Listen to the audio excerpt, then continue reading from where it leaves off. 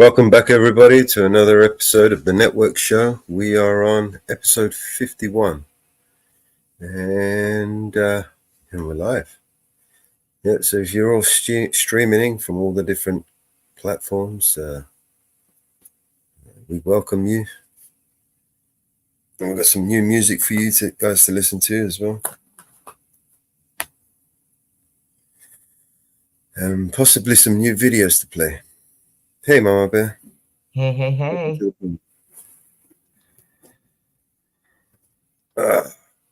We literally just started now. Yeah, 3 minutes in, not even. Yeah, I forgot to add myself to the stage. Oh, yeah. I'll just let you do that when you're ready.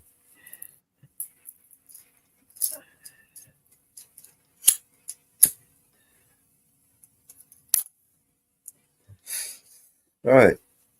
So we've got a lot of bullshit going on in the world, as usual. Yeah, we Talk do. about some of that. Yeah, we got lots going on. Yeah. Lots of distractions, everybody. Yeah, so we can get right into those distractions and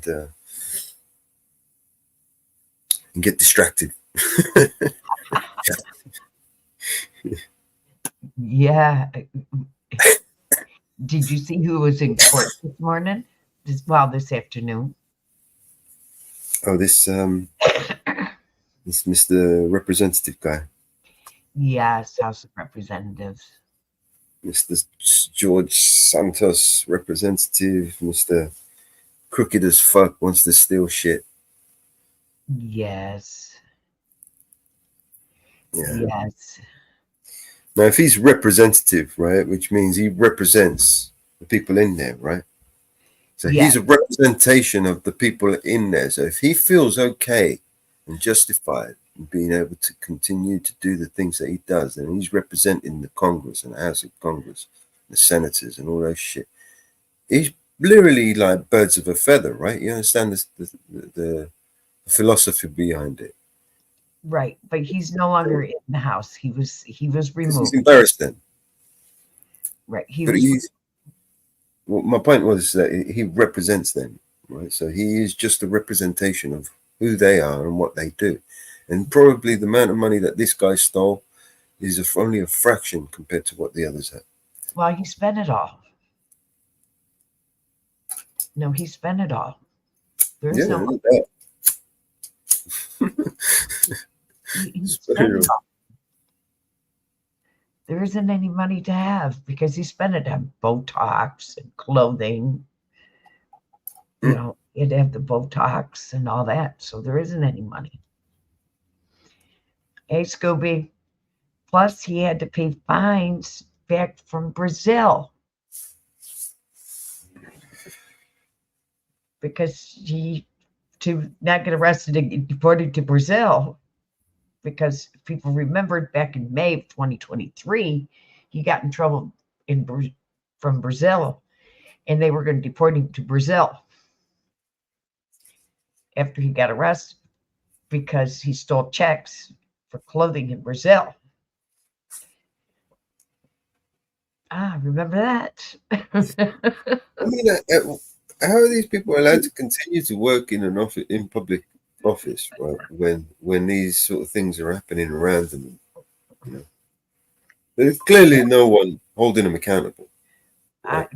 That gets me too. You know, I see more of a need for auditors and the public scrutinizing the government more now than ever. But how much money did he get from the lobbyists when the short time he was in office? And how many lobbyists did they get each? They got like how many of them? 20 plus. With 20 lobbyists with an open checkbook, right? This guy has been taking some serious wonga for he took decades. $24,000 during his campaign from some poor innocent person from their credit card. He just stole it. Stole the credit card. And what was the charges they brought him down to? Aggravated identity theft. Yes, from 23 charges to 2 or 3. Yeah. And I bet most of that is because it incriminates other people. He has to pay $373,000, I believe I read. Crazy. Back. Crazy. And it's all erupting right now outside of Miss Kamala Harris's Democratic fucking convention, right? Yep. He pled guilty to wire fraud and aggravated identity theft. From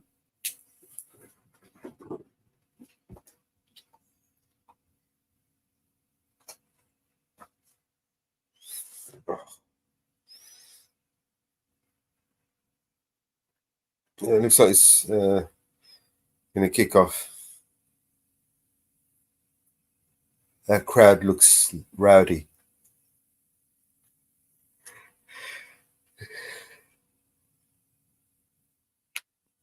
The one in Chicago.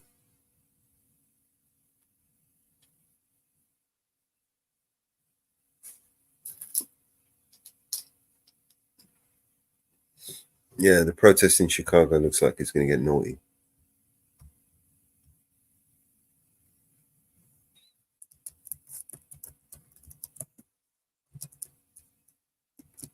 I've lost your audio again. I have to drop out and come back.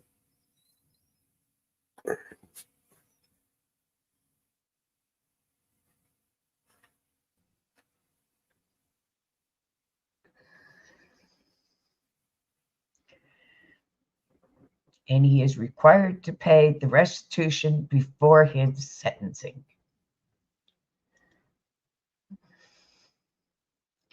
Hey, Four Corners.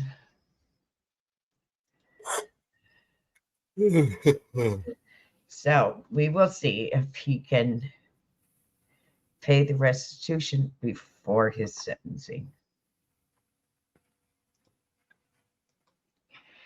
That will be interesting.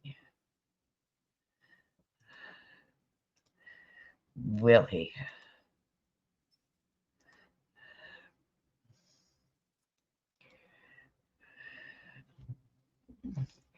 Yes, this is interesting. Oh, now they've gone to the right gear. They have had put on gas mask. And now they're into riot gear.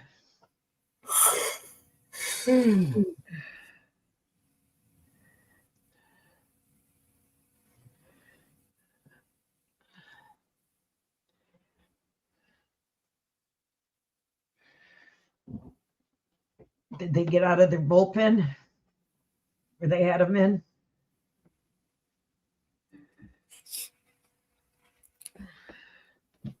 Yeah. Fuck holding that camera up there. It looks like a heavy camera to hold it up there steady. For how long? Really? Yeah? Really? No way. I'm fucking holding that thing up there for how long? You get it up there for 3 seconds. That's me. Done. Hey, AJM.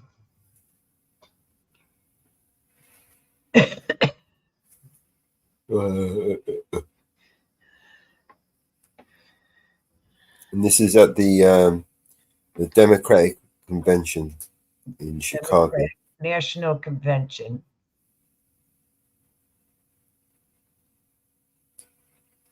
In Chicago. Oh, they're running. They're running. What are they running for? What's going on?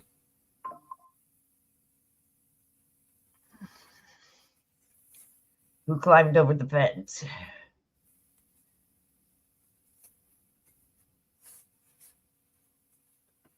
It's not a bad idea, you know, wearing fucking going prepared with helmets and gas masks. If you're going to go to a protest, I think Kevlar, body armor, and fucking helmets and fucking gas masks is an essential kit. Maybe a shield, a riot shield. Well, they've brought in 450 National Guard for this. Yeah. Can you imagine? They would shit themselves if like fucking 2,000 people turned up with body armor and fucking helmets and riot shields. No weapons, just Yeah, shields and fucking, just boom. Right, we're protesting, mate. What? They would shit themselves. 2,000 people strong with body armor and protective yeah. gear, you know what I mean? I can't remember how many they said they brung in for this. Extra police from all over the state and National Guard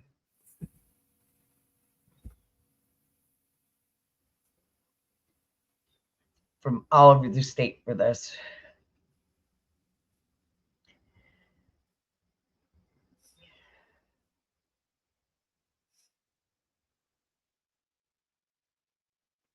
And as But you can these, see, lot- there's these, these lot here that they're so scared of, right? They're not exactly doing anything. They're not being violent or anything, right? They're just holding cameras. Every one of them. They're just holding cameras up. And these guys are panicking. They're not being violent. like they're trying to They're break not the fence pushing down. anything. They're trying to put the fence back together. This guy here with the gloves on, he's pushing it, but he's trying to help them fix the fence. He's not pushing it to fuck with them. He's helping it. They're being helpful. This is what I'm saying. These crowd here are not being violent, aggressive, or anything. They are just standing there holding cameras. One of them was even trying to help the guy fix the fence. Yeah. Right? And these lot are all standing there all panicking, holding batons and truncheons and shit. But they're not. It's excessive. Way Yeah. excessive.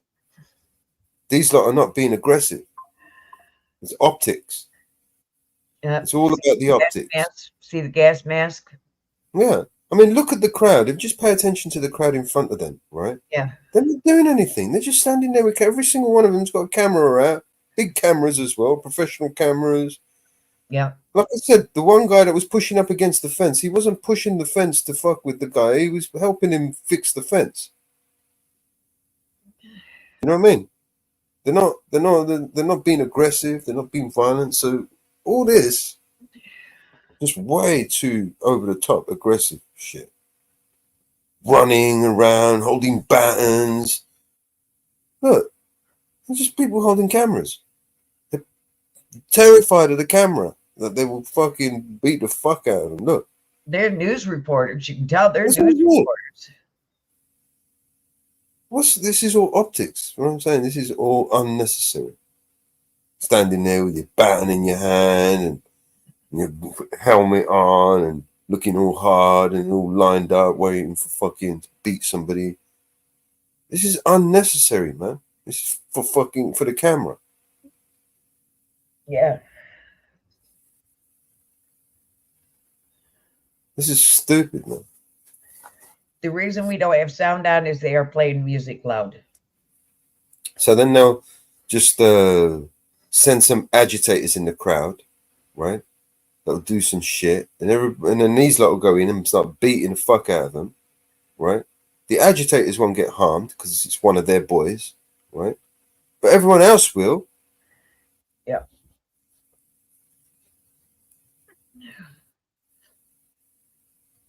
Look, running around panicking. They're only holding cameras, man. Look, what the fuck? Why are they lining up like that for, man? I mean, these guys are literally just standing there holding signs and fucking cameras and shit.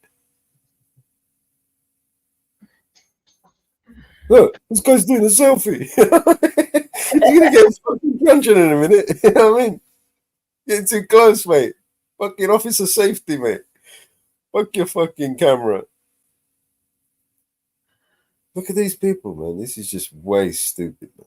Way stupid. So now they're gonna send in. Look, what's he doing there? Right. So now he's getting he's gonna get. They're gonna send their what agitators in the crowd so they can start fucking around and then they start beating up on people.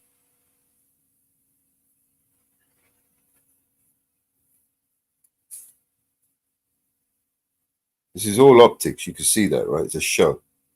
Yeah. Lining up, and guys coming down, stand there, stand like this, stand like that.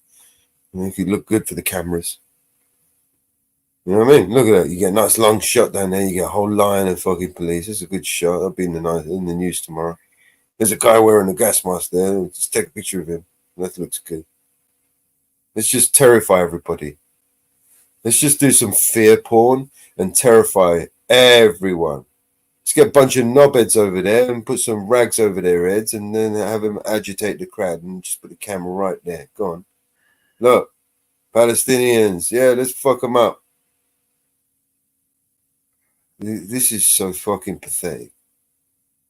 You can see this is a farce, right? The whole thing is a farce. And I didn't see this much at the VNC, at the RNC. You know that? Does anybody recall this at the RNC?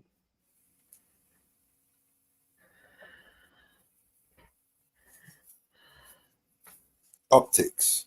It's all about the optics, just like Tyrant Finder said. Oh, look at that cool outfit. Love the pink. Love the pink. You know they're going to do the agitating now, right? So they can move in with their truncheons, you know what I mean? Beat up a few people.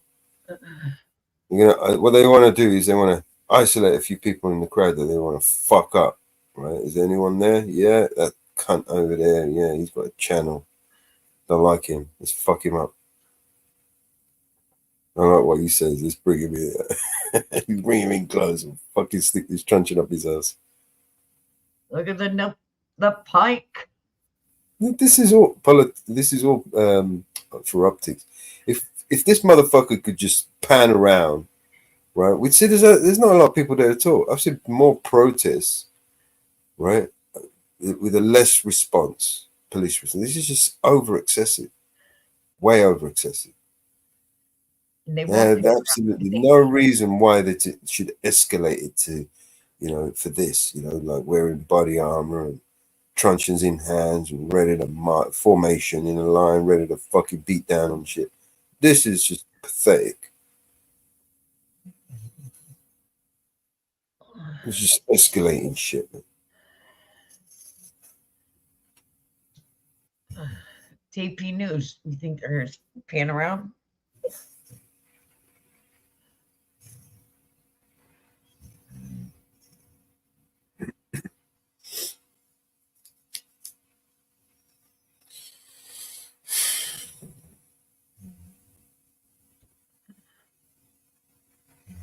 Oh, there they go.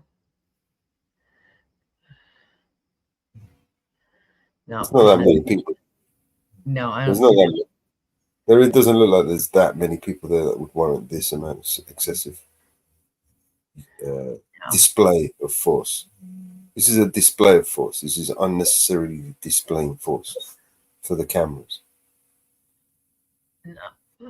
And this is painting the police in a bad light, right? This is portraying a martial police state. Well, Chicago's nothing but bunch of fucking tyrants. AJ. What's going on here? What are these lot doing? Wow. So here we go, the agitators, yeah? The cameras. No one stopped these guys, right?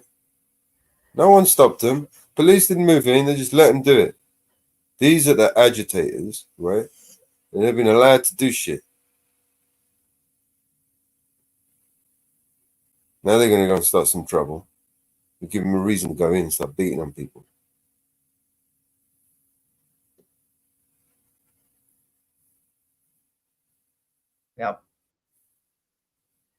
Yep. Fucking 10,000 police officers there with truncheons, and they just let some guy take offense and start walking down the road. What the fuck are you talking about? Wow. One of them there, right? One of them standing there seeing him do this. Why didn't you just say, what the fuck are you doing? Do you want this stick up your ass? Leave it alone. No, they just let him walk off with it.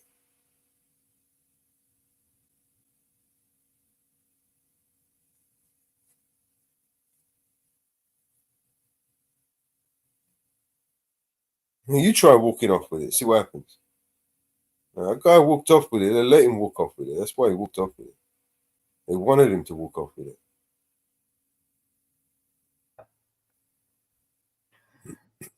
Yep. AP Press did not stop them. That didn't stop them. The guy just walked off with the fence casually as well. He went running. It's like a snail's pace. He just dragged it away. Like, no challenge, no nothing. No one said nothing to him. That's hysterical. That is hysterical. You know? And why are the police on the other side of the fence? Surely they should be on this side of the fence, protecting the fence, no? The fence line. That is They're that afraid. hysterical. They are that afraid that they need a barrier. You know?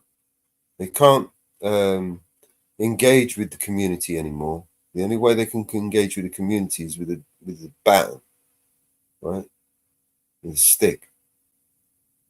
Okay, let's see if I can find some other parts of the protests. See if I can find some Disgusting, other. mate.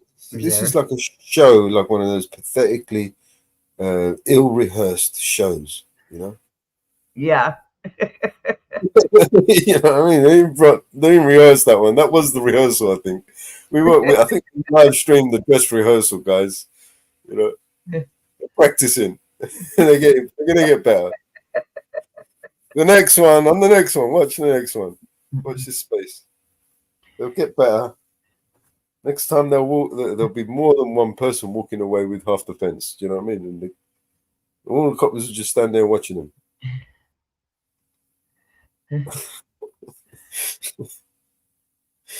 Oh shit! I've got a funny feeling this is going to escalate, right? Definitely got a funny feeling this show is going to escalate. There's ABCs. I mean, they dressed for the occasion, right? You know what I mean? So we've got to get some. And the cameras are there, so we've got to get some good content, right? Let's generate some content. Because see, these days we don't report on stories anymore. We create the stories, right? You know. There's ABC's coverage of it. Let's have a look at this joke. This is the same shit, just a different angle.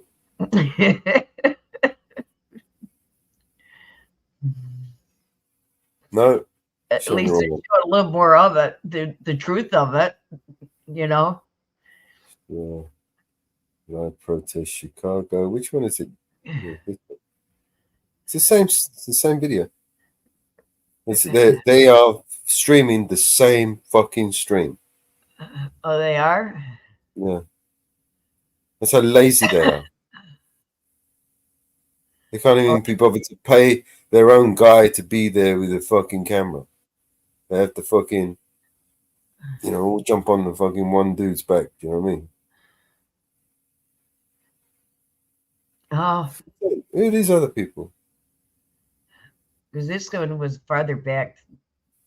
Yeah, maybe it's this guy. We've jumped from this guy to the guy who's holding this camera. And we're thinking it's the same stream, but it's not. It's the same because you're standing next to each other. Oh, no, it's different. It's different. It is different because I'm watching the two. Yeah, it's the guy in front of him. We're watching. Oh, okay. Look. Yep, it is. They're standing next to each other. Yep. Yeah, they are. Well, at least they had the decency to pay for their own fucking camera guy to be there. Do you know what I mean? They're standing next to each other. Because over here, the BBC, they like to steal people's like Tyrant Finder's feeds. There's the Sky News. They all nick Tyrant Finder's feed and shit. They're two different news guys, but they're standing next to each other. Why is that guy allowed to be up there, right? And unchallenged? Is he not agitating? You forgot to add it to the screen. You were talking about it, but not adding it to the screen. Why is that? And this guy's on the phone, just chilling, like he's got this fucking fence stuck up his ass, And not one person, not one. There's 1,000 coppers there, right? And not one copper just came up and said, "Get the fuck down." Can we pull you down? Really? No, you're not climbing up there. Before he even gets up there. What are you letting him get up there for? They want them to escalate. This is why this guy's sitting on it. He's got a fence stuck up his ass right now. It looks like he's right up there, isn't it? I mean, he I grab fits. a cup of coffee. Right there. You know, it's like, couldn't get any more up there. Guy's welded to the fence. Seriously? You know, and it's like fucking 1, 2, 3, 4, 5, 6, 7, 8, 9, 10, 11, 12, 13, 14, 15, 16, 17. It's like 20 coppers, right? Roughly. In front of him. Standing there in front of him. Watching him with a fence stuck up his ass. Look at this cockhead. What the fuck is his problem, man? Look. You can't even see what's going on. This one's brain dead, man. He's waiting for them to go fucking switch him on. Wind him up. Press the buttons. Activate him.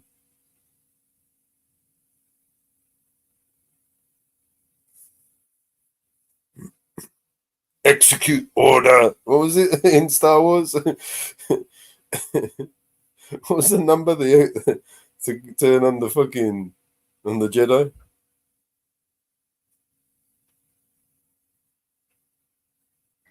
Somebody wake him up with a cup of coffee or smelling. What's the smelling salts under his nose? Somebody help this guy, man. Can you call an ambulance or something? There's a guy here with a fence stuck up his ass. Get a fire team down there. Oh my God. No, but the cop. The cop. You need to get some. The fence, the cop. He's still got a fence stuck up his ass, the poor cunt. Someone help this guy out, man. The cop needs something.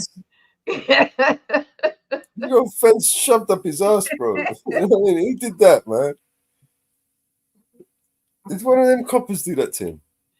The cop needs something. Good God. Maybe it was the coppers that did that to him. He's like, look, you got fuck around. This is what's going to happen to you. We're going to stick a fence up your ass and just stick you up here for the whole world to see. The cop needs something to wake up.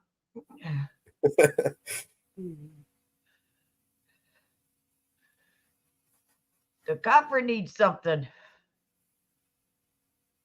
Good God.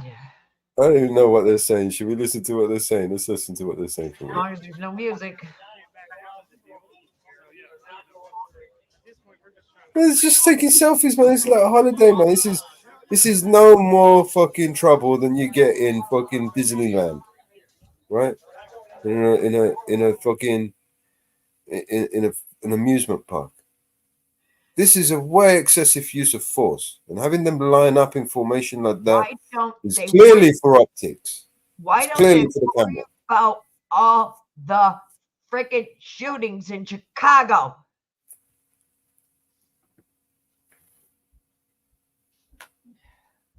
So now, just so I understand this, is Kamala Harris inside that building?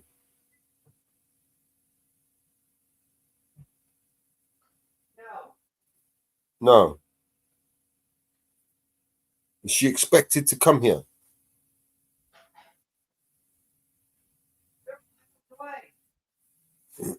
They're down the road from there.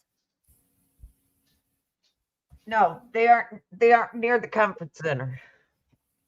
No, Kamala Harris is not there, no? She's not going to. She's in Chicago, but they're not near the conference center. Right. Is she expected to be here? She is there. She is in Chicago. No, I mean, is she expected to be at this convention? Yes, she is already there. I suppose it's her convention, right? I mean, right. Democratic leader. She's got to lead the fucking charge. This is all about setting up the fight against Donald Trump. You know what I mean? To try and build up the momentum, support. Okay. She'd How have to be far? there. Okay. Pro-Palestinian march near the conference center. They are protesting near the conference center. Okay. How far are they?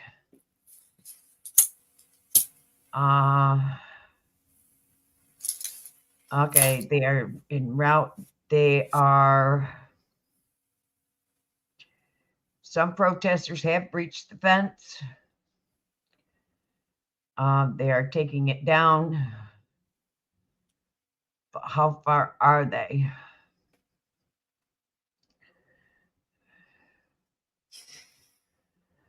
Harris, Joe Biden, the vice president nominee is there. Obama is supposed to be speaking there this week. He'll Pulling out the big guns.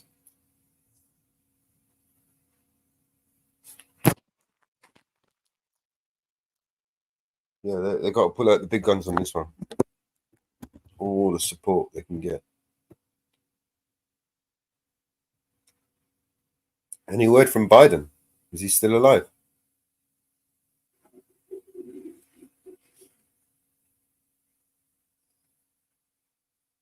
Gone all quiet with Biden. You know, you're just not going to hear from him ever again. I mean, he's still president, right? Okay. All right, AJ. Yeah, Is he's he not? president still. He's still the president. Yeah. But just on paper, he's not. Right. Yeah, he's still president. So we're never going to hear from him again? Is he never going to say anything again? No, he is headlining at the convention. No, I fucking feel sorry for this guy, man. Can't we fucking... Is there any way we can get this guy to... I mean, he's calling. He's got a phone, so he can call for an ambulance if he's hurting. Doesn't look like he's in pain. Looks like he's enjoying himself. I would find that really uncomfortable sitting on a fence like that, man, with a fucking fence shut up my house. The program starts at 6:15 tonight, Eastern Standard Time. Maybe he doesn't mind things shoved up his ass. He's used to it. He probably feels good right now. He's thinking, yeah, boy, I'm all right here. Okay. Tonight's speakers are Michigan's Senator of Commerce, Gina Raimondo. There's a whole list of speakers tonight. I'll put it in the back chat. Well, I mean, these idiots, they just allowed this guy to climb up without telling him to don't stop it, get down. Hey, Swag. They just left him up there. Yup. Yeah, British coppers over here would have just dragged the motherfucker down. I don't give a fuck about cameras. They would have dragged him down and said, hey, no, you ain't getting up there. You aren't going to do that. Get down right now. Especially when they're holding a truncheon like that. They mean it. Look at this cock. He ain't even looking, man. He's looking at the floor. He's half asleep. He's afraid of the camera, and that's what it is. That's what it is. They're all afraid of the camera. Yeah. Ashamed of himself. That's shame. That's the head ducked in shame. President of the United Automobile Workers, New York Governor Cortez of New York is going to be there. Hillary Clinton will be there tonight. Oh, the fucking spawn of Satan. Kentucky Governor will be there tonight. First Lady Jill Biden will be there tonight. Ashley Biden will be there. Oh, President Joe Biden will be there tonight. No way. We will see if he's alive or dead tonight. Or will it be Memorex? Are they going to pull out another Joe Biden suit? Is someone else going to be wearing a Joe Biden suit? This is gonna be another clone. Will it be a clone? Well, Or will it you know, be we need a good look at the ears, right? It's the ears give it away. The ears, the chin. Because Yeah, they can't get that chin on right. he's got a fucking weird ass ear, and it's not him, it's someone else. The chin's a giveaway too. The chin. You notice the chin? You know, have you seen the masks that they make? They make these really fucking good masks. You know, like they do in that movie Mission Impossible. That that technology is real. You know that they do that. Yeah, I I've know. got videos. I'll play them on when we get to Houston. I've got videos and people literally putting this makeup on their Okay, face and everybody they move down. transform their face. 10 steps sideways. 10 steps sideways. Everybody take 10 steps sideways. They're not doing it right. They're not doing it right. They didn't learn in training how to do it right. So practice. No, They didn't do it right. this guy is he wants to scratch his ass. They didn't do it right. His hand is hurting from holding the baton all that time. He's getting excited. Right. He's going to come in a minute. Look, pick his nose. Got a fart. That one looks like a good corn gob up his ass. Feels hard holding his baton. I mean, holding the baton itself, right, is escalation that doesn't need to. No. You know, they can just de-escalate. That is escalating the situation.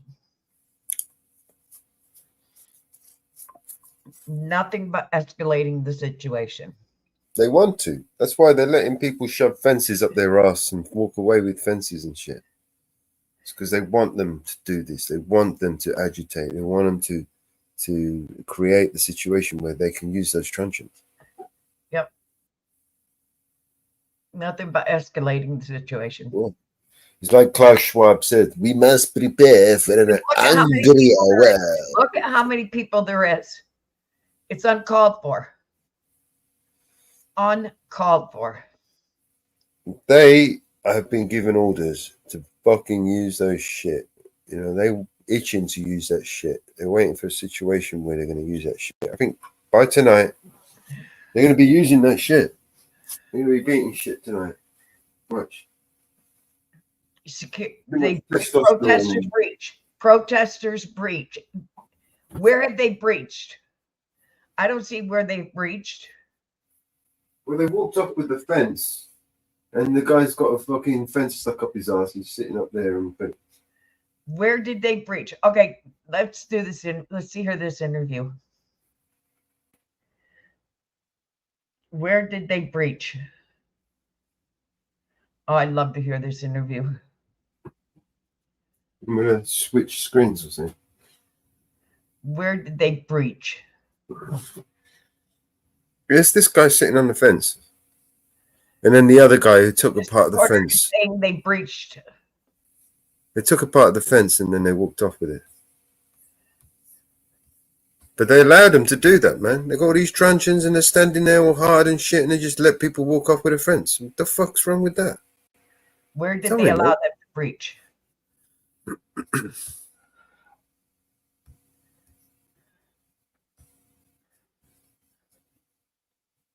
Enforce these, or how to flood the zone with more police officers at times that they think there may be an issue. Or they would just block the streets off even to get to the perimeter here. Chuck, it's interesting. Just over your shoulder, of course, is the police superintendent, Larry Snelling, right there. And you can see a rather stern look on his face, a man who is in command of what you called a very serious situation. We saw how surprising it was. Yes, maybe you can get a question from him. What's the plan to prevent this from happening again? Well, that's something that we're going to have to assess. I mean, is the fencing sufficient, or we need to assess that? That's an assessment we're going to make once we clear everything. Superintendent, you said how many people from this location? 4.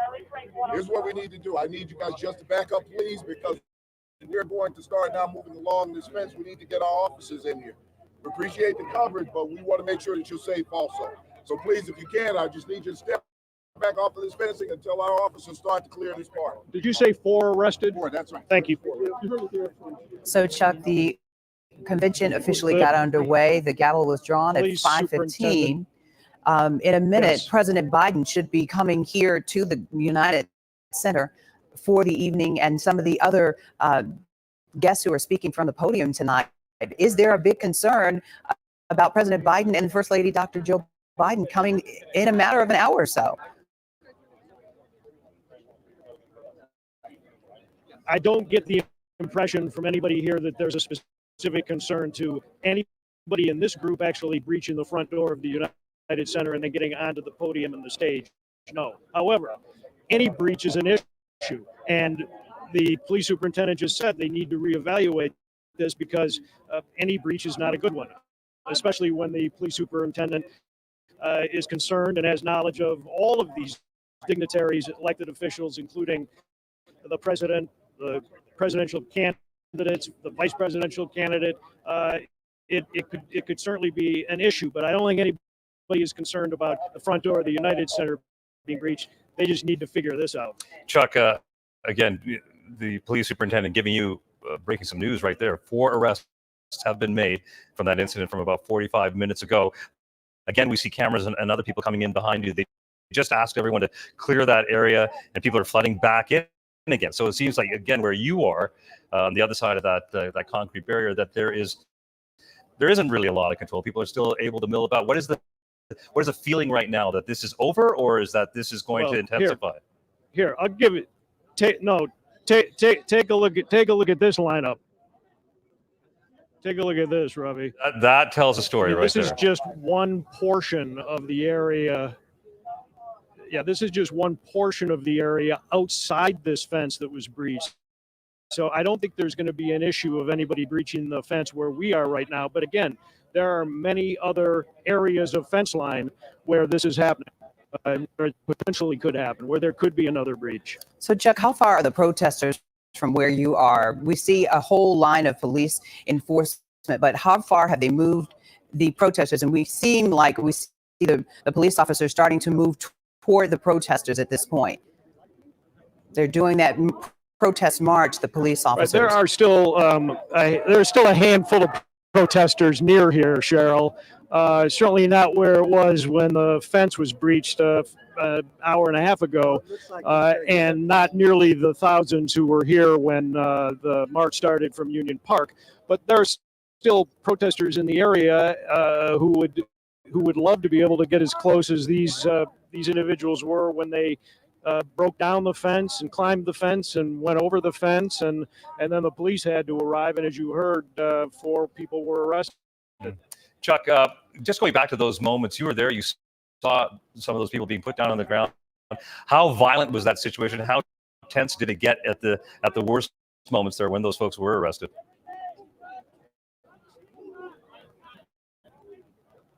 Well, anytime you have heavy metal gates being broken down and potentially falling on somebody, you have signs and metal, 1x2 pieces of wood being thrown like spears at police.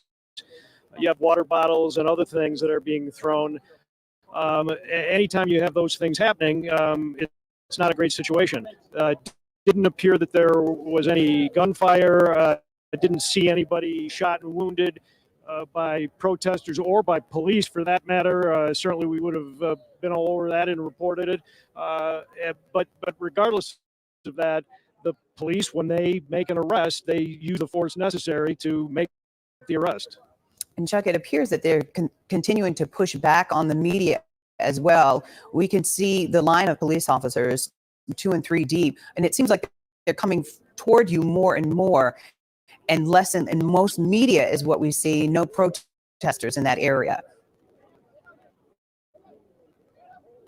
Right, Cheryl, they're just trying to move people away from the fence line because essentially we're backpedaling into the park here. And I think what they want to do is separate anybody, no matter who it is, from that fence line, because as you heard the superintendent indicate, that there's an issue with this fencing, and they need to figure out how they're gonna deal with it. Are you hearing anything has any other areas been breached? When he said this specific area, this particular area, are you hearing anything from your other media colleagues and other cameramen that any other areas have been breached as well?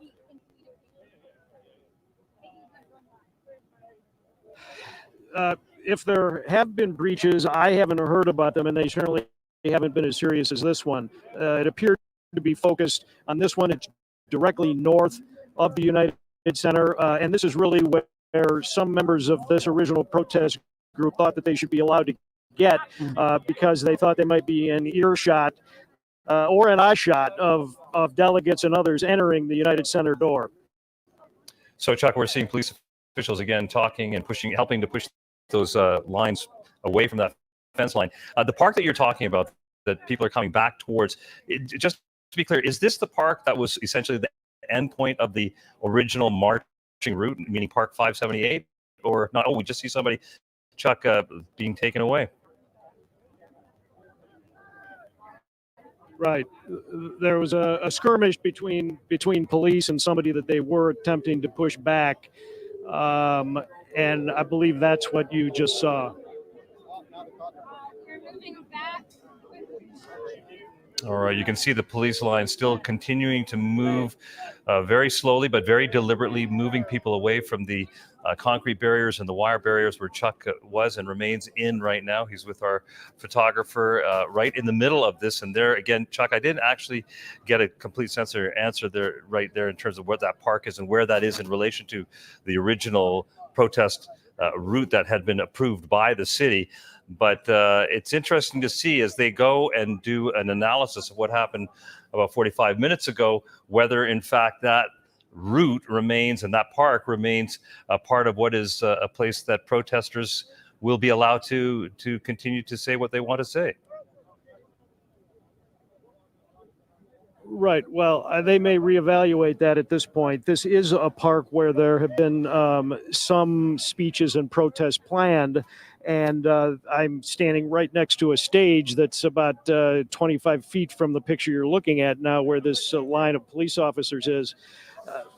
The part of the protest group that began in Union Park this afternoon returned to Union Park. In fact, the majority of them did, circled back to Union Park, led by the officers on bikes, and some of them broke off and came to this park. And this is where they apparently either had planned or realized that there was this fence line that was unprotected by officers for the most part, and they began dismantling it, and that's when the breach happened.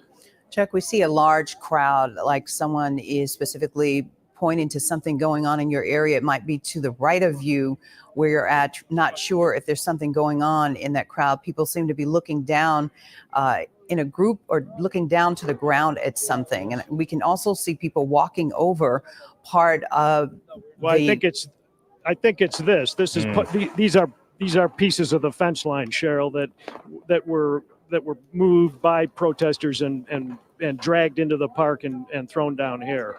Chuck, do you get a sense that folks are just kind of milling about trying to figure out what their next move is, or is anybody still actually protesting anything political? Is there any kind of cogent message coming around, or is this basically people at the end of a public effort here just kind of figuring out what they want to do next?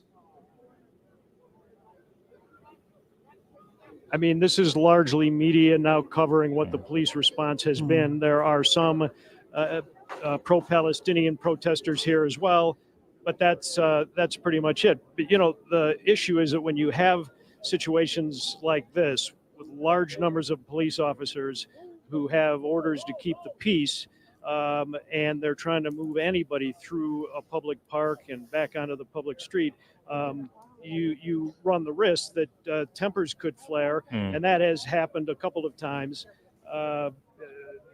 You just don't know how these things are going to play out, and so the police are trying to, I think, clear the park is the best way to put it, so they can regroup and figure out what to do next. Chuck, at any time, there are a lot of police officers here. Yeah, sure. Anytime, like Chuck, did you feel like your safety was at risk when the breach was occurring and everybody was crowded into one location? Were you ever concerned for your safety and any people protesting the media at this point? Didn't appear that this was an anti-media crowd. It appeared that it was an anti-police crowd. It was an anti-Washington administration crowd. They were against the Israel policy. They were pro-Palestinian. There were a handful of assorted other causes that were part of this permitted protest that kicked off early this afternoon from Union Park. So none of us felt as though that we were in any particular danger, any more so than we usually are when we're out on the streets. Is there a time limit, Chuck, in this area? Will people be dispersed come certain time of the day?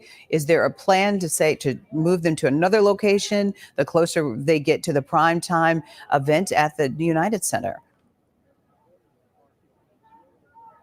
Yeah, I think within probably 15 or 20 minutes, this park is going to be essentially cleared, and you will have a cordon of police officers ringing this park, and nobody's going to get close to the park or the fence line, at least for the rest of this evening.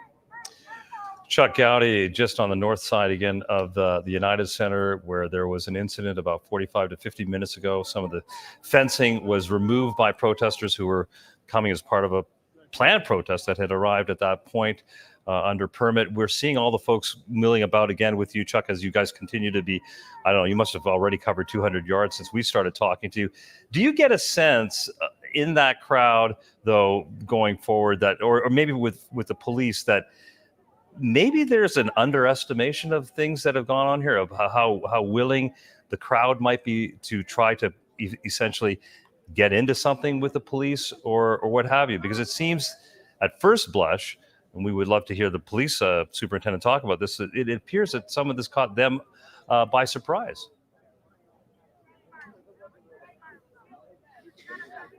Well, there are a couple of questions in that, Ravi. First of all, we've learned over the years, beginning even during the NATO protests that you and I both covered 10, 12 years ago, whatever it was now, that there are people who show up to protest in good faith, and there are people who show up to engage the protesters and the police, and who just want to engage a confrontation. That may be what happened here this afternoon as the permitted protest returned to Union Park. People who were intent on other things with other motivations, engaging the police directly in a confrontation, that they may have been the ones who broke off in it and pulled down this fence line. So that's the first thing. The second thing would certainly seem to be that in cases like this, you have those who show up totally unrelated to protests. They don't engage anybody. They just join in. And there were some of those here today. We didn't see them in the protest march. We didn't see them we didn't see them at all until the mayhem began. That was going to be my next question. Yeah, they've been having training drills ever since Chicago was awarded the DNC, and it appears the officers that we have on screen right now, Chuck, are implementing some of those drills that they learned over the past year. But you've been out there all afternoon, Chuck. There was talk that people were coming from all over the world to be a part of this protest, which there are several that are planned for this entire week. Have you had an opportunity to talk to any of the protesters to ask why they're protesting, what they're protesting?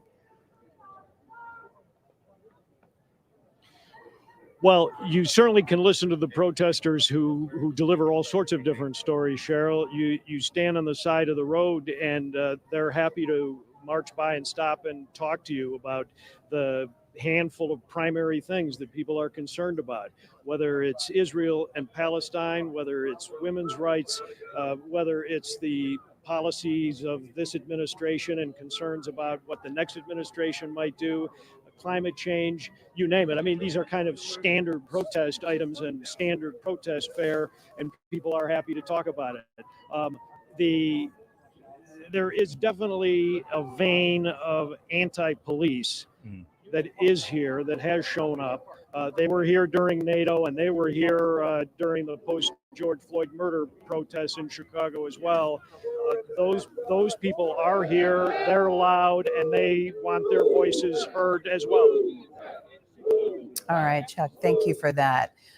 We've been following this for the past hour, and some insight and perspective, Chuck, right in the middle of the protests that are going on just north of the United Center. We're going to take a short break streaming here right now, but of course, Chuck Gowdy is going to join Ravi and Judy back live at the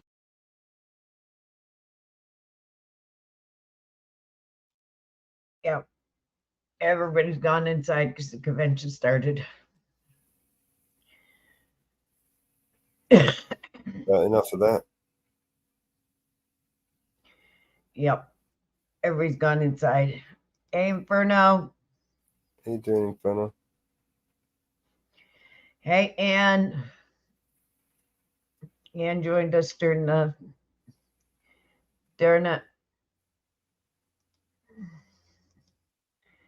yeah.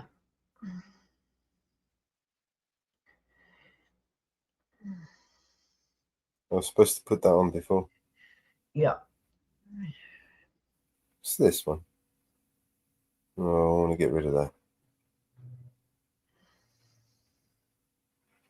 What's this?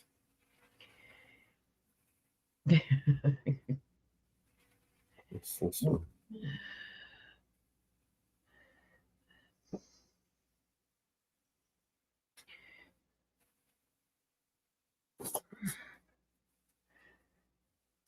Oh no.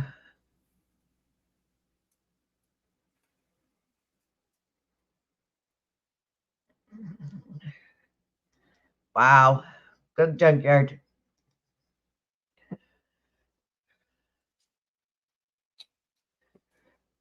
All right.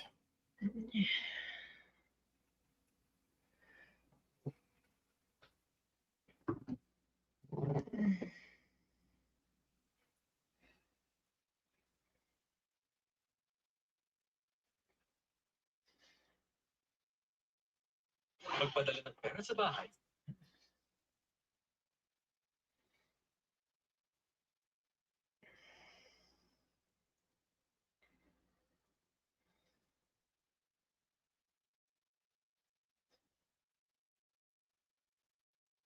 Right now, everybody's gone on the inside. It's all featuring the inside. Most everybody.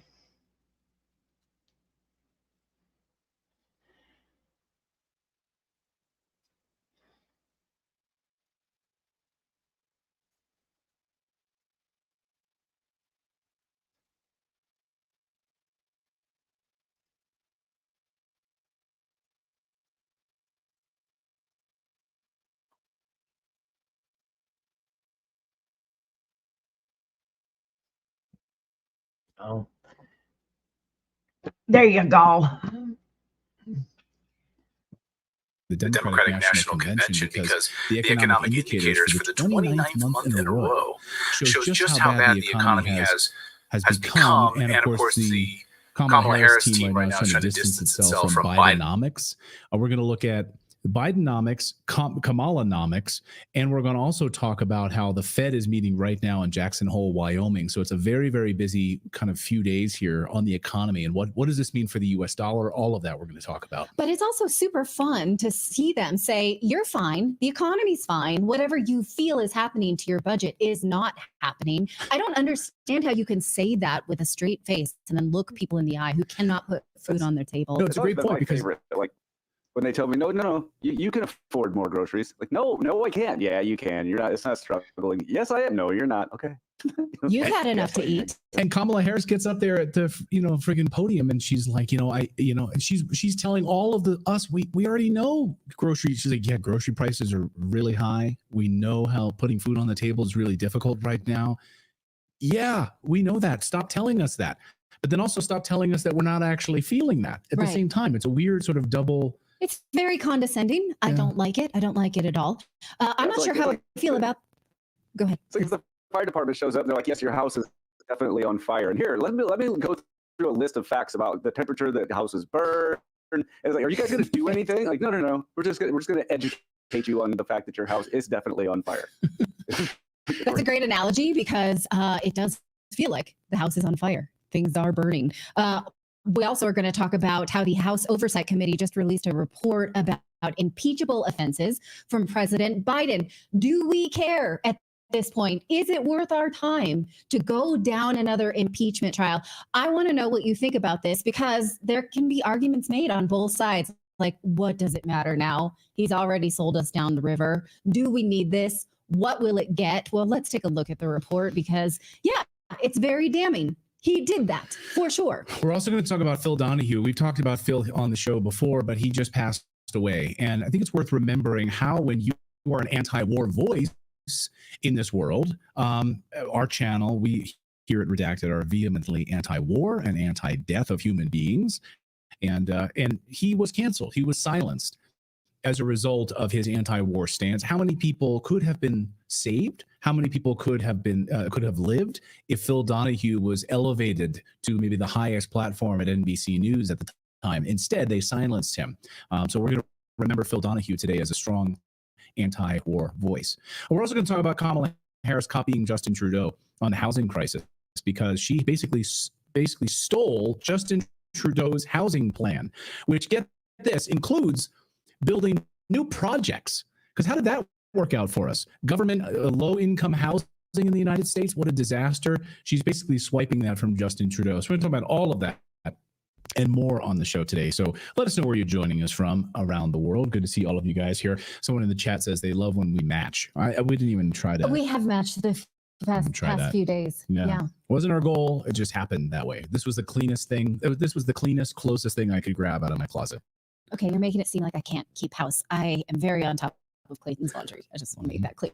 He wears like the same 3 pairs of underwear because I can't stand any clothes in the hamper. I have to watch them. There's one in there. It's like an alert goes off. It's like beep, beep, beep, beep. Something just passed through the hamper, shoot or whatever. You have lots of clean clothes. Yeah. Philip, you're the same way. Mine are all clean. I did a load of laundry when I was helping David this weekend at his house, and I accidentally used his detergent rather than mine. I got home and he has lavender in his, and I'm like allergic to lavender, so I can't get anywhere near my clean clothes. So like I couldn't even put them away. They're just sitting in the basket, so now I got to go re-launder them because I can't wear them. Oh no, David, he has a beard and he looks tough, but he's using lavender. He's a bit of a dandy. Yeah, I guess. So. He's listening right now, I'm sure. All right, we're going to get to all of your news in a moment. But first, America, listen up. The world is getting more unpredictable by the day. We've got assassination attempts, rumors of civil war, an unstable stock market, and now the looming threat of the bird flu and monkeypox on everyone's mind. Did you know there's a bird flu summit coming in October? Yeah, and it's eerily reminiscent of Event 201 that foreshadowed the COVID pandemic. And get this, the first topic on the agenda is, quote, mass fatality management planning. If that doesn't send chills down your spine, I don't know what will. And we even called the bird flu pandemic hotline to talk to their team. They couldn't even tell us why broken up. Emergency bird flu pandemic seminar in October. Like, what's going on there? But here's the good news. You don't have to be scared if you are prepared. The wellness company created the medical emergency kit, and every home in America should have at least one of these just in your medicine kit. In your laundry room, can't hear it. They're packed with life-saving meds like it's all broken up. Antibiotics like amoxicillin, even azithromycin. And it's all backed by experts like our friend Dr. Peter McCullough. Imagine this: no more frantic searches for a doctor, no more emergency waiting rooms, just a few clicks, and this kit will be in your house. The audio is broken up. Sounds crackly. Okay.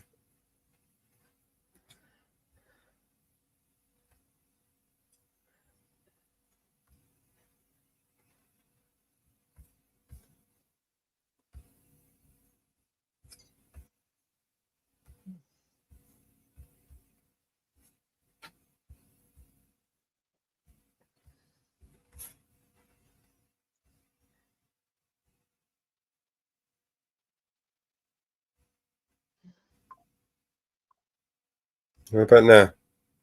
Thank you for supporting the show. If you want to get $30 off checkout, still crackly. twc.health/redacted right now.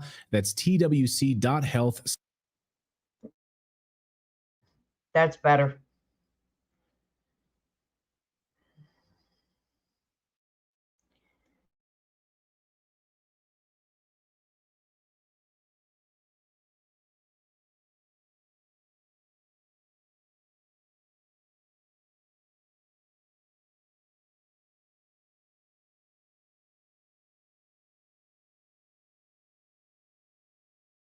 Democrats and Kamala Harris trying to distance themselves from Bidenomics, pretending that they had nothing to do with the last 3.5 years of government policies, which have got here. Skyrocketing inflation, of course, prices up over 20% for just about everything in your family, from gas prices, of course, to food on your table, to rent, to electricity, to energy costs. It's been a disaster, but they're telling you that, hey, when Kamala Harris is elected president, all of that will go away. Right. But she's in power now, so it really doesn't make much sense. Right now, we're also swimming in massive amounts of credit card debt. And the United States, average Americans right now have used up almost all of their savings.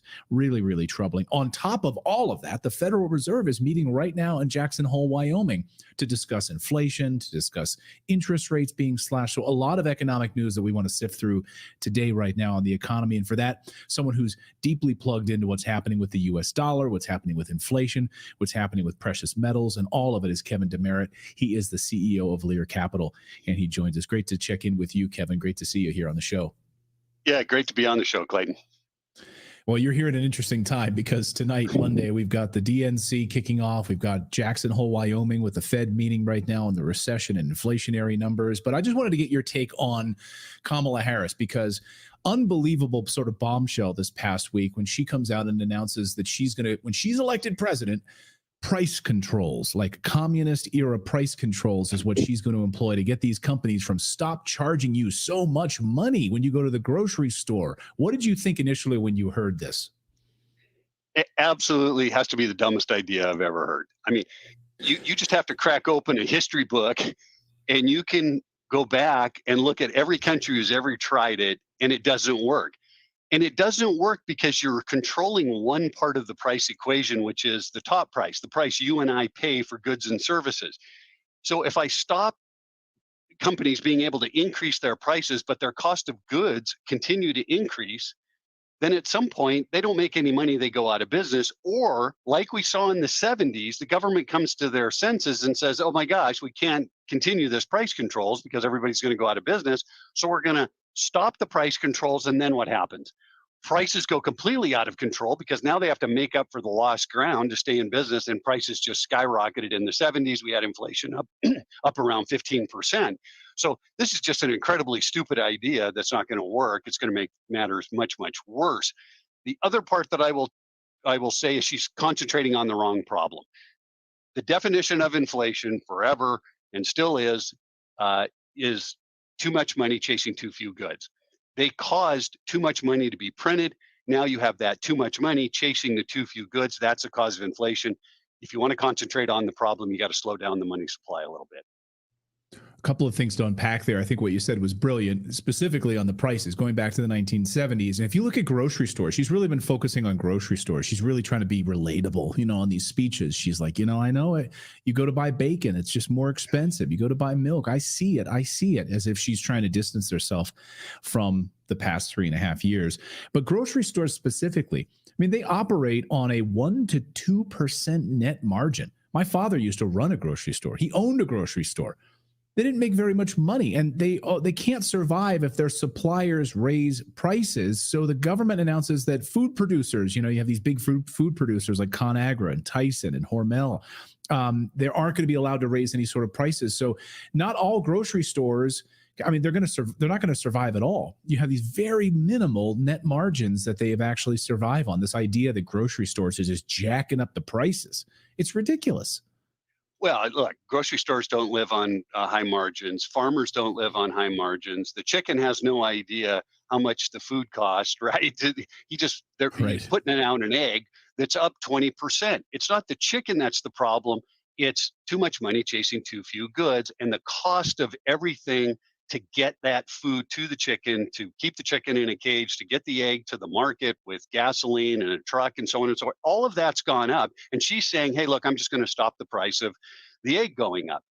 It's not the problem. It's the money that's chasing the egg and all the other goods and services that come along with it to get it to market. That's the problem. So this just does not work. It hasn't worked in history. It's not going to work here. And if she does the price controls, you will have a worse inflation problem, just like we had in the 70s in 9-10 months when she releases the price controls. We also had the Biden administration a few months ago changing the definition of recession, right? They changed the definition so that we can't call it a recession. And then they even like changed the Wikipedia page for the word recession. And now that page is locked. It's hilarious. Like if you just want to, you just move the goalpost on what it means to be in a recession. Do you think we are in a recession or a depression? And how, if not, do you think it's going to get better or worse in the next few months? Well, first of all, they've been changing the definition of words and the formulas for words all the time. I mean, they've changed the definition and the words for inflation or the formula for inflation for years now, just to try to keep inflation down. So if you went back to the old formula, inflation would still be at, 9 to 11%, depending on which formula you're using and from the old days. But everyone's talking about recession, no recession. It makes absolutely no sense. People have to wake up here. There is a recession coming. I'm not sure we're in it yet, but we're extremely close. Number one, you've got an indicator that's been 100% accurate for 100 years, which is an inverted yield curve. That inverted yield curve can't tell me exactly when the recession is coming, but it's a 100% chance that there is one coming, and it's fairly soon. The second is not only do you have these indicators out there starting to fall off a cliff, but you have the IMF, which is it's kind of independent, at least, looks at all countries. They're forecasting U.S. economic growth of 2.6% for 2024, which is off by about 0.1%. But next year, it's off by 26%. So they're forecasting 1.9% economic growth. That's a 26% difference in growth. That's a recession, and it's coming. Now, look, I'm in the world of precious metals, so everybody says, well, you're probably kind of a little bit negative on the economy because of precious metals. Well, first of all, they've been outperforming the stock market since 2000, so it doesn't matter if there was a recession or not. This money printing is causing the price of precious metals to increase. But here's a guy, Jamie Dimon, who's the CEO of JP Morgan Chase, that says, and I quote, "I've been pointing to geopolitics, housing, deficits, spending, quantitative tightening, all these things could cause some consternation in the markets. I give a 35 to 40% chance that we will have a soft landing." Meaning, if you think of it the opposite way, he's giving it about a 60% chance that we're going to have a recession. I keep saying, look, if you gave me a parachute and the guy says, look, there's a 60% chance the parachute isn't going to open, I'm not jumping out of the plane. Right. But these are your retirement. This is people's retirement and their savings. And you have, based on what he's saying, a 60% chance there's going to be some problems in the economy, over the next 12 to 18 months. So it's a guy I'd listen to when he's talking about things like recession, because he's not in the business of wanting a recession when you own a large bank. Well, I would say here on the channel, talking about investing, I mean, it's like, God, my wife and I, we have our IRAs, we have our children's IRAs, our self-directed IRAs, and they're, heavy with precious metals and real estate. Like that's what we invest in, tangible assets, and which has outpaced inflation. So that's something we talk about all the time. And then the Fed, of course, is meeting right now in Jackson Hole, Wyoming. And I want to get your take on this, Kevin. They're going to be talking about a recession, whether or not we're in one, whether we can protect ourselves from getting to one. In a slashing of interest rates here in September, it seems likely that that's going to happen. I mean, we even see maybe a couple interest rate slashings over the course of the next couple of months. So what do you think that will do to the economy right ahead of the election? It's like giving a gift, I think, to Kamala Harris for the election by the Fed slashing these interest rates. And also the U.S. dollar, the big de-dollarization process right now. I mean, BRICS countries, they're dumping the U.S. dollar as the reserve currency of the world, and they're partnering with themselves, saying we're done being bullied by the United States and the U.S. dollar. So what do you think we're going to see out of this Fed meeting, and what's your sense as we head into the fall? Yeah, that's a great question. Jerome Powell's kind of walking a tightrope. So on one hand, he's got the U.S. economy going into a recession soon, if I had to guess. So he's thinking about lowering interest rates to try to keep that from happening. And on the other side, he's got enormous amounts of central banks liquidating dollars and purchasing other assets, a lot of gold right now, but they're liquidating the US dollar into the economy, into the market, which could cause a lot of inflation. So if he lowers interest rates here in the US too much, then those central banks who are already selling are going to sell more. Those dollars are going to come to the United States. And again, the definition of inflation is too much money chasing too few goods. Those dollars chase goods, the inflation rate stays higher.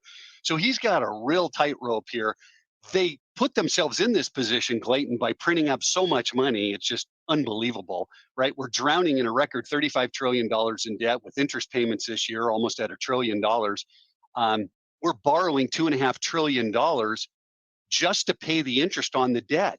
So, lower interest rates would help that out, but it's not going to help these central banks selling dollars, which could cause even more inflation. So he's got a really kind of a tough situation to try to maneuver through. I feel like we're in the cartoon with, the Road Runner and Wile E. Coyote, where, Wile E. runs off the cliff and he's just hanging there.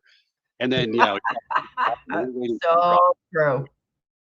It's really troubling. And, the de-dollarization continues. So they can do all they want, talk about inflation. Kamala can talk about putting in a housing. We're going to talk a little bit later in the show tonight about her housing plan, which is just a ripoff of Soviet era style housing, like what Justin Trudeau has done up in Canada, a disaster. So they're going to just throw billions more dollars into this mix while these other countries are just running away from the US dollar. How scared are you? Like, once all of these countries back away from the US dollar, where are those US dollars that they're dumping? Where are they going to go? Yeah, it's a great question. You look right now, and I had this statistic right before the show here. It says the share of US dollar reserves held by central banks fell to 58.4%, the lowest since 1999. On average, it was right around 80%. So this has fallen by 25%.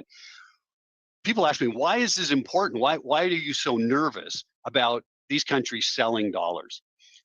Those dollars go someplace and they come back to the United States.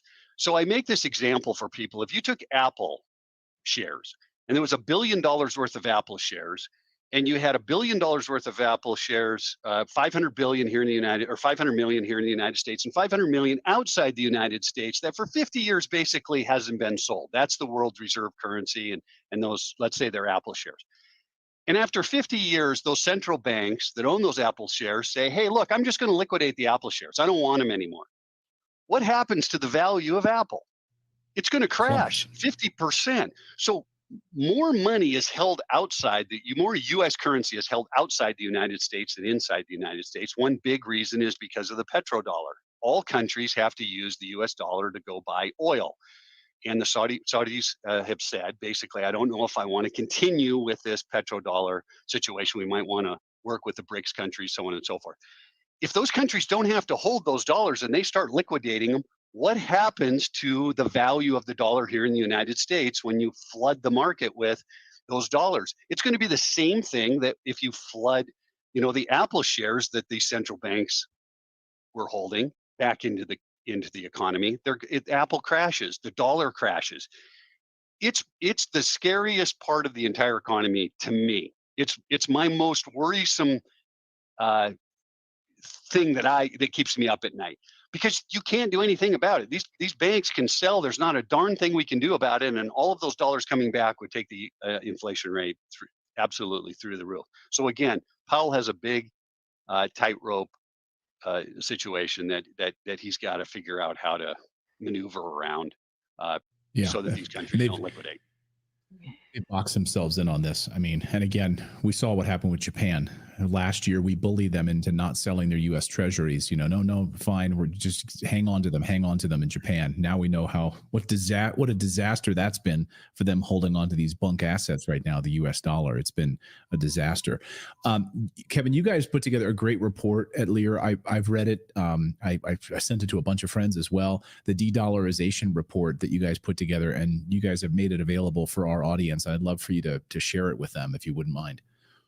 Yeah, so we put a report together on the debt, de-dollarization, interest rates, and inflation. So just people to get educated a little bit here. What are the things that they can invest in if the dollar is going to fall, if inflation is going to stay higher for a little bit longer, if interest rates start to come down? What are some alternatives? You brought up precious metals and real estate. Look, you can print up a bunch of dollars, but you can't print gold and you can't print real estate. So those types of assets, those hard assets, are going to be some of the alternatives that people may want to look at. And that's what the report's going to go through. They can give us a phone call and get this report absolutely free. It's about 16, 18 pages long. Also, if they call or use the URL at learredacted.com, we're going to put $250 into their account automatically if they purchase gold or silver, they can use it for their IRAs, for all the IRA fees that the custodian charges. Will cover that for them, or free shipping and insurance if they want home delivery. So if they give us a phone call at 800-613-3557, 800-613-3557, or go to learredacted.com. We'll get the report out there, put the $250 into their account, and hopefully get them a little educated on what we think at least is happening out there. Amazing. Thank you so much for that. And yeah, it's going to be very interesting. We got the Jackson Hole meeting right now ahead of this big September Fed meeting on slashing interest rates. As we head into this election, it's going to be a volatile situation right now. And of course, everything that we're going to hear from the Democratic National Convention in Chicago, we'll be watching this platform very closely and dissecting it here on the show, as will Kevin. Kevin, great to see you as always. Thanks so much for your expertise on all of this. You bet. Northwood. Dan Clark in the chat just a second ago said, $30 for David Clark. Yeah, and the Washington Post, you guys saw this, just out with basically saying Kamala Harris has squandered what could have been a golden opportunity to outline a clear economic vision. The Washington Post slamming her, and so too is the New York Times. They basically said everything she's like kind of throwing out right now are populist gimmicks. And price gouging, she said, was to blame, or corporate price gouging, rather than addressing the underlying economic challenges. In fact, and she was asked about her policy. You know, they've not let her talk to reporters at all. They've kept her away from reporters. And a reporter managed to ask her about her new economic plan, and it went about as well as you can imagine. Listen to her response. Hi, Melrose. Hi, Mama Bear. Economic plan. Listen. Love you guys. Economic policies last week. Yeah. Can you explain how you're going to pay for those? And can you give us a sense of what other policies you want to unveil going forward? Sure. Well, I mean, you just look at it in terms of what we are talking about, for example, around children and the child tax credit and extending the EITC. That it's at $6,000 for the first year of a child's life. The return on that investment in terms of what that will do and what it will pay for will be tremendous. We've seen it when we did it in the first year of our administration. We reduced child poverty by over 50%. So that's a lot of the work. And then what we're doing in terms of the tax credits, we know that there's a great return on that investment. When we increase home ownership in America, what that means in terms of increasing the tax base, not to mention property tax base, what that does to fund schools, again, return on investment. I think it's a mistake for any person who talks about public policy to not critically evaluate how you measure the return on investment. When you are strengthening neighborhoods, strengthening communities, and in particular the economy of those communities, and investing in a broad-based economy, everybody benefits, and it pays for itself. No. I'm sorry. Wait. I can't let her say that. That's a lie. Child poverty has doubled since 2021, since they took office. We showed you that chart. If you look at our live show on August 8th, the bit we did about Kamala Harris's whole freedom campaign, she's talking about free from childhood poverty when the Biden administration has doubled it. In 2021, the rate was 5.2%, and it is now 12.4%. So F you for saying that. You've made it harder for kids, not better. So you can pound sand. You can lick buttholes for that. No, You don't get to say that. No. But no, it's going to pay for itself. Don't worry about it. We'll do this, and then when someone down the line gets a job, it'll pay for itself. That's how this works. The return on the investment, she says, is fantastic.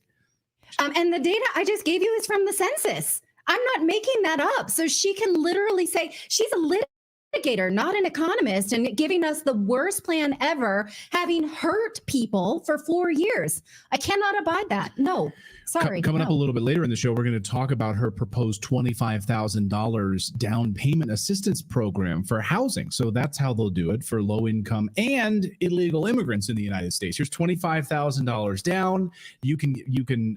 How is that going to not drive prices higher? Of course it will. We saw that with electric vehicles. Oh, you want to slash thousands of dollars off the price of electric vehicles for incentives? Right. Great. What do the auto manufacturers then do?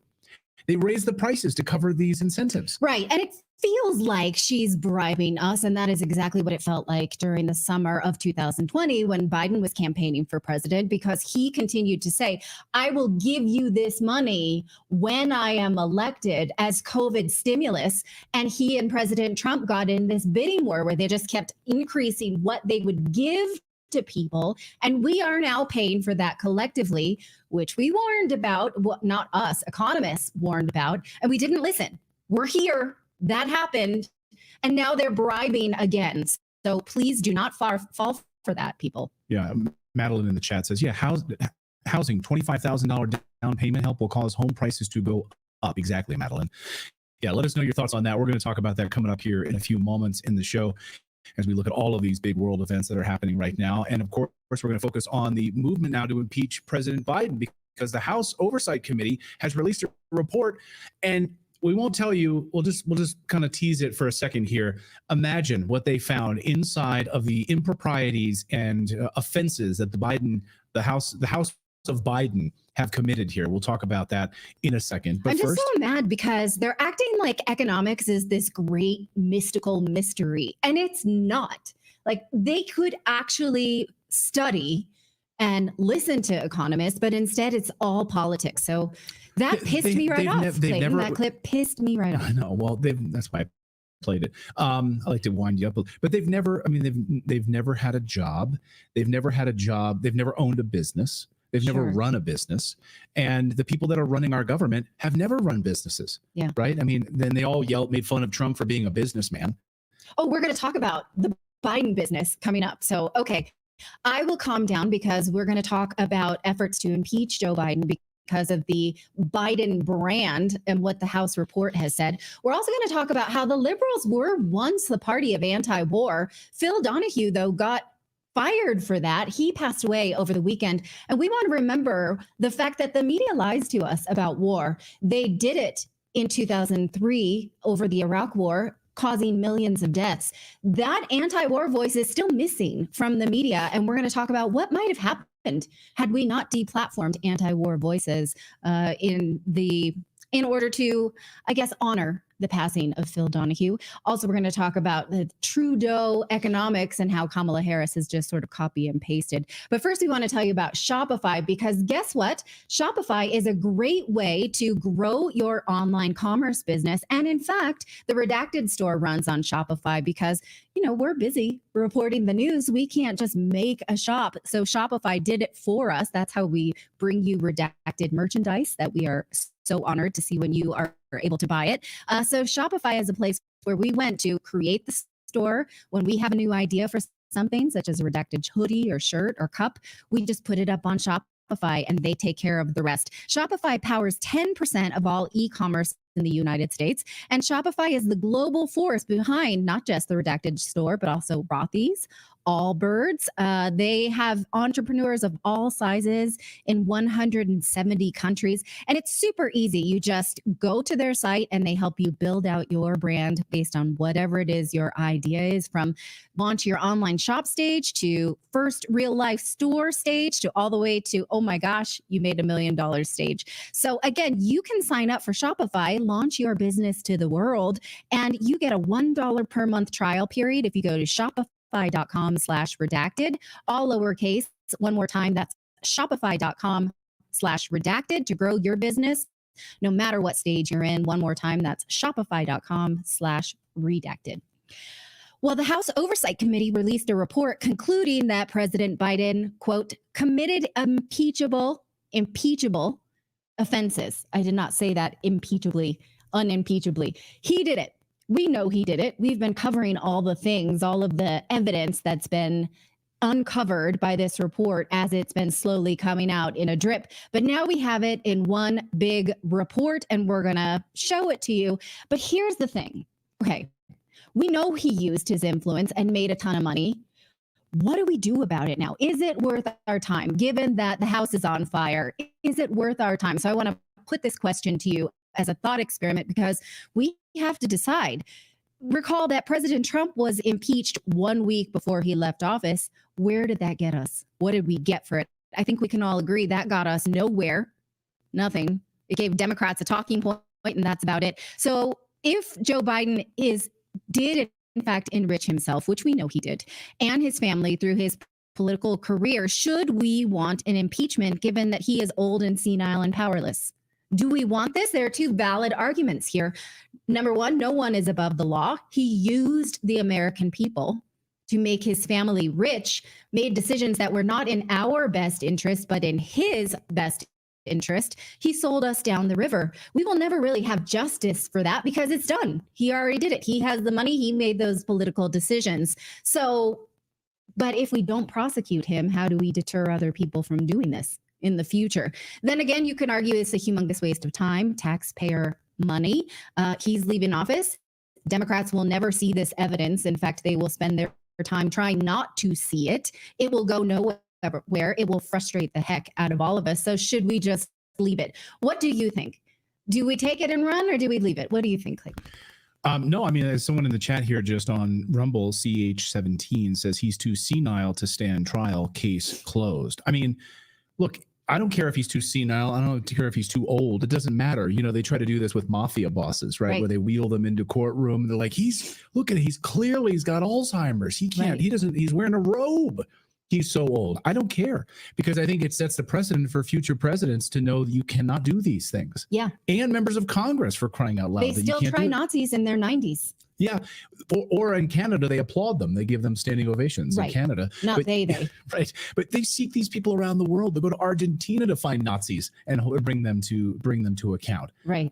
You hold the highest office in the land, or the second highest office in the land as vice president, and you're enriching you and your family off of American tax dollars, and you're lying about it, and this is absolute corruption, and he should be brought to justice for it. Okay, well, let's take a look at the evidence and then see if you can come down on one side or the other, because the argument is very strong. The country is already too partisan. We don't have time for this. We're funding foreign wars. The economy is crap. Can we even afford to do this? Is it a distraction from the things that need to happen going forward to make the place that we live in better for our children? Will it make it better for our children? So let's take a look. Here is the report. It is based on a year of evidence gathering that started in 2023. The committee has seen checks, loan documents. They've spoken to whistleblowers. It is dense. Again, you should seek it out and look for yourself. Here is specifically what they found. This is a summary. They found that he did use his position to make money. A lot of it, since he was vice president. I would suspect that did not start during his vice presidency, but that's as far back as they looked. They say that his family was using his influence to make money, and that it is, quote, inconceivable that President Biden did not understand that he was taking part in an effort to enrich his family by abusing his office of public trust. They say that the Biden family has made sophisticated efforts to conceal all of this by using LLCs, intermediaries, smaller transaction. They also say he concealed evidence. He removed evidence and documents. Specifically, if we could go to the next one, he removed evidence to his personal residences, and he showed things to his ghostwriter who did not have clearance. And he had the White House lie for him about this.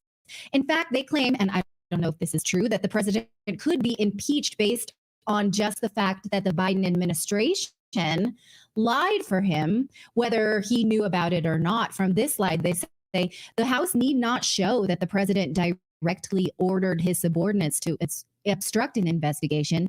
In certain circumstances, the president may be impeached for the actions of subordinate officials, and they base this on the Nixon impeachment.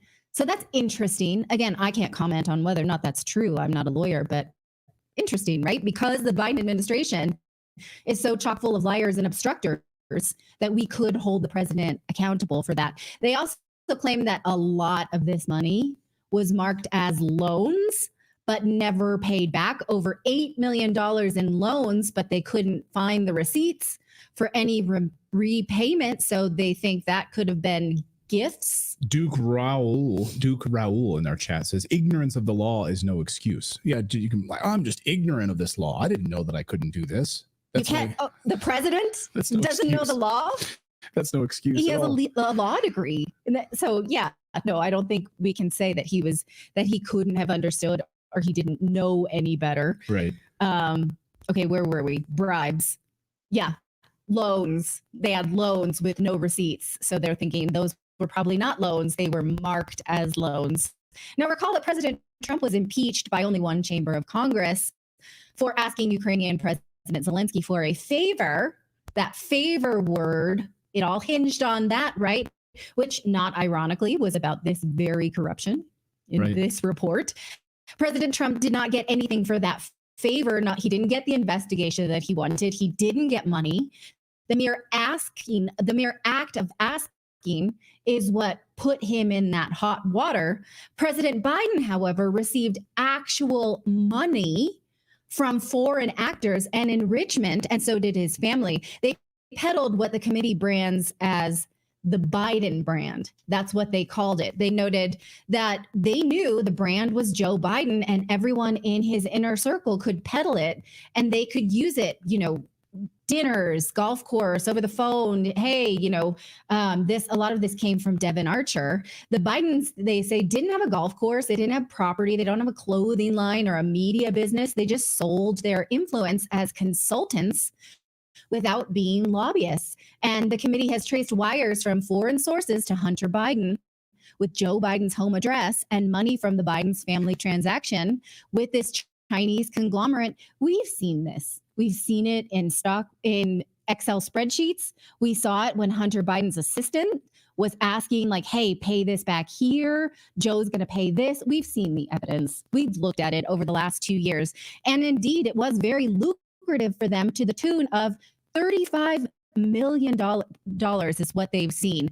Biden family members receiving over $18 million from foreign sources, and their schemes $27 million. Totaling 35 is what the committee has seen that they could uncover. So what do they want? Well, here's what the committee recommends is that the Constitution's remedy for a president's flagrant abuse of office is clear: impeachment by the House of Representatives and removal by the Senate. Despite the cheapening of the impeachment power by Democrats in recent years, they say, the House's decision to pursue articles of impeachment must not be made lightly. As such, this report endeavors to present the evidence gathered to date so that all members of the House may assess the extent of President Biden's corruption. So how much of that is still going on, given nobody's going to buy the Biden brand? He has no power anymore, presumably, right? We don't know who's running the White House. We don't know what that would get anybody to buy into the Biden brand. It seems to me their payday is over. But now that you see at least a summary of this evidence and where to find it for yourself, what do you think? Should we impeach this old senile guy? What do we get for it? Let me know what you think. Where do you come down on this?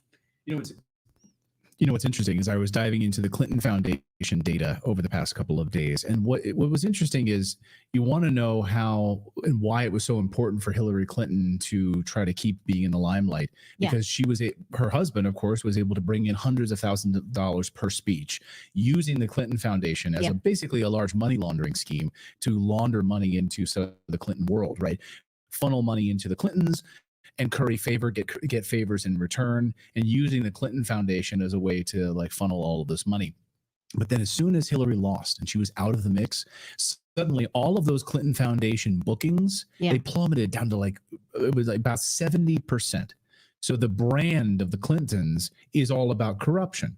It's all about people being able to buy and curry favor with them by booking Bill Clinton for large speeches. And, we'll pay him $300,000 because we know that money will make its way back and we'll get favorable responses inside the Secretary of State's office. Sure. I mean, I don't see any harm in, say, Unilever hires one of the Clintons to speak and they want to hear about leadership or whatever. But the problem is that what does that then do to people who are voting on certain business legislations? It's even worse when it's foreign actors, clearly. So and who is promising access to whom? There are clear rules about this. Congressional members have to follow certain clear rules. It's all about access. That's the whole reason that Burisma hires, Hunter Biden for $50,000 a month. It's not because they wanted his business acumen. Right. All they wanted to do was curry favor with Joe Biden and get favors. That's it. In this massive money laundering scheme. And that's exactly the case. Thomas Massie, friend of the show, Congressman Thomas Massie, who's one of the bravest members of Congress, he on Twitter today, he's calling for that it should be mandatory that if you have dual citizenship, if you're a member of Congress and you have dual citizenship, that you should renounce the citizenship of the other country if you become a member of Congress. Or he says, at the very least, you have to disclose that, oh, you are a dual citizen of Israel. And not then vote on issues related to your dual citizenship. Yeah, exactly. I mean, talk about it. That's too reasonable. He will not get his way. Farah, yeah, exactly. Farah agrees, Drew Kisek says. Farah agrees. Yeah. All right, we've got more news to get to here on your Monday. Phil Donahue passing away, but it's an interesting time to remind all of us about those anti-war voices and what happens to them in mainstream media. They are silenced. So we're going to look back at Phil Donahue a little bit here, because it's now more important than ever. The anti-war voices should be elevated. Instead, they're being silenced at a greater clip than we've ever seen before. Now, we just saw what happened with Scott Ritter, for instance, right? And if you speak out against these wars, whether it's in Gaza or Ukraine, and we're talking about the Kursk attacks over the past 24 hours, again, a third bridge attacked inside of Russia. Russia now saying this war, we are done negotiating, absolutely done. That means Ukraine could be wiped off the face of the planet. And if you speak out against these wars, you speak out against the provocations and the genocide, then you are silenced in the mainstream media. So we're going to talk about that. But first, we do want to tell you about our friends over at Bunker Life, because cybercrime has become the third largest economy in the world, trailing in size only to the United States and China. Cyber criminals target people and businesses by exploiting vulnerabilities in the everyday tools we use, like email, social media, messengers, free cloud storage, as well as weak passwords. In fact, just this month, AT&T announced that hackers compromised all of their customers' texts and call records, which exposes us to even more threats. And I think within the past 48 hours, of course, every American had their social security number revealed. Isn't anyone protecting us? We, the people at Bunker are. Bunker is an affordable all-in-one app that protects you against identity theft, cybercrime, and surveillance. Bunker includes patent-pending secure messaging, easy-to-use password management, and secure cloud storage. So why pay for several different applications when you can protect yourself with Bunker for $12 annually? So Bunker is owned and operated by security professionals with a long history of protecting the public against cyber criminals and surveillance. So right now, download. You can go to bunker.life, just BUNKR, there's no E, BUNKR.life today, and get your first year free when you use the code REDACTED. That's the first year free using our code REDACTED. Protect yourself against identity theft and cybercrime. Visit bunker.life today, download the app, and use that code REDACTED to get your first year for free. Well, Phil Donahue died today at the age of 88. And I want to take the opportunity to remind everyone that Donahue was fired at the end of his career for being against the war in Iraq. And that has important significance for us right now as the United States continues to drag us into a war to support Israel. He was known, of course, for his sensational talk show, but his career was sunset early for cautioning the American people against rushing to support the Bushes in their wars in the Middle East. So let's bring this back around today, because it's important to remind ourselves why we were dragged into the war in Iraq. And it's very haunting to think, what if we had listened to him? What if he had been allowed to speak to the American people against war? How many lives might have been saved if those voices had not been silenced? So in February of 2003, Phil Donahue had the #1 show on MSNBC, and he was fired rather suddenly. Here is what an internal leaked memo from MSNBC said about that firing. It said, an internal memo leaked to the press stated that Donahue was hurting the image of the network. He would be a, quote, difficult public face for NBC in a time of war. Donahue was fired and never returned to the airwaves. The memo went on to say that Donahue, quote, seems to delight in presenting guests who are anti-war, anti-Bush, and skeptical of the administration's motives.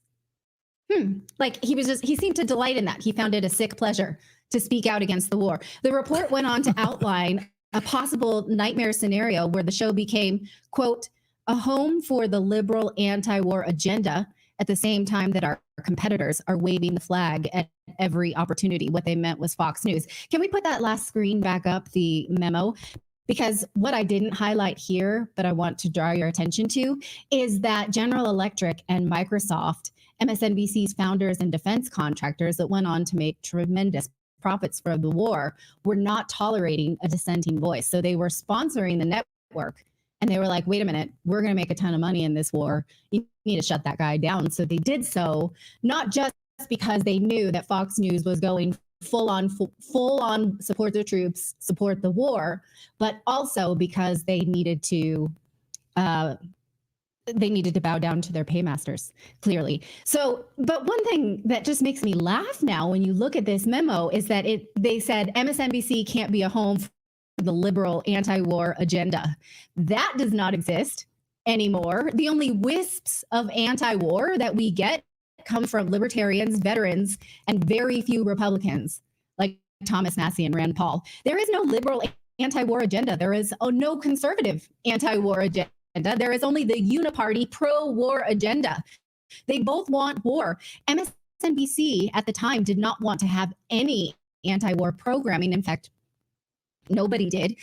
Here's a study from 2003 that shows that every network amplified pro-war voices. This study studied ABC, CBS, NBC, CNN, Fox, and PBS.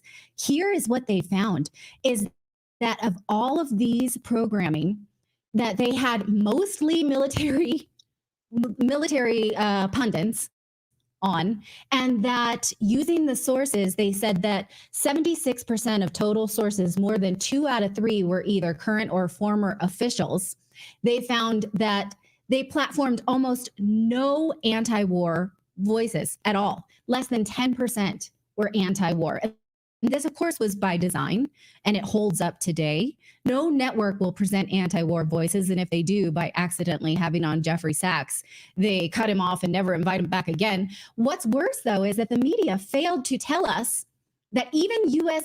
intelligence at the time knew that it was clear that the war in Iraq was fought for Israel. This is from Scott Horton's great reporting about the 9/11 wars from his book, Enough Already. It says that National Security Advisor Rice's assistant, Philip Zelikow, admitted what experts understood, but the average American was never told, that the war was to be fought primarily to protect the interests of Israel, not the United States.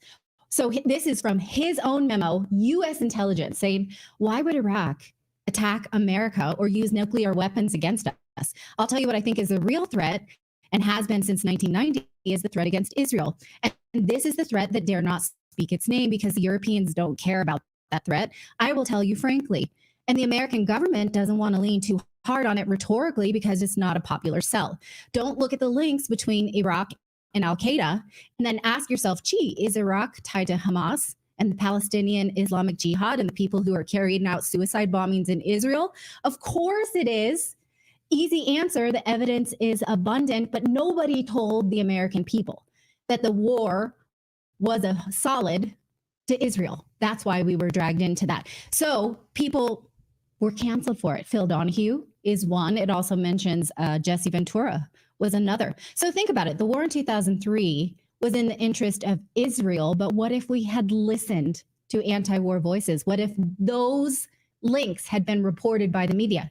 They were not. Over 4,000 U.S. servicemen were killed in that conflict. 31,000 were wounded. And then that's just us. The Iraqi death toll and the wars that resulted from that, we're still counting. We showed you this report from 2023 about the nonstop war on terror that now has a death toll from this Brown University study of over 4.5 million people and counting. This comes from not only that war, but the wars that were spun out of that in Afghanistan, Pakistan, Iraq, Syria, and Yemen. Most of these are indirect deaths, meaning they come from the post 9/11 wars, destruction of economies, public services, the environment. Indirect deaths just grow in scale over time, meaning that suffering continues 20 years later. Of these 4.5 million deaths, they say that most of them, in fact, 3.7 million, are indirect from the spread of disease, health problems, public services, that kind of thing.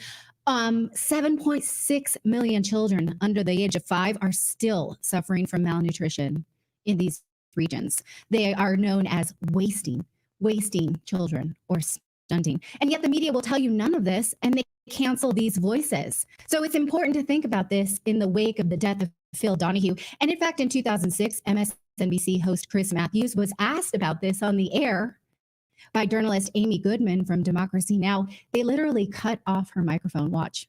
Chris, on 10 years of MSNBC, but I wish standing with you was Phil Donahue. He shouldn't have been fired for expressing an anti-war point of view on the eve of the election. His point of view and the people he brought on were I don't know what the reasons were, but I doubt it was that. Well, we have the NBC memo. That was a secret memo that came out that said they didn't want him to be the face of this network, an anti-war face at a time when the other network. Question. I think you might answer. Remember me when you answer. I said, Phil, you were a great patriot. We did have the NBC memo, the secret memo that said they didn't want their flagship show to be you when the other networks were waving the American flag. That's what it said. And by the way, that memo was written by a Republican focus group, a Republican counseling group that took the focus group and that revealed that most of the people in the focus group didn't like me. But I saw that, Amy. And yet you were the most popular show. Well, often we led the night for nobody burned the town down on MSNBC, including me. Fox just ran away with the ratings and continues to enjoy that success. Were you watching MSNBC that night? I did. I saw it. And I called the kids. I said, hey, I'm not sure I did it soon enough, but I certainly was grateful for, I needed the pat on the back at the time. Yeah, it's crazy to think about that. And, sad too. I mean, it's sad also we're reflecting on these former anti-war voices, Democracy Now!, which used to be, you would hold that, not anymore. Right. So, it's sad to see what's happened. All of these voices pushed out. When Tucker speak out against the war in Ukraine. Yeah. Right. And the purchasing of land by BlackRock and Vanguard inside of Ukraine, slamming Zelensky. Right. And then Tucker gets fired. Yeah. It's amazing, right? Yeah. That's sort of the point I'm trying to make here, is that anti-war voices suffer the consequences when it comes to mainstream media. Am I saying Donahue was a perfect journalist? Of course not. A lot of his sensationalism was then built upon by the tabloid talk shows. But again, I think that had he been canceled in the year 2024, maybe he could have become an independent media voice, but that was not the landscape on which he was pushed out. So he never really got his retribution. And again, every time I see some government mouthpiece justifying war, I think, how are you going to answer for this? Like, how will your soul answer for this in whatever form of afterlife you believe in? So this was the thought that I put on X today that I want to leave you with, is that he was fired again for speaking out against the war, and history now is sort of on his side. So may his soul rest in peace, given that he was on the right side of history, and may the rest of us remember that we too will have to answer for our stance on war one day. So let me know what you think of that below in the chat. All right. Well, thank you for that. Thank you for that. And yeah, I think it's worth remembering. I mean, our show here, we don't have to answer to those voices. I mean, we, in the beginnings of the Ukraine war, we're censored here. We're censored on YouTube specifically. They took us off the air for talking about the propaganda that was being foisted on you. They banned us for a week. We couldn't broadcast here. Fortunately, Rumble has been amazing and a free speech platform. So we, thank you. And I think we're nearing 600,000 friends over on Rumble right now, which is amazing. So again, it's really difficult right now up against these big tech censorship and these big legacy media platforms. So we really appreciate you guys subscribing to us. We are anti-war, and we are not run by any big corporations. I mean, we have a few sponsors here on the show, but we don't take money from big pharma or the military industrial complex or anything like that. So we appreciate you for your support on that. By the way, someone was just saying they tried to put the code in for Bunker and they couldn't figure it out on the app. I think it's, I'm not sure exactly where, but it's in the app somewhere. You have to use that code redacted. So thank you for checking that out. Again, it's free. All right. We've got more news to get to. We're going to talk about Kamala Harris here and her housing plan, because as we talked about at the beginning of the show, part of the Kamala Harris plan for buying your first home is to give you $25,000 to go towards your down payment of a house. Where's that money going to come from? know people sit back and say, yeah, I'd love $25,000 from my government. This is how they try to win votes, right? But as the New York Times and the Wall Street and the Washington Post have said, these are populist gimmicks. And where are they going to pay for this? How are they going to pay for this when we're $35 trillion in debt? We're going to talk about that in just a moment. But first, we want to tell you about our friends over at American Financing, because, of course, we're talking about the economy ad nauseum. And you know that interest rates are dropping, and we think they will drop further, but we're not really sure. So now is the time to call our friends at American Financing. They're a family-owned company that is helping people just like you create savings every month. And their salary-based mortgage consultants look at your full financial picture, all your debts, including those frustrating credit card balances that you're paying maybe 20-30% interest on every month. They help you create a loan program where they wipe out all of that debt, and they teach you to swap it out for more favorable debt that you can pay off faster. They are a true partner in helping you and your family save money, and they don't charge any upfront or hidden fees. It costs you nothing to find out how much you can save, and they're saving average customers over $800 per month. So try today. Just say, I'm going to learn this. I'm going to see if this works for me. I'm going to take control of my finances. So go to americanfinancing.net/redacted or give them a call at 866-890-8434. Again, or visit americanfinancing.net. americanfinancing.net/redacted. Well, if you want to learn how to run your housing market into the ground, there's no better teacher than Canada's Prime Minister, Justin Trudeau. You want to see how to ruin a country and ruin the housing climate. That's all you need to do is look to the north to Justin Trudeau. And that's exactly what Kamala Harris has apparently done as part of her new housing platform. Yes, taking inspiration from Justin Trudeau. You can't make this up. She's taking communist plans from Justin Trudeau. We wanted to bring in David Creighton, who just wrote a great new piece on this at the Post Millennial about how Kamala is copying Justin Trudeau. David, great to see you. Welcome back to the show. Nice to be back, Clayton. So tell me, what exactly is Kamala doing here? I mean, the United States is in a housing crisis. Prices continue to go up. Of course, interest rates have been high. Builders have had difficulty getting materials. The cost of materials have skyrocketed, so builders have pulled back on a lot of their building. Rents, of course, have continued to go up over 20%. So America has a housing crisis, and we have a housing shortage. So I guess Canada is the land of milk and honey up there, right? Wrong.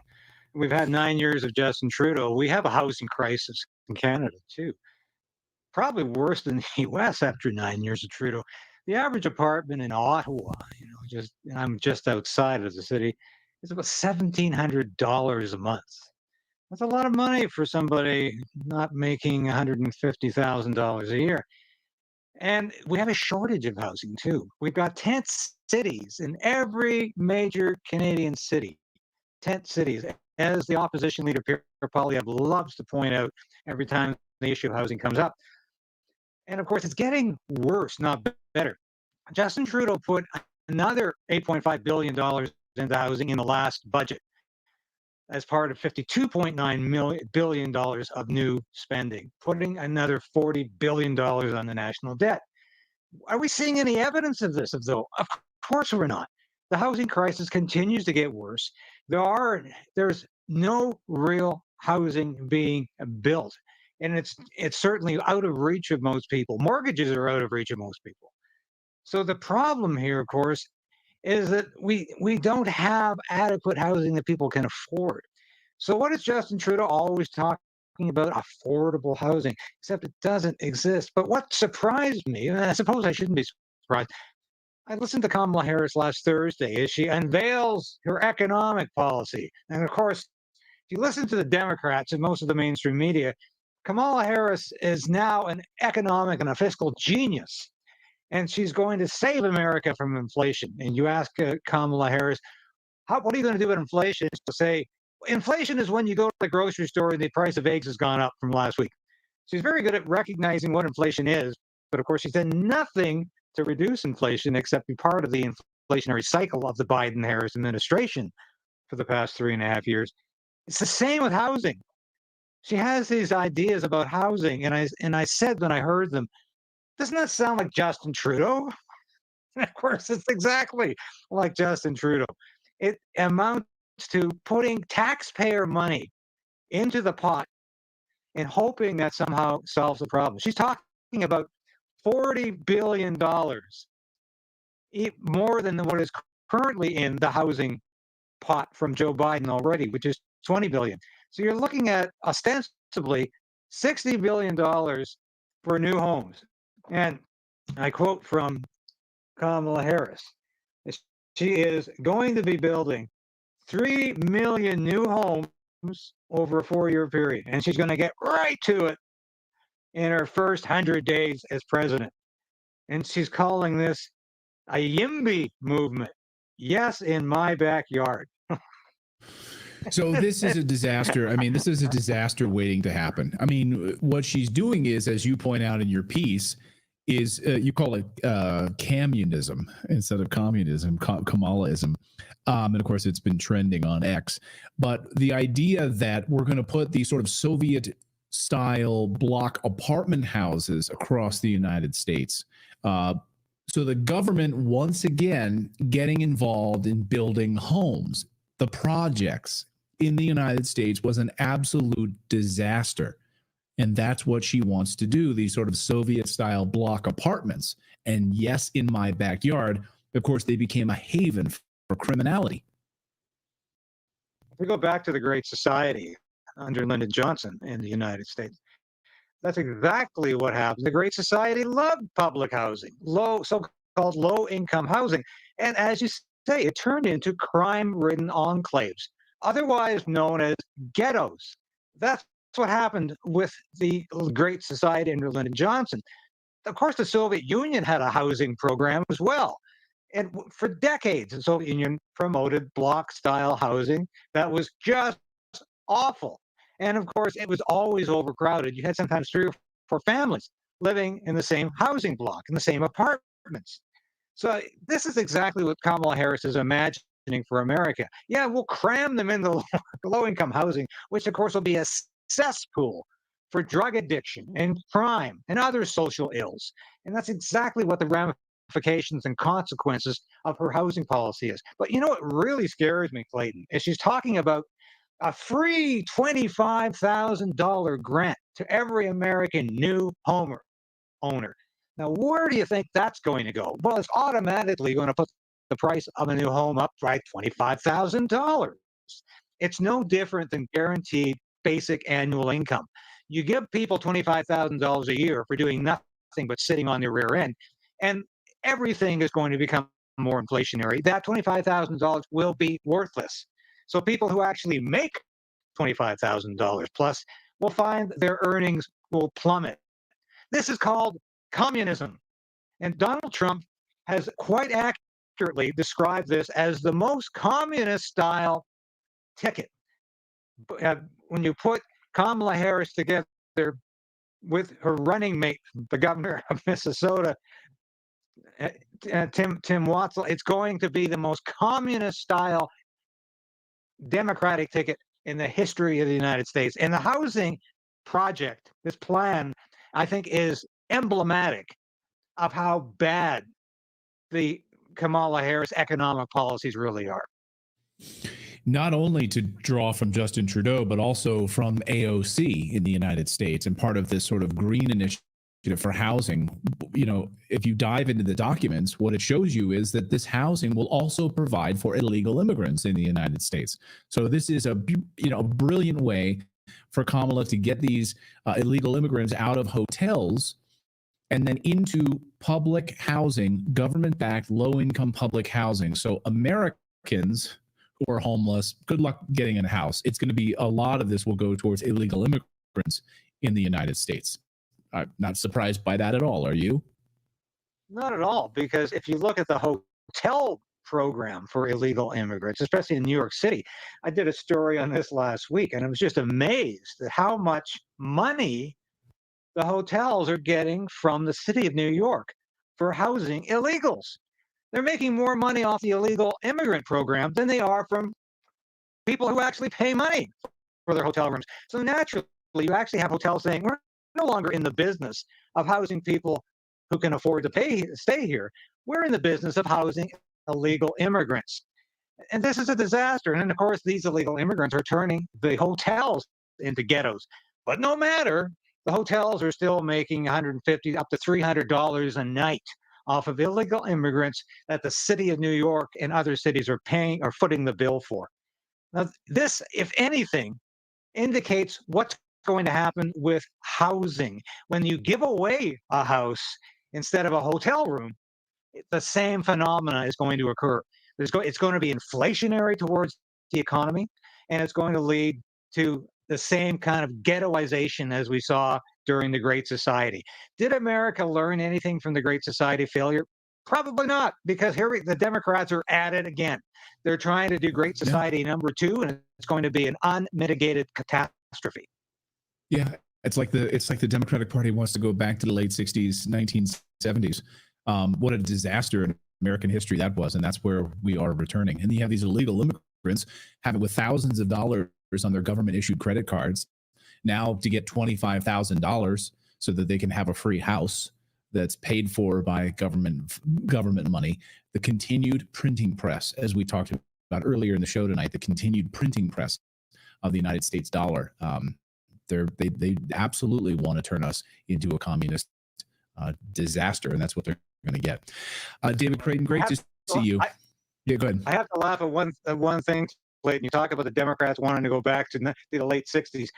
They're doing that at their convention this week. It looks like 1968 all over again with the protests. So thanks for letting me. Oh yeah, it is. I mean, it's like we're going right back. You have, and by the way, I mean, think about the parallels there. I mean, you have a candidate who was not selected by any primary voters, just like 1968 and Hubert Humphrey. Widely disliked by the Democratic Party, instilled, implanted in Chicago by then Mayor Richard Daley, a pro-war candidate. And that's exactly what they're getting. They're getting a deep state, pro-war, communist candidate in Kamala Harris, installed at the Democratic National Convention, and no voters have any say in it at all. It's unbelievable. So, yeah, it's unbelievable. So we'll be watching as these new platforms get rolled out. We've got price controls, which we talked about earlier on the show. We've got her new housing platform and inspiration from Justin Trudeau. This is a disaster in the making. David, great to see you up there in Canada. Thank you so much for keeping us honest. Thank you so much, Clayton. We'll be back again. And thanks so much, David. Yeah, it's going to be an absolutely crazy week in Chicago. By the way, I don't know if you guys caught this or not, but the Planned Parenthood has rolled out these vans where you can go and get a free vasectomy and free abortions. Yes, Planned Parenthood rolling that out at the Democratic National Convention. Roving vans that you can go check out if you're at the DNC and you need an abortion. That's exactly what the Democrats are focused on. That's unbelievable in Chicago right now. That's what we're seeing. We're seeing that, of course, a crazy economic plan and so much more. And the violence, of course, we're going to be watching very closely as so many thousands of illegal immigrants have descended on the city of Chicago versus the population that's lived there for decades. We are sort of in a tinderbox moment right now. Anyway, we're going to be watching that very closely. And we're also covering it in our daily newsletter. I would love for all of you to sign up for our free newsletter. Just go to redacted.inc, put in your email address. It's not .com, it's .inc. Just put in your email address. We will never sell your email or anything like that. And you'll receive a welcome email once you sign up. And then you just need to confirm that you want to receive the newsletter. And then tomorrow morning, when we publish the newsletter, you'll receive it in your inbox. So that's how you have to do it. You just need to confirm it. That's the one thing. People sign up for it and they're like, I never received the newsletter. And we cover like 4 or 5 of the big stories of the day. We cover some things you might have missed while you were sleeping. And we try to do it with a little bit of humor to kind of kickstart your day and cover stories that no one else is really covering in the way that we cover them, at least. So anyway, go to redacted.inc. We'll be back here tomorrow at 4 p.m. Eastern time, covering all of the craziness in this crazy clown world. Have a great night, everyone. Thanks for tuning in.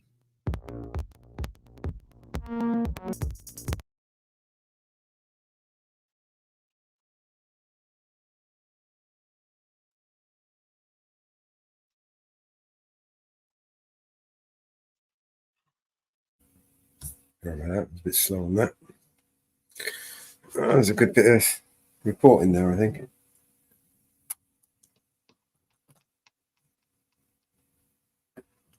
All right. Where are these messages?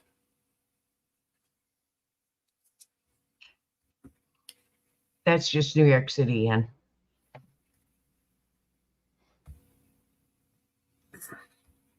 With the link that you just put. I put links in all the chats. Thanks. As well as I put the link to the House impeachment inquiry report. I dropped that link as well. Okay.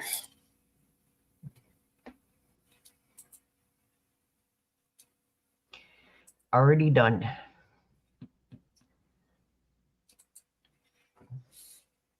And I dropped the House inquiry impeachment in Telegram for you, because I want to read that. So I know where it is. So I want to read it. I put it in back chat, private chat also.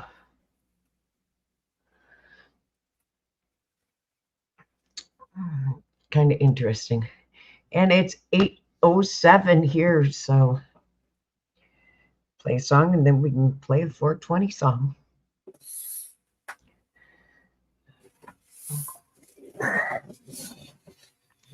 Oh, what a life we live.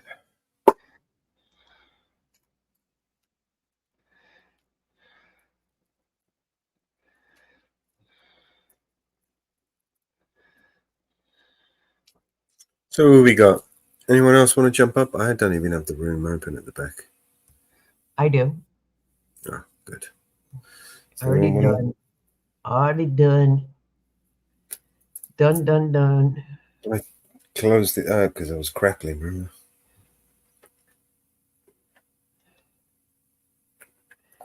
I have it already. Does anyone want to jump up and join us? If not, I'll just carry on doing what I'm doing. Yeah, my train's moving forward. Let's find a song to play before we hit the 420 song. Odds fair. How about that one? Where our worlds collide. I found your eyes, sparks flew like the 4th of July. We were young and wild, hearts unchained and free. Nothing to lose but everything, you and me against the siege. Every kiss stole my breath, every touch was a win. We vowed to love the whole through thick and thin. With the battle lines drawn, it's you and I hand in hand. On this treacherous land where we stand. Cause all's fair in love and war, we fight for the hearts we're yearning for. Bury us while the spirits soar. When love is a battlefield, what are we fighting for? All's fair in love and war. In every tear, every smile, we know it's worth fighting for. Oh love, here we roar, like the thunder's mighty score. All's fair in love and war. The nights grew cold, enemies at our gates, but our love's a fortress, babe. They just have to wait. We dance through shadows, we burn dynamite dreams, laughing louder with every challenge, or so it seems. Every trial carved our names, every storm we would tame. In the echoes of whispers I still hear claim. In the chaos of the clash, and our hearts' reckless dash to love fiercely, deeply, unabashed. Cause all's fair in love and war, we fight for the hearts we're yearning for. Bury us while the spirits soar. When love is a battlefield, what are we fighting for? All's fair in love and war. In every tear, every smile, we know it's worth fighting for. Oh love, here we roar, like the thunder's mighty score. All's fair in love and war. Marching under starlit banners, undaunted by the fray. Every whisper of your love guides me through the grave. When the cannons fade and the smoke clears, it's your love, your heart, your fight I'll still revere. Because all's fair in love and war, we fight for the hearts we're yearning for. Bury us while the spirits soar. When love is a battlefield, what are we fighting for? All's fair in love and war. In every tear, every smile, we know it's worth fighting for. Oh love, here we roar, Like the thunder's mighty score, was very loving. Marching on the starlit banners, undaunted by the fray. Every whisper of your love guides me through the grave. When the cannons fade and the smoke clears, it's your love, your heart, your fight I'll still revere. Because all's fair in love and war. We fight for the hearts we're yearning for. Barriers fall and spirits soar. When love is a battlefield, what are we fighting for? All's fair in love and war. And every tear, every smile, we know what's worth fighting for. Oh love, here we roar. Like the thunder's mighty score. All's fair in love and war. In the silence after storms, in the peace after the fights. In your arms I find the bravest light. Underneath the BNC skies, together we'll always soar. For all's fair in love and war.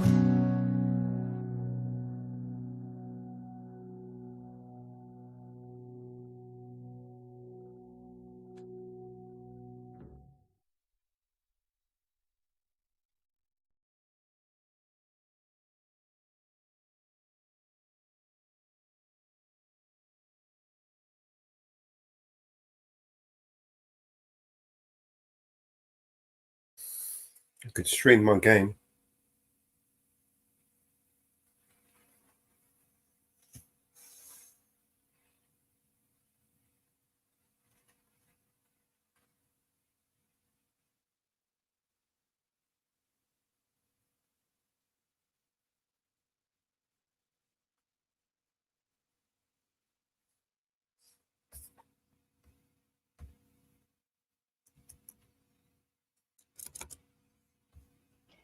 Got a song ready for tomorrow? I'm not sure. No.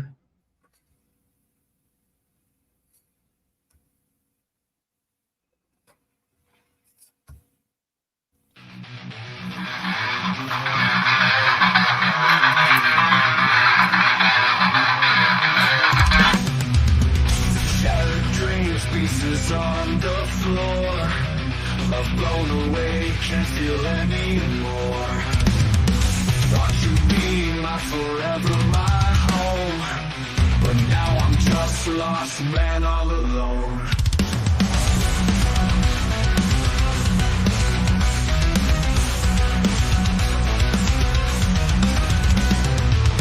Your laughter echoes in the empty halls. Violence falls heavy, nights feel so cold. In your arms I found solace pure. Now I'm drifting aimless, can't find a cure. Your laughter echoes in the empty halls. Silence falls heavy, nights feel so cold. In your arms I found solace pure. Now I'm drifting aimless, can't find a cure. Missing you, tears won't dry. Burning like fire, my heart can't lie. Wanted you forever, but you slipped away. Living without you, day after day. Damn.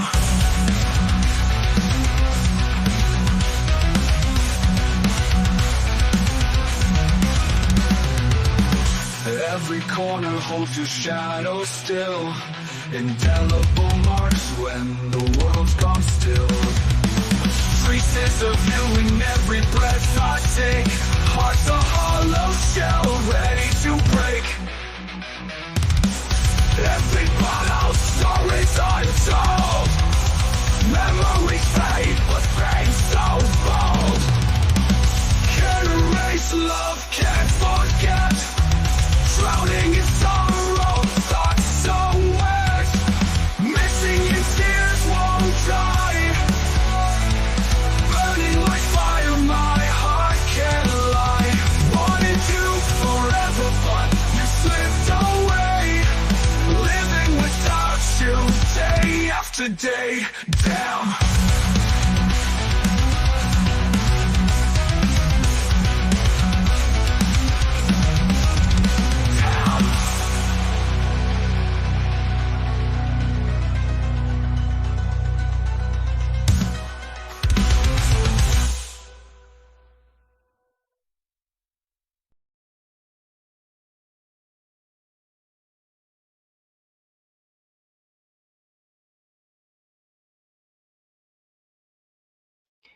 Got feedback again.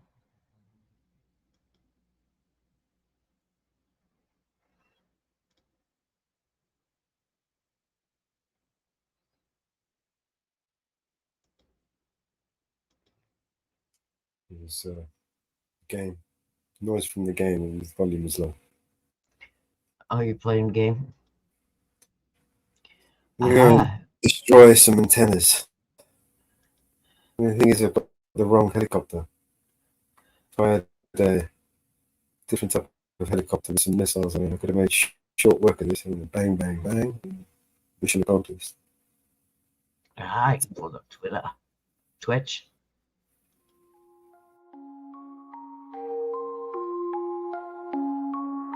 I smoke 2 joints in the afternoon, it makes me feel alright. I smoke 2 joints in time of peace, and 2 in time of war. I smoke 2 joints before I smoke 2 joints, and then I smoke 2 more. Oh, my daddy, he once told me, son, you'll be hardworking, man. My mama, she once told me, son, you do the best you can. But then one day I met a man who came up to me and said, hard work good and hard work fine, but first take care of it. So now, I smoke 2 joints when I get up. In the car, I smoke 2 joints. I smoke 2 joints when I play video gaming and every 10,000 points. I smoke 2 joints. I smoke 2 joints in time of peace and 2 in time of war. I smoke 2 joints before I smoke 2 joints, and then I smoke 2 more. Oh, my daddy, he once told me, son, you'll be hardworking, man. My mama, she once told me, son, you do the best you can. But then one day I met a man who came up to me and said, hard work good and hard work fine, but first take care of it. So now, I smoke 2 joints in the morning, I smoke 2 joints at night. I smoke 2 joints in the afternoon, it makes me feel alright. I smoke 2 joints in time of peace, and 2 in time of war. I smoke 2 joints before I smoke 2 joints, and then I smoke 2 more. Smoke 2 joints, that's what I do. Smoke 2 joints, come smoke 2 joints with me in the morning.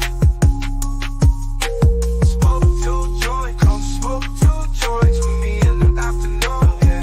Yeah. Smoke 2 joints. Smoke 2 joints, I'm gonna do your homework. Smoke 2 joints. I knew you were gonna say that. Smoke 2 joints.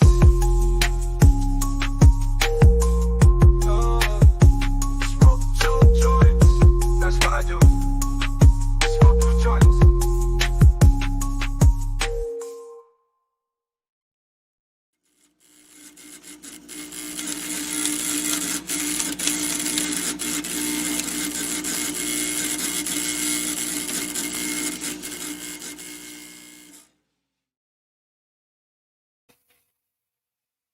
Yeah.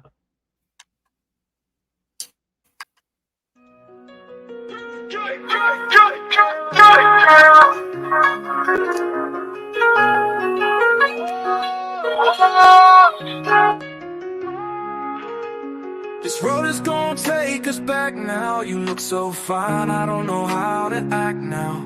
They say my child don't stroll off easy, 'cause when it's time you gon' hear what she said. Is it any wonder?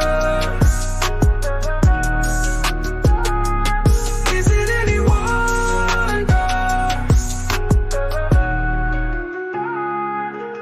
If you ever leave me alone, I'll be crying wishing you come home. When I look in your eyes, I see you staring at me, girl. And when it's time, I see you holding on me, girl. 'Cause you got a hold on me, yeah. So I'm gonna make you see, yeah. Oh, yeah. Is it any wonder? Is it any wonder? Is it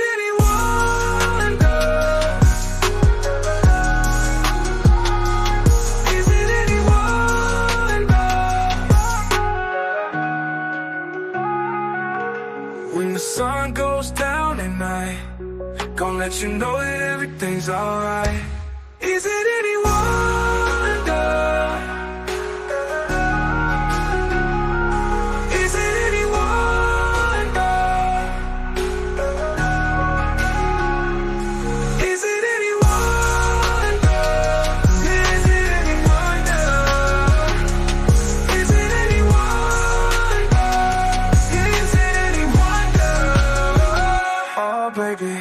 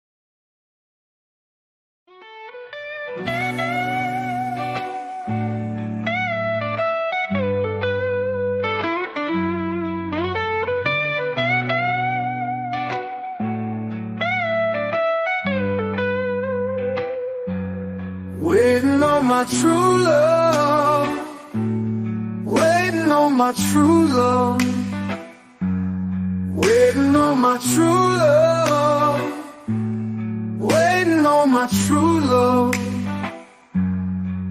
And I get so tired of people wondering what I'm doing, but I'm waiting for you.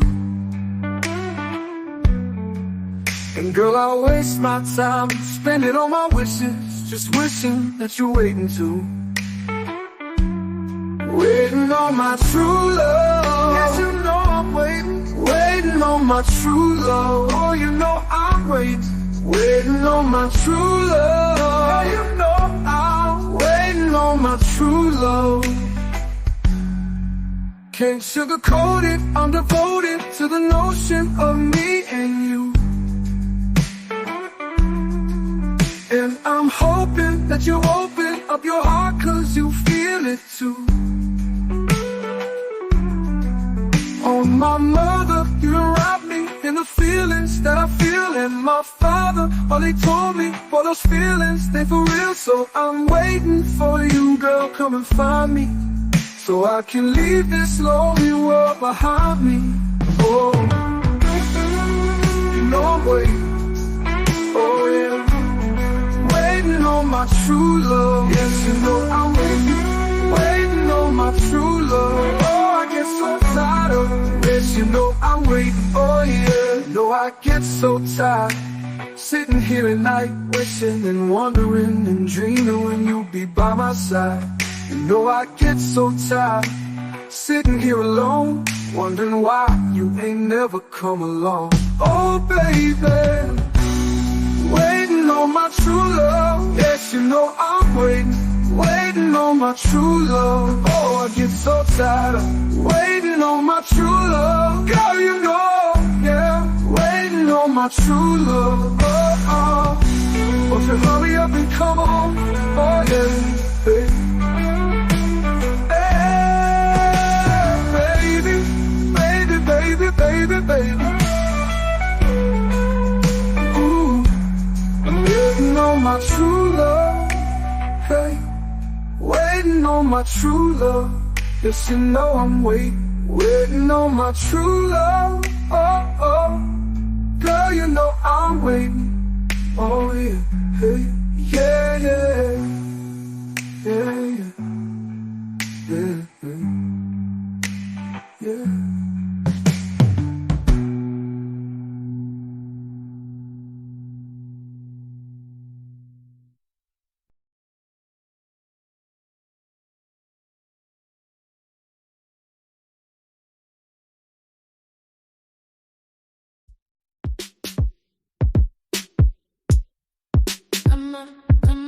Come on.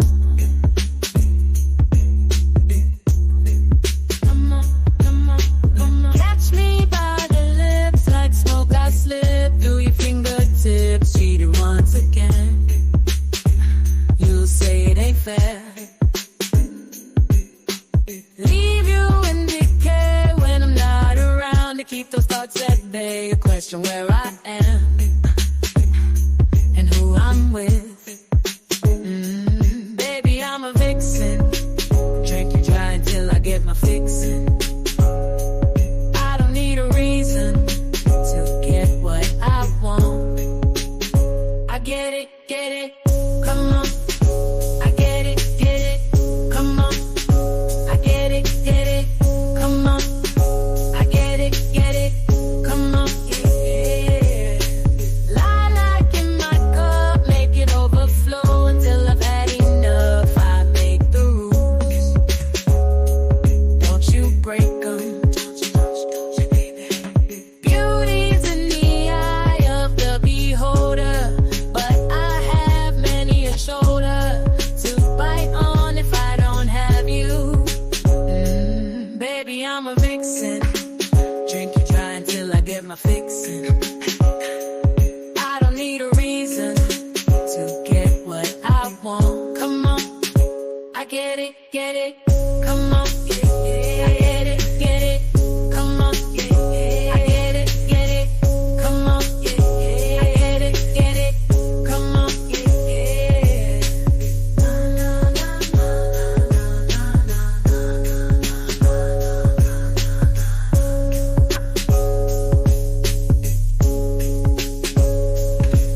Unchained, unashamed. It's crazy how good confidence tastes. Get a little rowdy or get out of my way. Get out of my way. Get out of my way. Baby, I'm a vixen. Drink you dry until I get my fixin'. I don't need a reason. Well, I don't. I'm a vixen, baby. Drink you dry until I get my fixin', baby. Yeah. I get it, come on. I get it, come on. I get it, come on. I get what I want. I get what I want.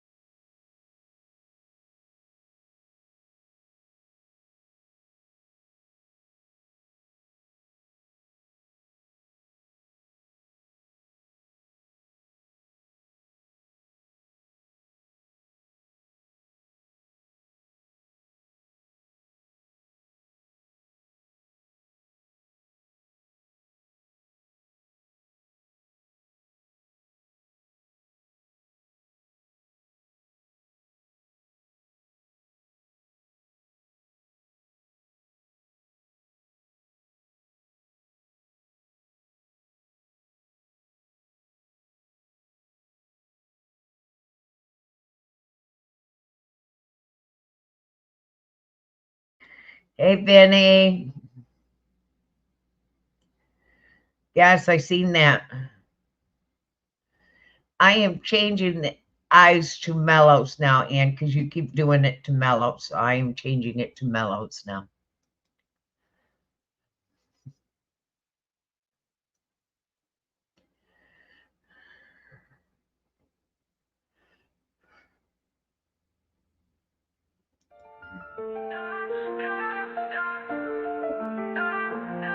I heard a little secret from the snitches. Rumors been flying around like wicked witches. He said, she said, you've been having fun. So many places, you forgot the best one. You left her alone out there, looking like the diamond of the season. But in a sea of men, beware of the woman in the back. She's got fire in her eyes. You don't seem to want her. Boy, if you're not careful, well, I just might try to steal her. I just might. I just might.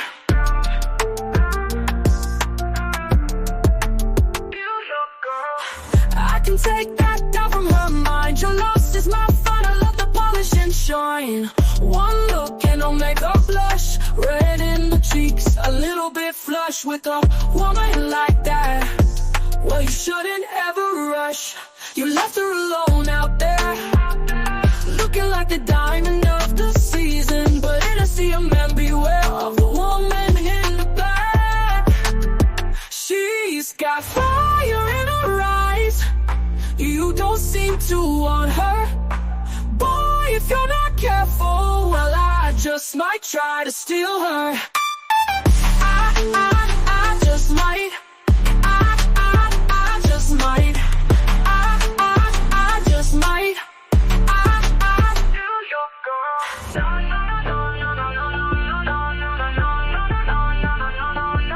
Ain't it obvious you're walking a thin line, bout to lose big time, and I hope you do. Ain't it obvious you're walking a thin line, bout to lose big time, and I hope you do. She's got fire in her eyes. You don't seem to want her. Boy, if you're not careful, well, yeah. I just might, yo. I just might trick. I just might, yo. Steal your girl.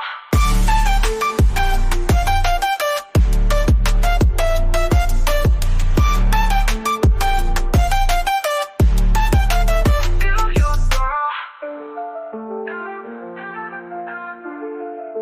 Steal your girl. Hello, Northwoods. Hi, Mama Bear. Hey, Mellows, my guy. What's up? Woo fucking woo. Got a wicked bad rainstorm. Yeah. Oh, yeah. No service.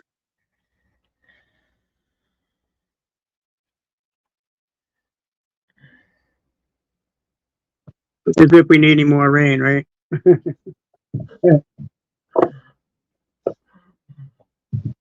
But I did get some more water in today, so that's good.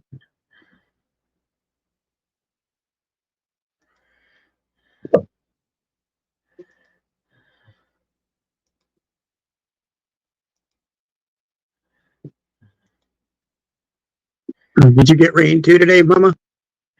Yeah. I figured probably. When don't we get rain? Mm, Come on. right?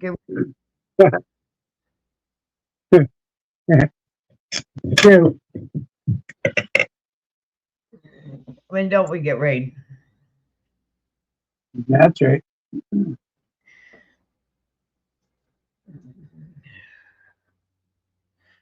Especially When this year.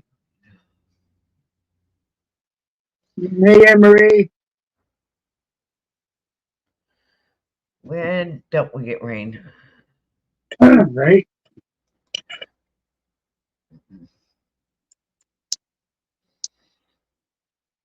It's always rain. Sure. It's always raining.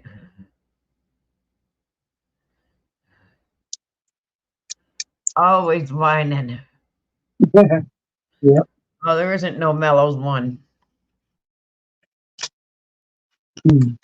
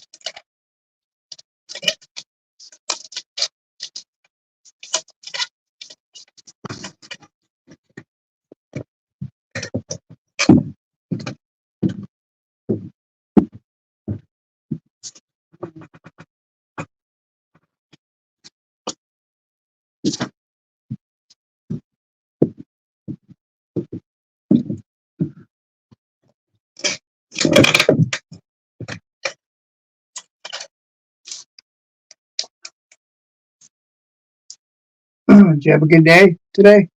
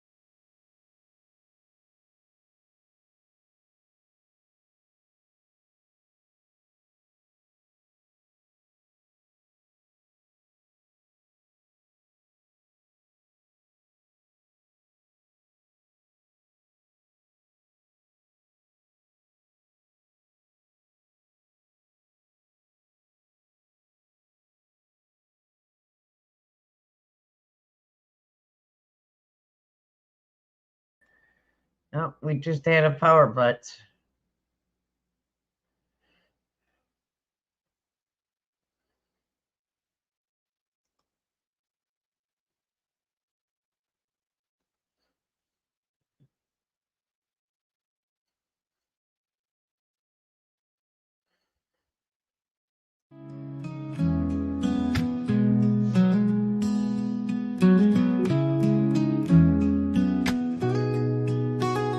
Wild roses, morning dew, dusty roads I travel through. Mother nature guides my way. Mountain tops where I will stay. Meadows wide, fields of gold. Clear mountain lakes, icy cold. Burning wood on a fire bright. Whiskey warms this chilly night. Wild roses bloom a story new. Morning light and sky so blue. Dusty roads where dreams unfold. Fields of gold and secrets told.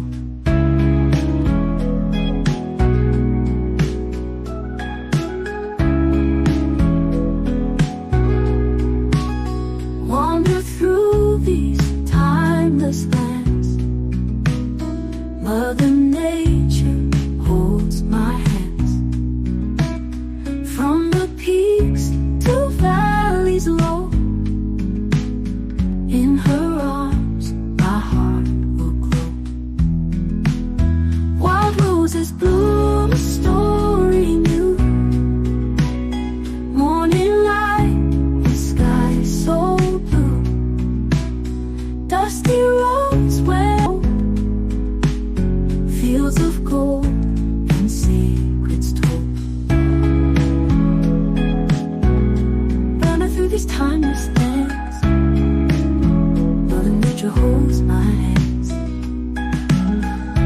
From the peaks to valleys low, in her arms my heart will glow, will glow.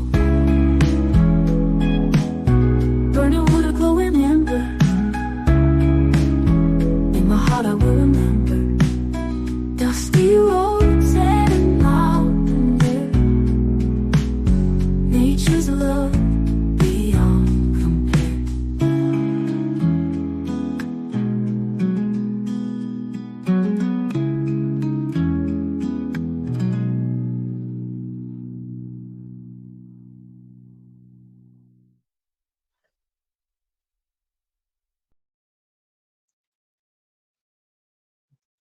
Yes, I do too.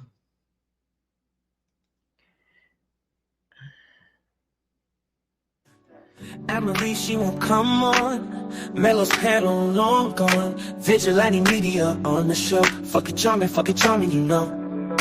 Eyes on the audit, that's the deal. Best YouTube channel can't conceal. But still, Emily, she won't join. Melos don't know what to do, no coin. Fucking charming, oh so bright. Anne Marie won't come to light. Melos in a foggy fight. Fucking charming night after night. Networks buzzing like a hive. Anne Marie won't arrive. Melo's reaching for the stars. Fucking charming still from afar. Paddles where you're losing hope. Melo's holding on the rope. Anne Marie a mystery. Fucking charming, that's a history. Fucking charming, oh so bright. Anne Marie won't come to light. Melo's in a foggy fight. Fucking charming night after night.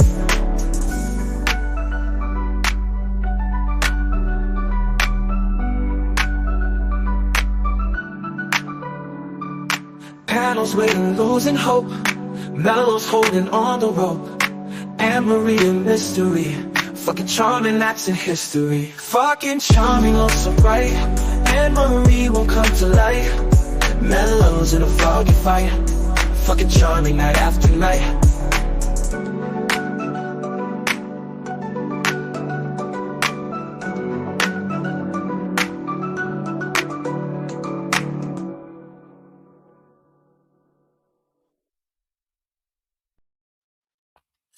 Fucking charming. What? I think Anne Marie should come up and say hello. Just pull out the big guns. Beatles.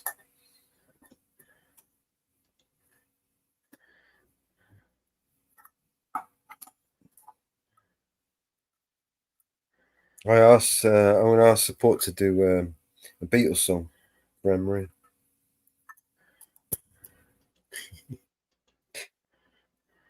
I'm only joking.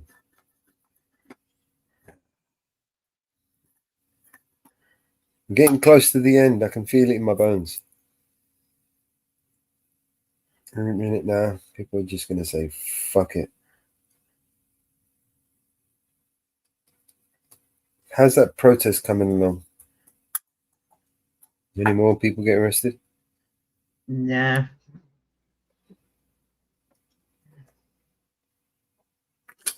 No, they're all on the inside.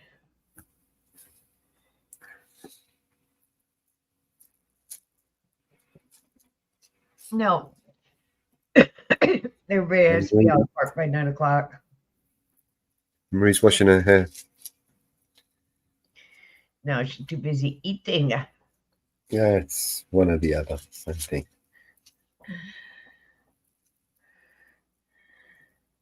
Washing my hair. I actually need to jump in the shower. What's the time?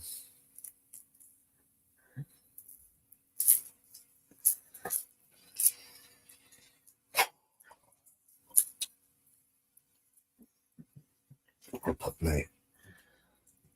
Didn't do nothing. Haven't done nothing. Still haven't. So well, come on, man. I got to do some songs for this week. I need 10 songs to load it this week.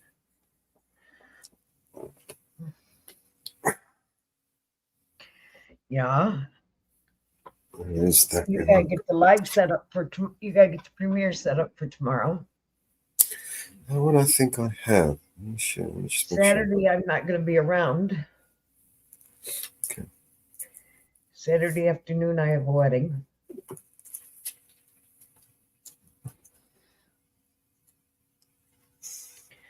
I'm not gonna be around Saturday afternoon. I have a wedding. My great niece is getting married. Should we put Lara up?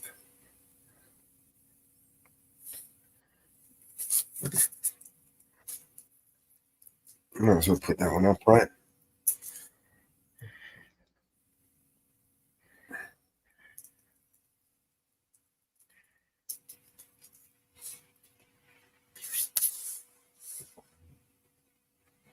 Let's go and create some thumbnails.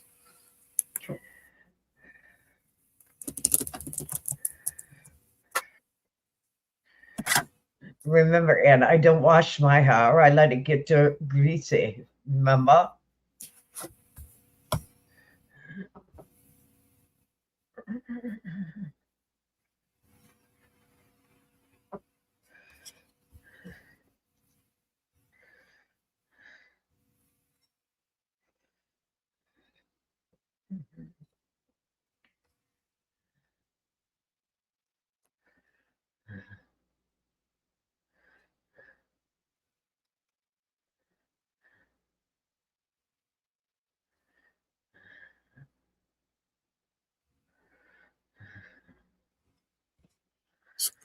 Spoil creation.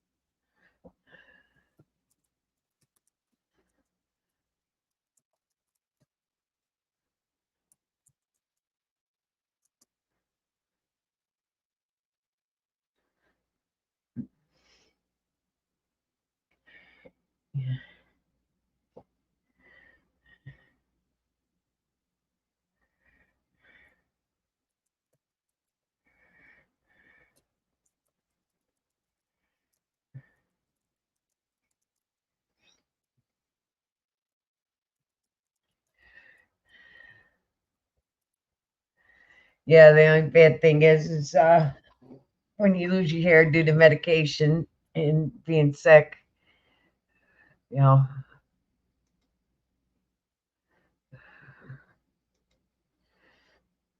It's fun.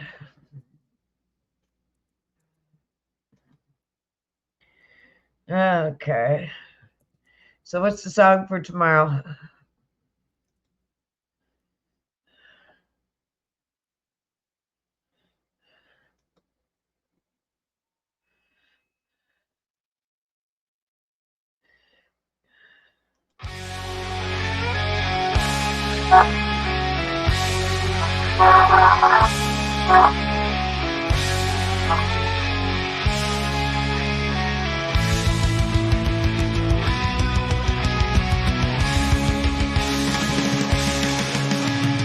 Broken green shattered skies, dark shadows, muffled cries. Warriors' hearts still beat strong in a world lost for so long. Swords clash in the night's embrace. Fallen souls, there's no trace. Lies and torn through the land. Still we fight hand in hand. Love and war in this battle's roar. Hearts unite forevermore. In this chaos we find our strength. For love will fight at any length. Betrayal sting I can feel. Armor cracks but we heal. Through the storm we march ahead. United we face the dread.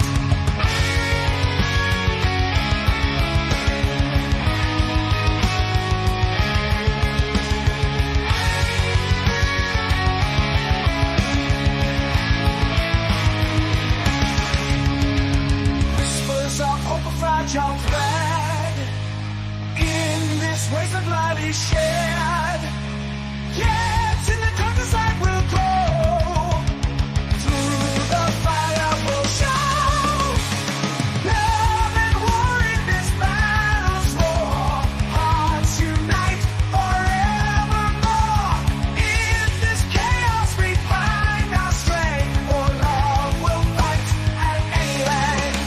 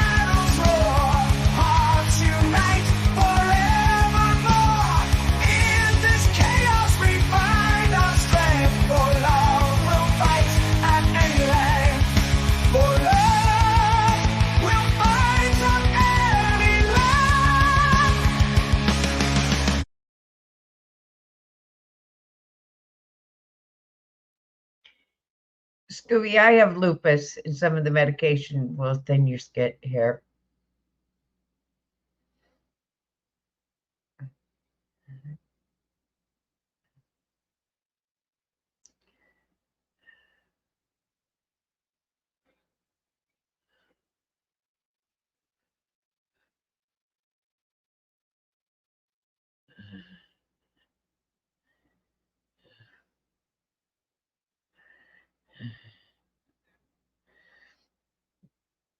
Yes, Scooby, you're always welcome to jump up. are always welcome to jump up.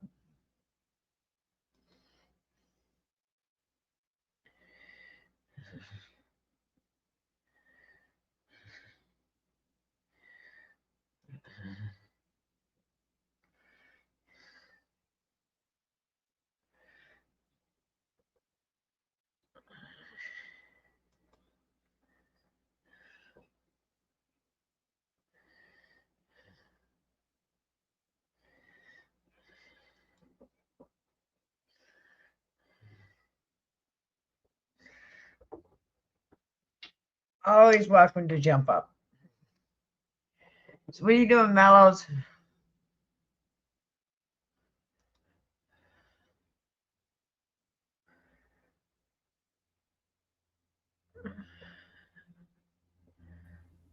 I'm editing a video for tomorrow. I'll show you.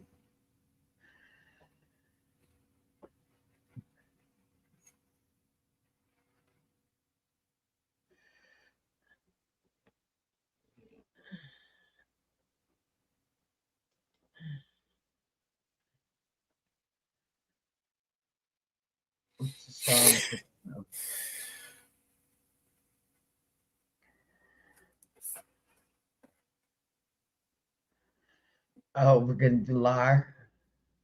Yeah. Perfect. Perfect.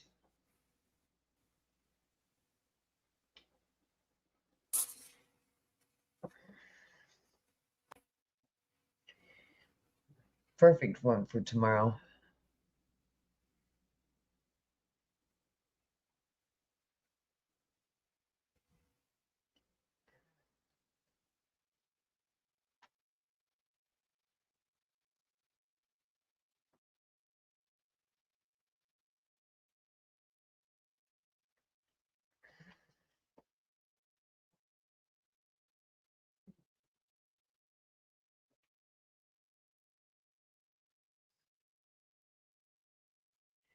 Be right back.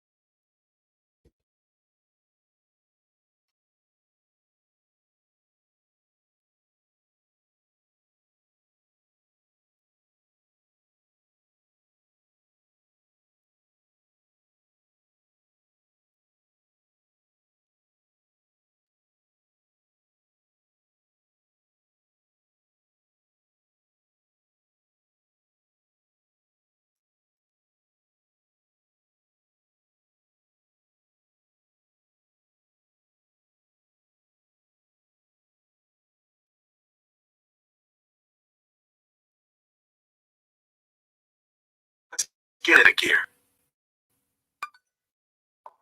Hold on.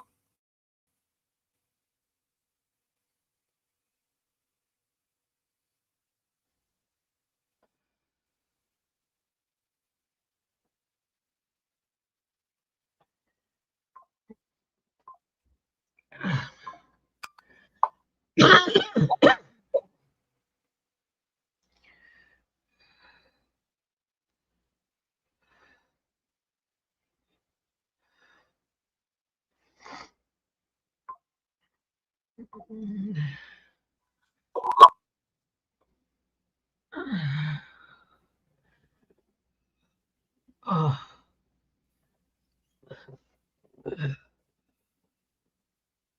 I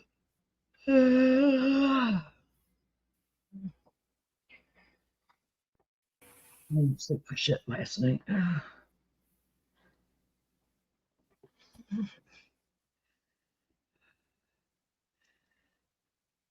You know, why don't you send these quotes all together in an email to Mellows instead of putting them into chat.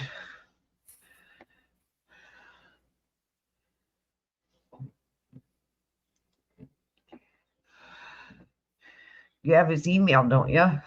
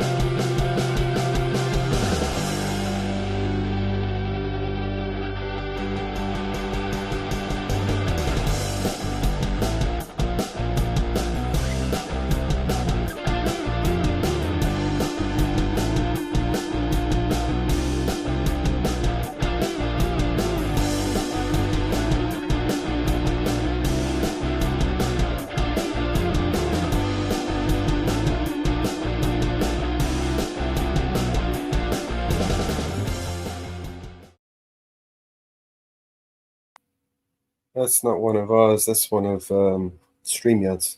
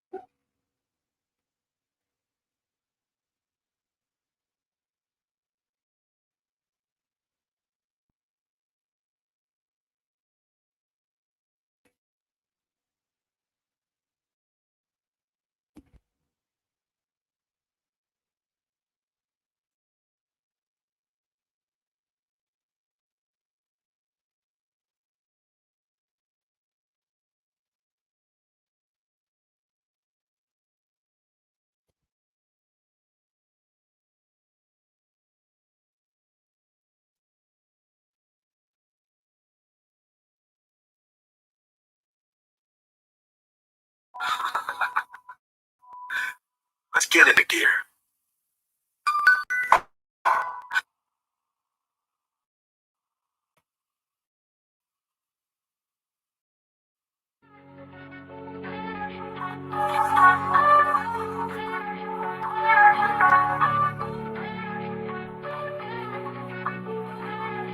Do it, baby. Do it, that's your thing.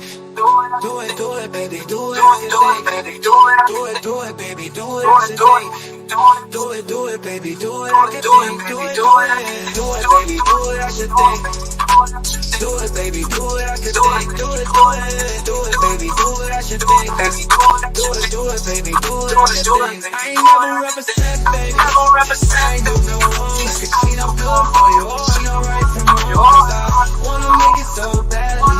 I'm $1 million, baby, don't have me, yeah. Oh, hell no. You were in my city for so damn long, but you still don't notice me in my sound. Next beat, next time, acting that I'm running up and chasing. Hello, mama, she a diva. No matter what happens, he cannot come between us again. I know we're better than friends.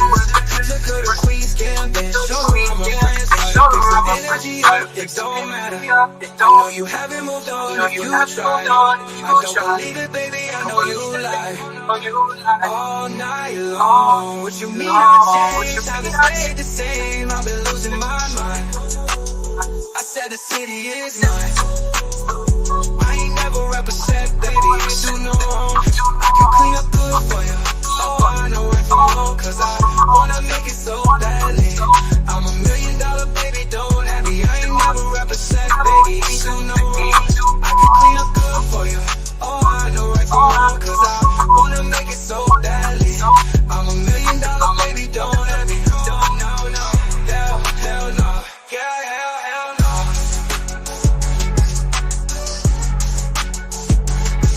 Hell no.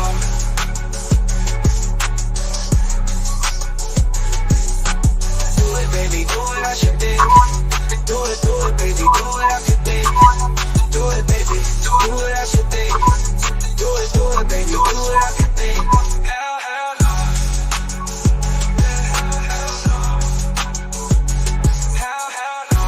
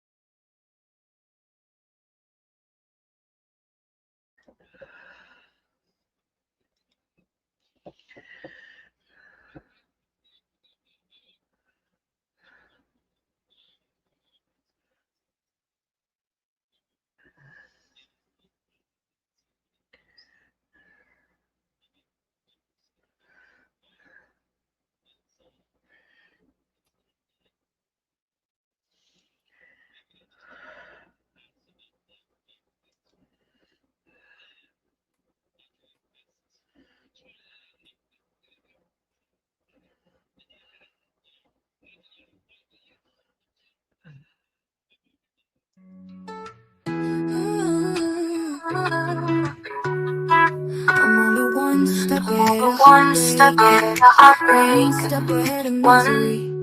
One step is all I have to take backwards to be the same old fool for you I used to be. I'm only one step ahead of your arms, one kiss away from your sweet lips. I know I can't afford to stop for one moment, 'cause I'm just out of reach of your fingertips. Your warm breath on my shoulder keeps reminding me that it's too soon to forget you. It's too late to be free. Can't you see?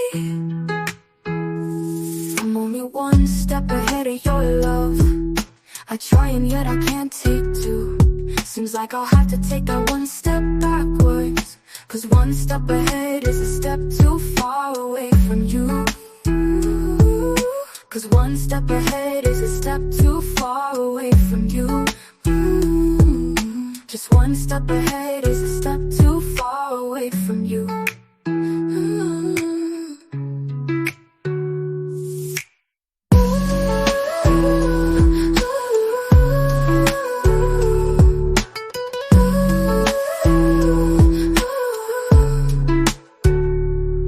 Your warm breath on my shoulder keeps reminding me that it's too soon to forget you. It's too late to be free. can't you see?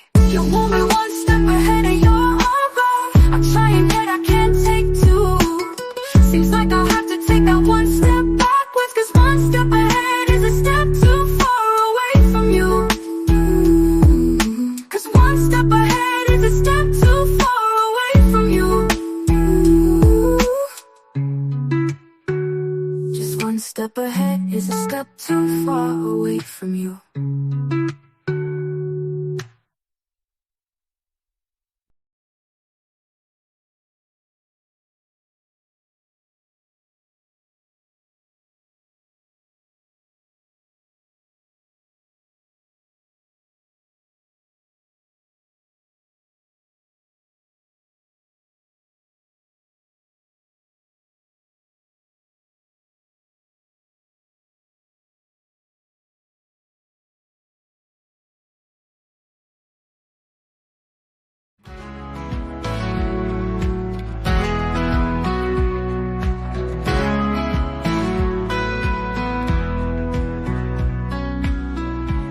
In the night we dream alone,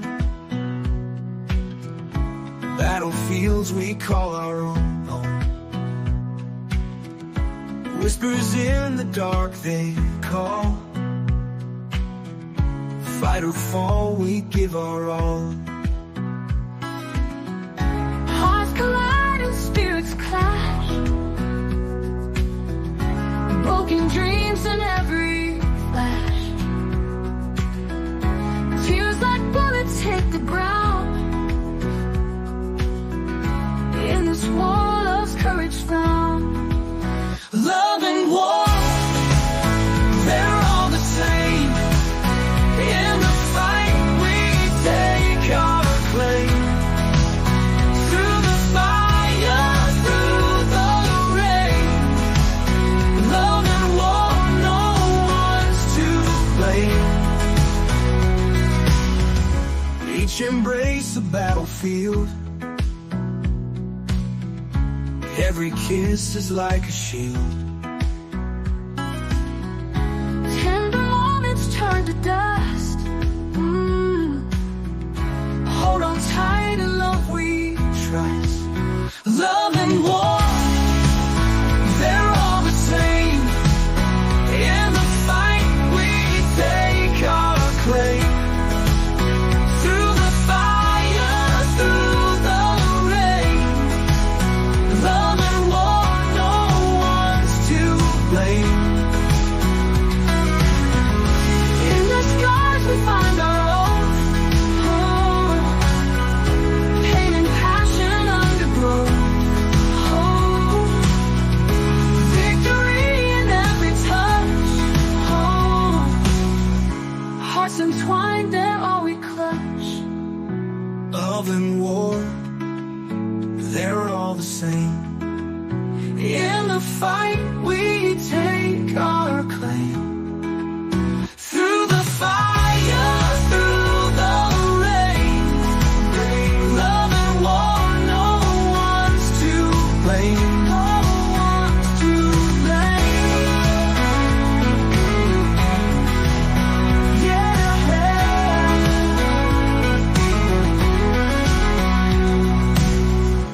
In the scars we find our oath. Pain and passion undergrowth. Victory in every touch. Hearts entwined, they're all we clutch.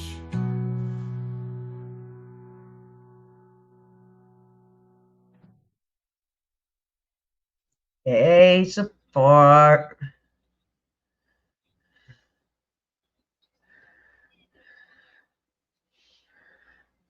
How are you, support?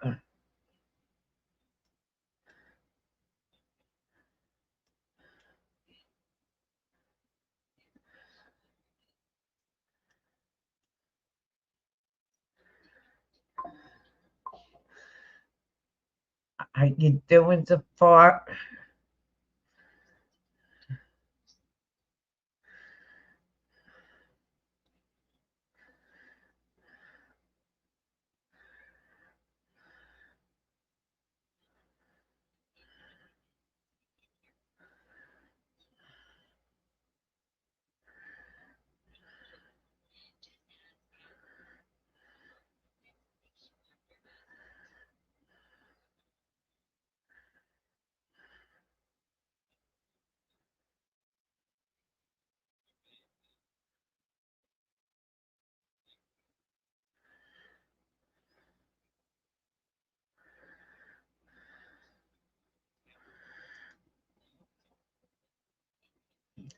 I'm doing good.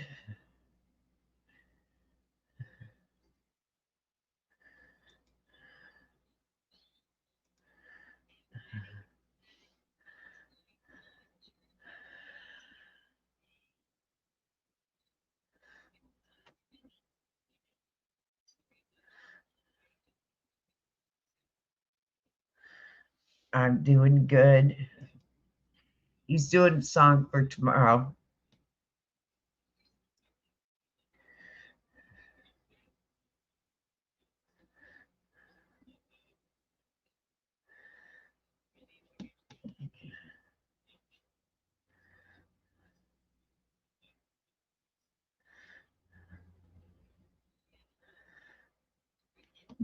Doing it for tomorrow.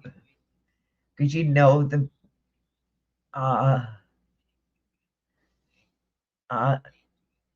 Democratic convention started today. So, you know, it's fitting.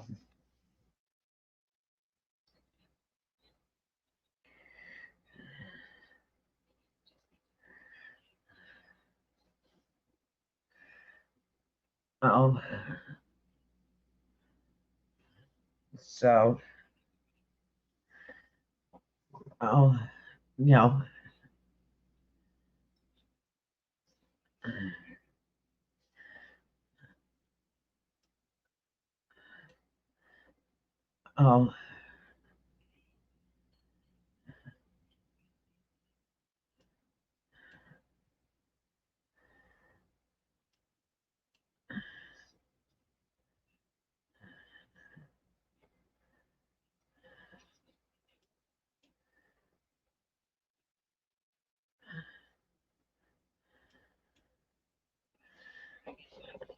yes, Lar. Yes, Lar for president.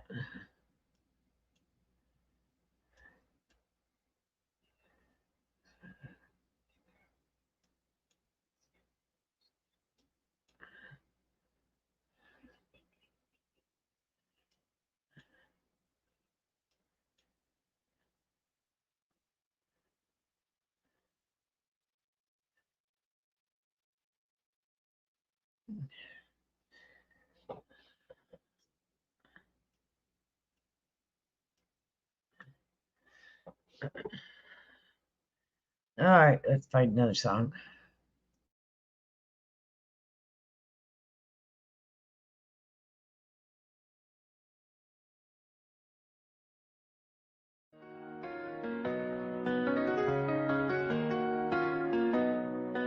Somebody said every day was gonna be sunny skies. Only Marvin Gaye, Andre Ray, I guess somebody lied. We started discussing it's a fight and then don't touch me please. Then this, let's stop the madness, just come lay with me. And truth be told, I'm waving my flag before it goes bad. Yeah, cause we made it this far, on for better or worse. I wanna feel it even if it hurts. If I gotta cry to get to the other side, let's go, cause we're gonna survive. Oh, we stay on the front lines, yeah, but we're still here after the bomb drops. We go so hard, we lose control. The fire starts and we explode. When the smoke clears, we dry our tears, only in love and war. Sometimes you're my general, quarterback all these plays. Sometimes you're my enemy, and I'm throwing grenades.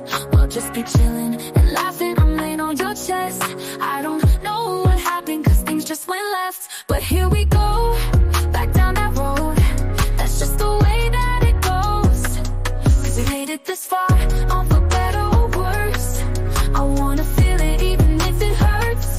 If I gotta cry to get to the other side, as long as you're there, I'll survive. Oh, we stay on the front lines, yeah, but we're still here after the bomb drops. We go so hard, we lose control. The fire starts and we explode. When the smoke clears, we dry our tears, only in love and war. As long as we make up after every fight, when it's over, you know I'm coming home, right there where I belong. I'm taking off this armor. Oh, and we stay on the front lines, and we're still here after the bomb drops. We go so hard, we lose control. Fire starts, then we explode. When smoke clears, we dry our tears. Only in love and war. Only in love and war. Only in love and war.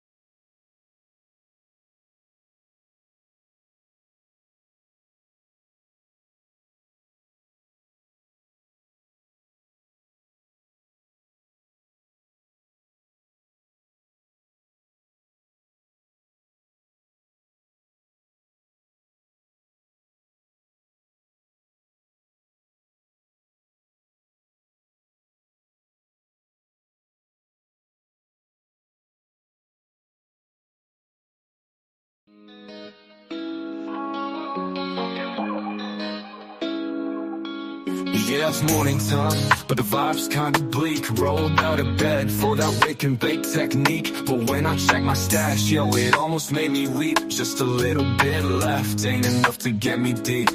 I hit up my phone to find some relief. Calling all around, feeling like a straight up thief. First Northwoods, the mountain girl in the zone. Well, fucking will, but everybody's busy, so I'm feeling all alone. Woke up high on B&C vibes, low on THC. Only got a little bit of weed, that's my plea. Making calls around, yeah, like a mad decree. My guy Mellow, yo, you gotta come and rescue me. But the line's dead, feels like a catastrophe. Please don't be a scam, he's questioning my identity. I'm like, no, it's me, I swear, no scam, steady. But the silence speaks, Mellow hung up already. I'm yelling, hello, hello, why you leave me on red? I'm just here stressing, need some green for my head. Who's out there? Can you hear my plea? Need a hero now, with a little bit of weed. Now it's chaos, feeling like the end of days. No callbacks, caught in this forsaken maze. Shout out to the void, hoping it ain't just a phase. Got a little weed, need more, my continuous craze. Northwood said that's right, but Mellow didn't see. Caught in the suspicion, thinking it's a trickery. Now I'm all out here, voice on higher decree. Shouting please, just someone come and help me. Man, it's just a wake and bake. Why's it got to be hard? Trying to catch a break. Feeling like I'm scarred from the bottom of my heart. Echoing through my yard. Whoa, fucking whoa. I only need a little more. Don't let life be bought. Up high on low, why you leave me on red? I'm just here stressing, need some green for my head. Who's out there?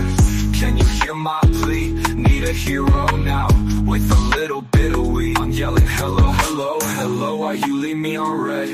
I'm just here stressing, need some green for my head. Who's out there? Can you hear my plea? Need a hero now, with a little bit of weed. All we need a weed. Don't let life be barred. A little bit of weed. Don't let life be barred. A little bit of weed. Don't let life be barred. A little bit of weed. Don't let life be barred. Yeah, it's morning time, but the vibe's kinda bleak. Rolled out of bed for that wake and bake technique. But when I check my stash, yo, it almost made me weep. Just a little bit left, ain't enough to get me deep. I hit up my phone to find some relief. Calling all around, feeling like a straight up thief. First Northwoods, the mountain girl in the zone. Whoa, fucking whoa, but everybody's busy, so I'm feeling all alone. Woke up high on vibes, low on THC. Only got a little bit of weed, that's my plea. Making calls around, yeah, like a mad decree. My guy Mellow, yo, you gotta come and rescue me. But the line's dead, feels like a catastrophe. Please don't be a scam, he's questioning my identity. I'm like, no, it's me, I swear, no scam, steady. But the silence speaks, Mellow hung up already. I'm yelling, hello, hello, why you leave me on red? I'm just here stressing, need some green for my head. Who's out there? Can you hear my plea? Need a hero now, with a little bit of weed. A little bit of weed. A little bit of weed. A little bit of weed. Please can someone give me some fucking weed?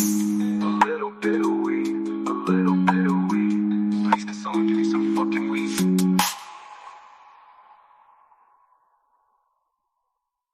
Well, you know, I played that because of the time, guys.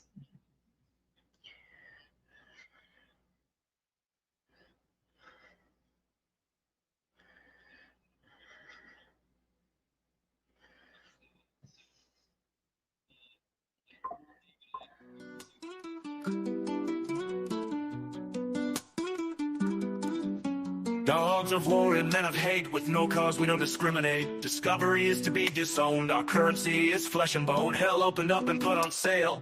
Gather round and haggle for hard cash, we will lie and deceive.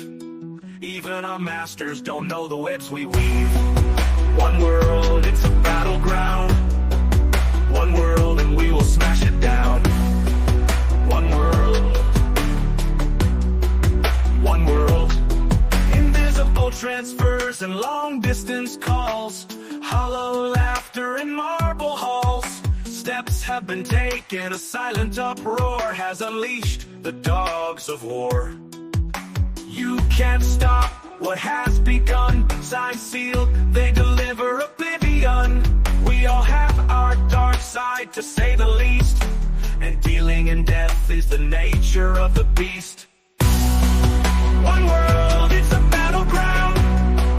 One world and we will smash it down. One world. One world.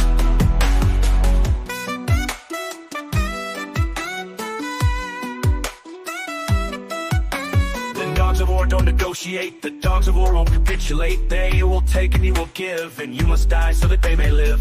You can knock at any door, but wherever you go, you know they've been there before. Well, winners can lose and things can get strained, but whatever you change, you know the dogs remain.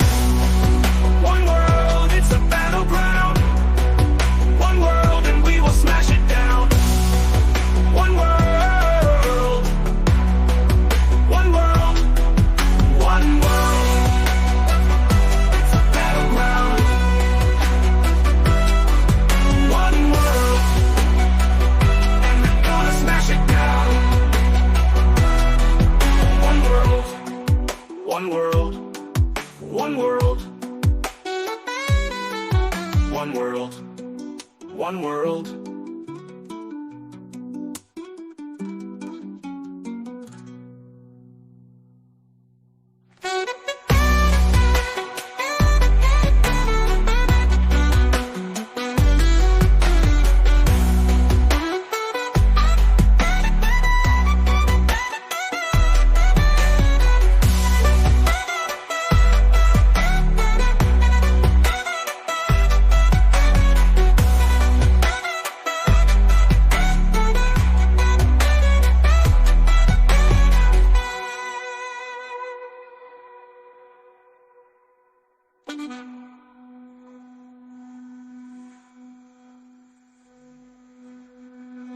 The dogs of war don't negotiate. The dogs of war won't capitulate. They will take and you will give, and you must die so that they may live.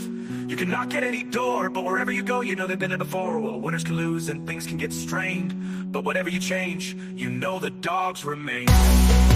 One world, it's a battleground. One world and we will smash it down. One world. One world. One world. One world. One world. One world.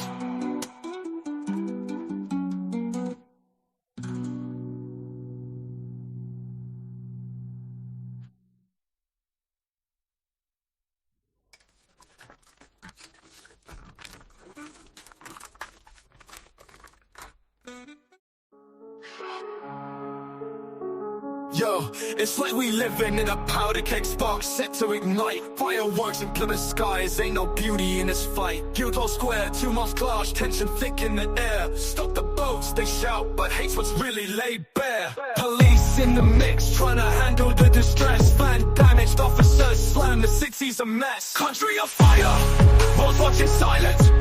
Voices raised, fists clenched in defiance. This ain't the peace that we're meant to pursue. Birmingham echoes, chaos under masked faces. Palestinian flags wave, violence in open spaces. Rumors fuel the fury, far right ghosts for the town. Cars smashed, dreams dashed, another crowd thrown down. Across the nation, the story repeats. 400 arrested, in the headlines, in the tweets. Country on fire, world's watching silent. Voices raised, fists clenched in defiance. This ain't the peace that we're meant to pursue. When will we learn? When will we start anew? Prime Minister speaks of order, police ready at his command. Emergency Cobra meetings, isn't peace what we demand? Brother's cries, time with flames flicker in the dark night. It's time to find a better way, it's time to fix what ain't right. We look at each other, wondering what's the soul's worth. Lost in the chaos of the mobs dispersing on earth.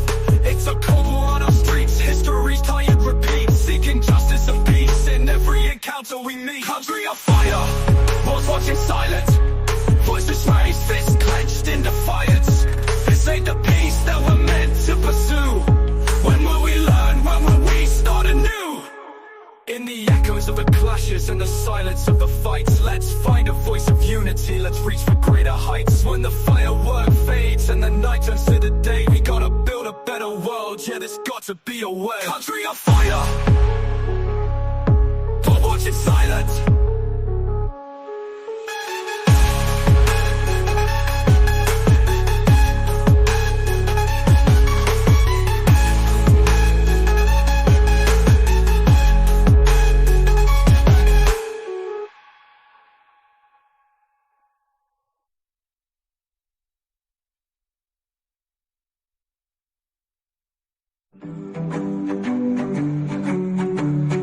Surely on fire, the world watches silent. Birmingham echoes, chaos under masked faces. Palestinian flags wave, violence in open spaces. Rumors fuel the fury, far right ghosts haunt the town. Cars smashed, dreams dashed, another crown thrown down. Across the nation, the story repeats. 400 arrested, in the headlines, in the tweets. Country on fire, the world's watching silent. Voices raised, fists clenched in defiance. This ain't the peace that we're meant to pursue. When will we learn? When will we start anew? Prime Minister speaks of order, police ready at his command. Emergency Cobra meetings, is a peace what we demand? Brother's cries, time with flames flicker in the dark night. It's time to find a better way, it's time to fix what ain't right. We look at each other, wondering what's the soul's worth. Lost in the chaos of the mobs dispersing on earth. It's a cold war on our streets, history's tired repeat. Seeking justice and peace in every encounter we meet. Country on fire, the world's watching silent.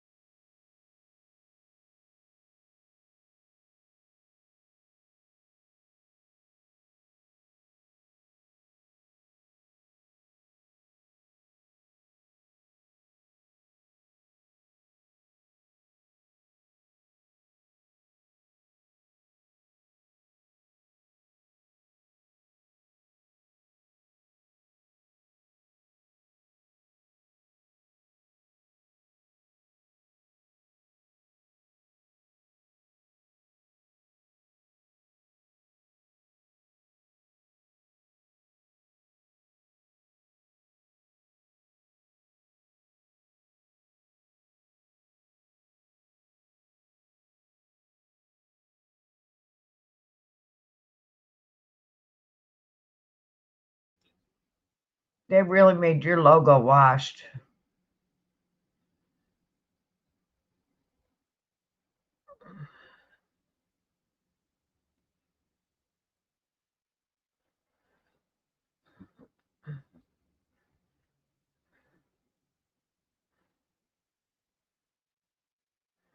left-hand corner, I can see white.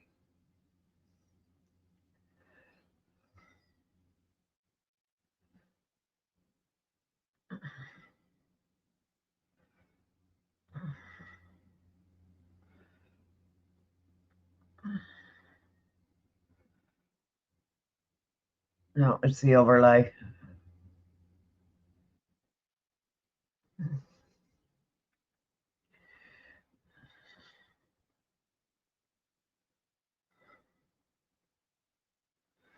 It really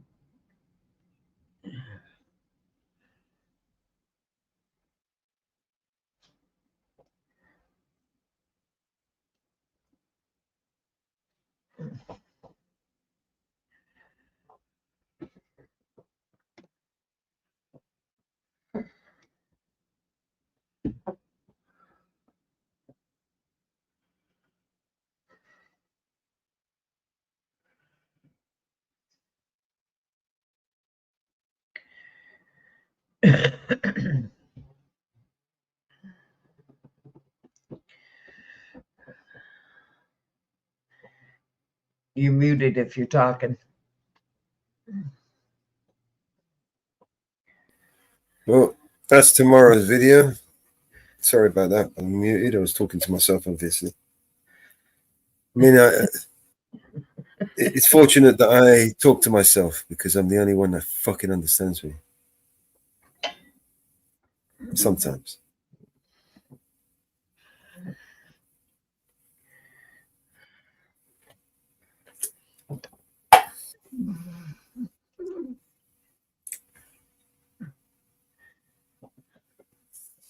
All right.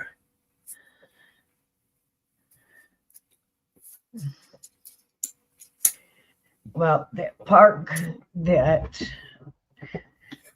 where the riders were closes at 9, so I don't think there are going to be any more problems there.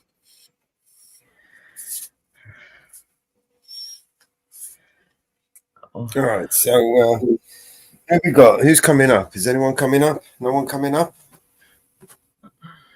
Hey, you guys been forbidden from coming up to here again? Oh no, what are we gonna do? Where have you been forbidden from this time? Same place?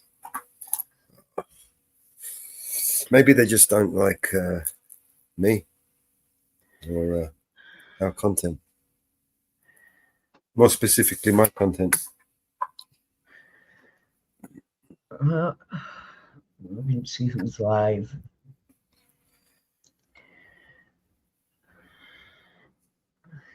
Oh, there's a lot of people live tonight. I think a lot of people are watching the shit show going on tonight. Yeah, it's always a shit show.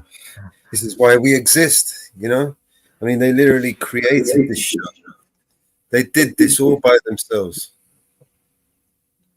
Right? They forced me my hand. They forced me to create this shit show. That I don't give a shit show. In order to distract everyone from the distraction. Yeah.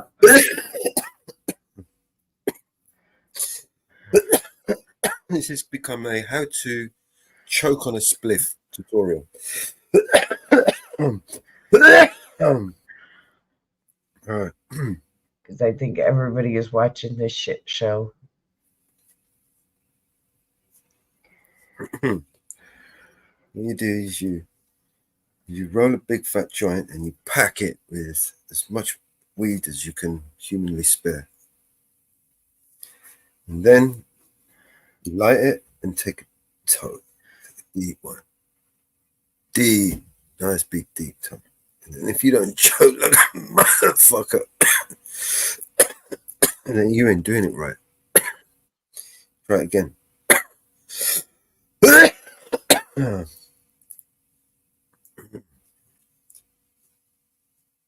Thus endeth the lesson. Yeah.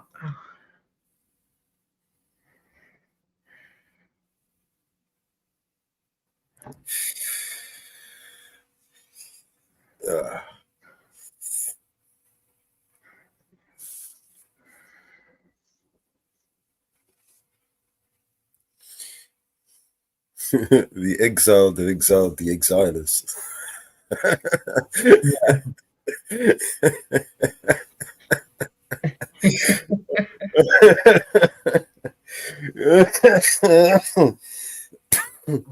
I got a weird mind.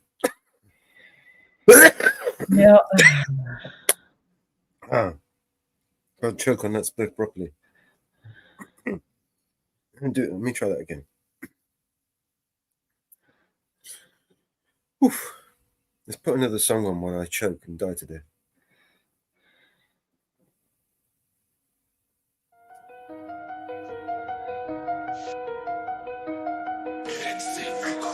It unheard.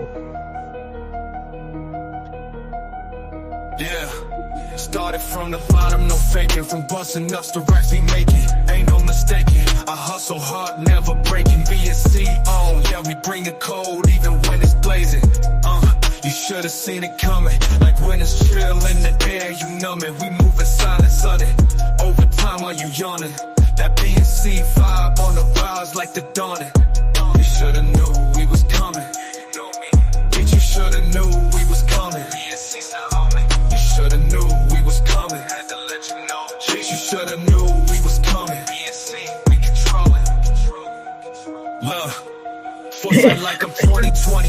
Been cooking plans, got many plenty. You thought we left, took a breather, but the throne is never empty. From zero to more than many, our figures now are hefty. Finesse it, my essence, and our presence, they feel the pressure. Our progression, no question. We turn their doubts into obsession. Every lesson, a weapon, we use it to teach a session. God's plan, we here to bless them. Watch the throne, that's my suggestion. No surprise, here we rise. Eyes on the prize, see the fear in their lives while our empire thrives. BNC the type to strategize. Watch us improvise, take over, monopolize right before your eyes. He was coming, running it back. You should've knew we was coming. Attack on every track. You should've knew we was coming. Facts upon facts. You should've knew we was coming. BNC ain't got no slack. For the truth, we stand. Watch us command. From the land where the bustin' is our brand. You should've knew we was coming. That was the plan. Now watch us as we expand. Yeah, it's all in hand.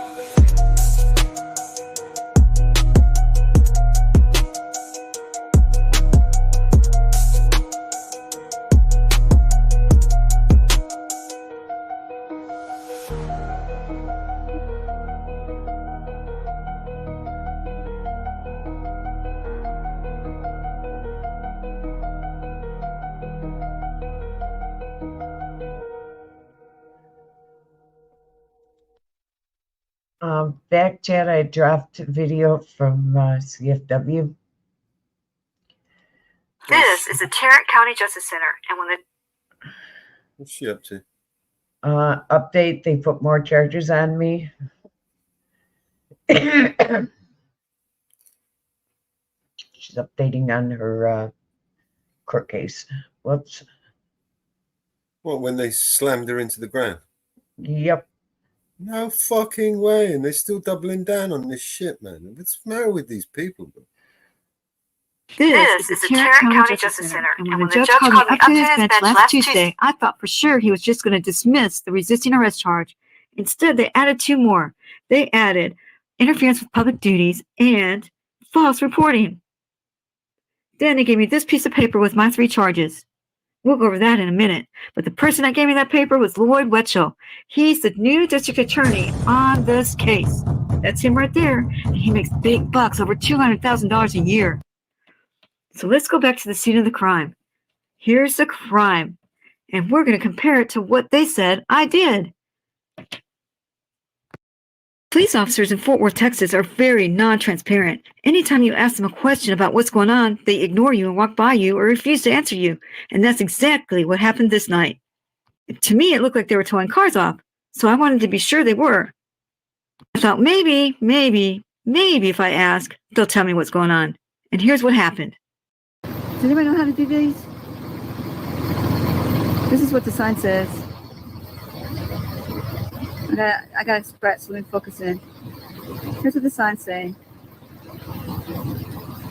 The signs say, validated parking. Please register upon parking. This is This can then validate parking for Polk Street warehouses. Ways to validate. You can scan the QR code or text pay. Failure to pay or stand time may result in boots. Okay, so how do they know if they paid or not? That's what I want to know. How do they know if they paid or not? How do you know if they paid or not? How do you guys know if they paid or not? Oh, they're going to ignore me too. Help, rape, fire, fire, fire, fire, fire. That's great community relations too. There's the third charge they gave me. That's the false reporting charge. So this is what they said about count 3, and it's further presented in and to said court that the defendant in the county of Tarrant and state aforesaid on or about the 23rd day of June 2024 did then and there knowingly initiate or communicate a report or of a present or past offense or other emergency that she knew was false and baseless and that would ordinarily cause action by an official or volunteer agency organized to deal with emergencies. But what they left off was this. They have to prove that all 3 elements of this crime existed and occurred. Think about how I said it and where I said it and what I said to my audience. I did not cause action by an official or volunteer agency organized to deal with emergencies. I didn't place a person in fear of imminent serious bodily injury. Nobody was afraid of what I said. And I didn't prevent or interrupt the occupation of a building, a room, a place of assembly, a place to which the public had access to, an aircraft, automobile, or any other kind of mode of conveyance. So there you go. Not guilty of that one. So let's look at some more videos, shall we? Now, this is a view from a surveillance camera from above. This had nothing to do with the police. This came from a store. As you can see, I'm standing next to a police car, and I'm going to walk towards the 2 ladies that were just kind of strolling along and ask them some questions because I want to know if they're really towing the cars or not. How do you know if they paid or not? How do you guys know if they paid or not? Oh, they're going to ignore me too. Help, rape, fire, fire, fire, fire, fire. That's great community relations too. Here comes the exact moment Kruger exited the car. Get your timers ready. Let's see how long it takes for him to exit the car till I'm down on the ground. Hey ladies, hey Kruger. No, I'm not going to before. There's no investigation, there's no nothing. You can go to the other side of the street or you're going to get arrested. I'm not warning you yet. What are you talking about? Go to the other side of the street right now. Wait, tell me why first. We're doing it. You're under arrest. Turn around. Stop. That was 17 seconds. 17 seconds from when he exited the car until I was down on the ground. 17 seconds. She's bleeding.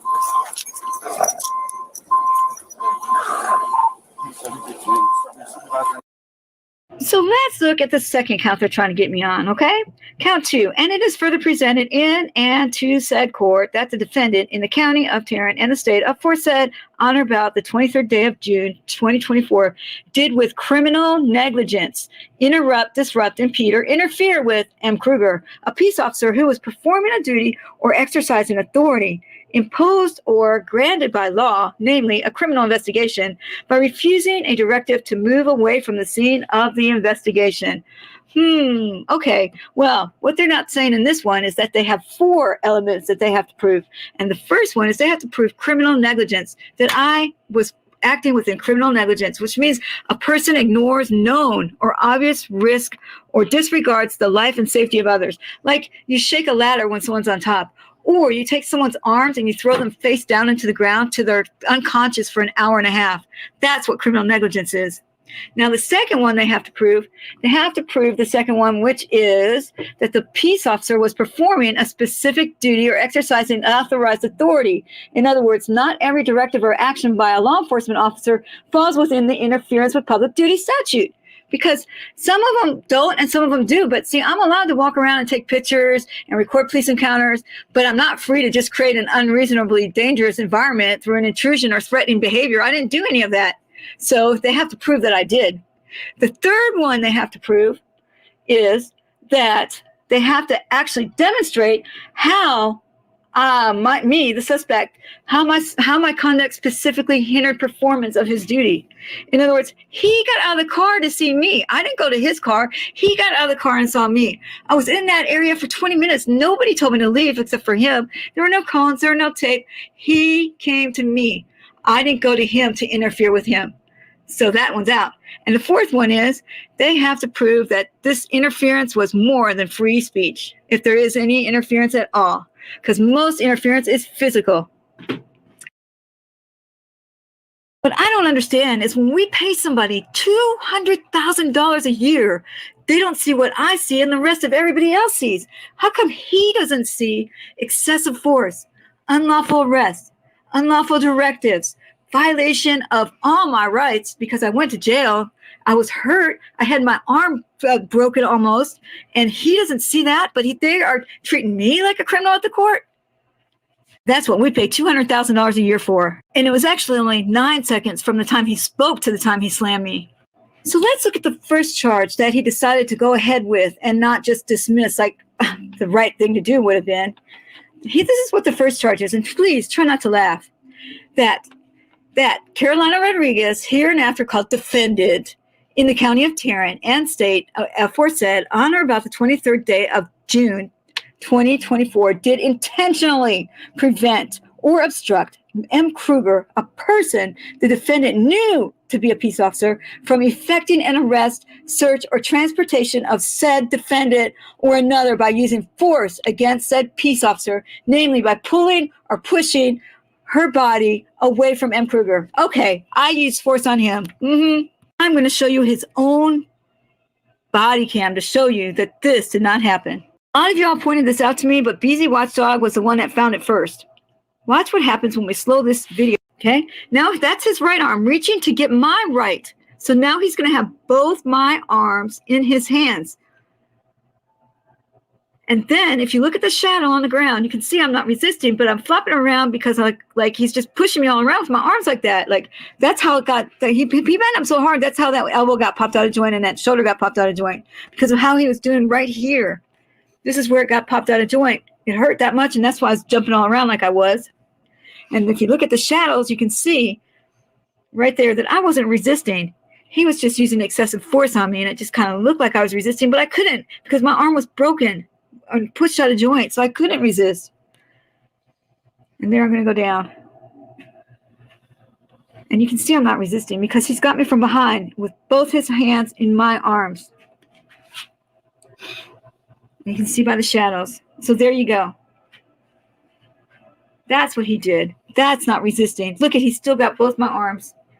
Hero, stopping me from like interfering. What a great hero he is. And there I'm getting locked up. What I really want to do is thank everybody who's helped me with super chats and everything, so I can get all this stuff behind in the hole right now because of all this mess. And but I do want to showcase right now. I want to ask everybody too, if you are near the Metroplex, please come to all our city council meetings where it's open mic. Tuesday's open mic coming up, and I can help you write a speech. It only takes 3 minutes, and I can do it for you. I'll write it for you. I'll sign you up. I'll get you here.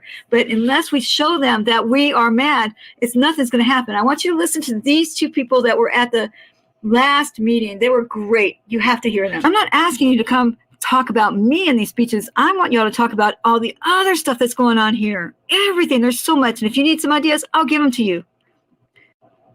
I want to thank these speakers from the bottom of my heart. I was only able to put 2 on this video, but I'm going to get more and more out there. Our next speaker is Jane Hull, followed by Bishop Kirkland.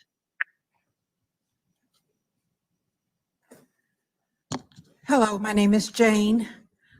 Several years ago, I'm sorry, I was hoping to get the mayor's attention.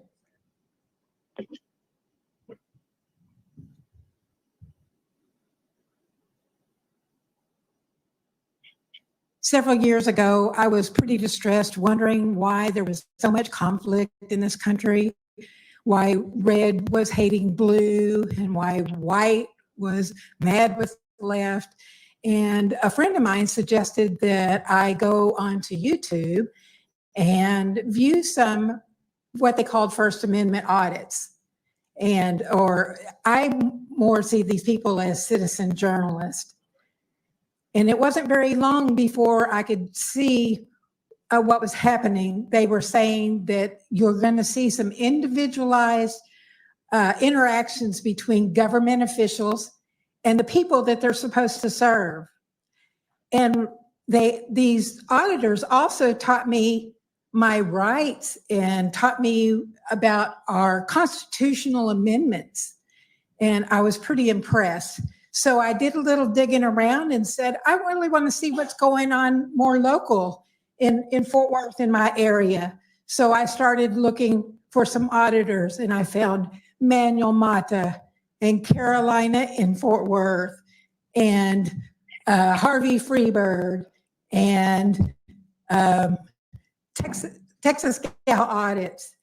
And what I saw just totally just horrified me, the way that these citizen journalists are treated by the people that are supposed to be serving us. And I don't blame just the police, because I see it here in this city council. I see it with the mayor. When last meeting, she kicked people out of this room who were filming for their channels because she said that they were not journalists.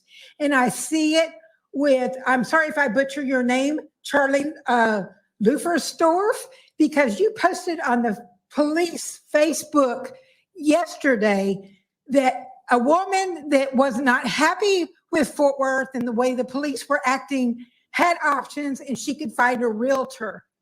That's a horrible, disgusting way to serve the people that you are supposed to be taking care of.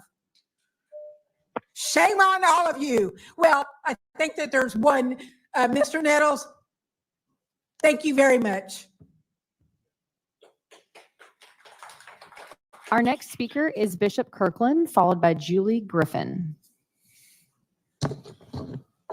Well, I guess our hiatus is over. What happened to Miss Rodriguez is wrong.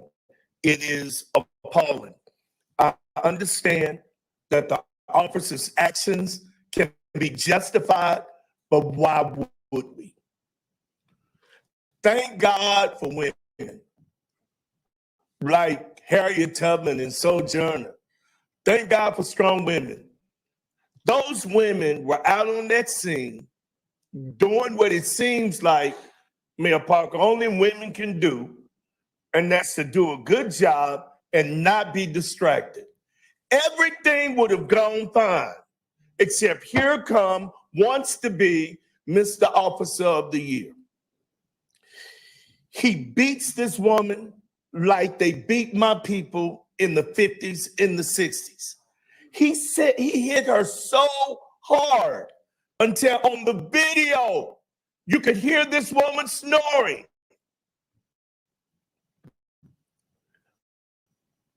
Why does this city always have to take someone else's bad apple? This guy had a record where he came from. Send him to hell back where he came from. They threw him away. We went out on the street and picked up someone else's damn garbage. This officer used excessive force. It does not make sense to me. It is not right. I understand as civil servant, he can't be fired, but I'm an old Marine. Send him to me. I'll give him some duty in such a way till he doesn't have to be fired. He'll want to quit. We must do something. We cannot allow things like Miss Rodriguez to take place because of some lunatic. We've spent years. Some of you, Carlos, you've been, Mr. Flores, you've been here for years with me coming down here. Before you were elected, we made substantial gain in this city with police and citizens working and trying to do things together. He blew it up overnight. And we had a convenient break right after he acted a fool. So we had a convenient break. Now, this is the time I normally like to be in my garden. I'm an old man now. I like to be in my garden this time. And I don't want to be in City Hall. There are some young folk need to be here. But until that bastard is fired, I'm going to be here every time you meet until he is gone.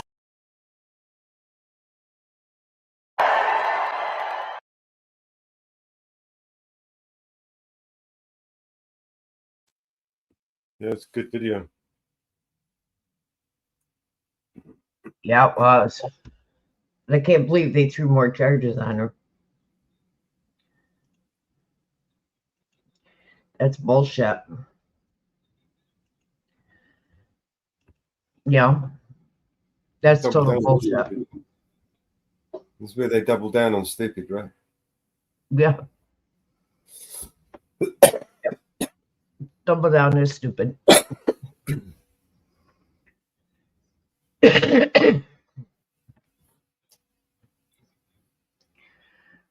Yeah. To go into Jitsi. Yeah. Double down and stupid.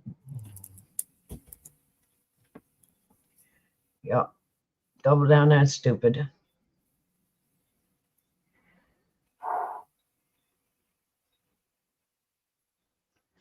Yep. Yeah, that's totally uncalled for. Yeah. Unbelievable.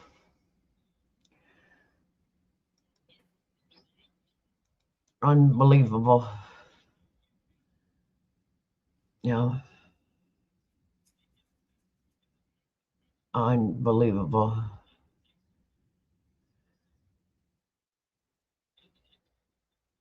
Unbelievable. Long Island Audit did a good one too this week. Let me go for that one. He did a good one too. He did, and he caught correctional officers lying.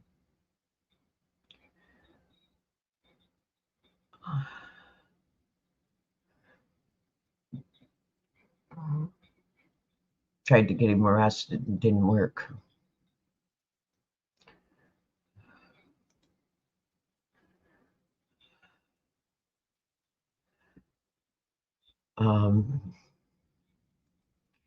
That was a good one.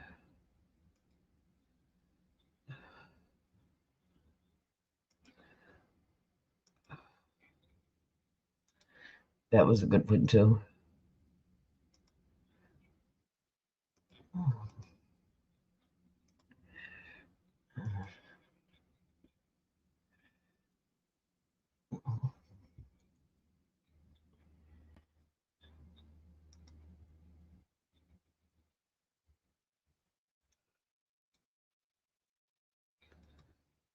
He did a good one.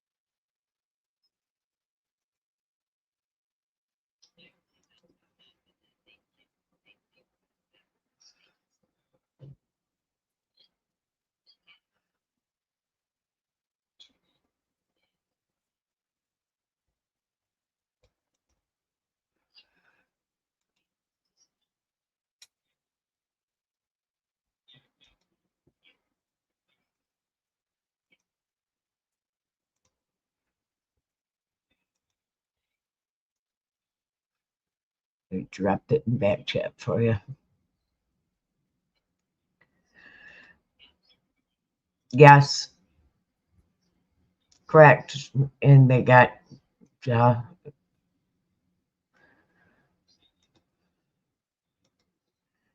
immunity.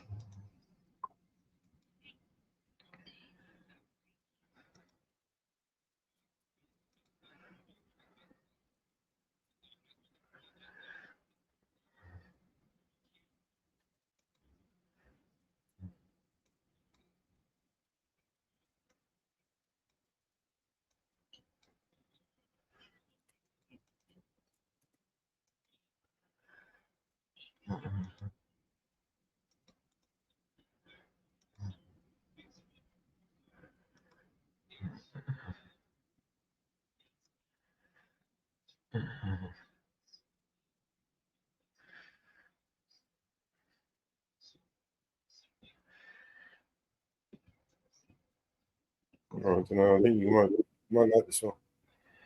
Huh? I think you might like this new.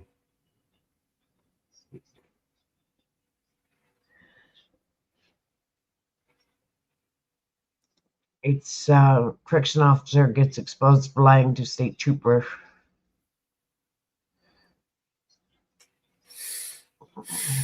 Mode.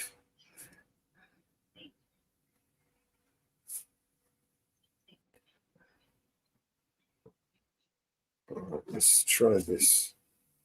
You know me, I've got to fuck around with memes. I like my memes. I've been doing memes for like 20 years.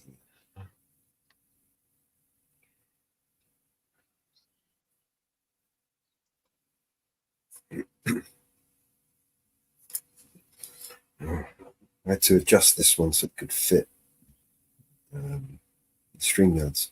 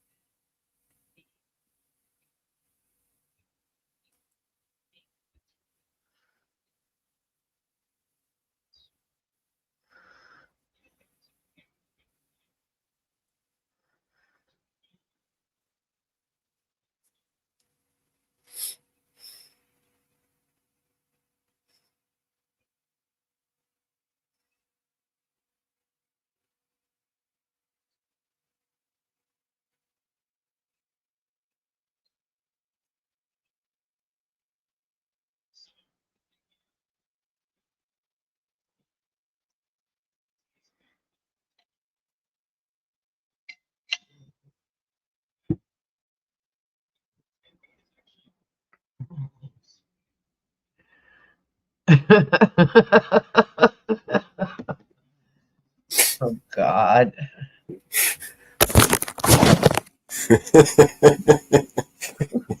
Maybe the younger lot won't not get this joke. Yeah, a lot of them won't.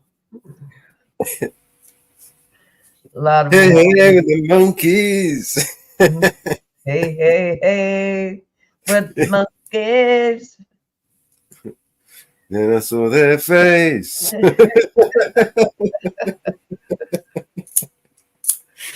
Oh God.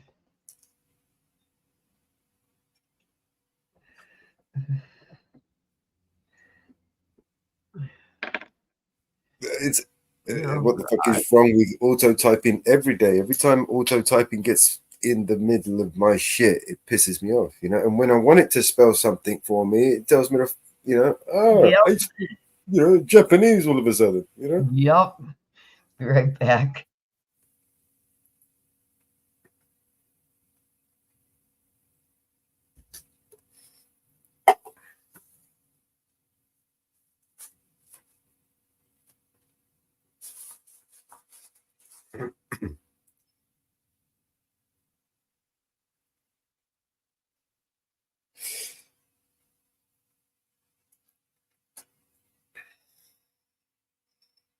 Donald Trump's gonna save us. Don't worry. He's gonna get in there and he's gonna drain the swamp and he's gonna put everything. He's gonna fix everything. He's gonna yeah, hoorah! He's gonna do it all. He's gonna fix it. Yeah, whoa, yeah, fight, fight, fight, yeah.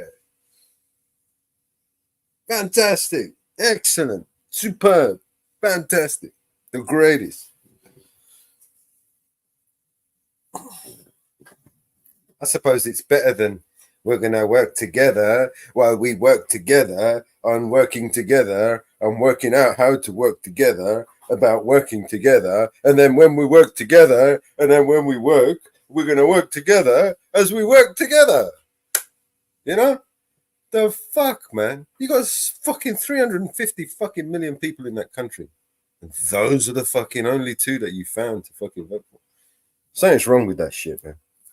Something's really wrong with that shit. Excellent. Fantastic.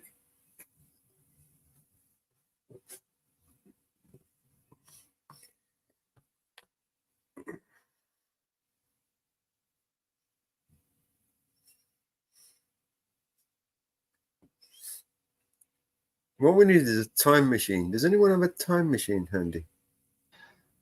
And if you look at what Harris is saying, we're going to be in debt for my grandchildren, my great-grandchildren, my great-great-great-great-grandchildren are going to pay for what's being done now. I'm afraid I'm going to be one of those sort of people. If I had a time machine, I would fuck everything up. And I wouldn't want it. It's not like I would want to fuck it up. I'd just fuck it up anyway. Do you know what I mean? Because that's what you do with a time machine, right? Yep. You just fuck shit up. Make it even worse, you know? Good God. You go back to prevent something and you end up making it happen even worse. Yeah. Okay, I posted the next video in the back private chat.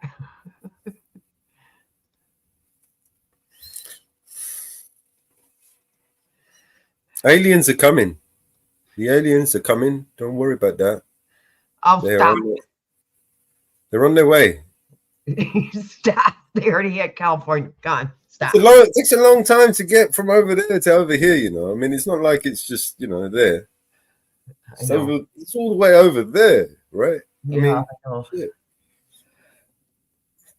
yeah. Just think about it this way, up. right? Hurry up. Imagine this, right? Just for a second. Wait a minute. Hurry up. Wait a minute. Biden's speaking at 10:30. We really want to listen to it. Oh, let's listen to it. Where is it? In the videos in the back, yeah? Yep.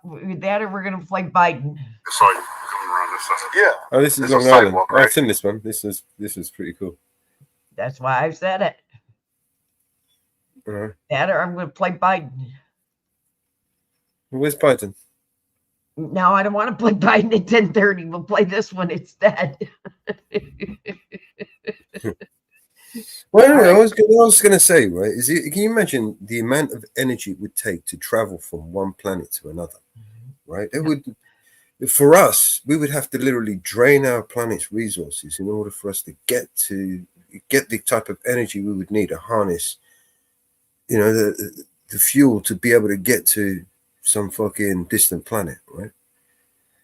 So even if the aliens did manage to come all the way over here, yeah, I wouldn't imagine they're going to come over here and just, you know, fix our problems and then, all right, see you later, right? If they do come here, they'd be coming here to take shit. You know, they need it, right? I mean, how the fuck are they going to get home?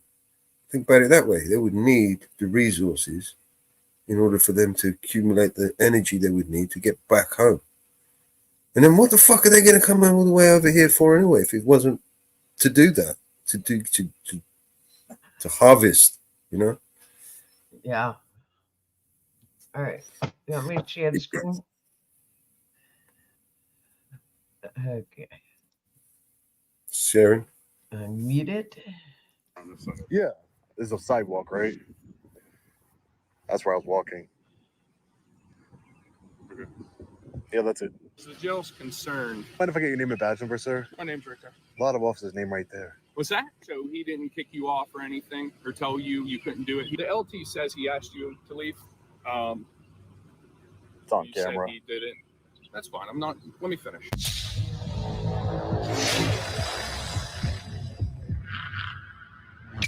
Hey, what's up, guys? Long Island Audit here. Back again with another video. Today we are at the Mercer County Correctional Facility here in Pennsylvania. We are here today, as always, to peacefully exercise our First Amendment right to film in public and publicly accessible areas, to promote transparency and accountability within our government, and to ensure that our public servants recognize our rights and treat us with respect. Let's get into it. All right, ladies and gentlemen, let's take a look around the facility here. So this correctional officer here has been on the phone, just following me around, watching me. I mean, he could just come up to me and ask me what I'm doing, and I'll tell him I'm taking some pictures in public. Oh, nothing works on this acne. Hi. Who? I'm a licensed dermatology provider from Not a big deal, exercising my First Amendment right. But he wants to be all cloak and dagger about it. So we have another friendly reminder that the government's always watching us. Hey, how are you? Who are you, sir? Lieutenant, you're at the jail. I know where I am. Lieutenant? Yeah. Lieutenant what? Lieutenant Hood. Lieutenant Hood. Hi, nice to meet you. My name is Sean. Why are you walking around the building here? I'm just taking some pictures.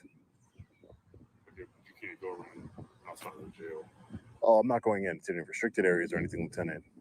I'm just taking around a look around the publicly accessible areas. I saw you coming around this side. Yeah, there's a sidewalk, right? That's where I was walking. Okay. Yeah, that's it.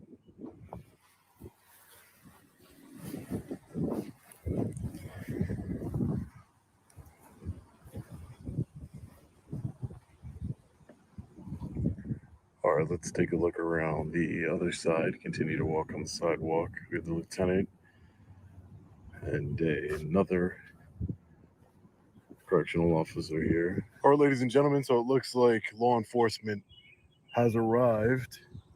I'm not exactly sure if they're here for us. Actually, now I'm pretty sure that they are here to speak with us.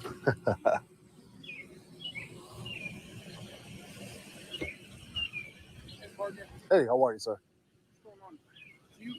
Are you here for some reason? Because the jail's concerned. Oh, I spoke to the lieutenant. Oh, okay. Yeah, I see. He came out and I spoke to the lieutenant. What'd he say? He said if I was going to go, I couldn't go around the facility here. And I told him I didn't. I was just walking in the publicly accessible areas. You mind if I get your name and badge number, sir? 12086. My name's right there. Right there. Yeah, you Okay. can get it on your camera.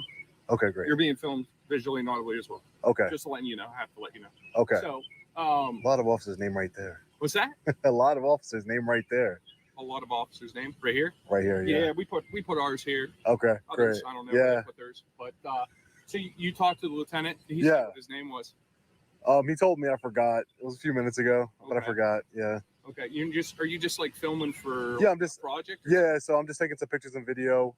My name's Sean. I'm working on a story for this correctional facility, and I'm just taking pictures of the grounds, getting some B-roll footage Okay. of Did the he publicly say it accessible was areas. okay? He didn't. He said I couldn't go around So, the so correctional here's facility. the deal. I'm just being straightforward. Yeah, sure, So sure. obviously, I'm here for a reason. I didn't just show up Right.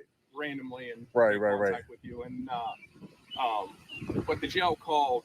They said that you were walking around near the fences, and I can confirm that with the complaint in the jail, and then filming inside vehicles. Right. So I was filming the correctional vehicles there, the ones belonging to the state. Okay. Because, like I said, I'm working on a story. I got So you. I was filming those vehicles. I wasn't filming any personal vehicles, but I mean, filming personal vehicles isn't So even a this is for, like, crime. just like a no, I never said it was, but Right. But I wasn't doing that, just so you know. This is, and I'll take your word for it. You have to understand this is a jail, and I'm not saying this is suspicious. Obviously, I'm talking with you and getting Right. your understanding and everything. Right, right. You're doing it for like a project? Yeah. So I'm just working on a personal project of mine, and about the jail. Yeah. And I received some complaints about the jail, some information that I was just wanted to get some B-roll footage here, take pictures in the publicly accessible areas. Okay. Like I said, the first person that came up to me and speak to me was the lieutenant. I was right around that corner of the. About how long ago was it? Probably about, I would say like 5-10 minutes ago, between there. And he said you're okay as long as. So he didn't tell me. It was a very short conversation. He said you can't be walking around the jail. Okay. And he you meant weren't doing that, right? no. And I said I was walking on the sidewalk, so right here to where there's a front door. And he was like, okay. Yeah. And then he kind of just walked away. And I guess that's when they called you just to have you handle it, because I don't know if they're not law enforcement. Well, we'll assume. Right. So he didn't kick you off or anything, or tell you couldn't do it. He just told you can't walk around the jail. Yeah, walk around the backside of the jail. And I told him my intention is not to go into restricted areas. You know, I just want to go. Yeah. I just want to be in the publicly accessible areas. It is a jail. You never know what people are doing here at the jail. Right. And that's sort of what. I mean, if somebody, I guess like Google Earth can probably get me a better, look. If I was looking at schematics of the jail, I probably could just Google Earth view it, figure out all sides of the jail, but that's not my intention. Broad daylight, recording. I get it. I don't think that leads to any suspicion up to nefarious activities. Are you almost done, or are you going to be? Yeah, just a few more minutes and I'll be out of here. Yeah, just a few more minutes. So I'm just going to tell you, and I can confirm it. They want you to go and want you to leave. Okay, this is public property, sir. Well, this is public. Yeah, this is public property. Okay, well, I'll confirm that with the jail, and it's up to them. But anybody can be on public property anytime. I'm not breaking any laws. If you're doing suspicious things, like they're saying you're filming in cars, that's suspicious in itself. Right. I mean, filming. And you go around areas by the fences. That's There is actually no fences in this jail, so I don't know where they would say. Do you see any fence? There is no fences. It's completely sealed in by walls. Well, I'm just going off what they're saying. Right. And all I'm saying is that, this is open to the public. This is not a restricted area. There's a restricted area back there. There's restricted areas in the back. I'm not on a restricted area. You off if you can. Yeah. You know what I mean? Like I said, this is public area. People have a right to be in public. All right. Yeah, sounds good. Yeah. Okay. Right, so you're gonna talk to them? Yeah. Sure. Go ahead. Yeah. Go ahead. What's your first? Just your Sean. Nice to meet you, John. No, Sean, sir. Or Sean. sorry. Yeah. There you go. Nice to meet you too. So this Pennsylvania State Trooper here. Trooper right here. I know it bothers a lot of you out there, just like it bothers me. It's just unprofessional, right? Just hi, my name is Trooper so and so. Very simple. It's not that hard to do. It's really not that big of a deal, just to properly identify yourself. So I really don't understand it, because like if their supervisor, that didn't know them, or a judge asked them for their name, they wouldn't say, it's right here, judge. It's just a level of respect that you should have for the public. Real nefarious what I'm doing. You can get this all from Google Street View. Or if I wanted to do it surreptitiously and just, drive my car around, very restricted area. See Domino's? Very restricted, highly restricted area we're in. So it looks like the trooper is on the phone. We'll wait for him to get off. Hopefully he does the right thing, honors his oath to the United States Constitution, and things don't get escalated. Let's see if we can get this officer's name and badge number. Hopefully his name's not right here too. I'm gonna keep getting confused. All right, I'll talk to him. He's being cool. He's being fine. I love that. He's just right here. So I'll let him know. Hey trooper, how are you? All right, how are you? Hey, good. Mind if I get your name and badge number? Trooper Seconds 12793. Thank you, sir. Appreciate that. You good with that? My name is Sean, by the way. Okay. I'll just let him know. All right. Thanks, LT. All right. Bye-bye. All right. The LT says he asked you to leave. It's on you camera. Said he did it. That's fine. I'm not. Let me finish. Yeah. Okay. No, I'm just. No, I'm. One word, 2 words on camera. That's it. Yeah, that's fine. I mean, it is what it is. But he's fine with you being here. I talked to him about it. He's fine. He's just asked for one thing. He said, just don't go out into that area or out on the grass. Yeah, no restricted areas. Yeah, no restricted areas. You're giving no problems. I don't expect you're doing anything bad. You're here for filming for yeah, just like taking and take pictures in public. They couldn't clarify to me if this was public or not. So I'm not going to violate your rights. Okay, and perfect. remove you. All right, That's perfect. not what we're about here. Okay, good. Okay, I appreciate that. Yeah. Just don't put yourself in that situation. Right. Yeah, like I not said, doing anybody that comes up to me and they're reasonable with me, I'll tell them, I'm just taking some pictures in public. Yeah. My name is Sean. Nothing nefarious going on here. Okay. You Is know. it okay if I get your name? You don't have to. Is Just it okay? Sean. Just Sean. Just Sean. Yeah. Okay. All right. Just Sean. Pleasure meeting you. Pleasure meeting you, sir. Yeah. Good luck Take care. with your Okay. project. Thank All you. right, Sean. Bye. Take care. Oh man, ladies and gentlemen. So apparently, the lieutenant. Do you see why it's important to always record public servants, especially law enforcement and correctional officers? Because they will lie. He never once told me to leave the property. Let's run it back. Where are you, sir? I know where I am. I'll Lieutenant. Lieutenant what? Lieutenant. Hi, nice to meet you. Name is Sean. I'm just taking some pictures. Oh, I'm not going into restricted areas or anything, Lieutenant. I'm just taking around, look around the public accessible areas. It's like going around the center. Yeah, there's a sidewalk, right? That's where I'm walking. Yeah, that's it. As you can see, he never told me to leave the property. It's ridiculous. How do you just bold-faced lie knowing you were on camera? So these law enforcement officers are getting out of here. Good. They weren't needed here any longer. No one's going into restricted areas.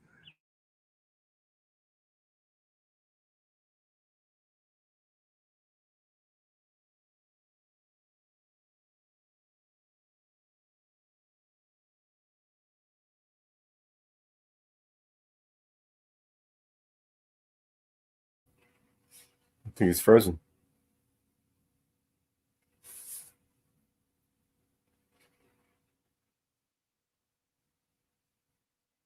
Hey, Mama Bear? Again, what state secrets am I gathering from outside of a correctional facility? Just doesn't make any sense. I just froze up for But, you know, that's just the way it works.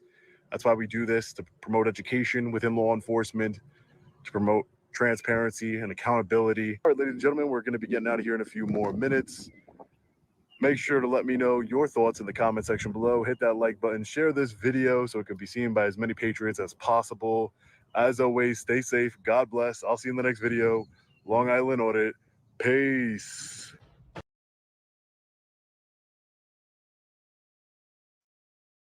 Yeah, I dropped it in all the channels.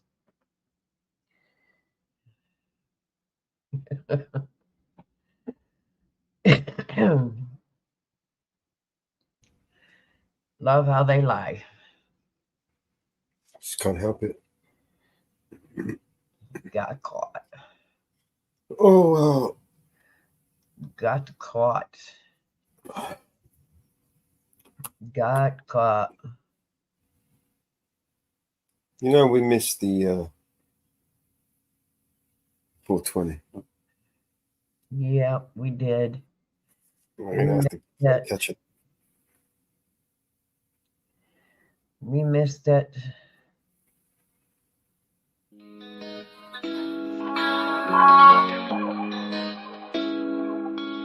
Yeah, it's morning time, but the vibe's kinda bleak. Rolled out of bed for that wake and bake technique. But when I check my stash, yo, it almost made me weep. Just a little bit left, ain't enough to get me deep.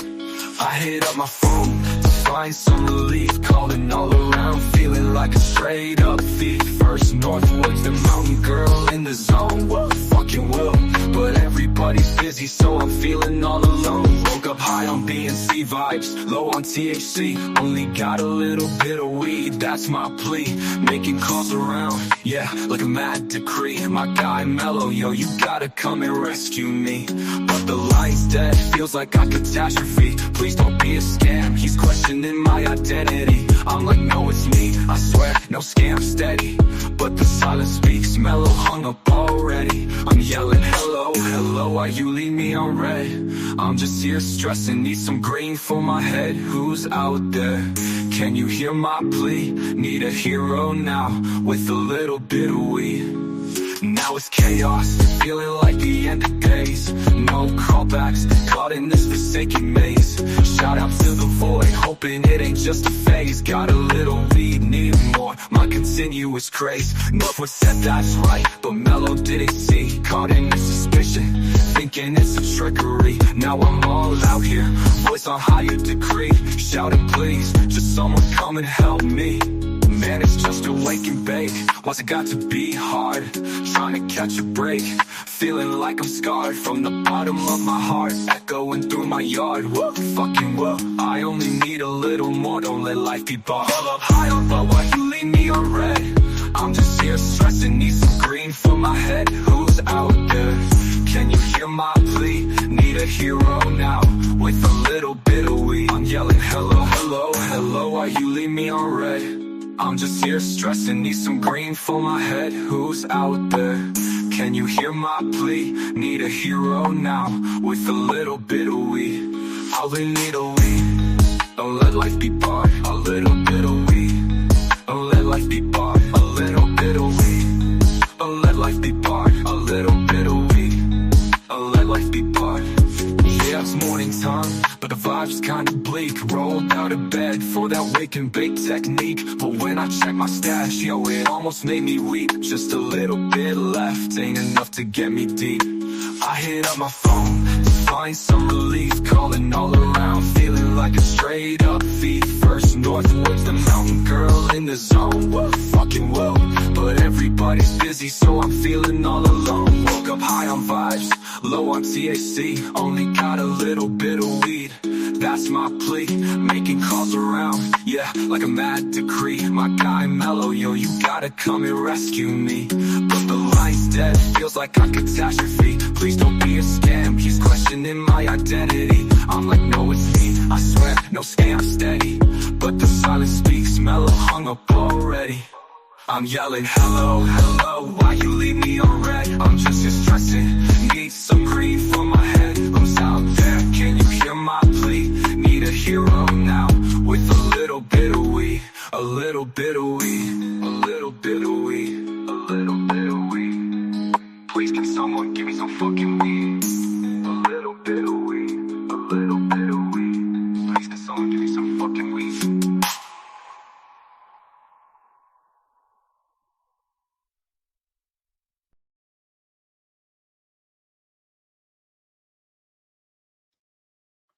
I like that. All right, so I've added, in Nightbot on the Vigilante Media Nightbot, I've added the playlist, right? And I'm just trying to figure out how the users can use it, or is it's only available on Twitch. We're not currently streaming to Twitch. To stream to Twitch, I would have to. Let me see if I might be able to connect it to Restream. See, I disconnected Twitch so I could stream to it on the Xbox.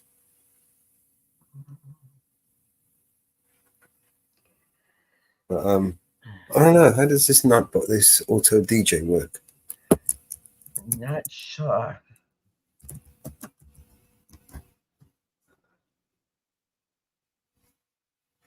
Usage. Auto DJ is a Oh, player it response. worked. It worked. I just clicked it and it worked. Yeah, but how did the chat use it? No, it worked. Auto DJ worked.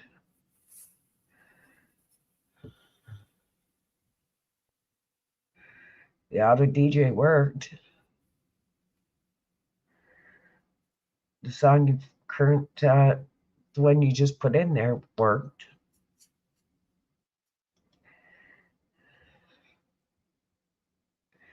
That one worked. How do we use it? I just hit it and it worked. Yeah, from inside Nightbot. How do the people in the chat use it? Well, iSongs commands. Okay, iSongs. Go to Right. which Vigilante Media.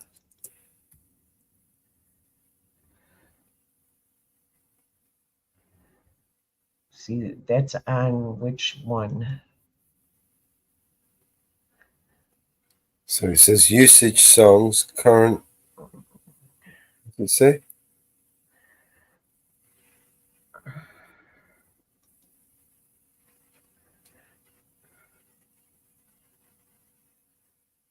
See, you put it under what's the song? So /play. Okay. Is that what you got to do? /play. iSongs. /play.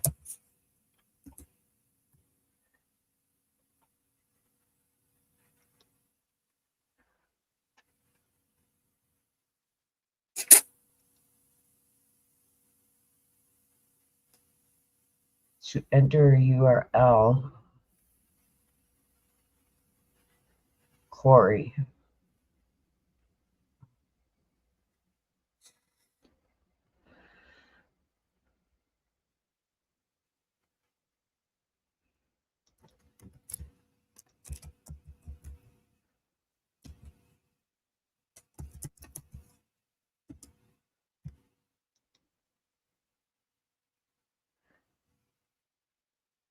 Title Mama Bear.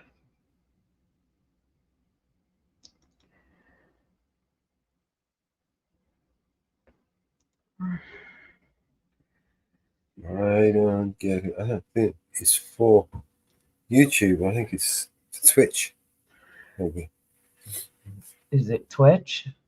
I think so. That's what it seems to be. I think it's playing over there. You're not playing on Twitch. You're not live on Twitch. No. You're not live on Twitch. So it's not going to play on Twitch because you're not live.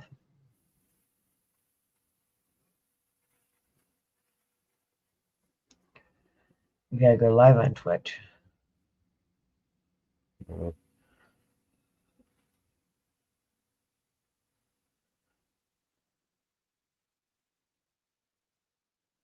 Disconnect from Odyssey.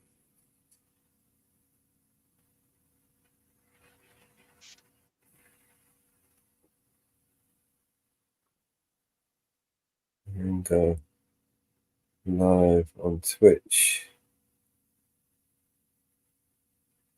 There you go. And they're live on Twitch. So now, does it work now? Or do I have to go into that one and enable it over there?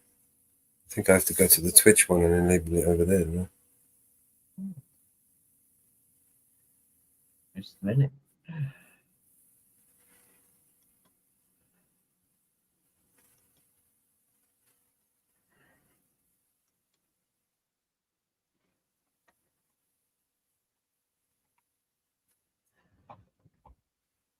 Whoops.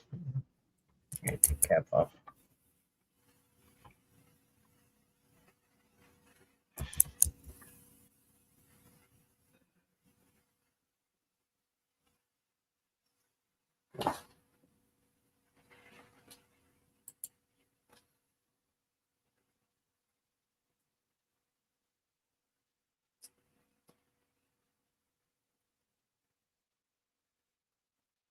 Actually think it's...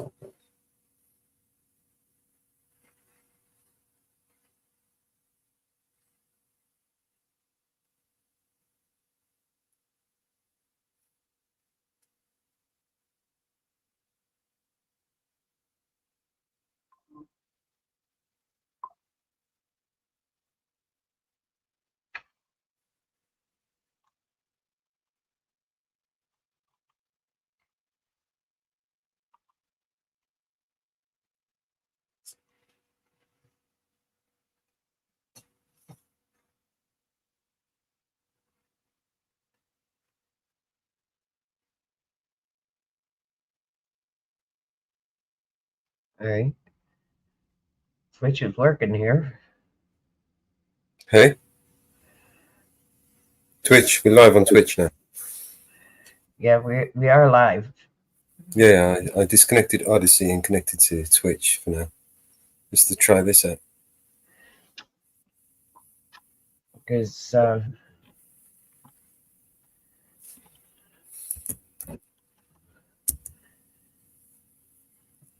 Twitch is working. Nightbot is working over here. So if I go my songs,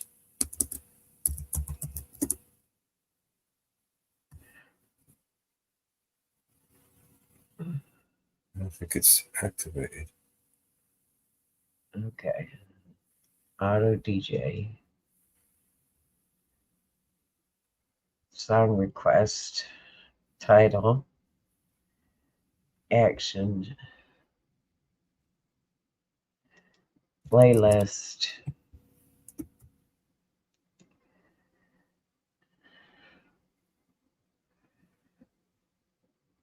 Like that. I have to have that up here. Log into the Twitch.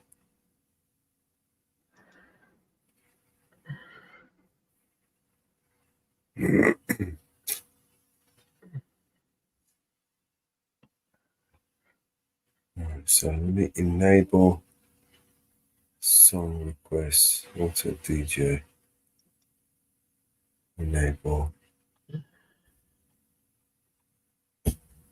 I'll go back to Twitch. Okay.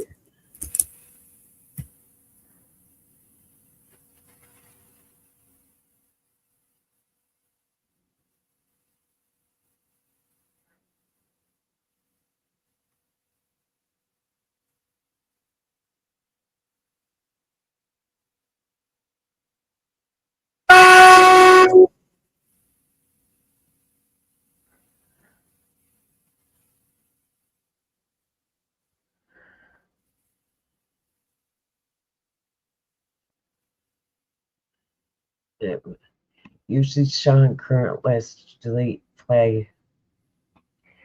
Songs, current, delete, play. It says usage songs, current, delete, list, play, skip.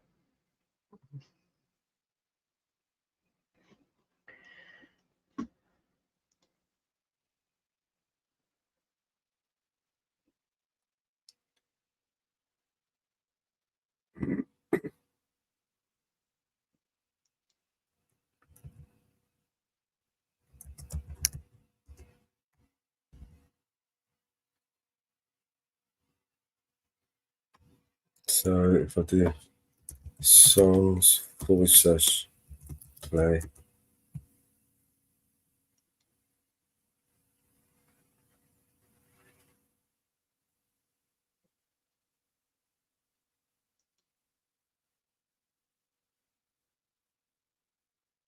I think I did.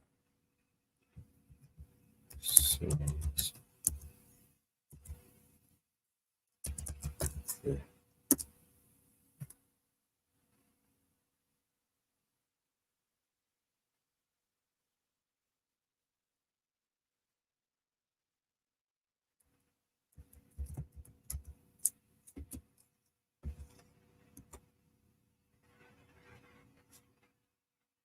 Lost my mod. Hmm.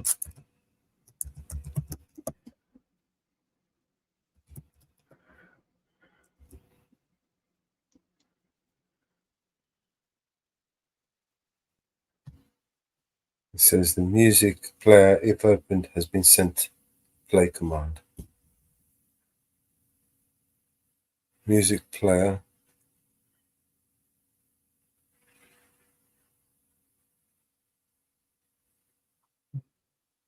I don't know how this works, bro.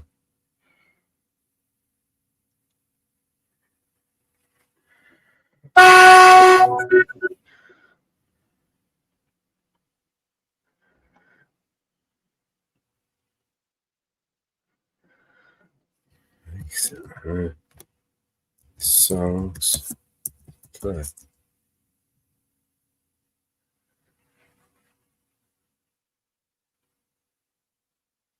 It's opened. I opened it. What do you mean?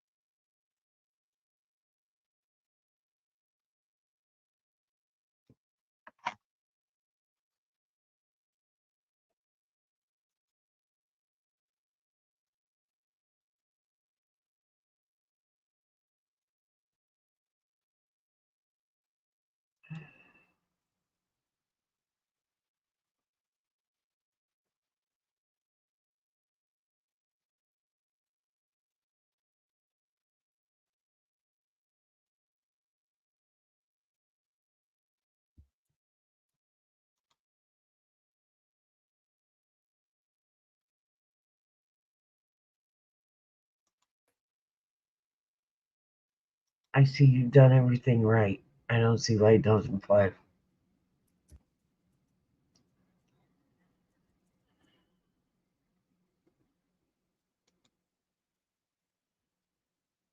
Says if it's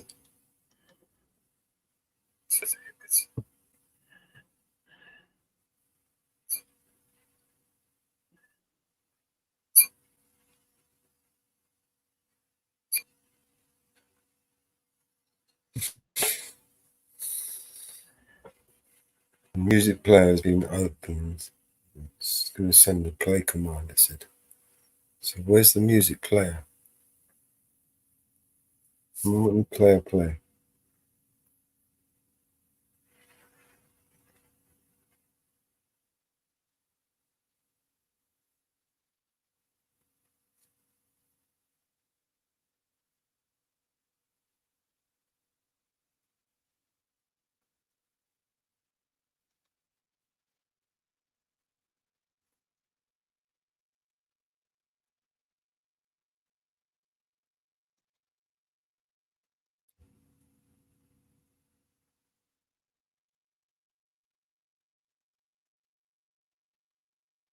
Playlist. All right. You want a playlist. Doesn't want a channel. He wants a playlist.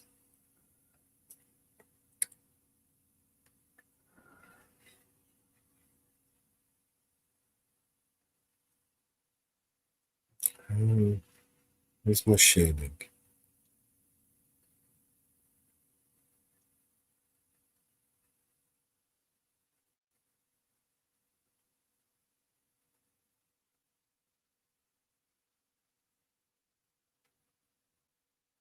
There it is. Share. Copy.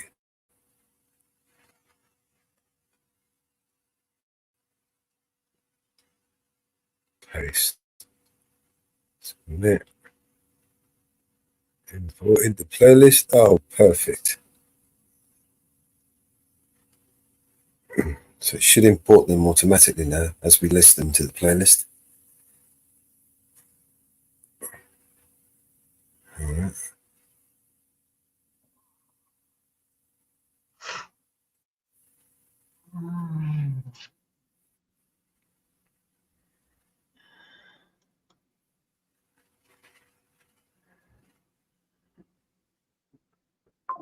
But are they going to play?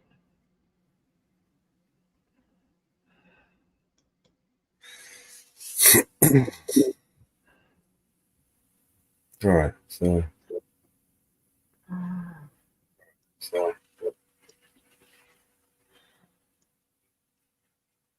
maybe.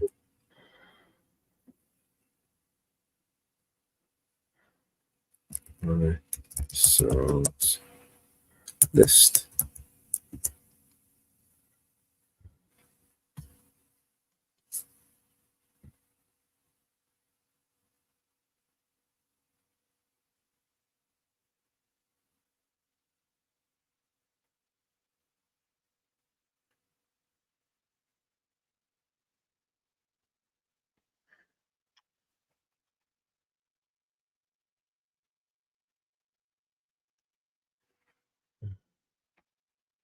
Where's the music player?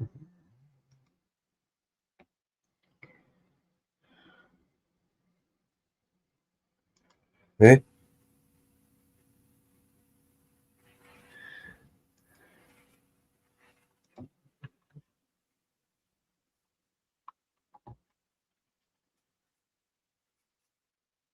What's that?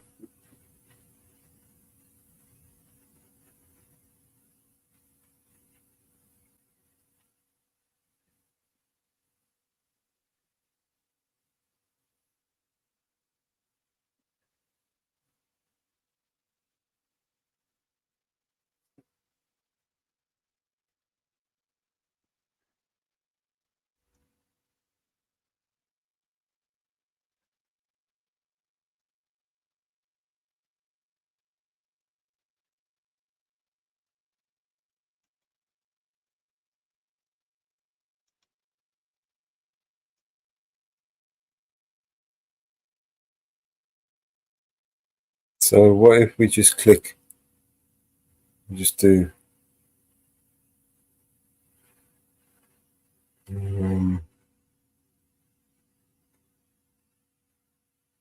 type in play.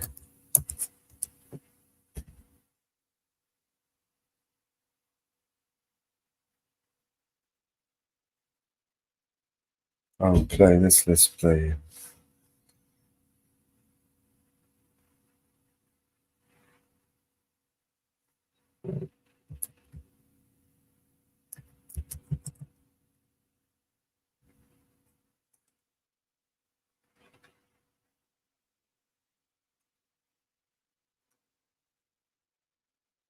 Is it songs? No.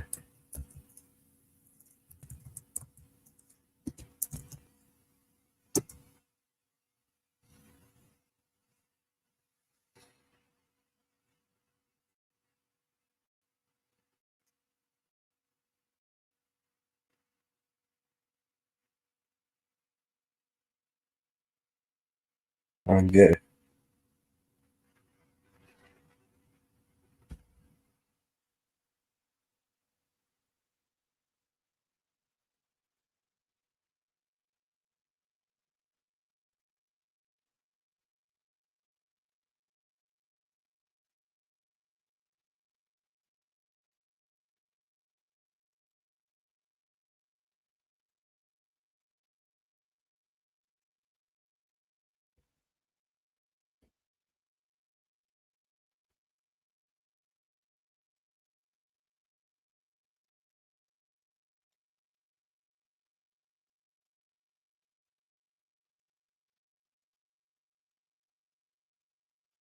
Am I on a different Twitch account? 420. There's a mistake on that one. You've done 420 instead of the exclamation. Just go through all the commands to see if some of them have.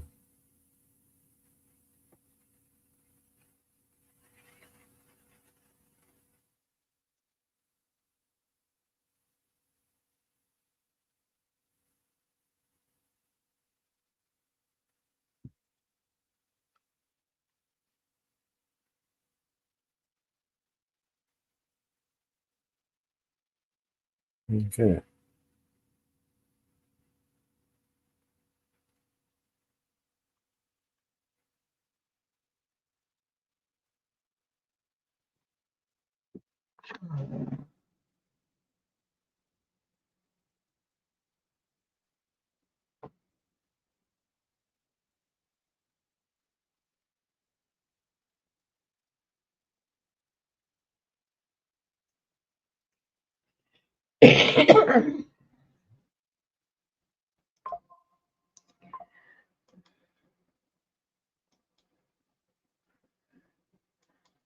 It's got current song, corruption, playlist.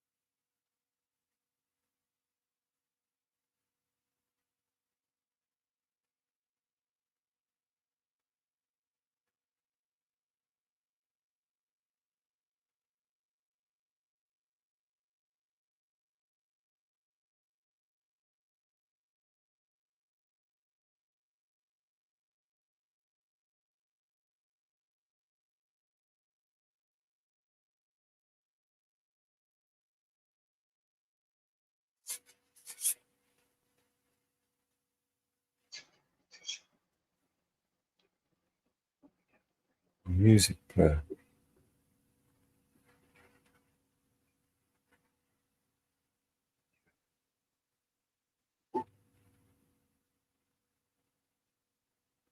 So where is the music player?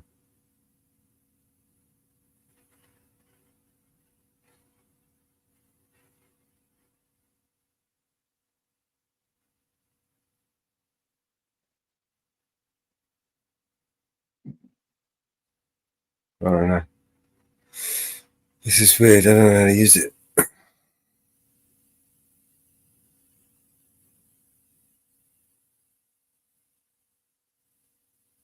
Probably for, not for Twitch. It's probably for Discord. You know that? Yeah.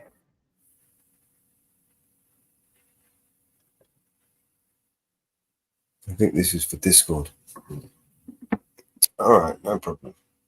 You can try and set it up on one of the Discord channels. And try it out.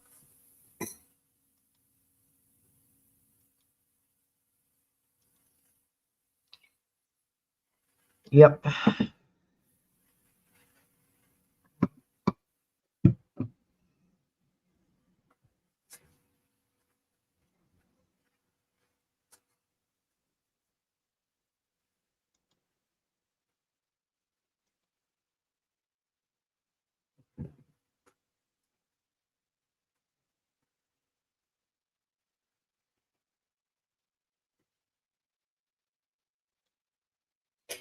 Just gonna get tomorrow's video ready. Yeah.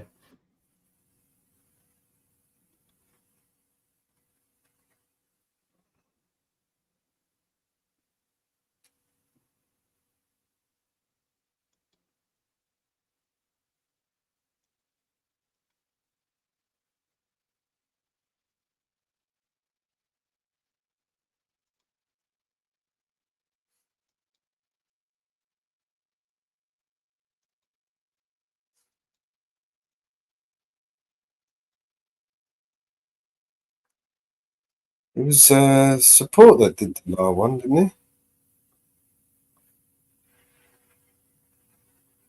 Did I do that one? Support. Do you remember who done that one?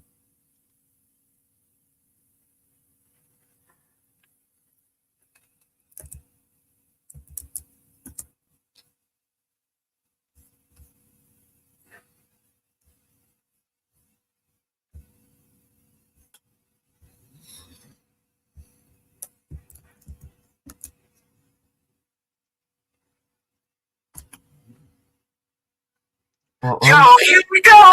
Let me tell. Yo, here we go. Let me tell you. Yo, here we go. Yo, here we go. Let me tell you. Yeah, that was one of mine. Okay.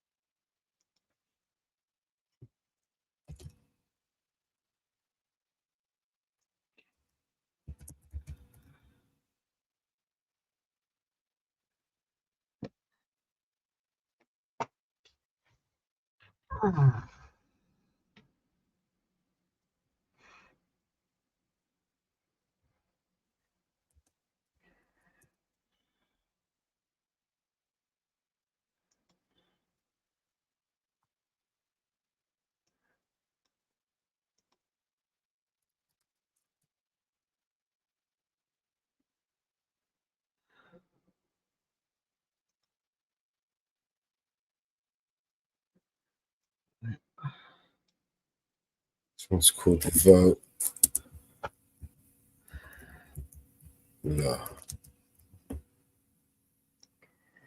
Well, I don't see.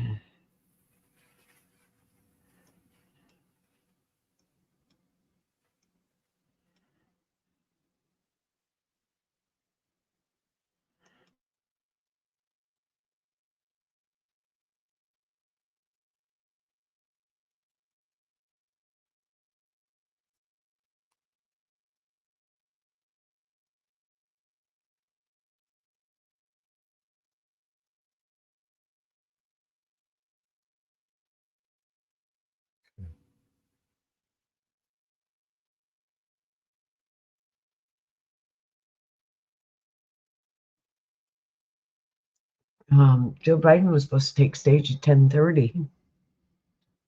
Has anyone seen him? And I just checked. And I don't see him on stage. What's he going to do? Fall up on the stage? He didn't show. He didn't show.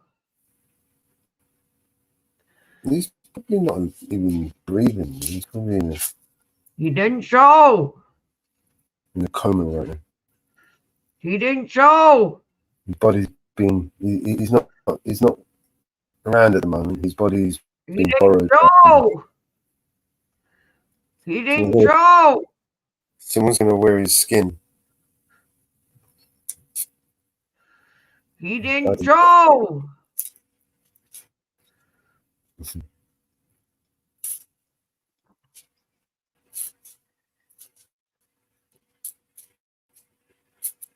Gotta remember how fast is bedtime.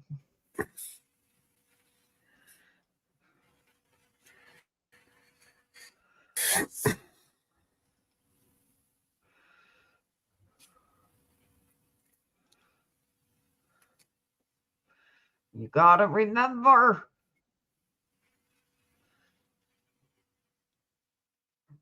You have to remember.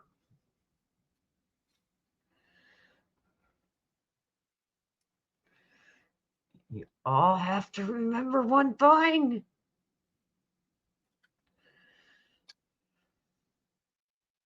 And by the way, you guys have to be in bed by 9 o'clock, you know, and asleep between 9 and 12, or he doesn't show up.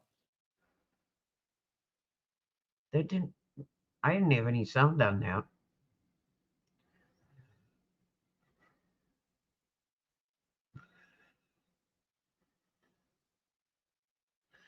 Did I lose my speaker?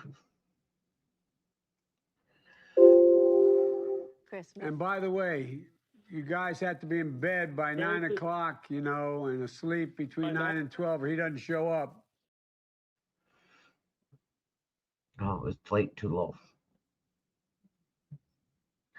He was in bed. He was in bed.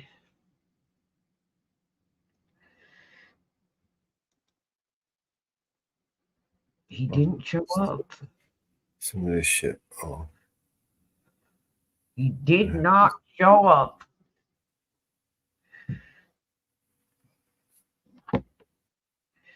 He didn't show up.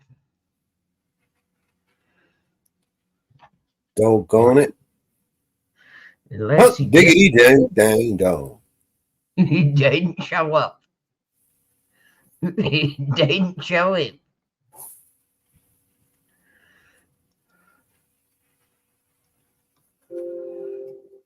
He didn't show up.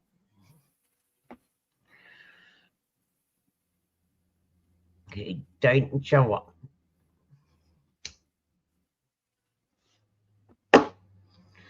Like y'all thought he was going to show up, he didn't show up.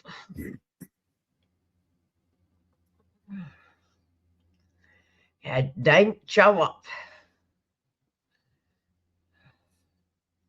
Sorry, folks.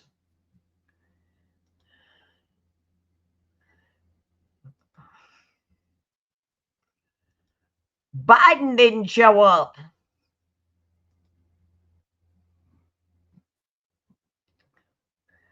You both show up at the Democratic convention. He didn't show up. You both show up at 10 o'clock. But he went to bed instead.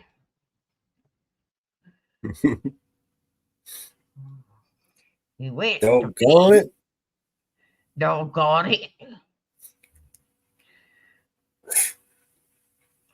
He was supposed to show up at 10 o'clock. He's supposed to be there at 10 o'clock tonight.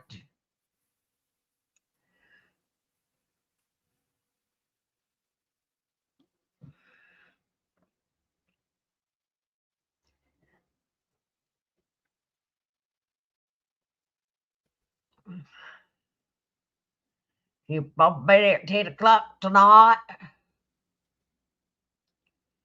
I didn't show it.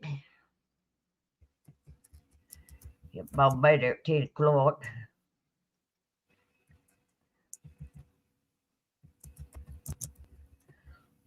Yeah.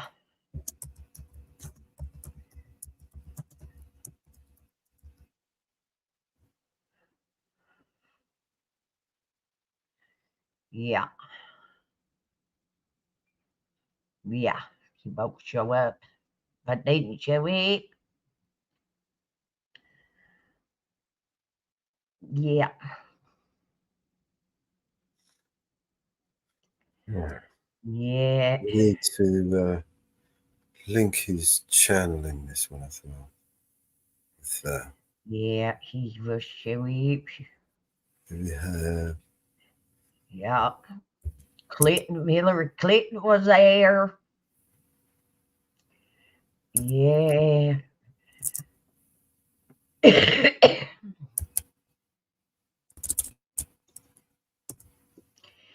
Jill Biden was supposed to be in there too.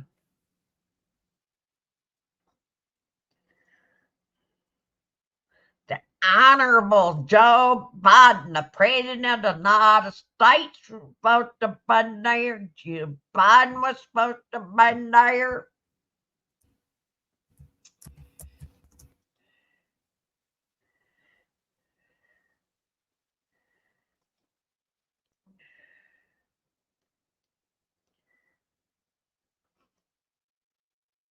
Good deal. Yeah.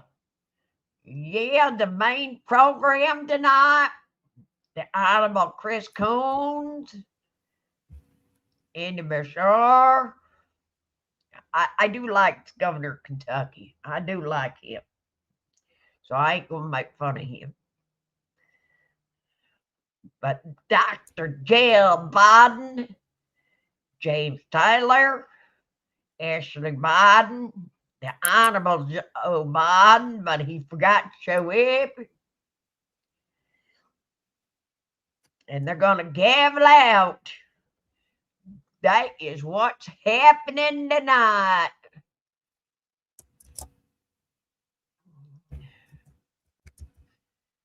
But somehow, the Dr. Jill Biden and Joe Biden did not show up. They done forgot to show up. Who knows where they are? So it's our fault. Done, folks. They did done, did not show up. Where they are, don't have any idea, don't know where they are. Can't help you with that one.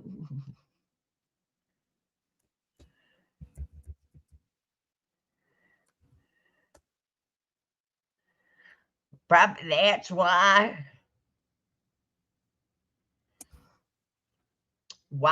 Harris walked into the convention tonight instead of waiting to come in at a later date, because they don't usually show up at the first one. They usually show up later on. They don't usually show up the first night. They usually show up later on. But, you know,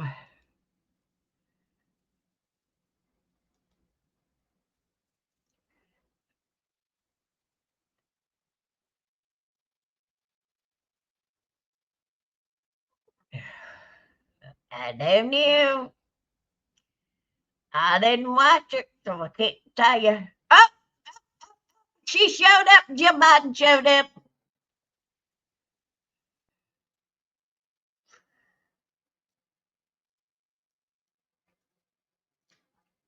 Convention was supposed to have already ended, but she showed up.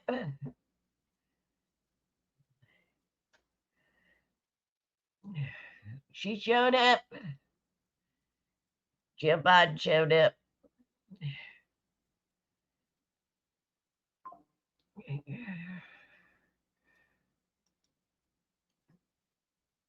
I wonder if Joe's with her.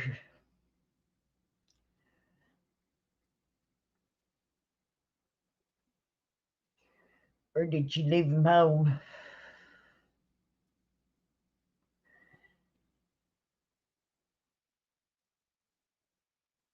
So I'm gonna drop a link in the chat, guys, for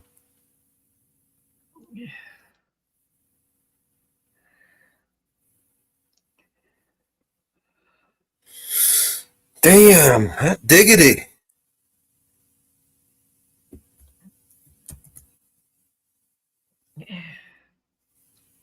She showed up. Did Joe show up too?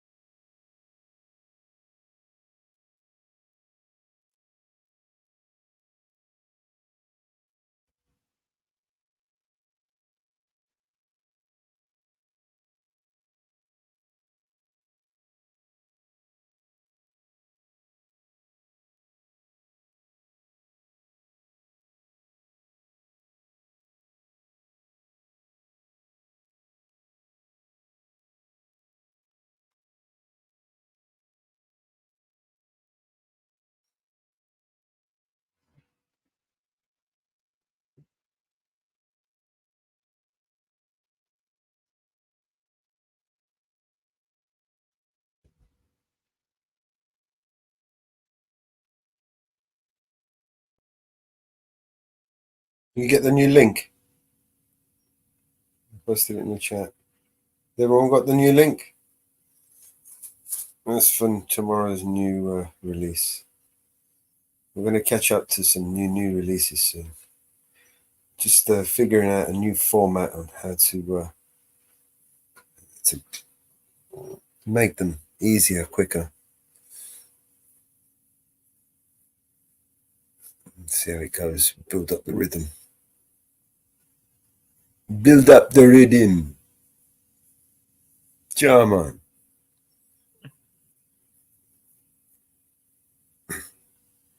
Yeah. I did. Oh my God. Yeah. Jill showed up finally. They're only an hour, almost an hour late. An hour late, but they showed up.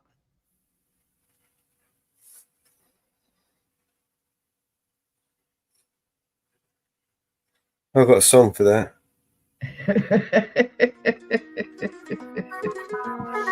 Oh, it's 11:20. It's 11:20.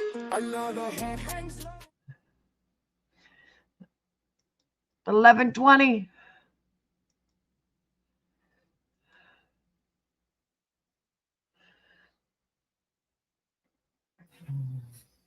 What do you want to put on? Oh, find one. Quick.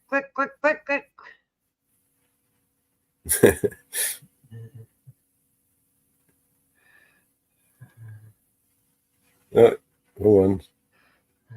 Got one? Oh, well.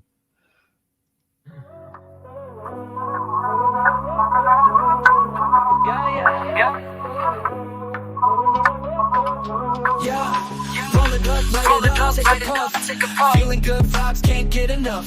When the smoke fills the room, we all groove. Inhale, exhale, let the rhythm move. Mind elevated, thoughts innovated. Creativity sparked, ideas generated. Music in the air, we're feeling so high. The vibes are right, we're reaching the sky. A little weed helps the music flow, and the good times roll. Oh, we're feeling fine, everything's in sync. Lost in the moment, no need to think.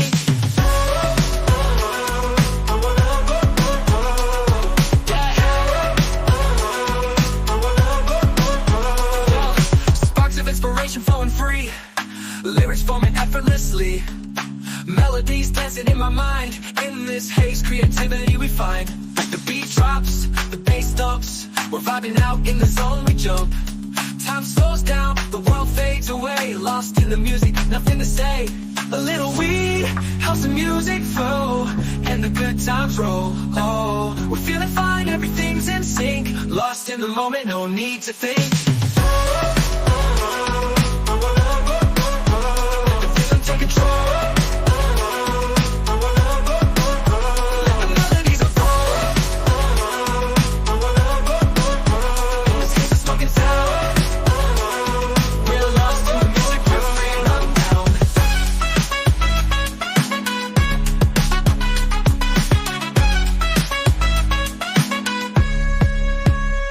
A little weed helps the music flow, and the good times roll. Oh, we're feeling fine, everything's in sync. Lost in the moment, no need to think. Let the rhythm take control. Let the melodies unroll. In this haze of smoke and sound, we're lost in the music, we're free and unbound. Oh, a little weed helps the music flow, let the good times roll. In this cloud of smoke, we find our refrain. Let the music guide us, let the vibes take hold. A little weed helps the music flow, let the good times roll.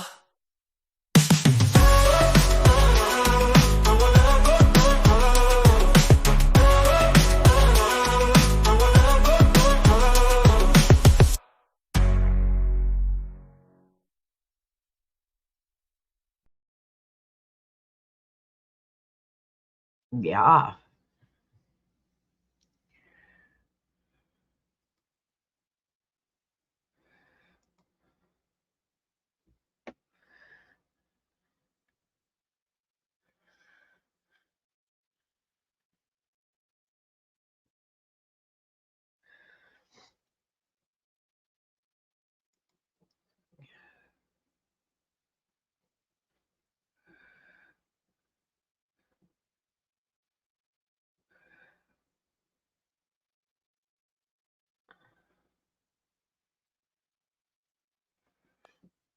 I'll try and change my avatar.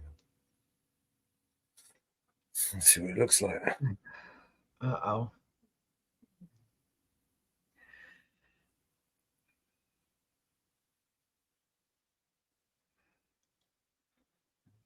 Let's bring it up this time. Good morning.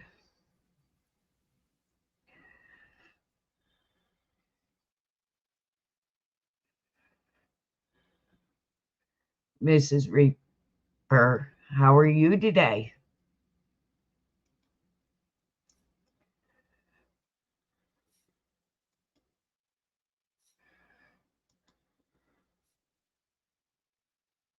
Hey, Mrs. Reaper. Sorry, I'm just a little bit distracted trying to find something.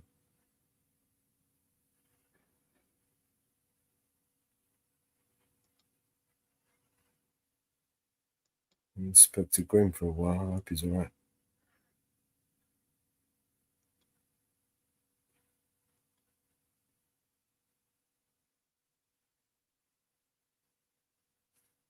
How are you doing today?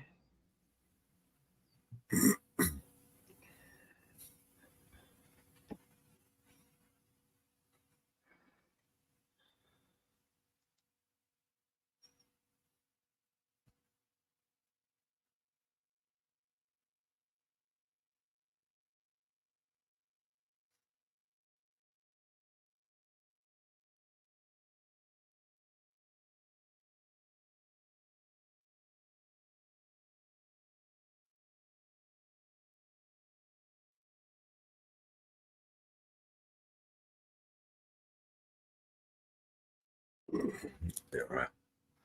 Could be a bit bigger, I suppose. Oh, someone's popped in the back room.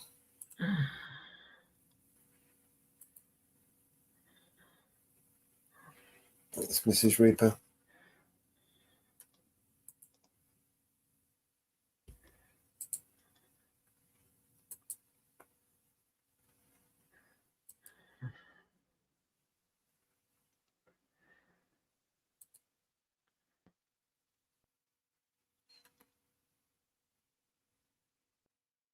Hi, Mrs. Reaper.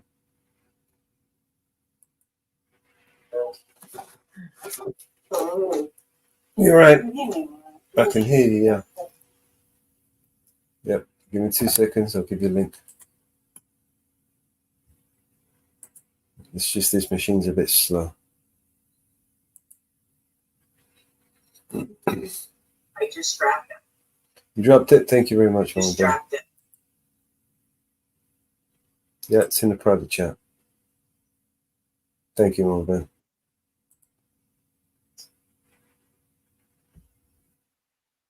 Yeah, don't forget to leave the old room. I don't have to leave it. How do you do that? Like that. You're done. It's done. Thank Good. you. Good morning, Reaper. Good morning, Mama Bear. How are you today? I'm alright. Apart from having no internet.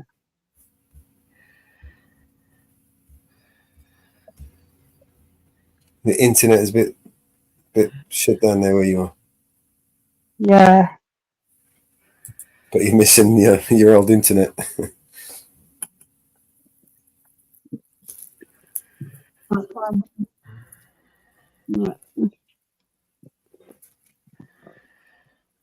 I'm getting an echo. Why?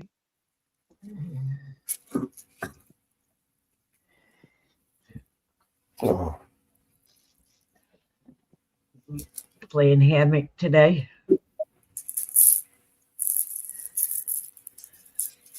Mellows has been in and out today. His internet's not working very good today.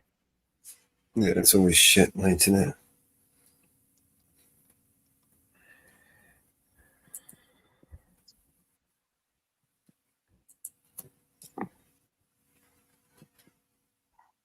It's been crap yesterday. They ended up sending it home without pay.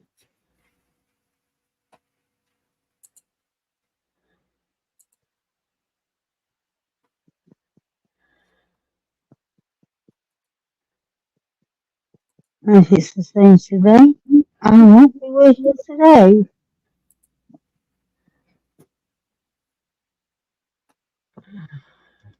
Yeah. Been quiet today.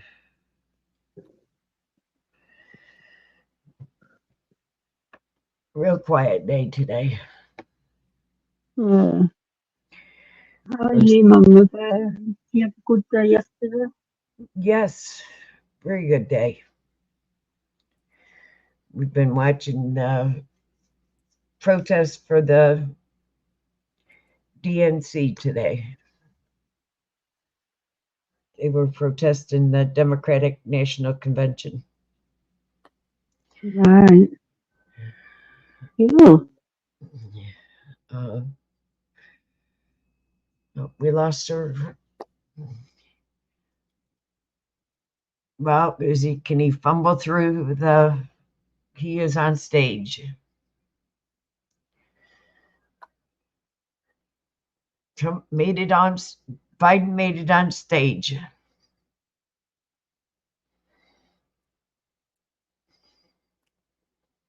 want to bring him up? Let's bring him up. Okay, hold on. Bring him on stage.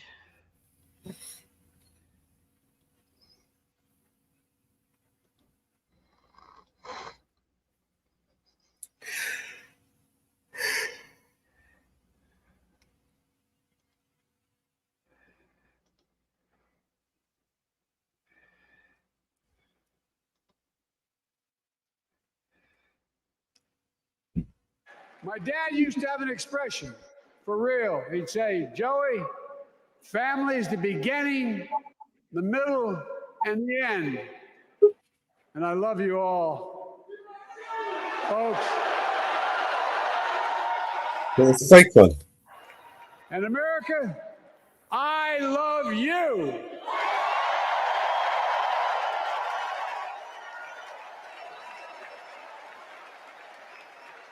Folks, let me ask you,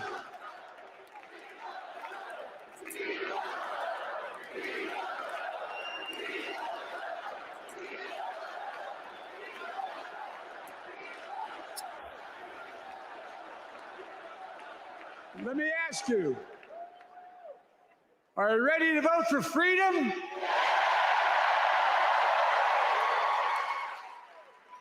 Are you ready to vote for democracy and for America? Let me ask you, are you ready to elect Kamala Harris and Tim Walz, President and Vice President of the United States?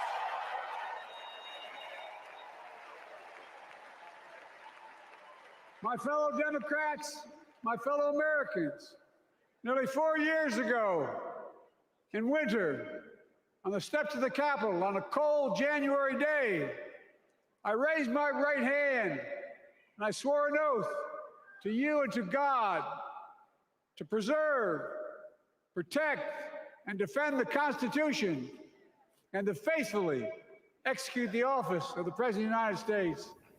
See how easily they lie. In front of me was a city surrounded by the National Guard. Behind me, a Capitol that 2 weeks before had been overrun by a violent mob. But I knew then, from the bottom of my heart, that I knew now, there is no place in America for political violence. None.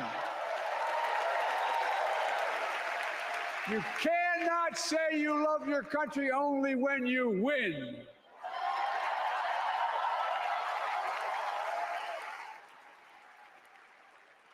In that moment, I wasn't looking to the past. I was looking to the future. I spoke of the work at hand, the moment we had to meet. It was, as I told you then, a winter of peril and possibility. Of peril and possibility.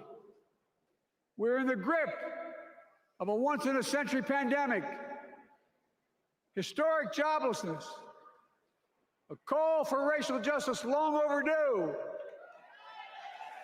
clear and present threats to our very democracy. Thank you.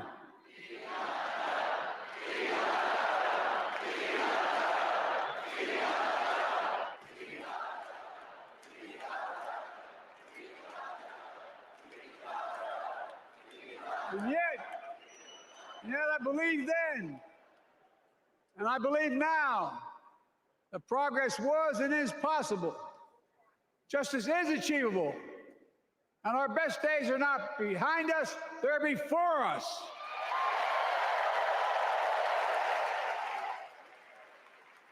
Now it's summer, the winter is past, and with a grateful heart, I stand before you now on this August night to report that democracy has prevailed.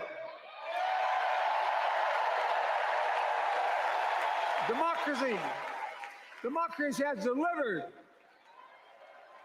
And now democracy must be preserved.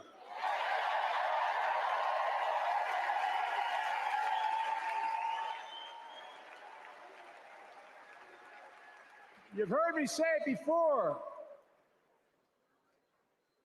We're facing an inflection point.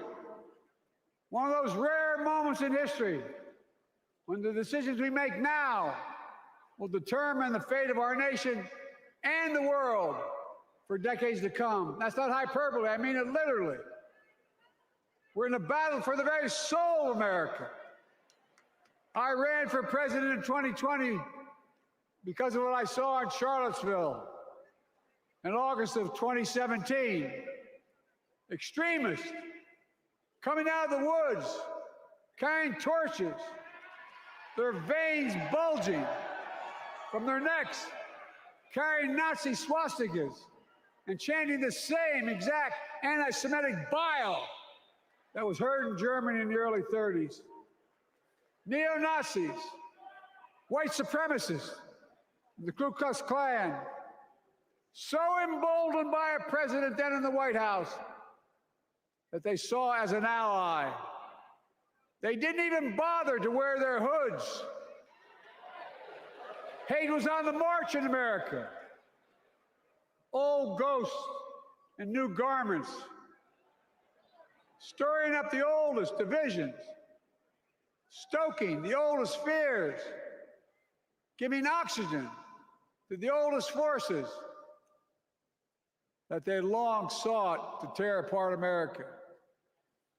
In the process, a young woman was killed.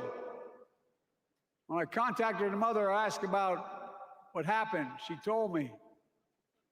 When the president was asked what he thought had happened, Donald Trump said, and I quote, "There are very fine people on both sides. My God." Looks like he's going to cry. He said, that is what he said and what he meant. That's when I realized, had listened to the admonition of my dead son, I could not stay in the sidelines. So I ran.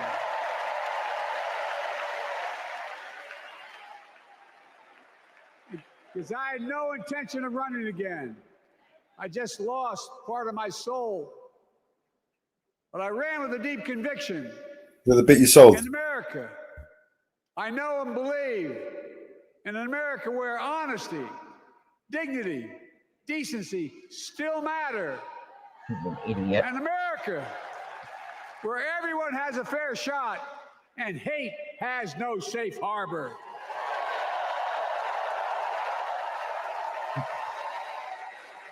An America where the fundamental creed of this nation, that all of us are created equal, is still very much alive. And a broad coalition of Americans joined with me. 81 million voters voted for us. More than any time in all of history. Because of all of you and look at all the promises we came together in 2020. Even all the dead people voted for him. Bingo. As your president, I've been determined to keep America moving forward, not going back, to stand against hate and violence in all its forms, to be a nation where we not only live with but thrive on diversity, demonizing no one, leaving no one behind, and becoming the nation that we profess to be. I also ran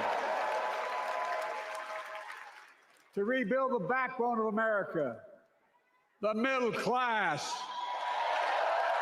This year didn't leave a whole lot of people behind. You just kept keeping the illegals in. I made a commitment to you that I be a president for all Americans, whether you voted for me or not. We have done that. Studies show the major bills we have passed actually delivered more to red states than blue. Because the job of the president is to deliver to all of America. My bank account knows all that. And I'm not exaggerating. Because of you, we've had one of the most extraordinary 4 years of progress ever, period. When I say we, I mean Kamala and me. Just think about it. COVID no longer controls our lives. We've gone from economic crisis to the strongest economy in the entire world. Record 16 million new jobs. Record small business growth. Record high stock market. Record high 401ks. Wages up and inflation down, way down, and continuing to go down.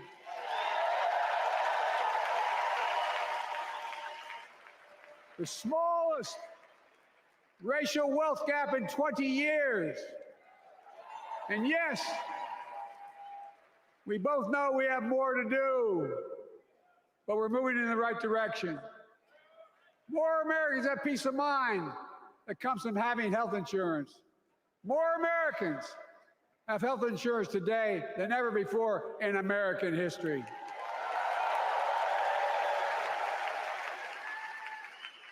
And after, as a young senator beginning to fight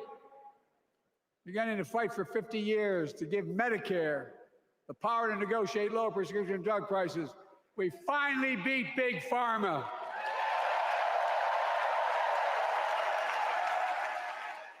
I'm paying more right And guess now who for cast the prescription than I tie-breaking ever vote? was.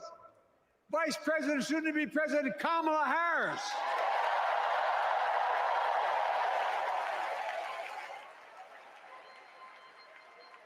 And now it's the law of the land. Instead of paying $400 a month for insulin, seniors with diabetes will pay $35 a month. The law we passed already includes, starting in January, every senior's total prescription cost can be capped at $2,000 no matter how expensive the drugs they have. And what we don't focus on, and our Republican friends don't seem to understand, our reforms don't just save seniors money, they save the American taxpayers money. You know what we just passed saved? It saved $160 billion over the next decade. That's not hyperbole. It's because Medicare no longer has to pay those exorbitant prices to the big pharma. But look, oh, thank you, Kamala, too. Look, folks, how can we have the strongest economy in the world without the best infrastructure in the world? Donald Trump promised Infrastructure Week every week for 4 years, and he never built a damn thing.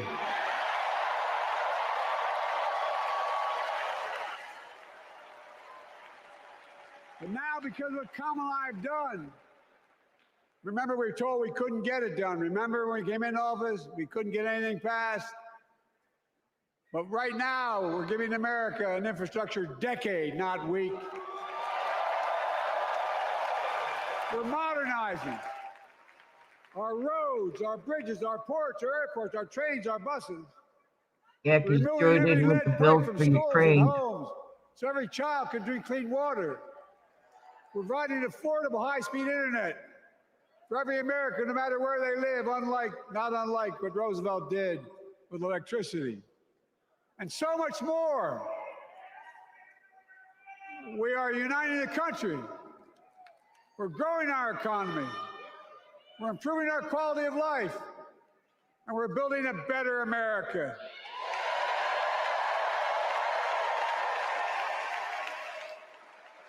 Because that's who we are. How can we be the strongest nation in the world without leading the world in science and technology? They got shit. After years Reception. of importing 90% of our semiconductor chips from abroad, which America invented those chips.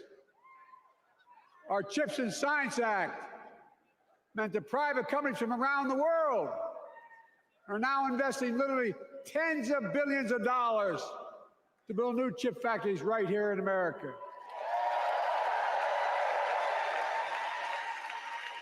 And over that period, they'll create tens of thousands of jobs.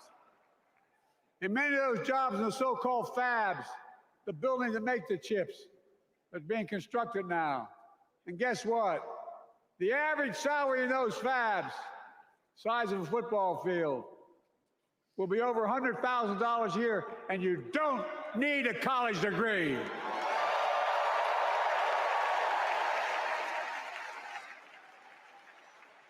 Because of you and so many electeds out there, American manufacturing is back. Where the hell to say we wouldn't lead the world in manufacturing?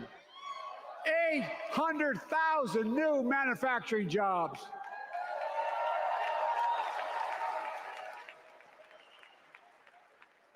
Our Republican friends and others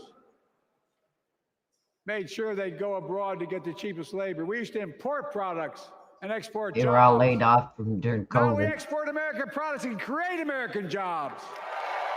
Right here in America, where jobs belong.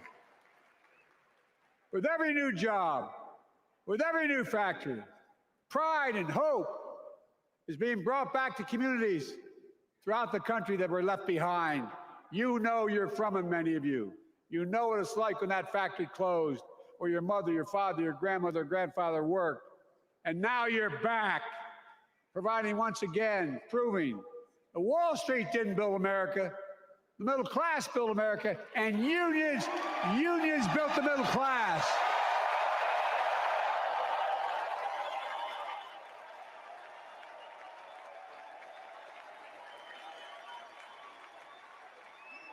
It's been my view since I came to the Senate. That's why I'm proud. 40 years I worked in the industry, and 20 years in factories, never worked in a union. And be labeled the most pro-union president in history, and I accept it. It's a fact.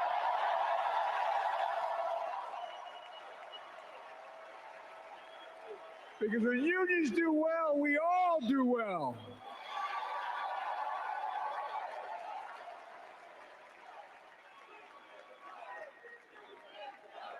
You got it, man. You got it.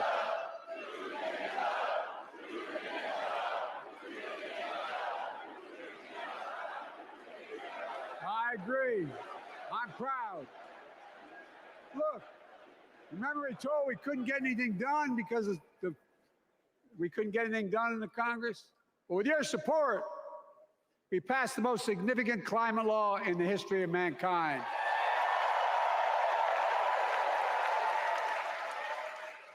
For $370 billion. Cutting carbon emissions in half by 2030. Launching a climate corps, similar to AmeriCorps and Peace Corps, creating tens of thousands of jobs for young people of the future who are going to make sure this continues. He's taking credit for something that hasn't happened yet, and that's probably might not never happen. The IBW Yeah. installing 500,000. Yeah. 500,000 charging stations all across America. And the charging stations aren't going to happen because they don't have the reducing stuff to carbon build them. emissions. And we're seeing it. We're seeing to it that the first beneficiaries of environmental initiatives are those fence-line communities that have been smothered by the legacy of pollution. Louisiana and Delaware, Route 9,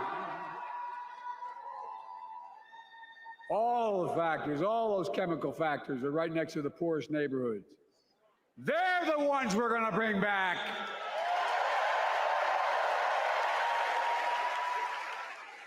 And how?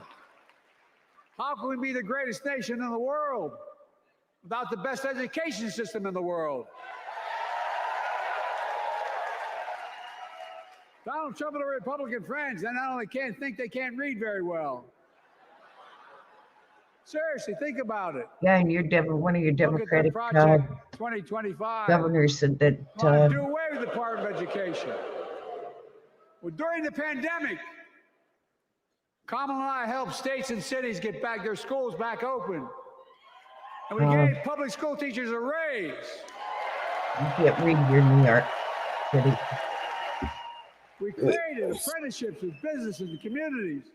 I gotta actually agree with AJM. Whether or not This they is go to CGI. college. Yeah. And by the way, This we're making is college a Ferrari. hell of a This is lot not more even Joe affordable. Biden. I don't think it is either because he hasn't started. Over 15 He's never been able to million speak like this. HBCUs. No. Minority service education, including Hispanic institutions. Eyes all funny and tribal funky. colleges. We kept our commitment to provide more student relief than ever by lifting the burden of helping millions of families so they can get married, start a family, buy a home, and begin Look to at build behind the family ear. wealth and contribute to the community. Yeah, and it grow will, our eh? economy. It's not costing us, it's creating more wealth. We fundamentally transformed how our economy grows. He's probably not even breathing, man. That's why. Why else would they use a decoy like this? My dad used to say there wasn't a whole hell of a lot to drop down on my kitchen table at the end of the month. I come from a basic middle-class family. 3-bedroom house, 4 kids, a grandpop living with us, decent neighborhood, but never a penny to spare. And look, that top-down notion never worked. A lot of Democrats didn't think it worked, thought it worked, but it doesn't. And when we did all that, what They we've keep done, cutting it. everybody can do well. Everybody. Some ain't right. Donald Trump calls America a failing nation. No, I'm serious. But think about this. Think about this. He publicly says to the whole world, I'm going to say something outrageous. I know more foreign leaders His eyes don't go wide enough. well than anybody alive. Just because I'm so damn old. But I'm not joking. Think of the message he sends around the world when he talks about America being a failing nation. He says we're losing. He's the loser. He's dead wrong.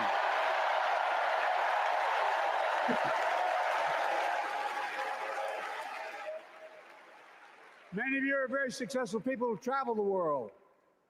Name me a country in the world that doesn't think we're the leading nation in the world. Without America, not a joke, think about it. I'm being literal. Who could lead the world other than the United States of America? Well, guess what? America's winning, and the world's better off for it. America's more prosperous, and Americans are safer today than they're under Donald Trump. Trump continues to lie about crime in America, like everything else. Guess what? On his watch, the murder rate went up 30%, the biggest increase in history. Meanwhile, we made the largest investment, Kamala and I, in public safety ever. Now, the murder rate is falling faster than any time in history. Violent crime has dropped to the lowest level of more than 50 years. And crime will keep coming down when we put a prosecutor in the Oval Office instead of a convicted felon.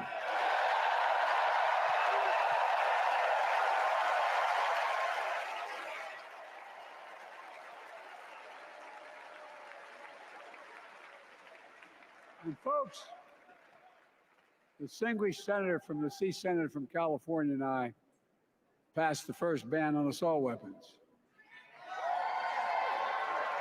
And guess what? It worked. If we care about public safety, we need to prevent gun violence.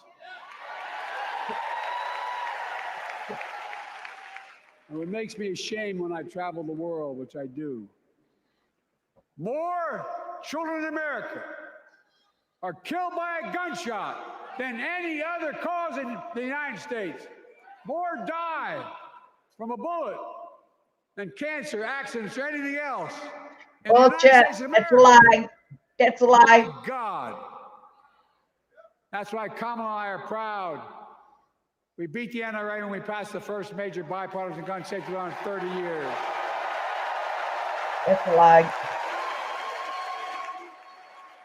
Where people die from car accidents, they do gun violence. Here. And now it's time to ban assault weapons again.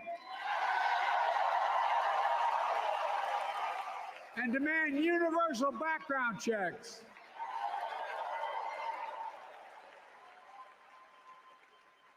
It's hard. I never thought I'd stand before a crowd of Democrats and refer to a president as a liar so many times.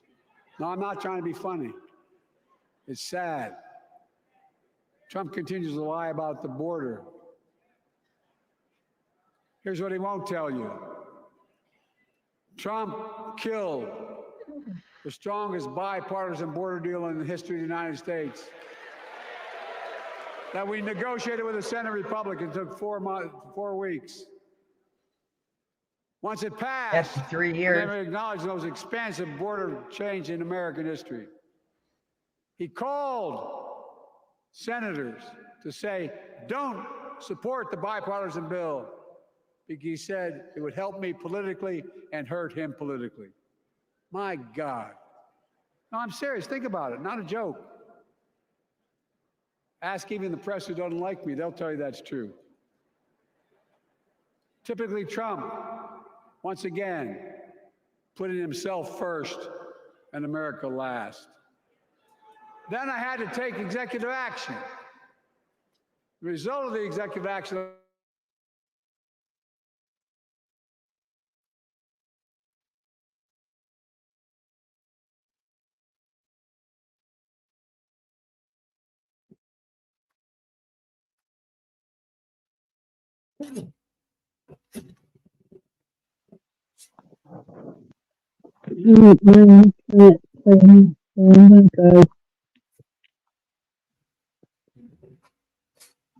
Protecting dreamers and more.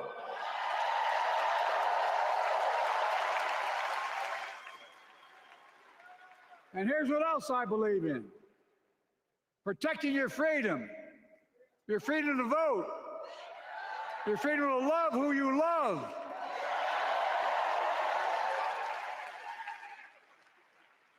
And your freedom to choose.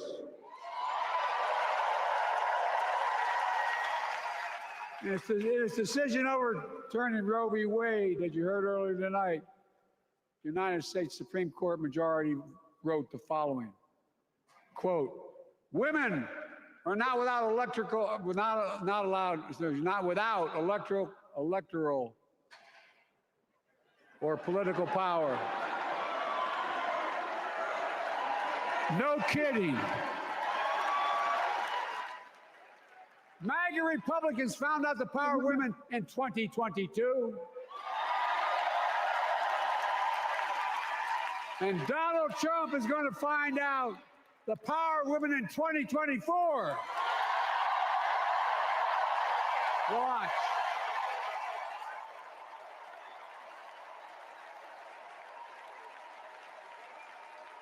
And where Trump and his mega Republican right-wingers seek to erase history, we Democrats continue to write history and make more history.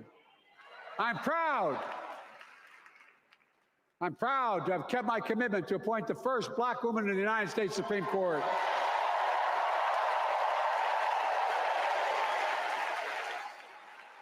Ketanji Brown Jackson, a symbol for every young woman in America that you can do anything. I'm proud that I've kept my commitment to have an administration that looks like America and that taps in to the full talent of our nation. The most diverse cabinet in history, including the first black woman of South Asian descent to serve as vice president. And will soon serve as the 47th president of the United States.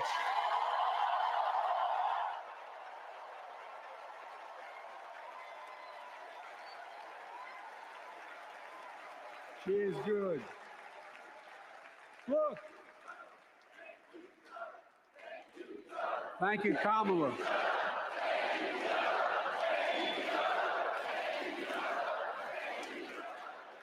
Folks, I've long said we have many obligations as a nation. But I got in trouble years ago for saying I'd make no apologies. We have only one truly sacred obligation: to prepare and equip those we send to war and care for them and their families when they come home and when they don't. That's why I'm so proud to have written and signed the PACT Act. One of the most significant laws ever, helping veterans and their families exposed to toxic materials like burn pits in Agent Orange. I was around during the Vietnam War. It's hard. Nobody was able to prove that there's illness was a consequence of Agent Orange. And no one was able to prove initially that because they lived in burn pits like my son lived next to in Iraq for a year, that is the cause of their illness. But because of the PACT Act, a surviving spouse with 2 children is now eligible for a stipend of about $3,000 a month. And those children who lost a parent are eligible for tuition benefits to go to college and to get job training. It's already helping over 1 million veterans and their families just so far. Well, I love them, and I'm so proud of my son's service. We get it. But guess who doesn't get it and doesn't respect our veterans? We know from his own chief of staff, the 4-star General John Kelly, that Trump, when in Europe, would not go to the grave sites in France the brave service members who gave their lives to this country. He called them suckers and losers. Who in the hell does he think he is? Who does he think he is? There's no words for a person. They're not the words of a person not worthy of being commander-in-chief, period. Not then, not now, and not ever. I mean that. I mean that from the bottom of my heart.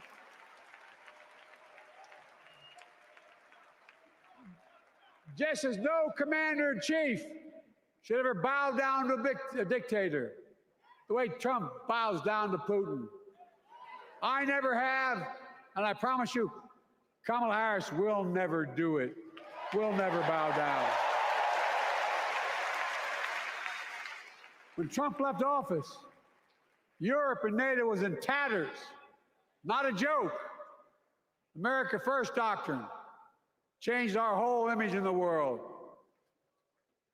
Well, they gave the hours, about 190 hours sum total, to my counterparts or heads of state in Europe to strengthen NATO. We did. We united Europe like it hadn't been united for years, adding Finland and Sweden to NATO. 10 days before he died, Henry Kissinger called and said, not since Napoleon has Europe not looked over their shoulder at Russia with dread until now. Until now. Well, guess what? Putin thought he'd take Kyiv in 3 days. 3 years later, Ukraine is still free. And the car park. Big giant car park. Yeah. And all its citizens been Conventional wisdom was wiped off the fucking face of the earth. would inevitably surpass the United States. They haven't noticed. No one's saying that now.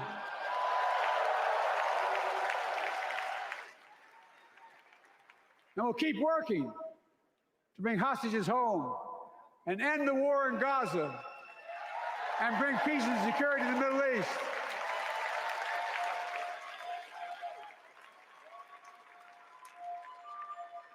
As you know, I wrote a peace treaty for Gaza. A few days ago, I put forward a proposal that brought us closer to doing that than we've done since October 7th. We're working around the clock, my Secretary of State, to prevent a wider war and reunite hostages with their families and surge humanitarian health and food assistance into Gaza now.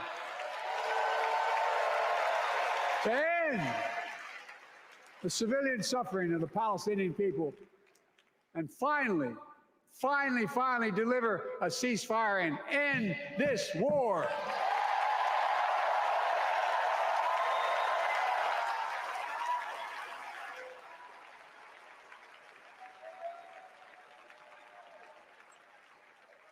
Those protesters out in the street, they have a point. A lot of innocent people are being killed on both sides. Just as we worked around the clock to bring home wrongfully detained Americans and others from Russia in one of the most complicated swaps in history, but they're home. Kamala and I are going to keep working to bring all Americans wrongfully detained around the world home. I mean it. Folks, I've got 5 months left in my presidency.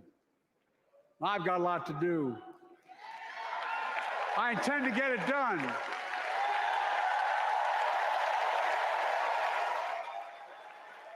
It's been the honor of my lifetime to serve as your president. I love the job, but I love my country more. I love my country more. And all this talk about how I'm angry at all those people who said I should step down. That's not true.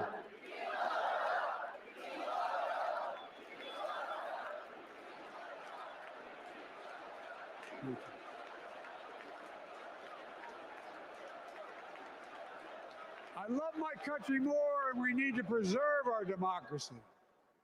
In 2024, we need you to vote. We need you to keep the Senate. We need you to win back the House of Representatives. And above all, we need you to beat Donald Trump.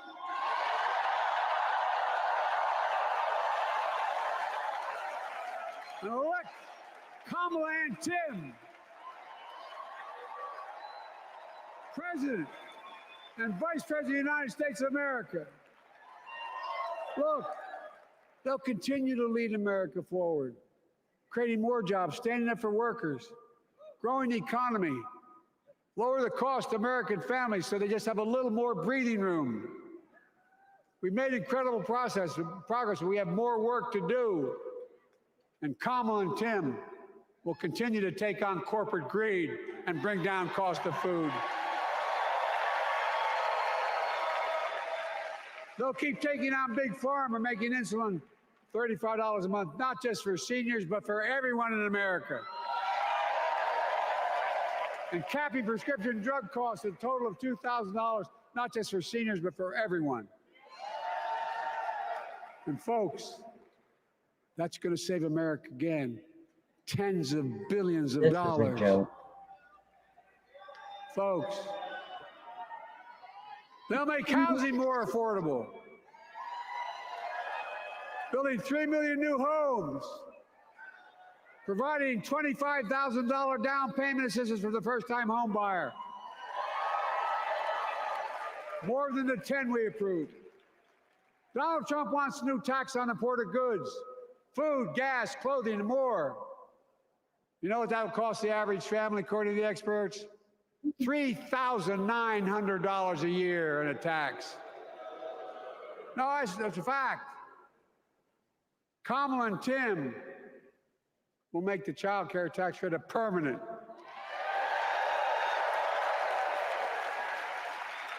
Lifting millions of children out of poverty and helping millions of families get ahead. But you know what Trump has? He created the largest debt any president had in 4 years with his $2 trillion tax cut for the wealthy. Well, Trump has a new plan. He wants to provide a $5 billion tax cut for corporations.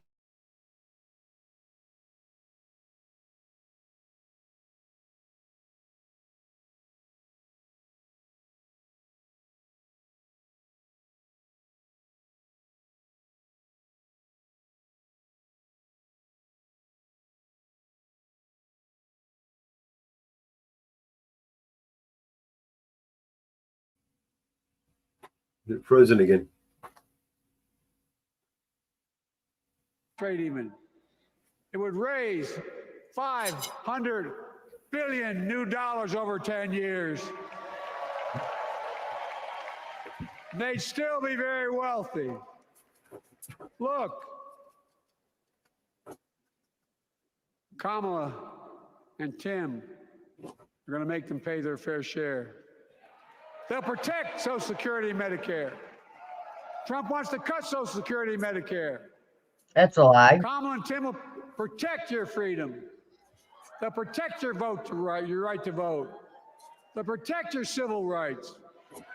And you know, Trump will do everything to ban abortion nationwide. Oh, he will. You know, except in Kamala and state. Tim will do everything.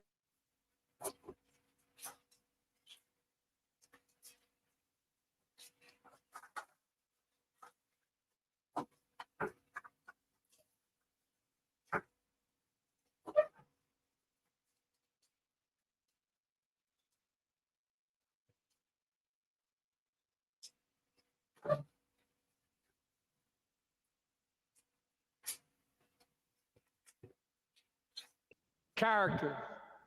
It's been our honor to serve alongside them. And we know that Tim and Gwen Waltz are also people of great character. Selecting Kamala was the very first decision I made when I became our nominee. And it was the best decision I made my whole career.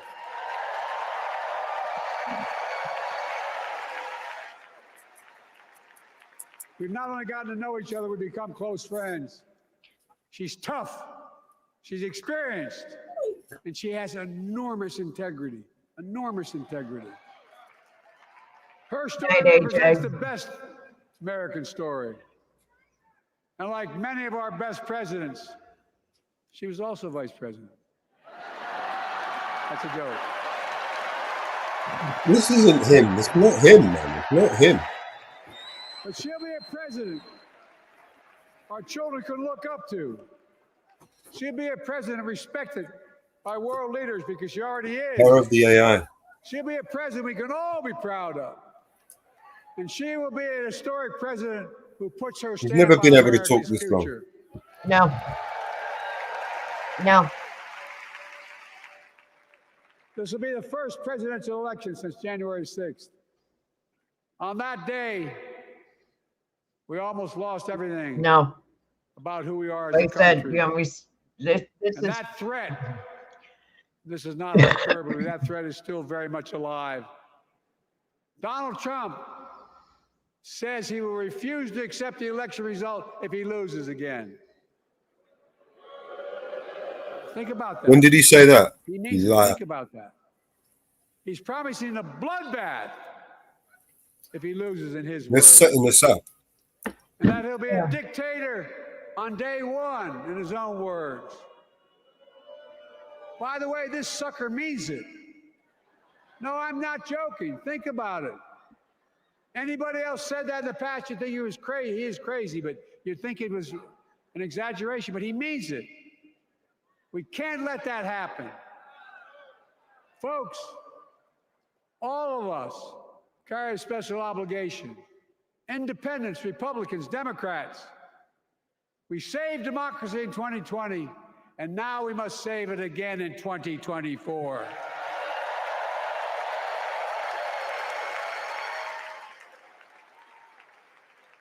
The vote of each of us cast this year will determine whether democracy and freedom will prevail. It's that simple. It's that serious. And the power is literally in your hands. History is in your hands. Not hyperbole. It's in your hands. America's future is in your hands. Let me close with this. Nowhere else in the world could a kid with a stutter and modest beginnings in Scranton, Pennsylvania, and Claymont, Delaware, grow up to sit behind the resolute desk in the Oval Office.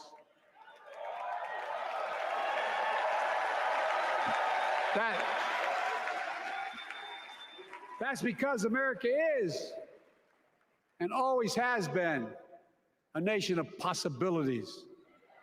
Possibilities. We must never lose that. Never. Kamala and Tim understand that this nation must continue to be a place of possibilities, not just for the few of us, but for all of us. So join me in promising your whole heart to this effort, and where my heart will be. I promise I'll be the best volunteer Harrison Waltz has Cam ever seen.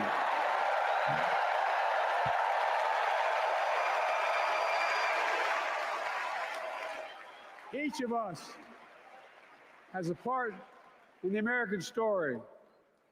For me and my family, there's a song that means a lot to us, that captures the best of who we are as a nation. The song is called American Anthem. There's one verse that stands out, and I can't sing worth a damn, so I'm not going to try. A nation of I'll possibilities. just quote it. The work and He's turned prayers it of into, centuries thanks to him, a nation have of brought us to this liars day. and hypocrisies. What shall our legacy be? What will our children say? Let me know in my heart when my days are through. America, America, I gave my best to you.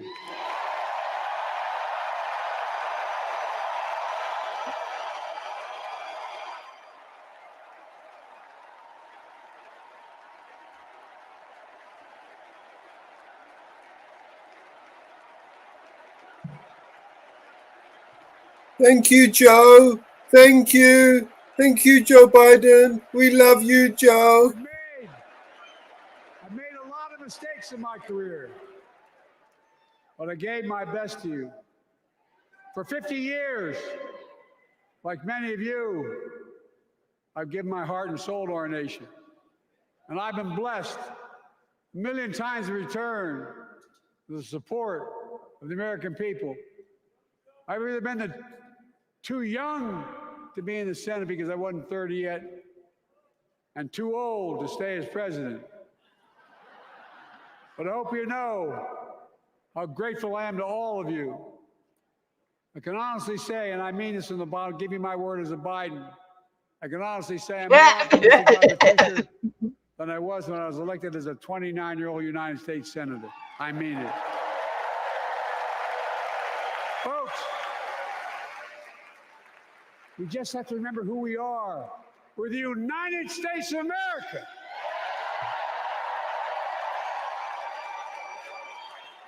And there's nothing we cannot do when we do it together. God bless you all, and may God protect our troops. Thank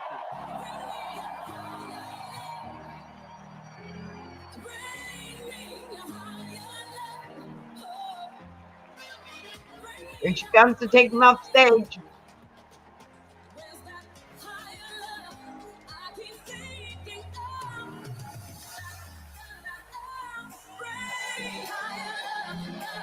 And I think this is the last time we're going to see from this motherfucker. Hopefully. Hopefully he just goes away and disappears into the distance. Unlike Obama, he keeps popping his head up. Hopefully this guy will just... That'll be it. That'll be the last time we ever fucking hear from that cunt. Crossing my fingers for you guys, man. I'm hoping for you. I'm hoping for the best for you. Hopefully it's the last time you ever have to suffer that fucking idiot. Something tells me that's what's going to happen. Look at this bitch.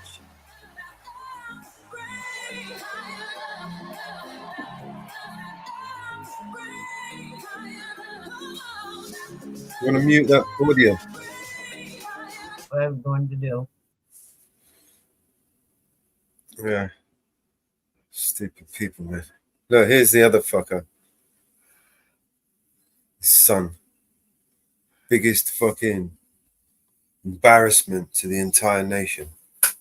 Yeah.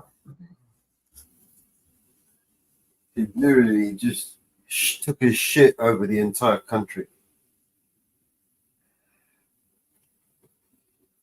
Yeah. Criminal. The convicted criminal. He's a felon too. It does not talk about that. He's a felon. They all are. They all are. They all are. Yeah, he's a felon too. You want to put the Trump the felon? He's a felon too. This shit don't stink.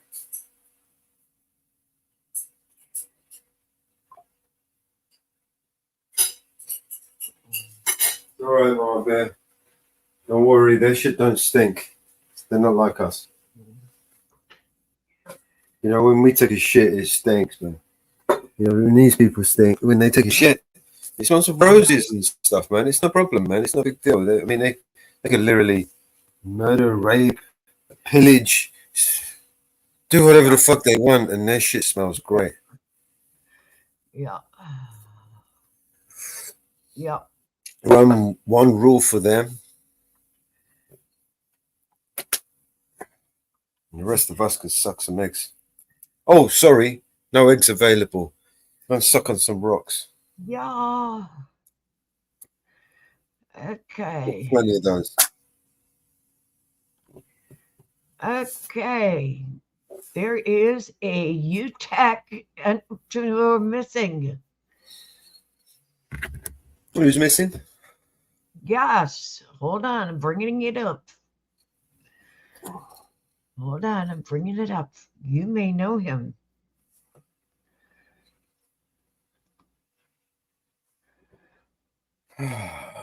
Will Turbott's missing. He just disappeared, isn't it? Oh, Mike Lynch. Mike Flinch. I know that name. Lynch. Mike Finch.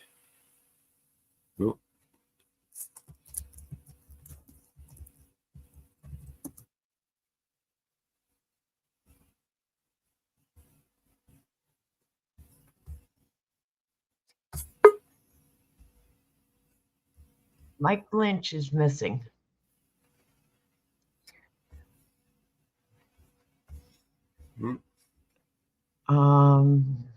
Mike Lynch is missing. He is a tech tycoon.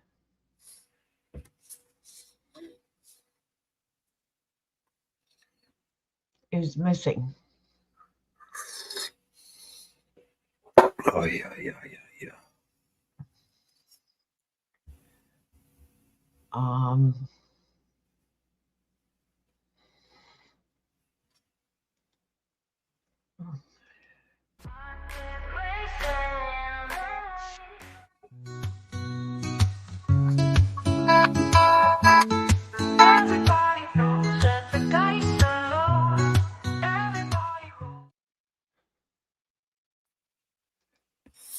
Everybody knows.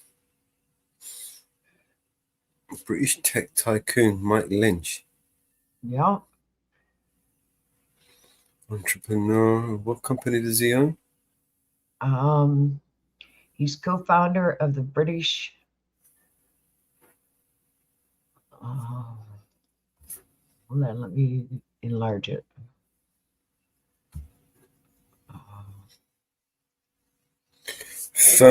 British tech firm Autonomy. Yep. Why do I know that name? Autonomy.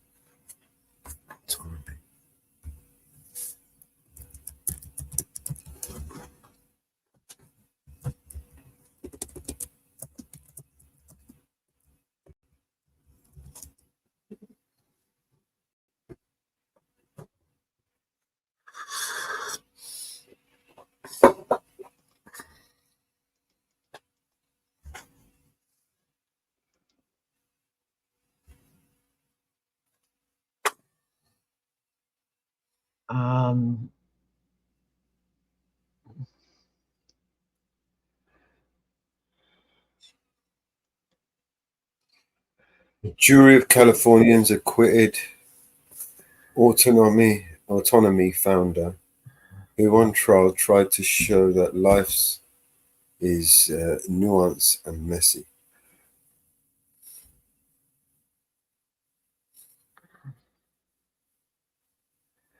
He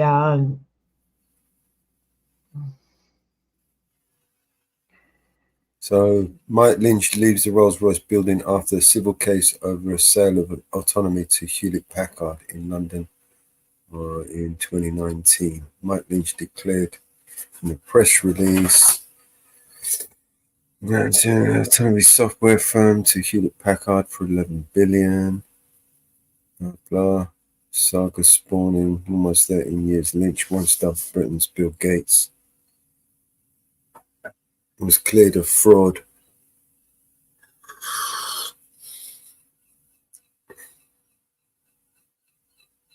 The verdict amounts to a stunning reversal in fortunes for the entrepreneur. So he had to pay out a lot of money, billions of pounds. $4 billion in damages.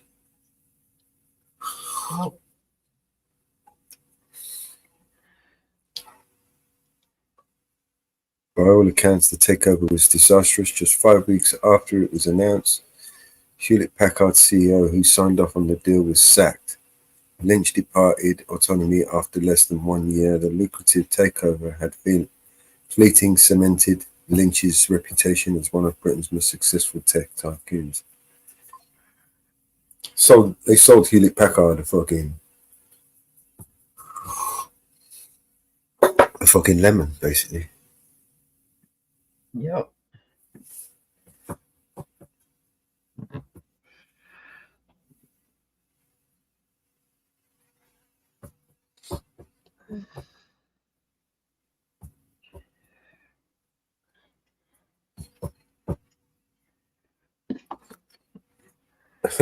Someone's already commented on the song. La. Yeah. Yeah. Laugh for president. Thumbs up.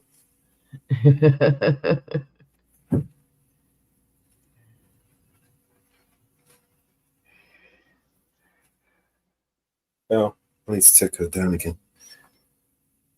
No one popped up today. Has Hillary or Obama spoken yet? Yep, Hillary already spoke. What the fuck did she have to say, the stupid bitch? No idea.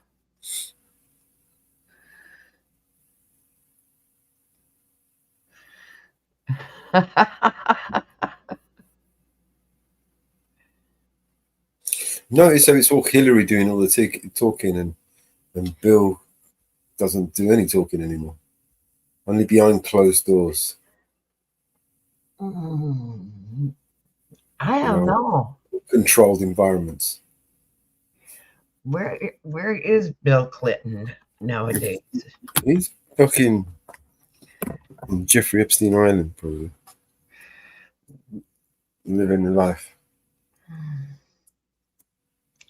What does he do anymore? Where is Bill Clinton now?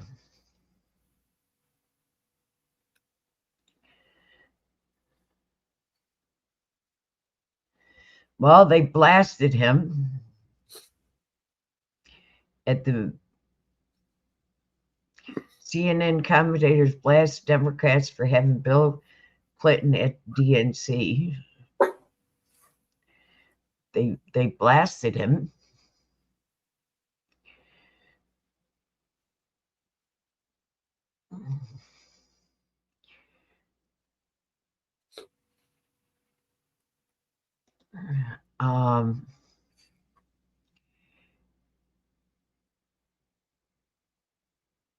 Blasted for having Bill Clinton at the DNC quiet him finally, please. So they blasted him.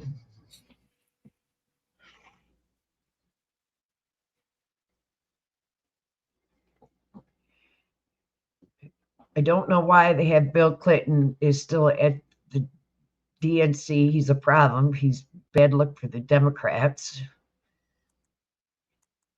He's no good.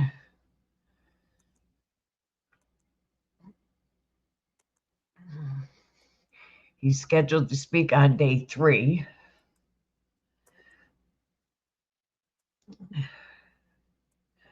He really is. You know? I don't think that was him talking. If that was him talking, he went out with a bang, right? I mean, that was the only time I've ever heard him have a fucking coherent sentence. You know? Is it because he's relaxed now and he's drugged up? I don't even think it was him. No.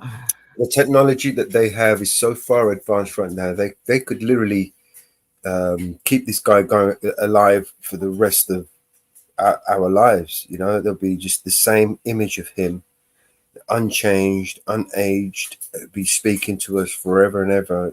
That's the level of technology we are at the moment. They have that ability to make themselves look like pretty much anyone. I mean, look what the AI can do, and that's the level. That's the AI that we have access to. Not they're 10 years more advanced than we are, at least, right? And they got all the money. They got all your money. Oh,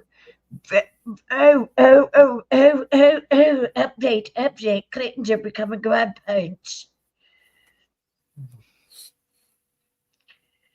Oh, your daughter's going to become a mommy.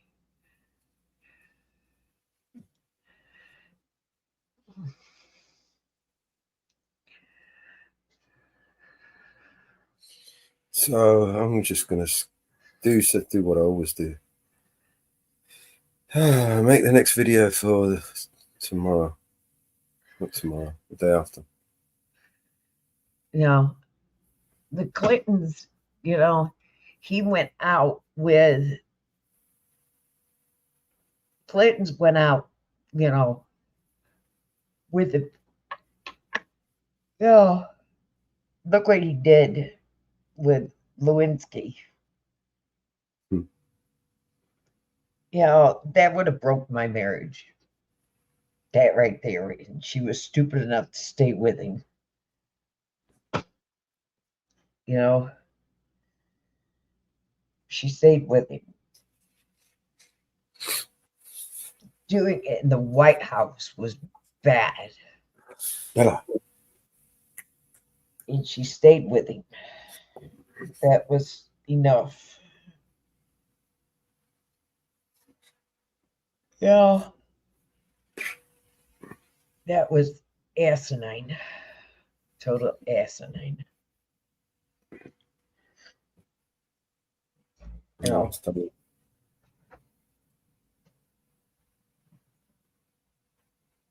Oh.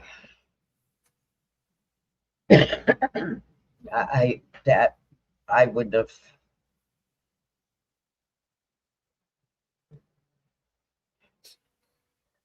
Not in a million years would I have stayed with him.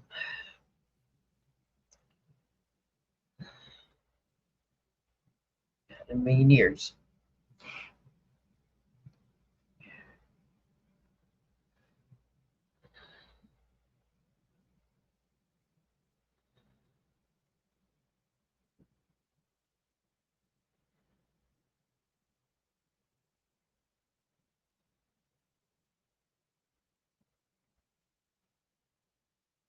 I stayed with him.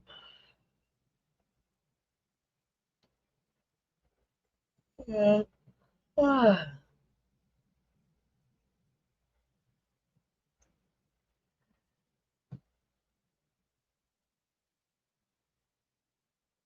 Oh. I'm looking for. I think you know what I want to release. Did we do the first Mama Bear already? We did, didn't we? Let's do the second one. No. We did do Mama Bear, didn't we? Yeah, that's one of the first we released. And the other Mama Bear is called something.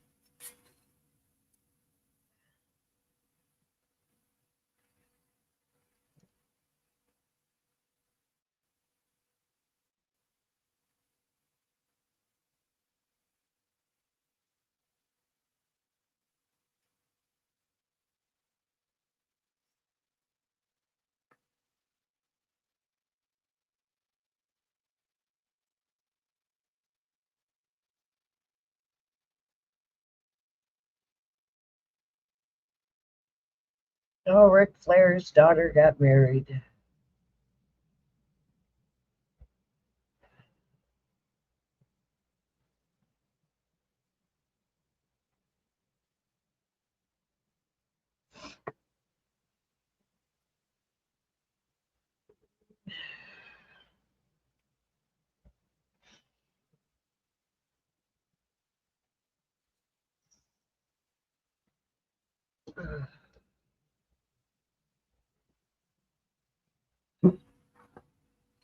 Oh, and you know what? I need to make a.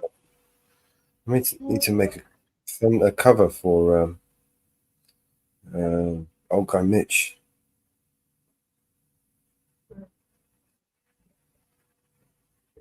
Yeah.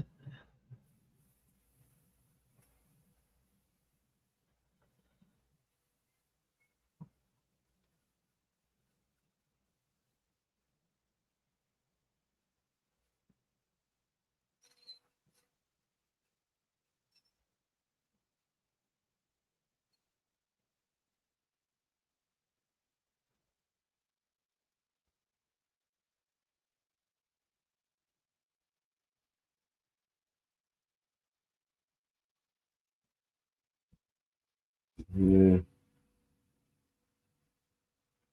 Album cover. Here we go. And I'll bring the screen up and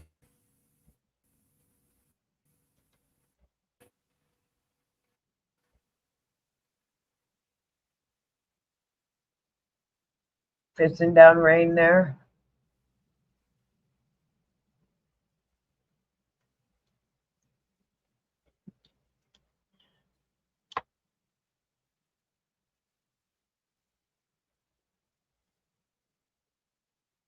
Yeah.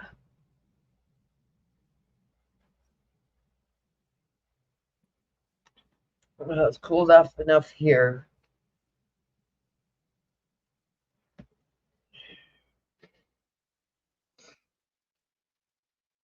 It's 54 here. And it cooled off, my house cooled off enough for my furnace to flick on. It's old guy Mitch 65, right? Yeah. Oh. Something like that. Old guy 65 Mitch. Old guy 65 Mitch. It's old guy 65. Old guy 65. And 65. The 65 is right hooked to old guy. So put the 65 next to guy. Well, no space. No space. Old guy space 65 Mitch. Yep. Old guy. No. It's old guy 65.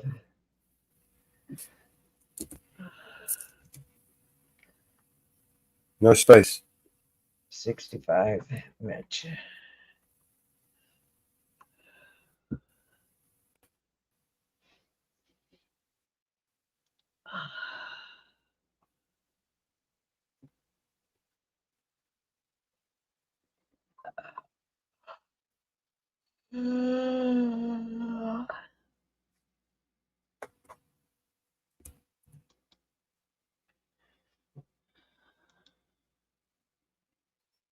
What's that? It's too plain. Double check, make sure. Has he put it small letters or?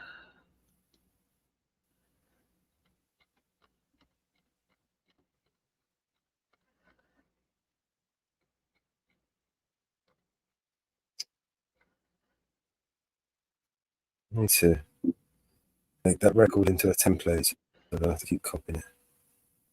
Let me make some templates. Hang on. This is pissing me off. Okay. Old is OLD. Old is capitalized. GY is small letters. Guy is small letters. And Mitch is capitalized.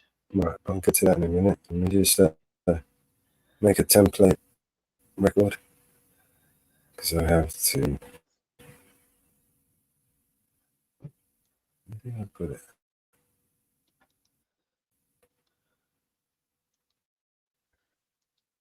God, he's complicated.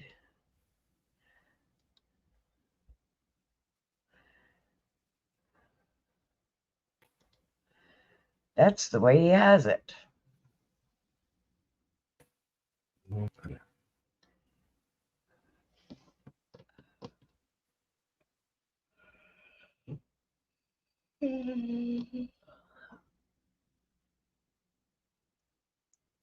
He's complicated.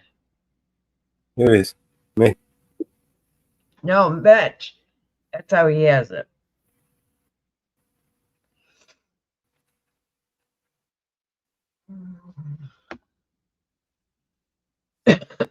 On his webpage.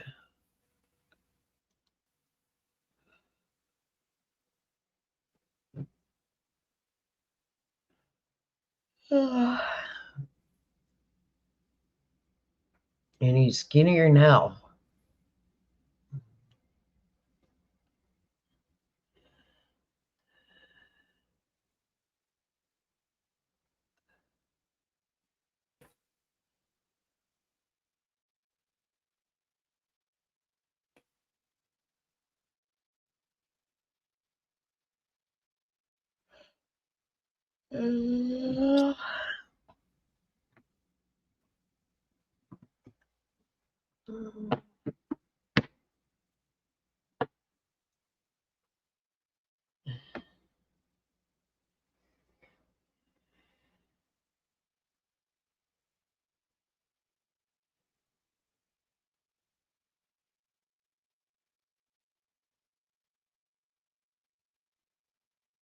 Oh, 51 degrees here.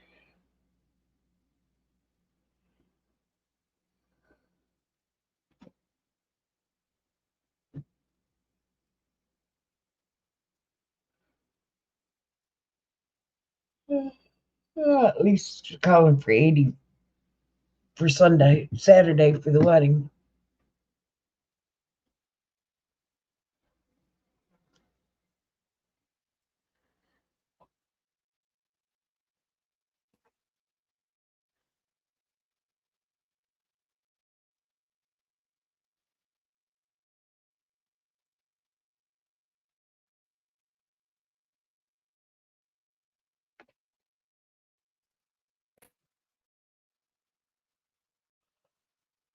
Ah.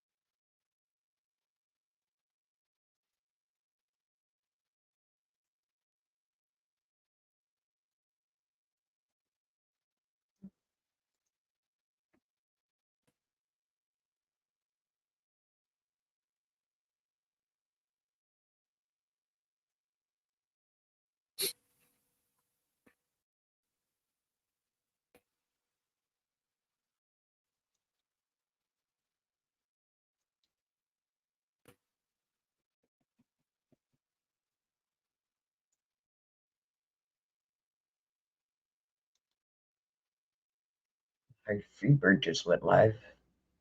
Who? Harvey Freebird just went live.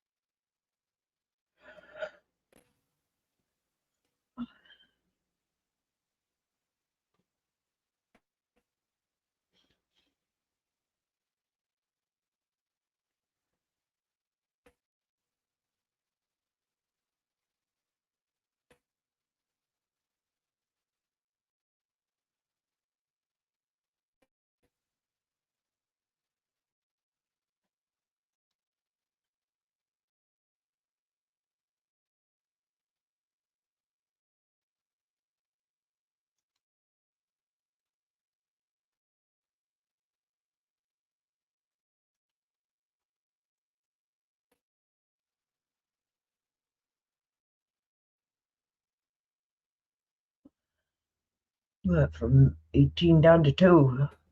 Bam. We're showing the other.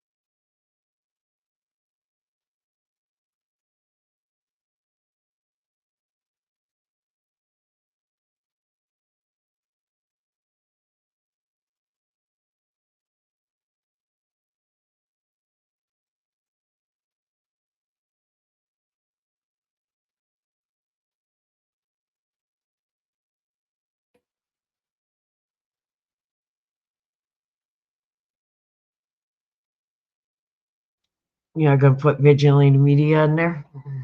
This could be on the record. Oh, okay.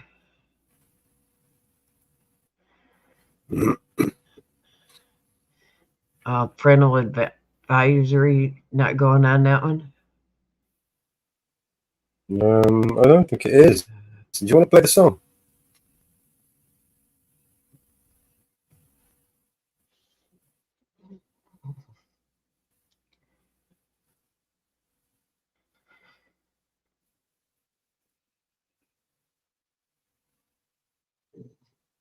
We have video for that one.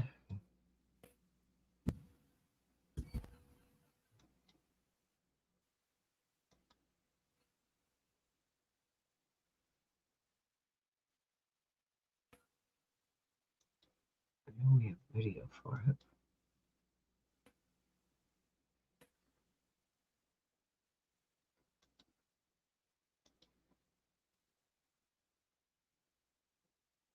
Oh, got a niche calls you out.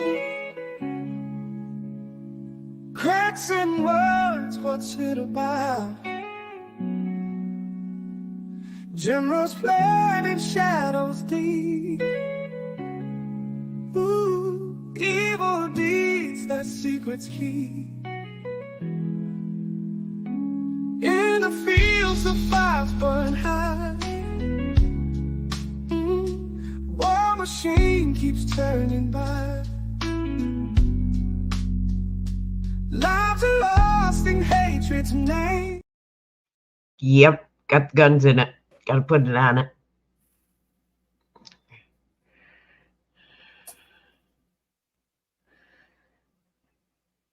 Got guns in it. Got to put it on it. Nice.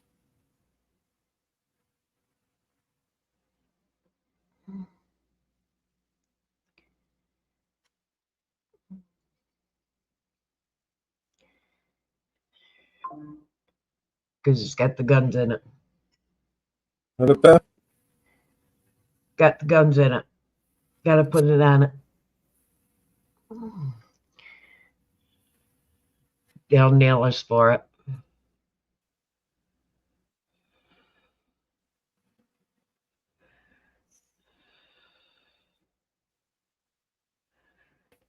They will nail us for it because it's got guns in it.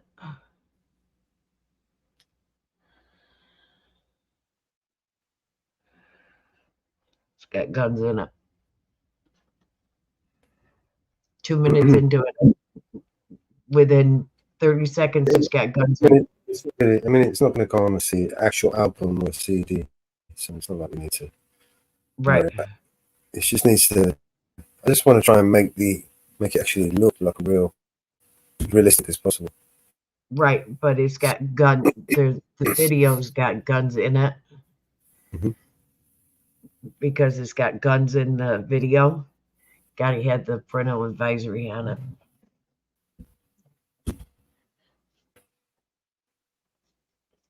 Just because the video got guns in it. That way YouTube don't nail us for it. We got parental advisory on it.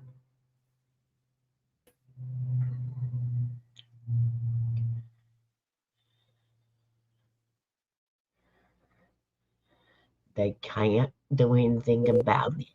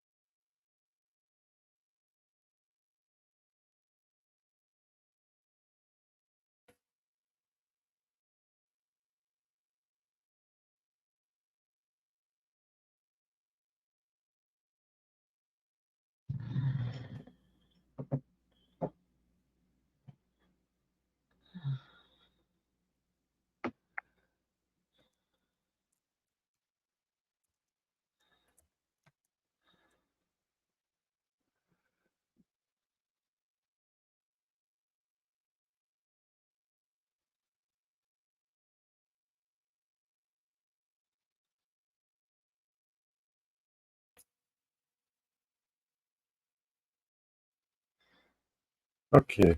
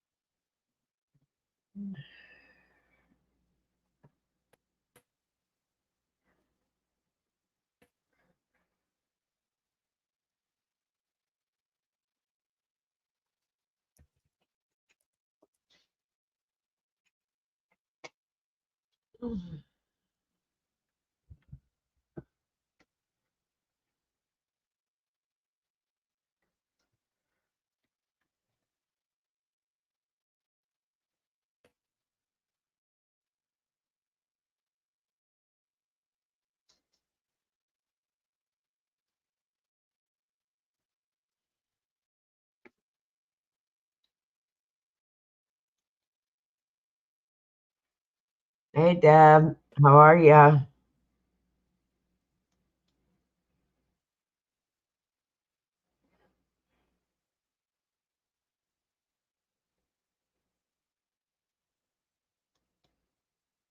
How are you, Deb?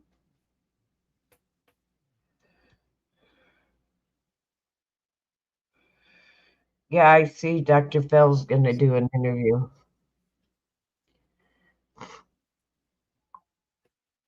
With AFA.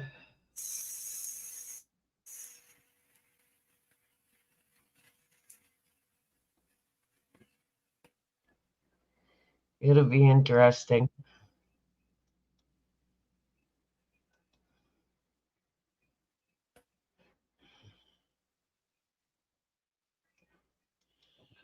Yeah.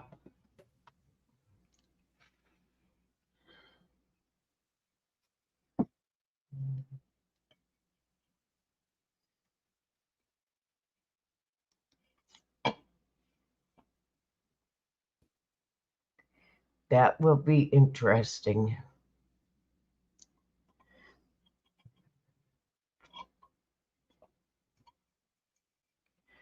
Wonder who else is going to do it besides AFA.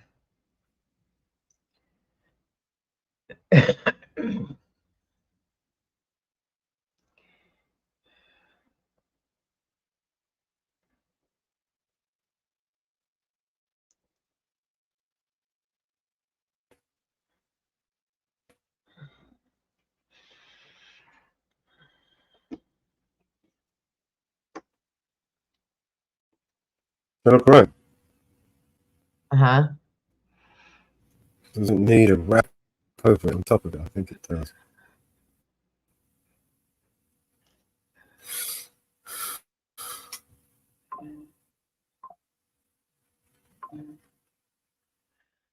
Let's get a wrap over it.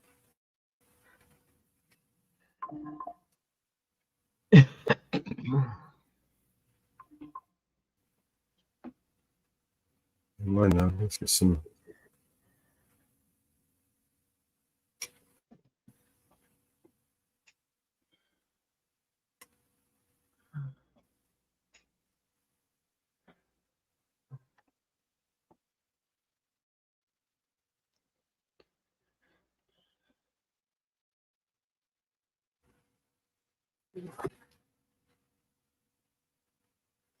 See, no effect.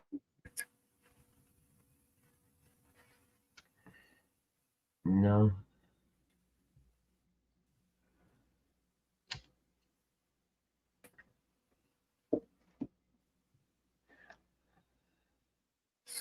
So I'm not bringing any effect over.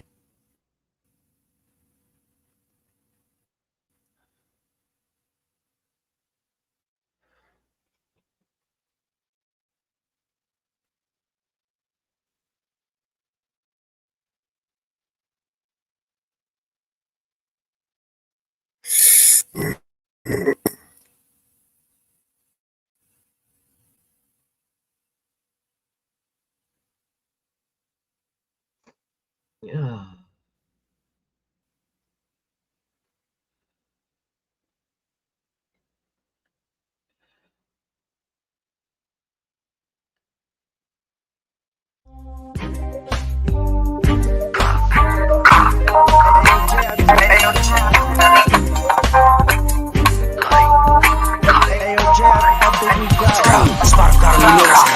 G18 in the coma switch. Who I don't feel like this shit got a kick. I got answer, I'm letting it rip.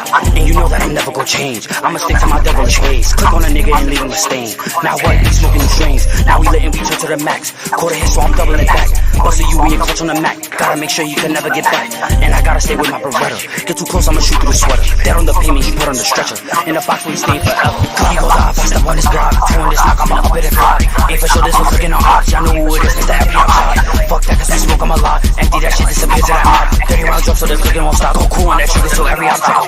And you know that I'm different. Go dolly when I'm on a mission. I catch a oppie, get shot from a distance. Carry heat that'll scare off the devil. Bullets connect, hot spot to his mental. That ops, we using a shovel. I can get polished as it. 30 round drum when it's time to go blitz. He talking how he get shot in the shit. Give him another if it's about to twitch. He can get shot if you walk with his bitch. I never sit you till they all get hit. BDO us every op in the split.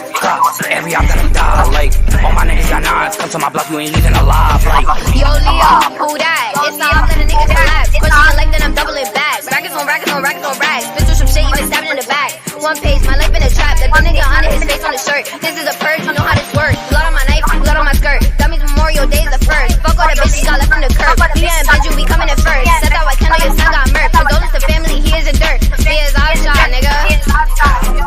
Spot got him, you know that's a hit. G18 in the come with a switch. Who I don't like this shit got a kick. I got aim, so I'm letting it rip. And you know that I'm never gonna change. I'ma stick to my devilish ways. Click on a nigga and leave him a stain.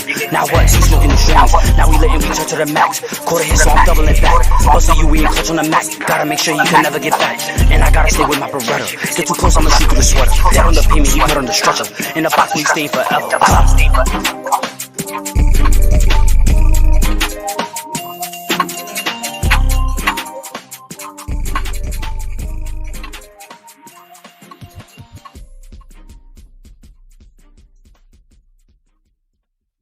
Okay.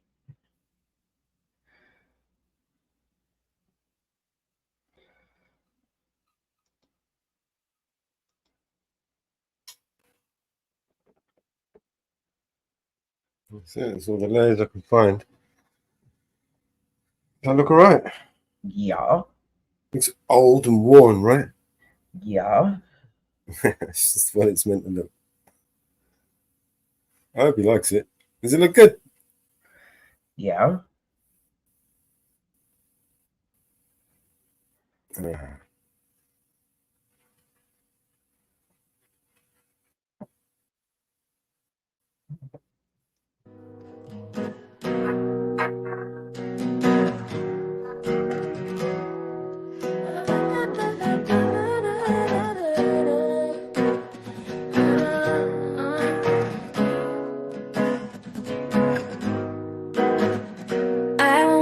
I don't want nobody else sitting around with me and my man. I don't want nobody else Sitting right there looking at me and that man. Being my mother, my brother, or my sister. Would you believe I get up, put on some clothes, go out and help them find somebody for themselves? If I can't, yes I will. Now I don't mind company because company's alright with me once in a while. Yes it is. I say I don't mind company because company's alright with me every once in a while. Yeah, but oh, when me and that man get to loving, I tell you, girl, I dig you, but I just don't have time to sit and chit and sit and chit chat and fly.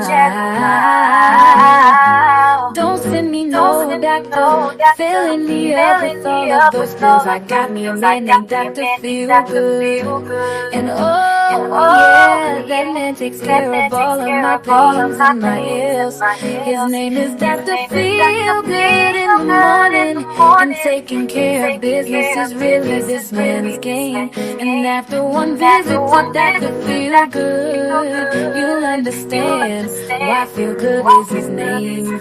Oh, yeah.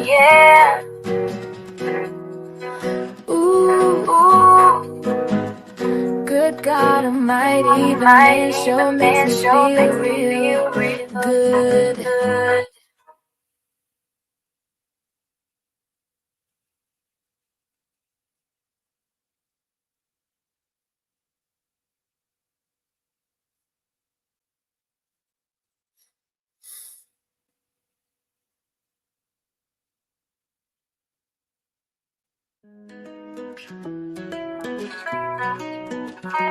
In this dirty old part of the city, where the sun refuses to shine, tell me there ain't no use in trying. Now my girl, you're so young and free, and one thing I know is true, you'll be dead before your time is due. I know. Watch my daddy in bed die. Watch his hair been turning gray. He's been working and slaving his life away. Oh yes, I know it. Yeah. I've been working too late, every night and day. Yeah. We gotta get out of this place. If it's the last thing we ever do, we gotta get out of this place. 'Cause girl, there's a better life for me and you.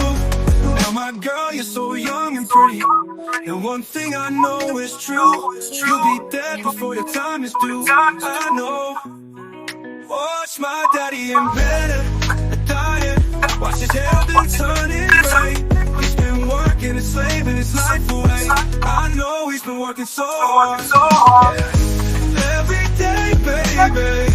Whoa, oh, yeah. We gotta get out of this place. If it's the last thing we ever do, we gotta get out of this place. 'Cause girl, there's a better life for me and you. Now meet me, baby. Somehow I know it, baby. Oh, yeah, I've been out of this place. If it's the last thing we ever do, we gotta get out of this place. Girl, there's a better life for me and you. Believe me, baby. I know it, baby. You know it too.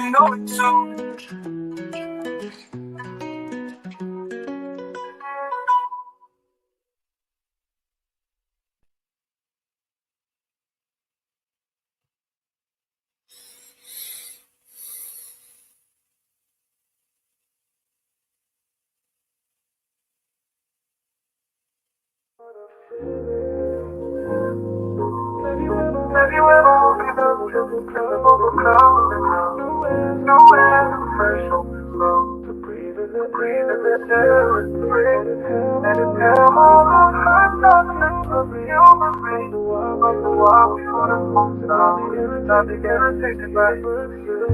the B-bus when busy taxis on their way to heaven. The sun stole a peek from behind clouds. I walked on the face, he's in a gentle smile inside. From such feelings of deep love. The life and all its madness still be so adorable. So there is this feeling deep inside.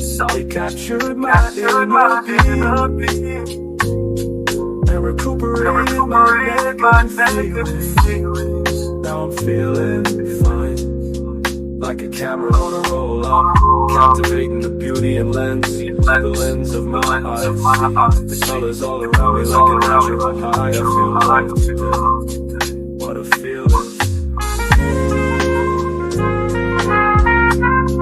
What a feeling. What a feeling.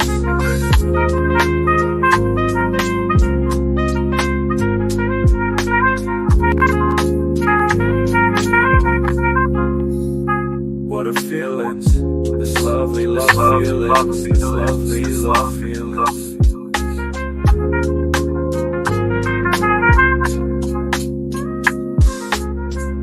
This lovely love feelings. This lovely love feelings.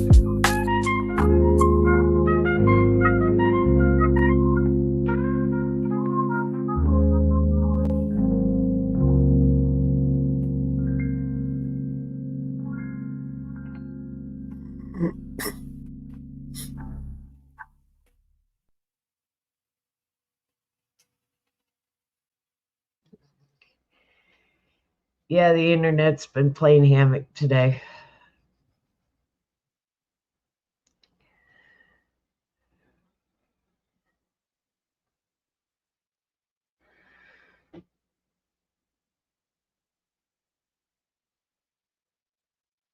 It has not been cooperating today.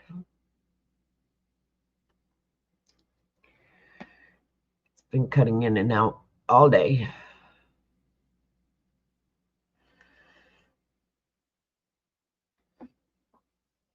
Good. Good. Getting a little tired. Ah, shit.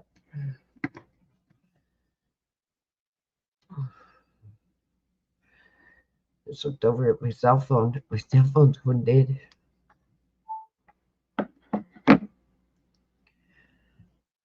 Down 10% on my cell phone.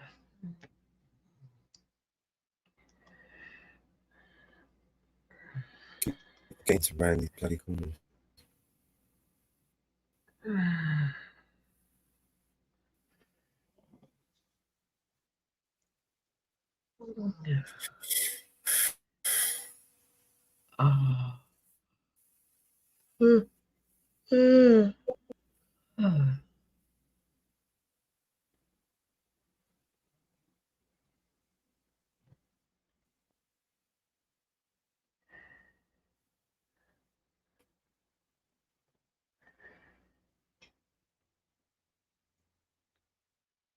Just what you're going to upload for tomorrow's. Uh-huh. I know you got today for the one.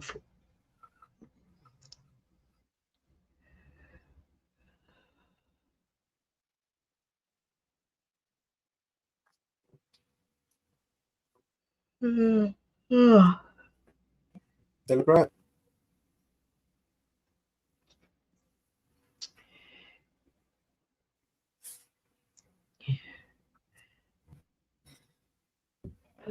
I'm not sure about the BNC records bit at the top. I need to make a new better one. How come See, that? huh? How come there's white showing on their records?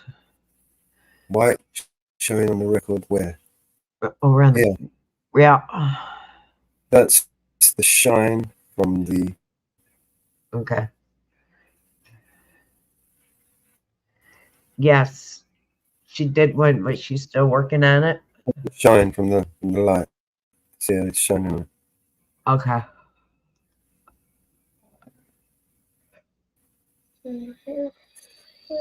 It's not centered.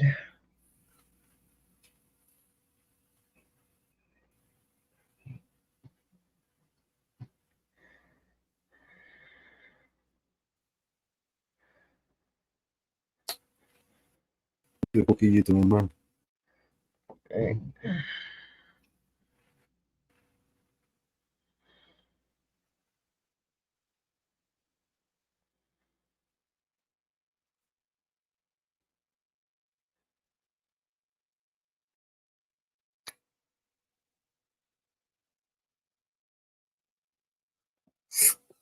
That's it.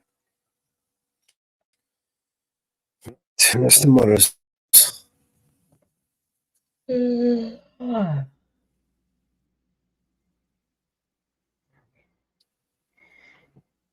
She did one, but it's not completed. Say again? Fuck off song. Oh. We'll make one, don't worry. Still need to finish up the Butt Hurt Cream song. Yeah. This is part of one. Scrolling through my feed today. All I see is disarray. Opinions flying everywhere. Got no time to stop and screams that up like everyone dropped in their songs. Keyboard warriors in a fight. Battles waste your day and night. Fuck off trolls, don't need your crap. Fuck off fools, I'm closing the gap. Can't stand your hate, your hollow fist. Blocked, ignored, you won't be missed.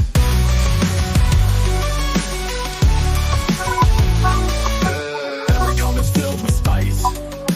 Faceless voices in the night. Think they're bold behind the keys. Spewing lies like a disease. Turn it off and walk away. No more games, I'm not your prey. I control my peace of mind.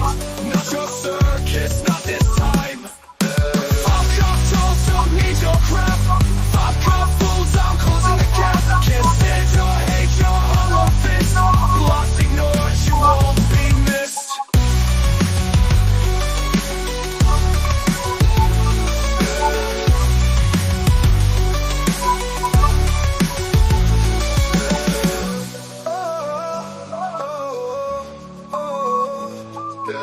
Turn it off and walk away. No more games, I'm not your prey. I control my peace of mind. Not your circus, not this time. Fuck off trolls, don't need your crap. Fuck off fools, I'm closing the gap. Can't stand your hate, your hollow fist. Blocked, ignored, you won't be missed.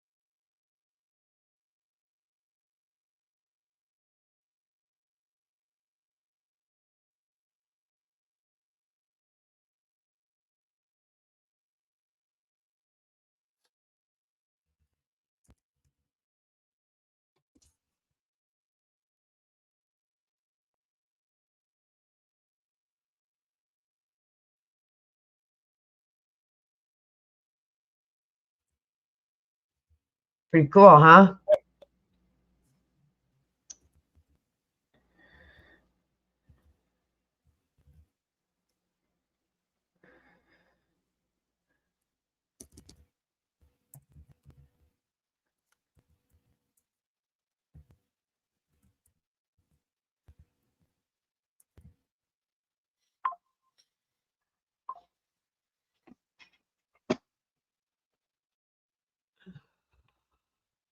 I spend too much time on these old videos.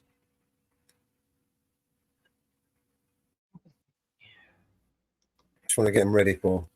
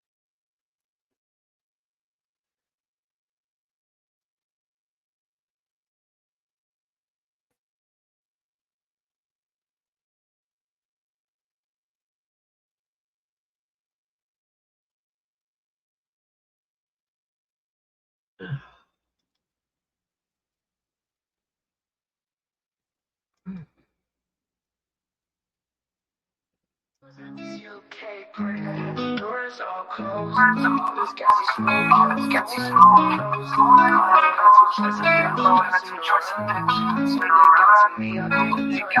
Already contact now.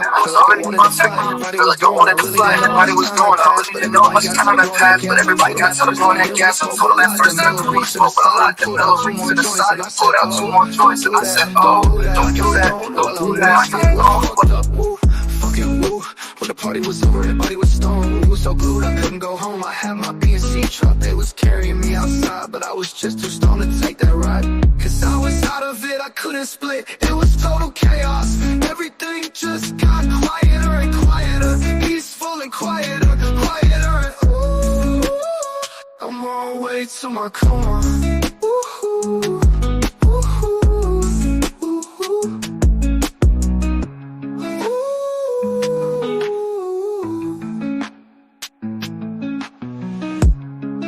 At this UK party that the doors all closed. All this gassy smoke kept going on my nose. Mellow had two joints that they was passing around, and when they got to me, I didn't turn it down. Was already contact high, felt like I wanted to fly. Everybody was going, I really didn't know how much time had passed, but everybody got to blowing that gas. I told them at first that I didn't want to smoke, but I locked them memories on the side and pulled out two more joints, and I said, oh, don't do that, don't do that. I got stoned while I'm wasted, like fucked up, oh, fucking woo.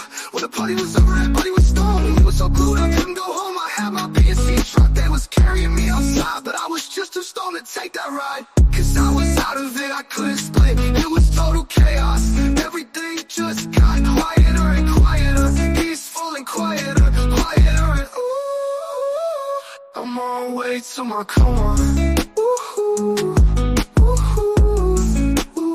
Well, I was just too stoned to do. I was at this UK party that had the doors all closed. All this gassy smoke kept going up my nose. Mellow had two joints that they was passing around, and when they got to me, I didn't turn it down.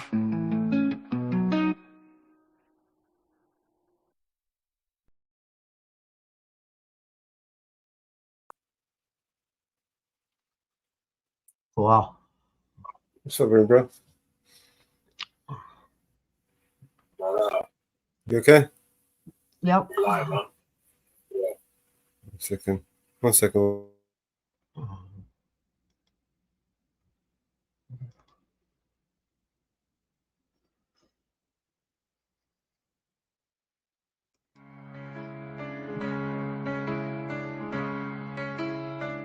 You know, every now and then I think you might like to hear something from us nice and easy. Left a good job down in the city, but there's just one thing, you see, we never ever do nothing. Working for the man every night and day, nice and easy. Well, I never lost 1 minute of sleeping. We always do it nice and rough, worrying about the way that things might have been. So we're gonna take the beginning of this song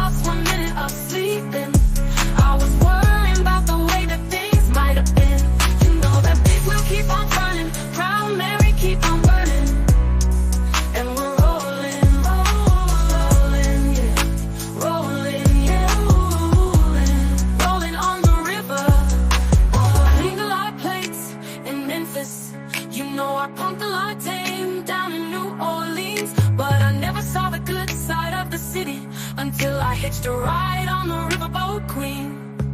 You know the big wheel keep on turning, Proud Mary keep on burning, and we're rolling, rolling, yeah, rolling, yeah, rolling on the river. Then we're rolling, yeah, rolling on the river. Oh, I left a good job in the city, working for the man every night and day, and I never lost 1 minute of sleeping, worrying about the way that things might have been. Big wheel keep on turning, Proud Mary keep on burning, rolling, rolling, rolling, rolling, yeah, on the river. Say we're rolling, rolling on the river.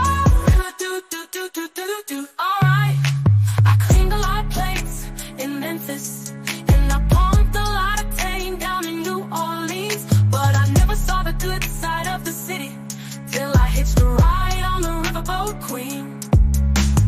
Big wheel keep on turning, Proud Mary keep on burning, rolling, rolling.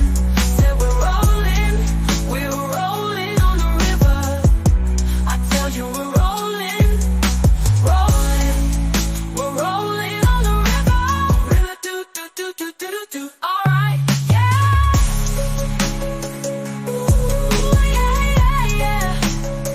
Ooh, if you come down to the river, I bet you're gonna find some people who live, and you don't have to worry if you got no money. People on the river are happy to give. Big wheel keep on turning, Proud Mary keep on burning, rolling.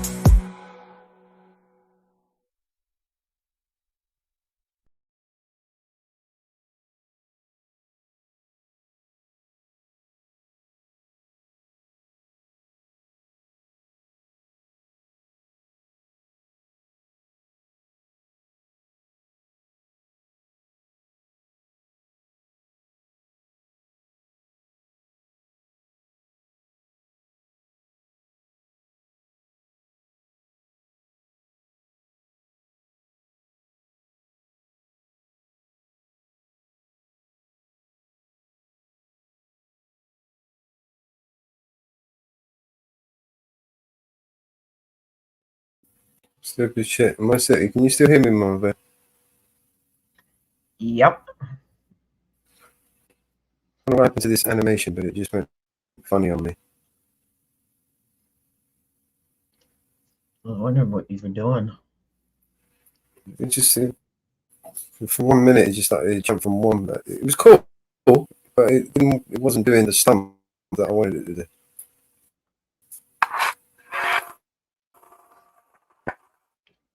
Look at that, it's too slow. It's like it's stuck, like your internet's stuck. I can't slow it down.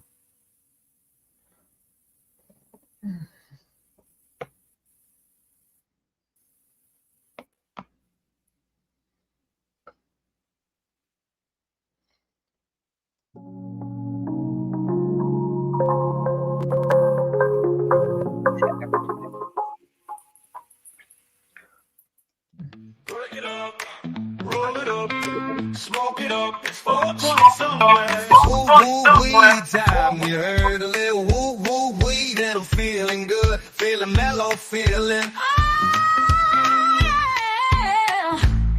light it up, take a puff, pass along, in the air the vibe is strong. Woo-woo-wee all night long, feeling high, feeling gone, smoke a little smoke, burn a little weed. Hit that ganja, yes indeed. Woo-woo weed all around, lifting up off the ground. Smoke it up, baby, yeah. 420 somewhere. Woo-woo weed in the air, feeling free without a care. See the smoke as it curls like a dream in a world. Woo-woo weed on the rise, feeling like it's in the skies. Smoke a little smoke, burn a little weed. Hit that ganja, yes indeed. Woo, weed in my soul. Smoke it up, baby, yeah. Feel the buzz, feel the breeze. In the night much ease. No worries, just this vibe. In the moment, come alive. Whoa, whoa, we got that sway. Every night, every day. Puff, puff, pass. You heard? Puff, puff, pass. Oh, a little weed to make you feel. Oh, yeah. And woo, woo. And woo, woo, woo. Puff, puff, pass. Puff, puff, pass. It's 420 somewhere. Smoke a lot of smoke. Burn a lot of weed. Hit that ganja, yes indeed. Oh, yeah. Woo, woo. And woo, woo, woo. Puff, puff, pass. Puff, puff, pass. It's 420 somewhere. Smoke a lot of smoke. Burn a lot of weed. Hit that ganja, yes indeed. Oh, yeah. Yeah.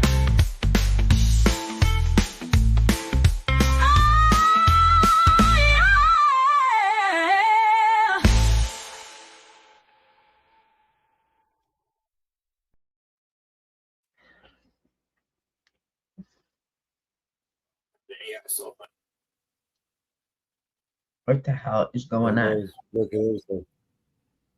I've got like multiple AIs working on. Yeah. Okay. Doesn't want to find me, but he gave me like a breakdown of what it was. And Yeah, what's going on? You got multiple AIs going on?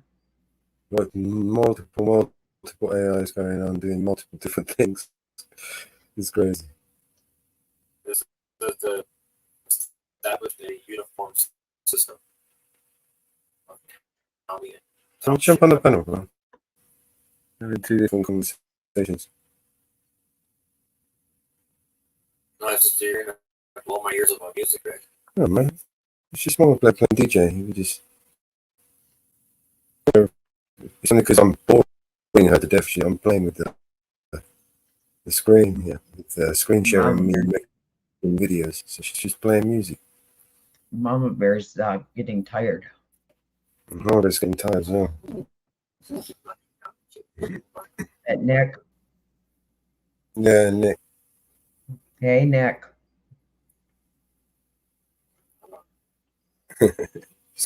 Come on, 5 minutes alone. I mean, the live's almost ending now.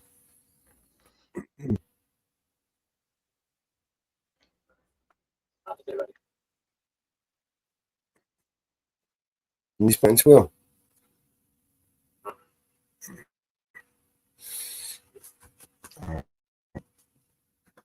I think this is going to be it. Okay, these are all old videos anyway. When we do the new ones, it'll be much better for me. Yeah. We'll just do the fade in and out.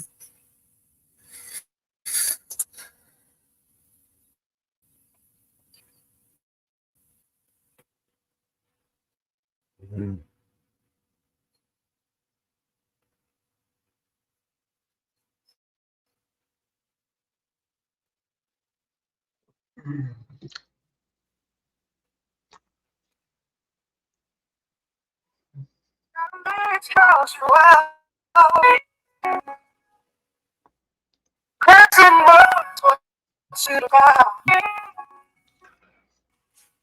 Generous shadows deep.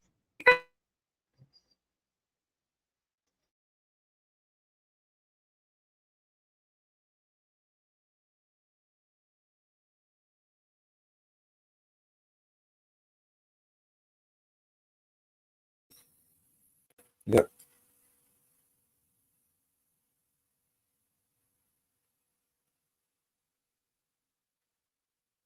Your internet really sucks tonight. Oh. Yeah, uploading, downloading, screen sharing, fucking doing, saving the world, smoking two joints, playing music, making music.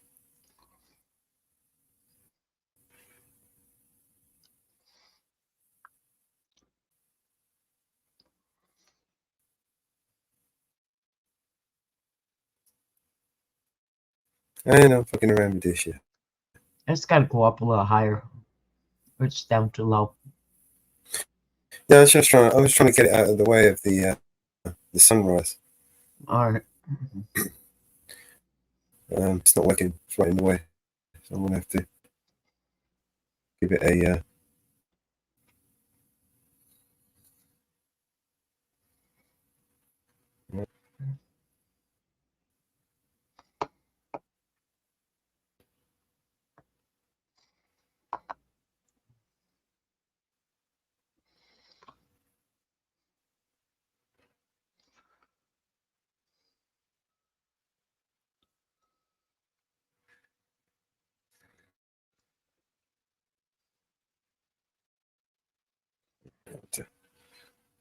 See my animation fucking around, so I'm gonna just center the shit. The sun is gonna go right through. Anyway.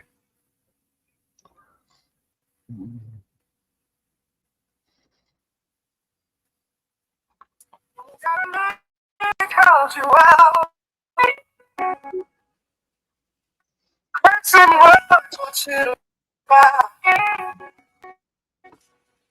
Generals and shadows lead. Ooh, evil deeds, a secret key. In the fields of Very fire. dashing.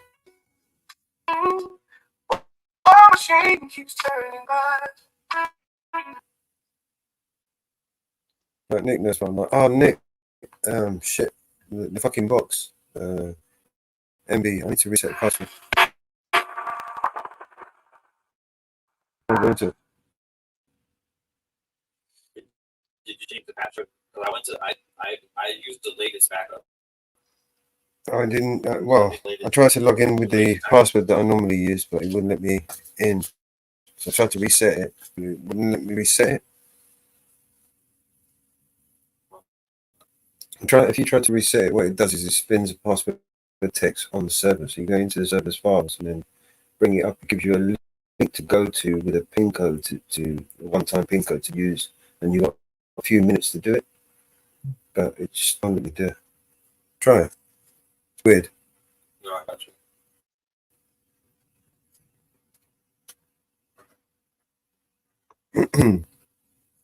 I allow that's allow me to keep the storage box.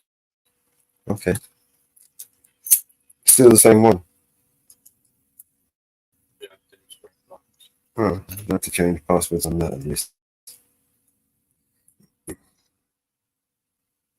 I don't know. I think I like a copper on, bro. It's It might even be Cloudflake because it will click the so link. hard. You know what I was thinking?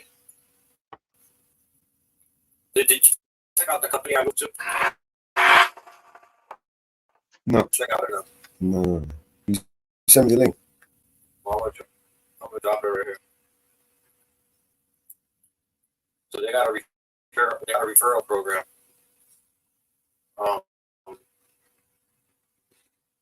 Says get $20 every time you refer a friend that makes a purchase. Okay. Let's start. Right. I didn't.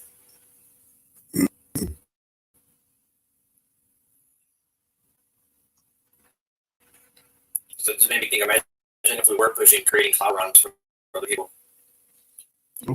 Something we could You get think to of. create apps. I mean, the biggest job is the biggest job would be to teaching people what it is.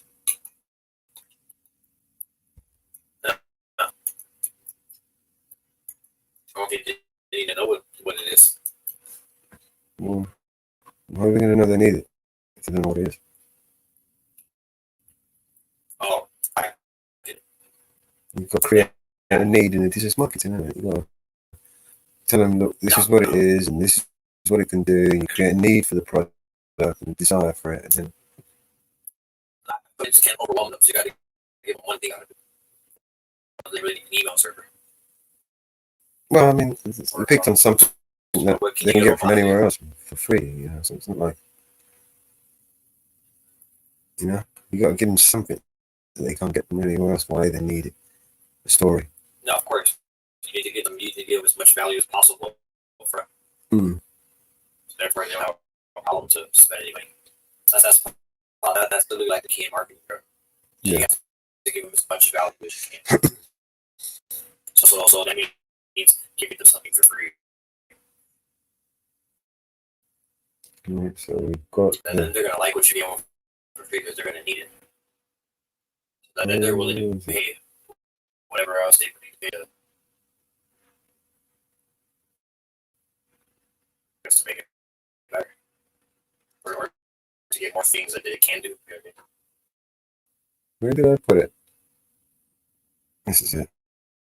I think I closed it again. Or was it the last one? No. Done that one. Let's get rid of it. I'm getting confused. Need that. It's the one. It's the album cover. It's the thumbnail. See if they honored what I asked them to do. So this is the thumbnail image. I've already downloaded this shit.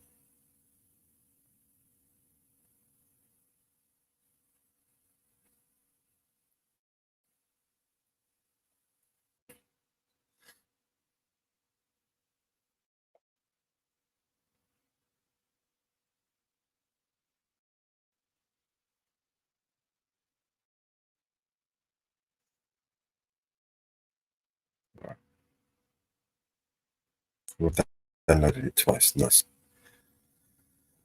Fuck.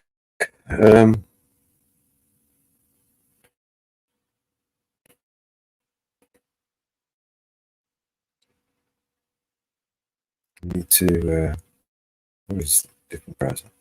Right. Okay. Gonna stop screen sharing that now. Wow.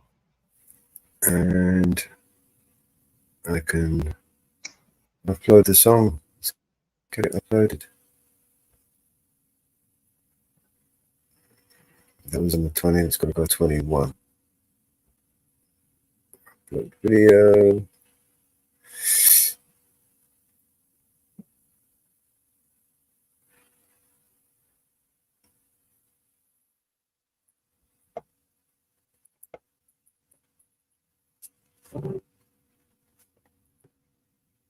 Okay.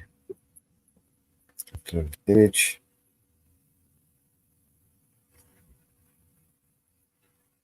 And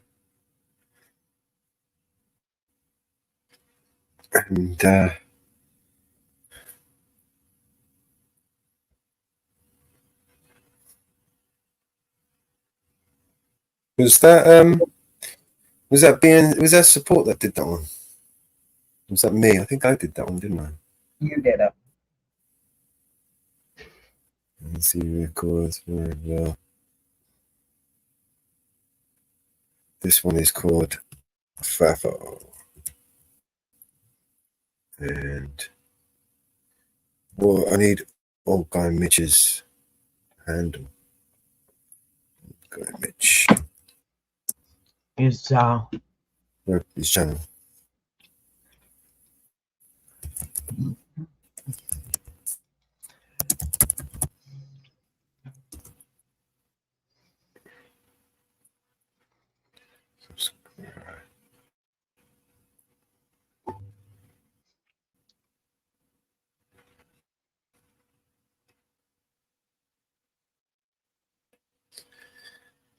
All right, so we gotta do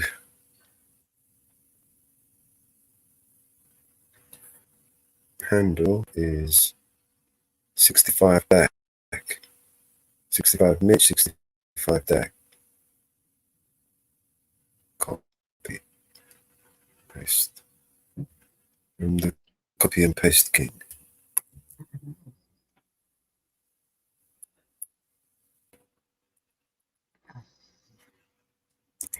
in the back chat is this channel. Okay.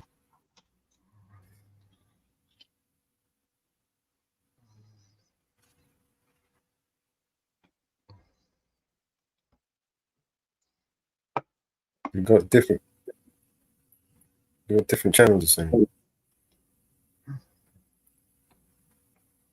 It's his channel.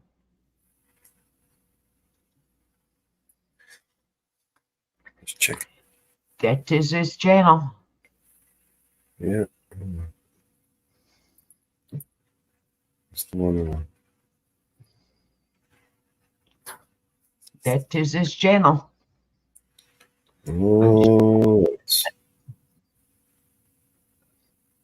I just double checked that. 65 deck, yeah. All right. I'm just putting it into the description. There.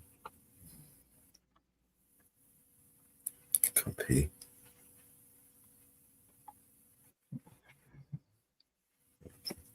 Here's his channel. So what's this one called? Old guy.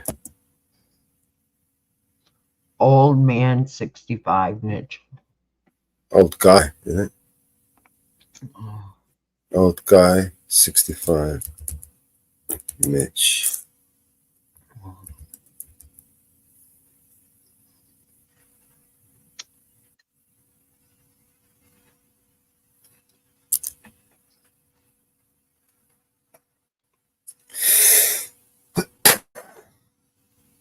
Old guy 65, Mitch.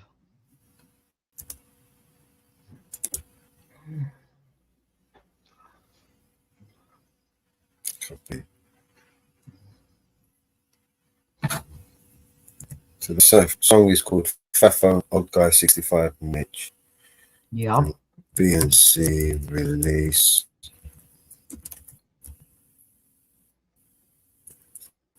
BNC new music release.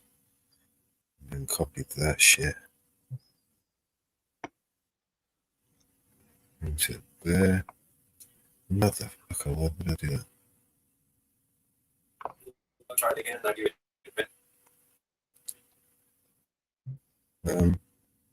when you try to do the reset, you do it like 22 hours ago. Done it, yeah. It's you basically if you when you press do it. you know what the default username is? Is it admin? Probably. Did I make the username? I don't know. I think it's admin, yeah, or maybe Mellows, I'm not sure.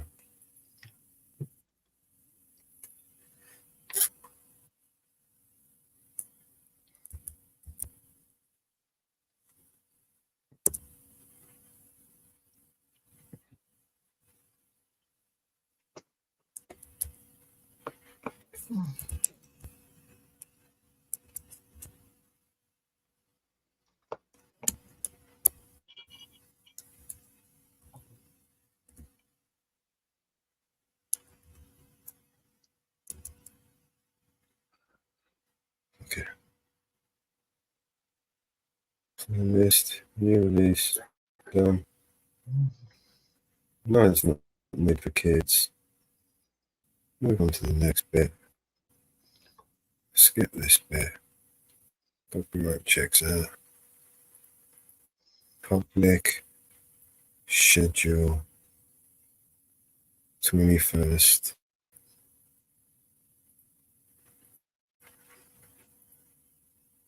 It's going on the 21st, isn't it? 6.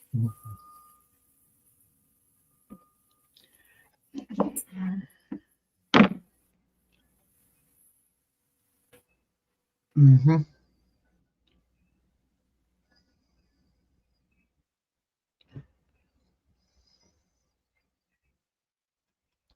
Pretty much. I think it's done. 21st would be Wednesday. Liar.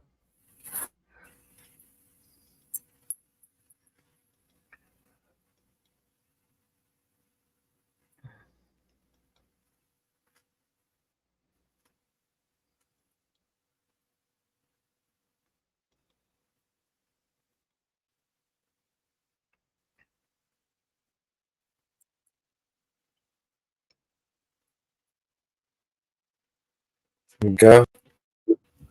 Link is in the chat if you want to enjoy.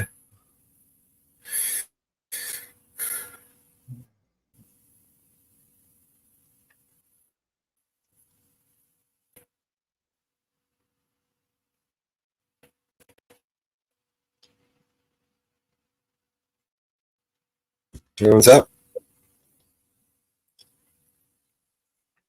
Oh, cool. Let's see. Support's there. I wonder who they could be. I should put PNC Records music with this. Cool.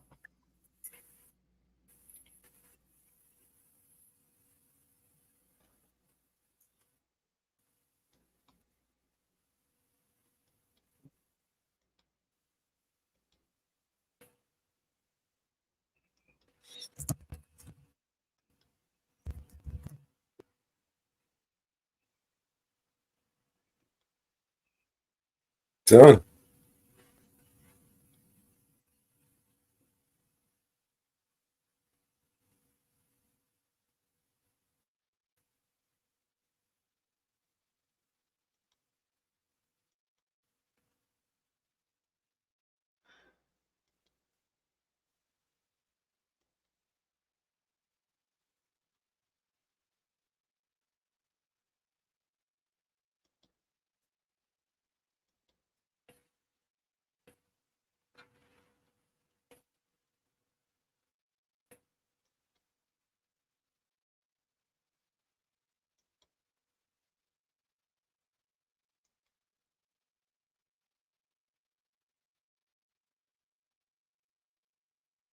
Okay, so you need me to get in there, do something.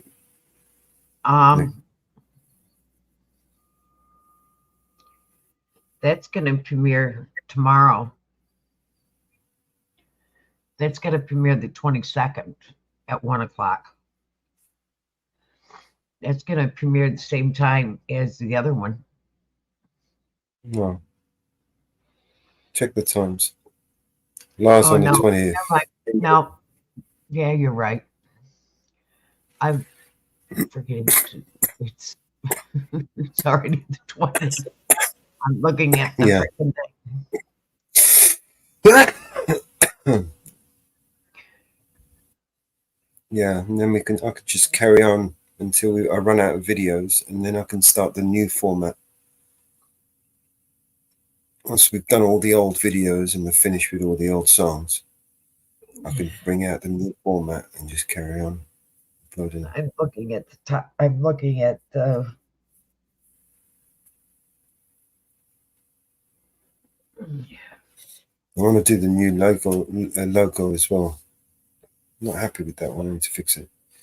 But for now, I need to log into this. I need to log into this box so we can fix this box one thing at a time. Well, Mama Bear's about ready to call it a night. Mama Bear, thank you for joining me. It's 2 o'clock in the morning. Yeah, no, it's late for you. I've got a couple of hours here. I can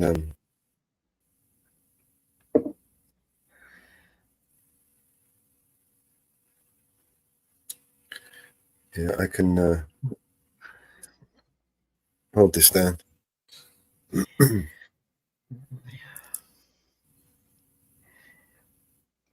Maybe someone might jump up. I don't know, we've got a few people watching.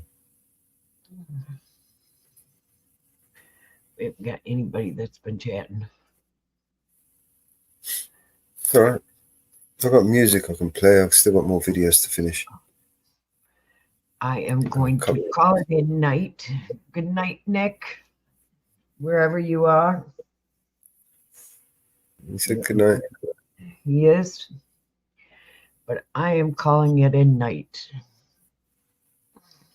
I will see you in the morning, wherever you may be. You get some sleep. So work on that, and I will talk to you guys in the morning. Good night, everybody. Good night, Mama. Night.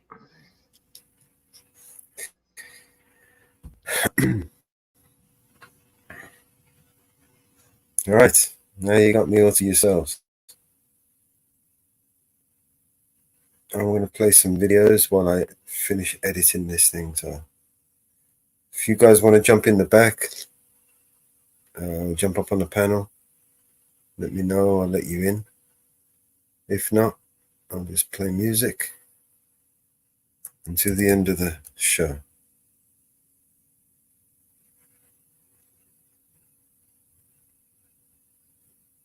Just make sure I'm in the back there.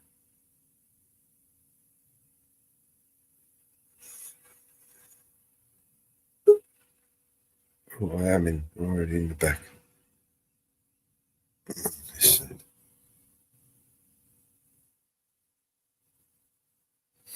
All right.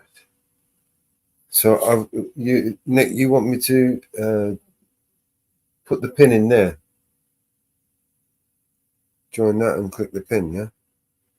Oh, this is right. I'm going to screen share over here.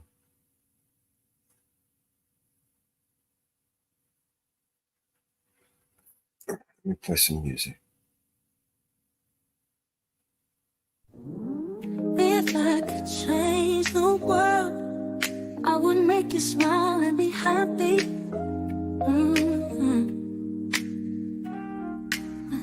If I could change the world, I would make it safe for you to roll.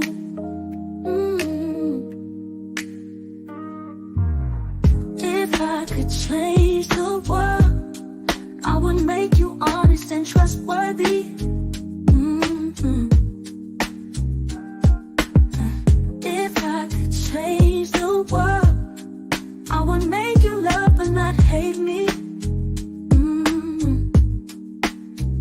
If I could change the world, I would teach you to justify and not criticize. If I could change the world, would I send you up to the stars above? If I could change the world, I would show you how to be satisfied. If I could change the world, I would show you peace and not war. If I could change the world, I would embrace you and expose the beauty around.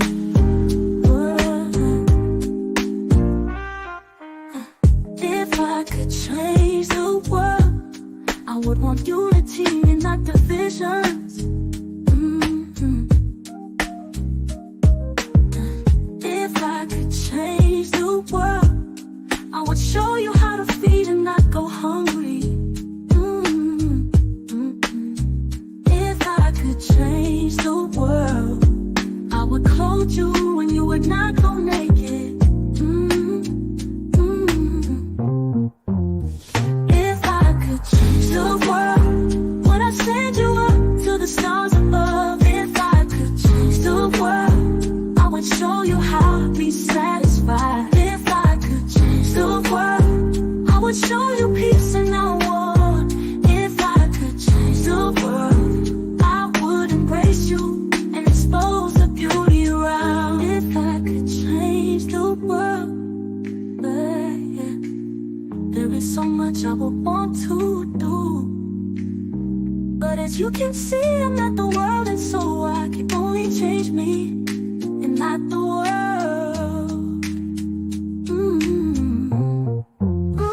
If I could change the world, would I send you up to the stars above? If I could change the world, I would show you how to be satisfied. If I could change the world, I would show you peace and not war.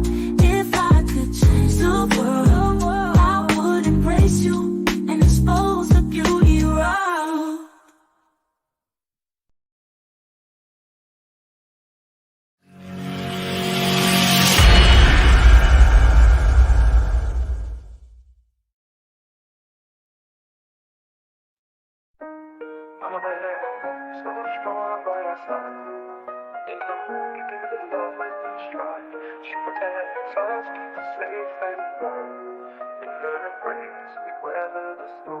Mama bear so strong by our side.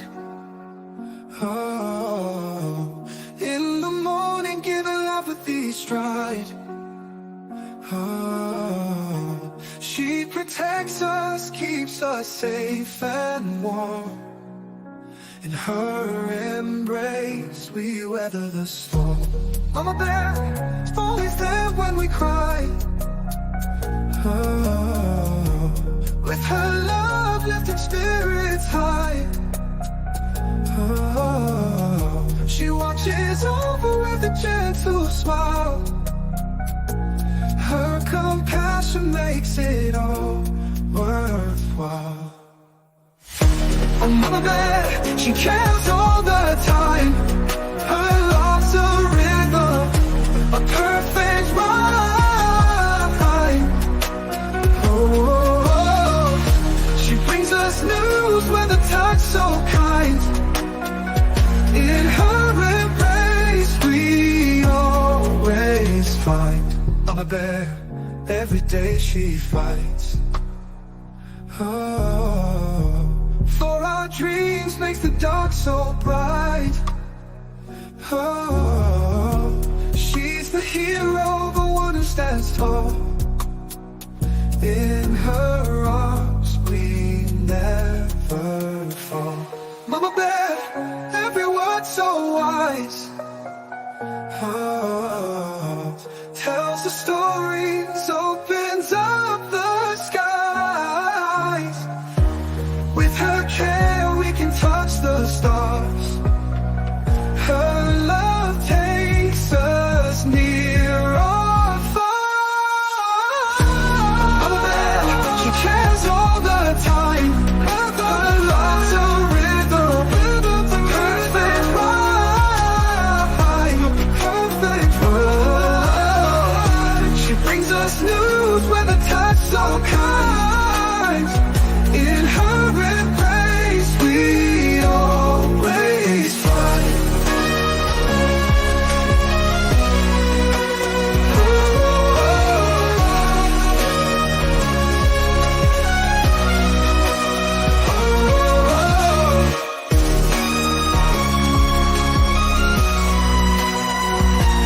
Her love takes us near or far. Mama Bear, every word so wise. Oh, tells the stories, opens up the skies. With her care we can touch the stars.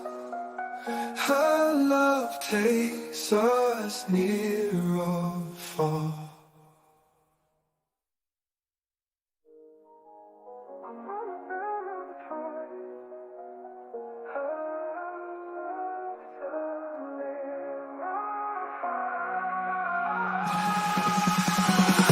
Oh, Mama Bear, she cares all the time. Her love's a rhythm, a perfect rhyme, perfect rhyme. She brings us news with a touch so kind. In her embrace we always find.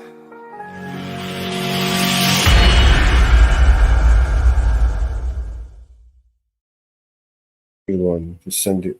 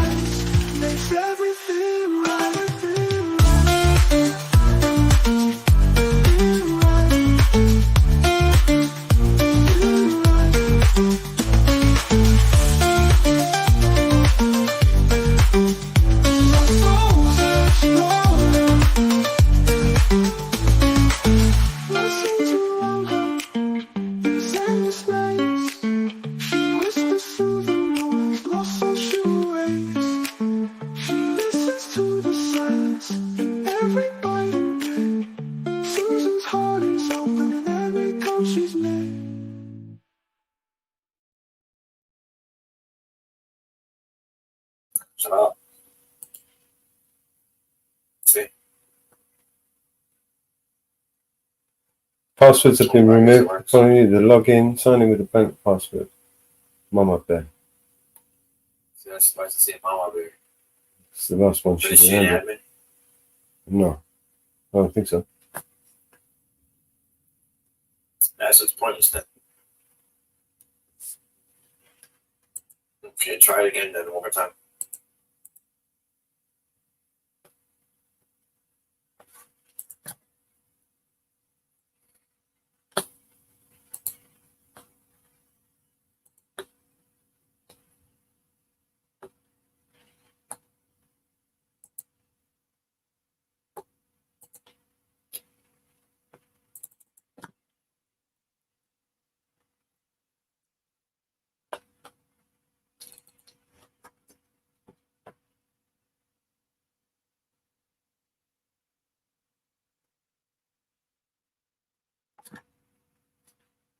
Look at her settings.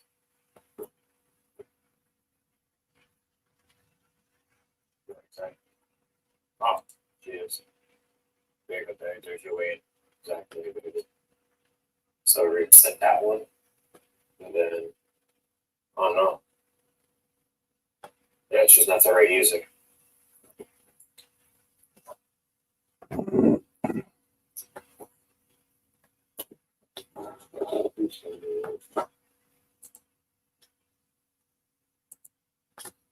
Another one.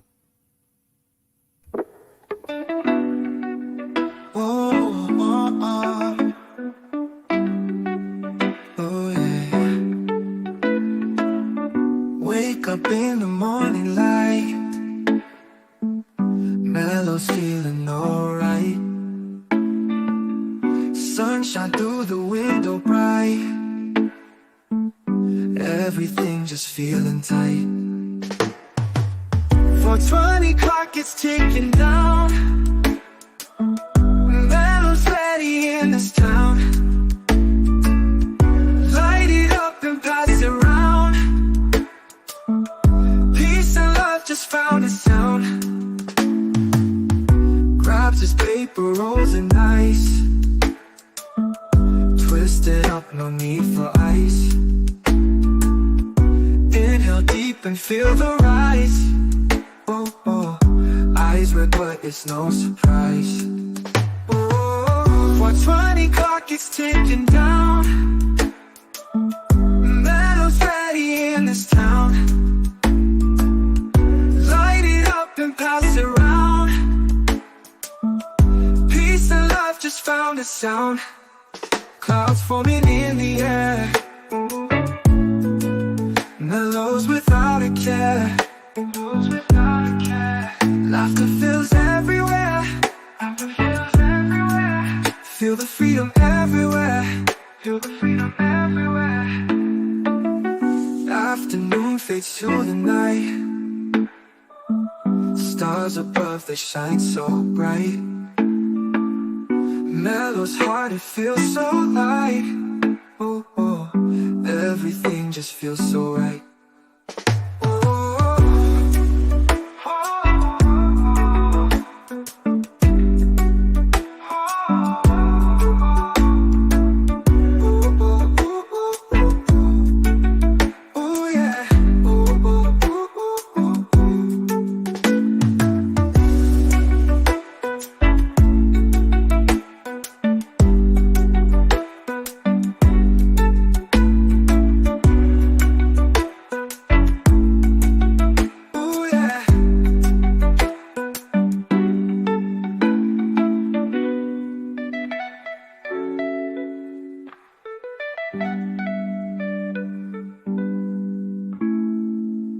Afternoon fades to the night.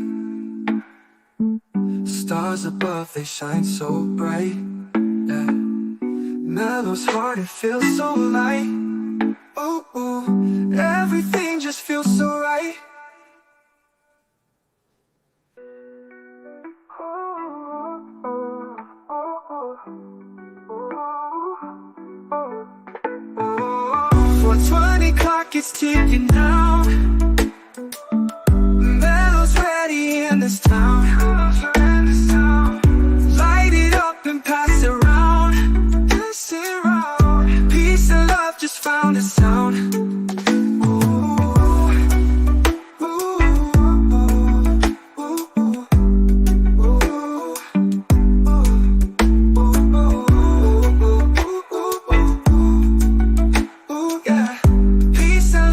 found a sound.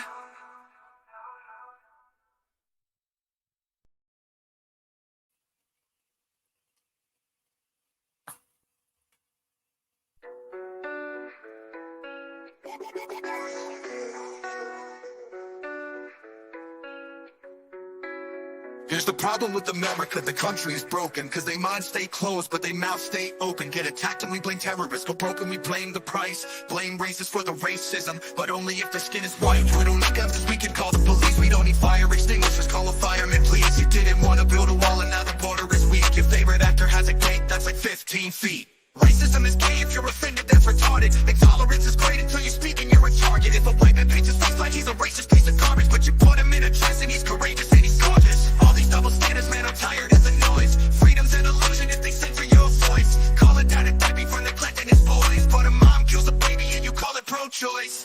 You act like you're so much better than us. Yeah, we know that. Who told you that you so special? Screw a new world order. Your facts ain't facts without censoring us. Yeah, we know that. Good job, you lose, here's your medal. Screw a new world order. Why they hate the flag? They try to burn it to the ground. Don't do that in front of me, I'ma let off a round. Pow. Scream loud, burn the city down now. Put it on the news, make them all feel proud. Look, make a system where 85% of black people fill the prison. Is it cause they black or they make bad decisions? I ain't good at math, but it seems like it's division. Or is it white privilege? I believe politicians need to be locked up. Try to take our freedoms, that's how you get shot up. Got our back against the wall, try to just stop us. More guns, more ammunition, please stock up. Election gets rigged, rights get infringed. Take the syringe, fight in your kids. Show a right where you live, make me wanna grab a rifle and just go. You act like you're so much better than us. Yeah, we know that. Who told you that you so special? Screw a new world order. Your facts ain't facts without censoring us. Yeah, we know that. Good job, you lose, here's your medal. Screw a new world order.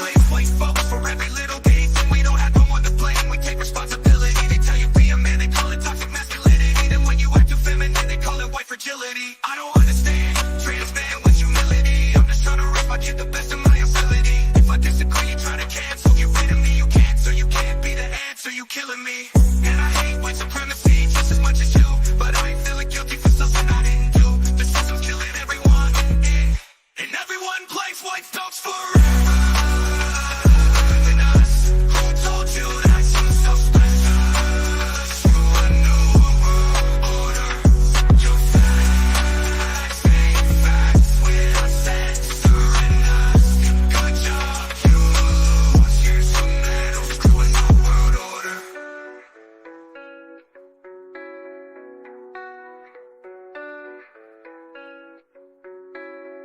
And everyone blames white folks for every little bitty thing. We don't have no one to blame, we take responsibility. They tell you be a man, they call it toxic masculinity. Then when you act too feminine, they call it white fragility.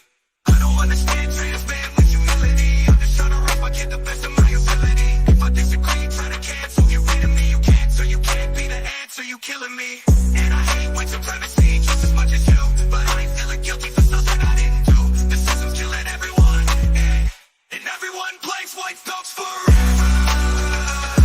Than us. Who told you that you're so special? Screw a new world order. Your facts ain't facts without censoring us. Good job, you lose, here's your medal. Screw a new world order.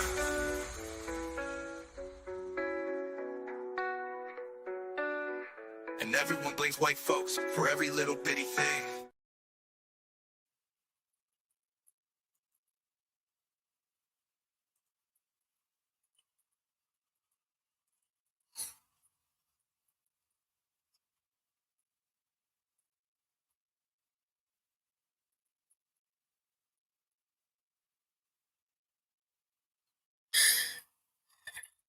Question.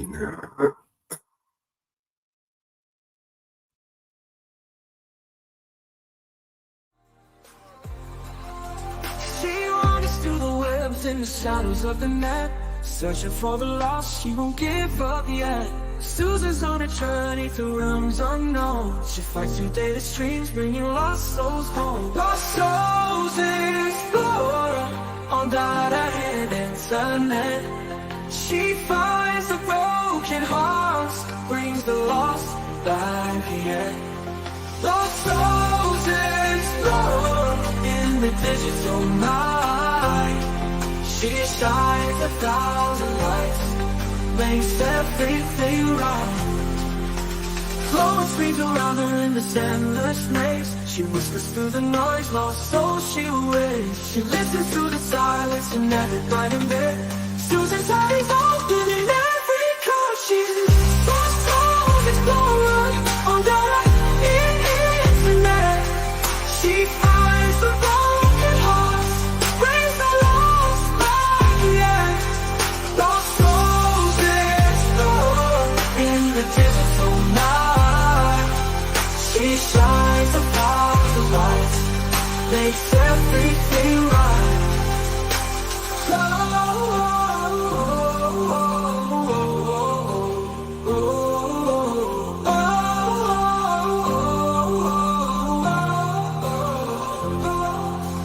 Glowing screams around her in this endless maze. She whispers through the noise, lost soul she will raise. She listens to the silence in every garden bed. Susan's heart is open at every code she's made. Lost souls explore on that internet. She finds the broken hearts, brings the lost back again. Lost souls explore in the digital night. She shines 1,000 lights, makes everything right.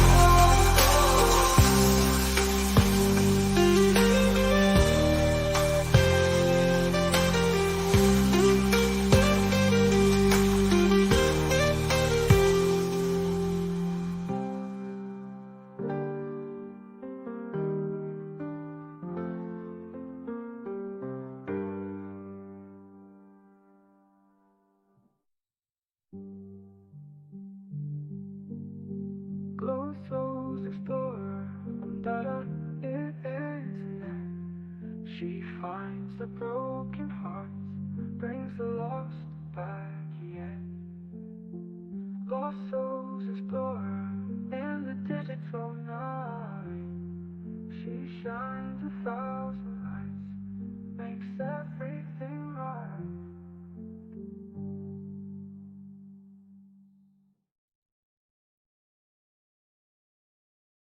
It's that one.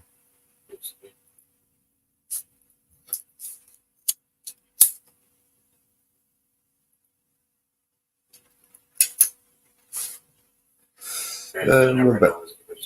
Yeah, no, it's. And we're back. Maybe close out all your tabs. So.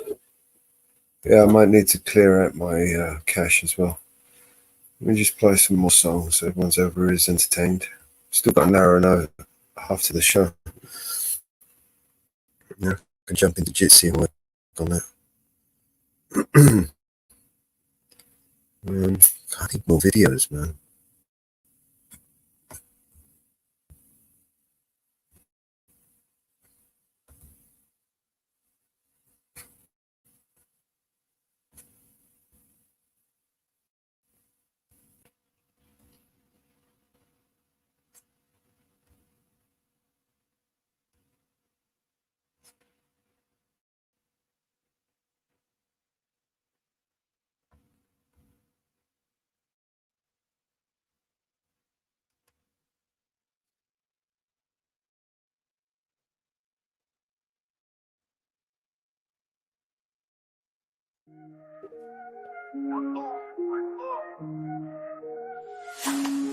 Another head hangs slowly, child is slowly taken. And the violence caused such silence. Who are we mistaken? But you see, it's not me, it's not my family. In your head, they are fighting. With their tanks and their bombs and their bombs and their guns. In your head, they are crying. In your head, zombie.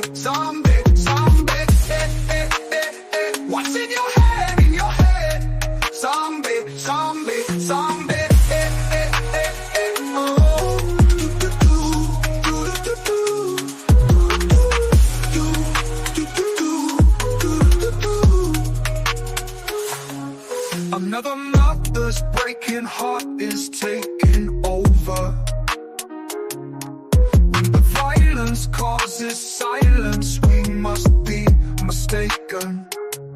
It's the same old beat since 1916. In your head, they're still fighting with their tanks and their bombs and their bombs and their guns. In your head, they are dying. In your head, zombie, zombie, zombie. What's in your head? In your head, zombie, zombie, zombie.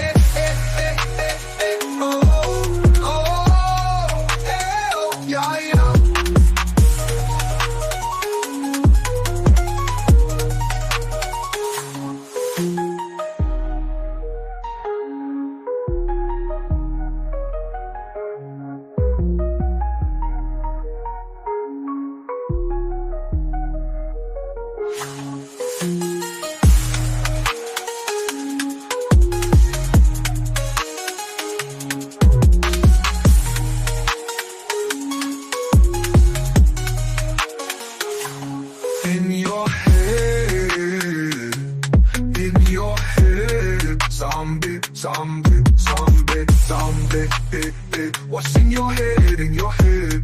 Zombie, zombie, zombie, oh, oh, oh, yeah, yeah.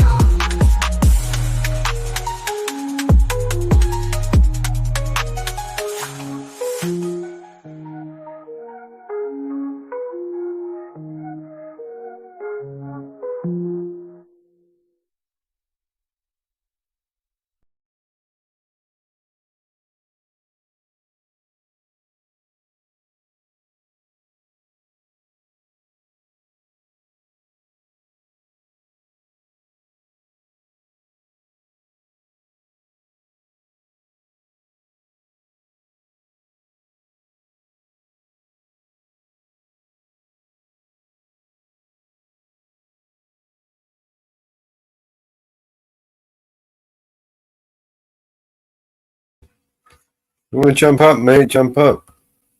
As long as you're not drunk, we're cool.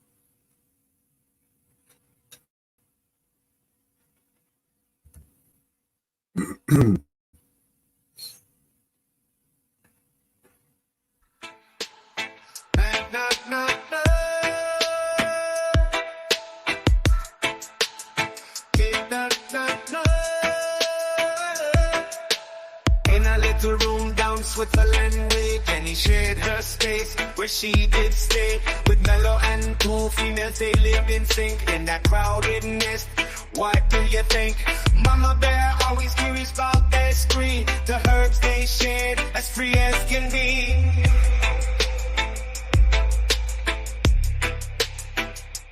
Mellow smoke 2 joints in the morning. Mellow smoke 2 joints at night. Mellow smoke 2 joints in the afternoon. It makes him feel alright. Mellow smoke 2 joints in times of peace and 2 in times of war. Mellow smoke 2 joints before he smoked 2 joints, and then he smoked 2 more. Small room stories under the sun, tales of the smoke and all the fun. Split passing left and right in the haze, their hearts take flight. Daddy said, work hard, my son, but Mellow's lessons, they ain't just one. Talk about life, talk about living, talk about the taking, talk about giving, talk about the good split, the sensimilia, fueling the peace like a righteous guerrilla.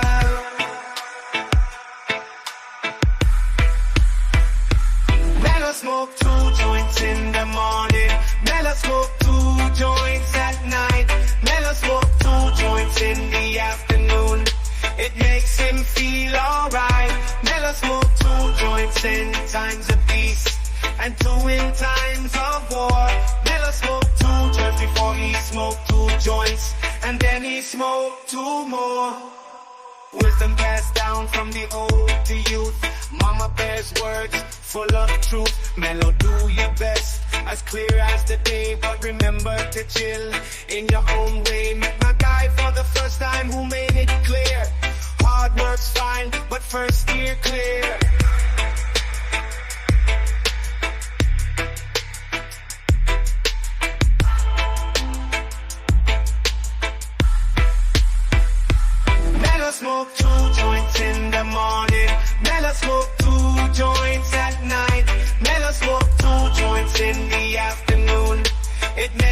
you feel alright. Never smoke 2 joints 10 times a piece, and 2 in times of war. Never smoke 2 just before he smoked 2 joints, and then he smoked 2 more. Whoa, smoke 2 more for the soul. Keep the vibes, let the good times roll. Leaving that tiny room where the tales unfold. Jenny and her crew are heading to Davos. As Davos nears, we shift our gears, but the rhythm stays the same. Every joint we've shared, each moment there, playing life like it's a game. So here's to the highs and clearer skies, where our dreams they dare to flock. In this ride, we find our vibe, and together we rock the block. So as we roll, let the story be told of laughter, love, and song. Jenny, Mellow, and company, where the high and the mighty belong. In every smoke, every toke, we find our freedom's door. To Davos we head, with our spirits fed, always ready for peace and war. Mellow smoke 2 joints, 2 more. Mellow smoke 2 joints, 2 more. Mellow smoke.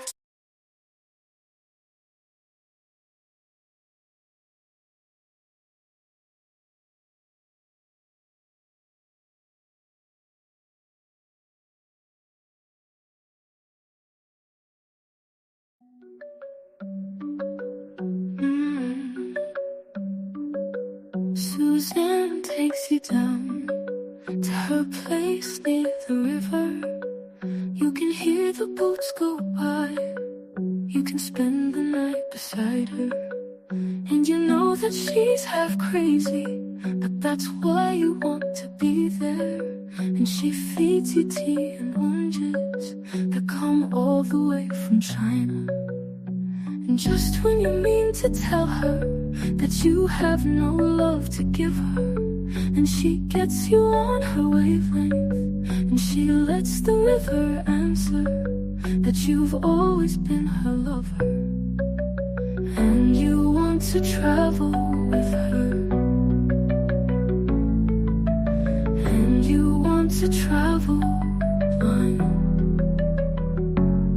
and you know that she will trust you, for you've touched her perfect body with your mind.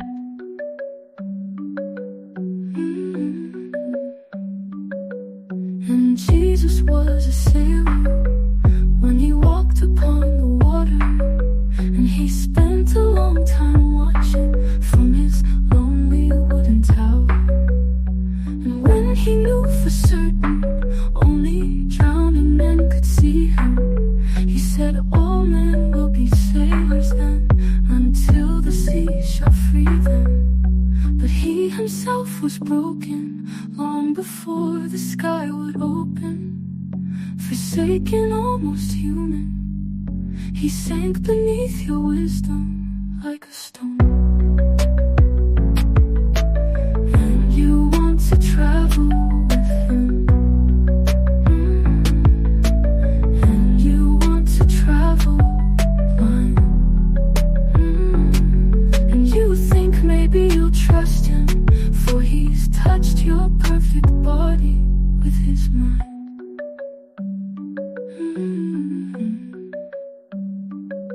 Now Suzanne takes your hand, and she leads you to the river. She is wearing rags and feathers from Salvation Army counters, and the sun pours down like honey on Our Lady of the Harbor. And she shows you where to look among the garbage and the flowers. There are heroes in the seaweed, there are children in the morning. They are leaning out for love, and they will lean that way forever, while Suzanne holds the mirror. And you want to travel with her, and you want to travel blind, and you know you can trust her, for she's touched your perfect body with her mind.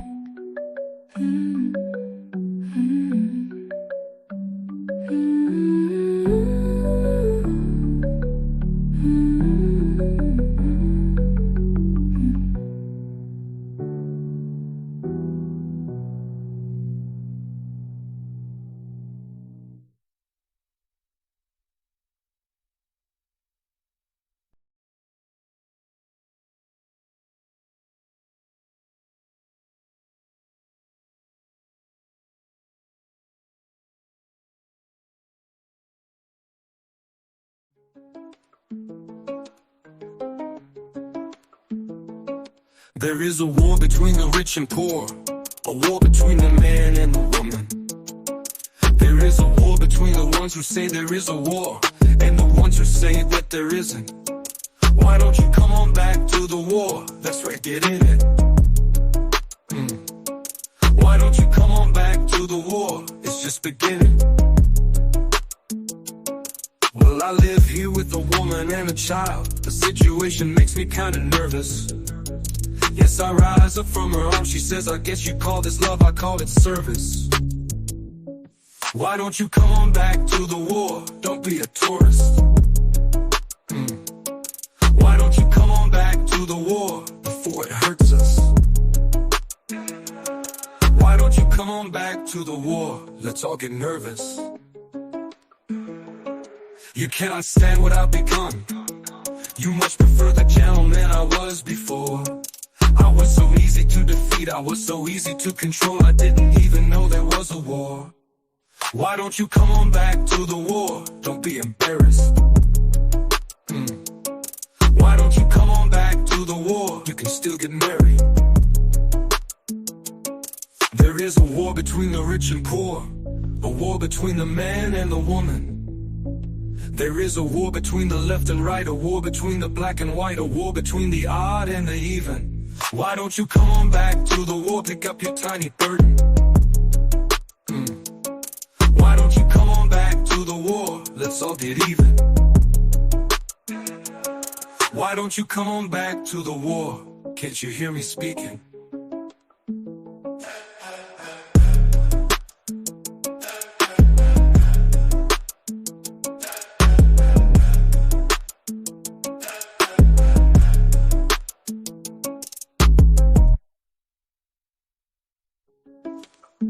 Yeah, you can meet with a woman and a child. The situation makes me kinda nervous. Yes, I rise up from her arms. She says, I guess you call this love, I call it service. Why don't you come on back to the war? Don't be a tourist. Don't be a tourist. Why don't you come on back to the war before it hurts us? Why don't you come on back to the war? Let's all get nervous.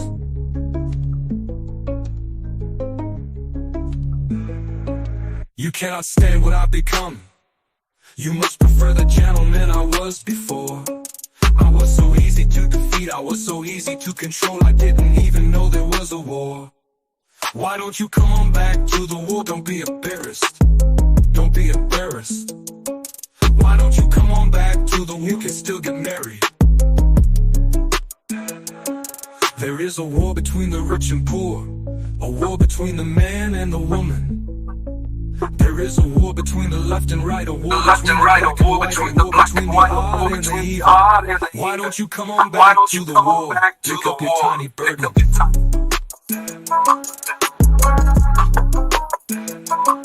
Why don't you come on back to the war? You can still get married.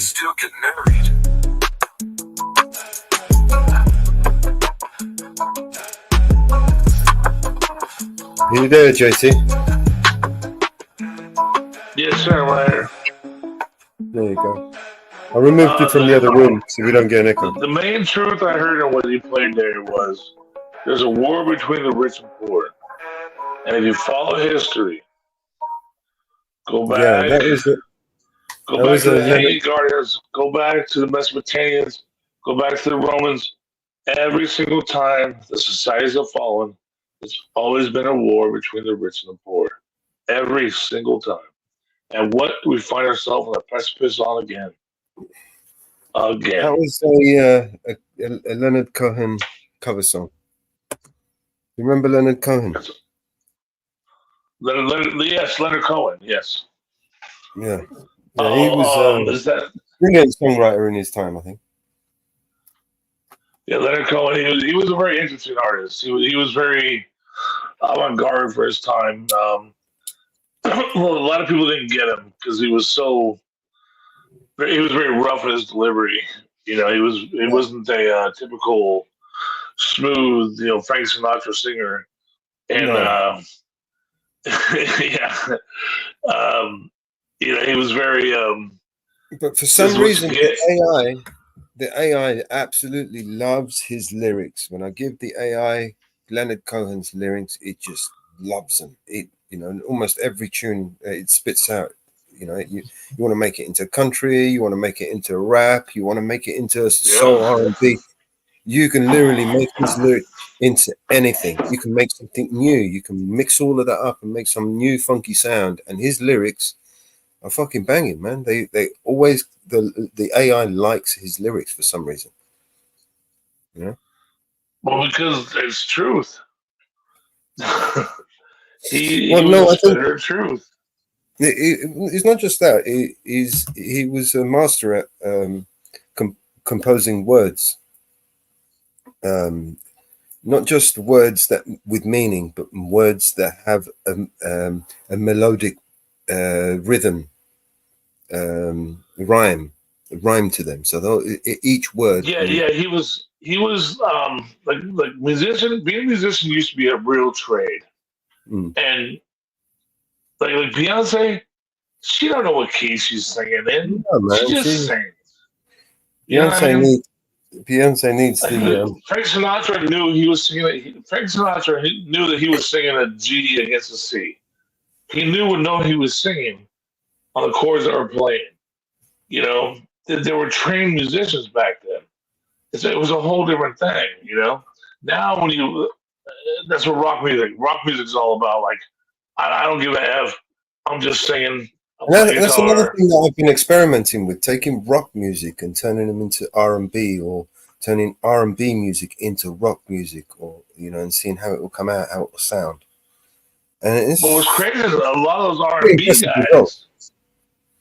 A lot of those R&B guys who were supposed to be these black musicians that didn't know what they were doing, they were actually very schooled players that knew what they were doing. Cohen was an excellent songwriter. He's really good with his lyrics. Him, Aretha Franklin. Leonard Cohen was. He knew what he was doing when he was putting his lyrics. When he was putting those things, and with his voice, a lot of the times it was a juxtaposition because he was putting these rough notes from his voice against these chords. If you listen to the way he sang, but he was one of the last of the trained guys. He really was. And Frank Zappa as well, but he didn't sing a lot. But he played a lot of guitar where he was putting rough notes against. With my account, yeah. One second, man. Let me just play this tune while I try and log into this server.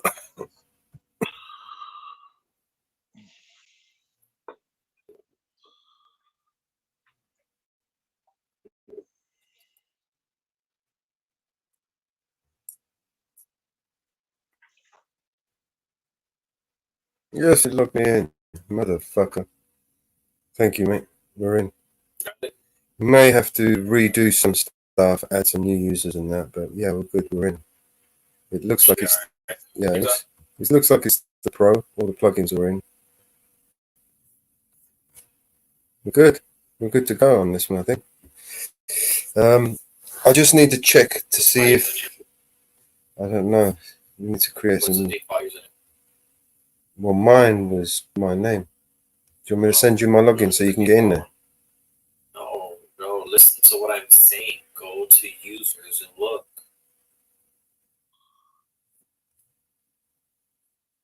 I'm going to show you all of it. What's this?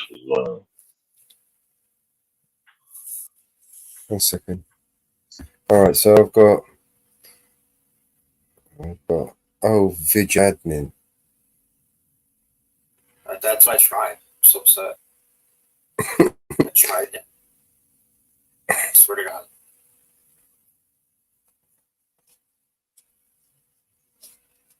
Do you want me to reset that one? No, I know the password to that. Oh, you can get in now, yeah? Yeah, I can get it. All right.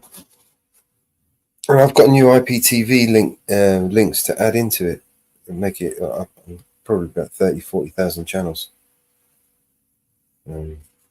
It's just a pain in the ass to go through them all.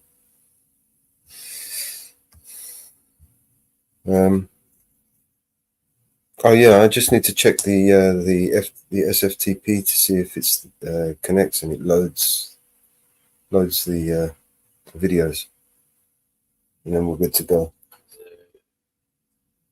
Should. But it's good. I'm in anyway. I'm logged in. Thank you. Just have to log in on here now.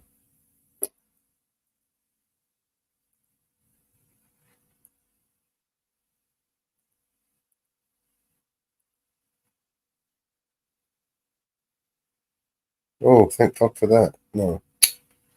Yeah, it's logged me out. Oh, I'll log in.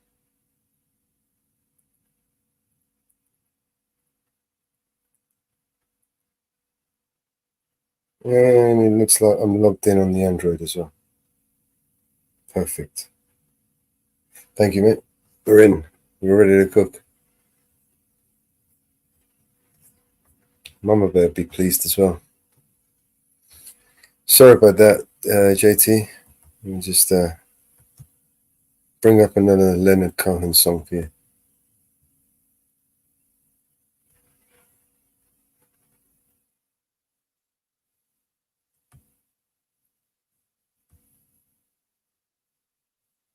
If I can find it.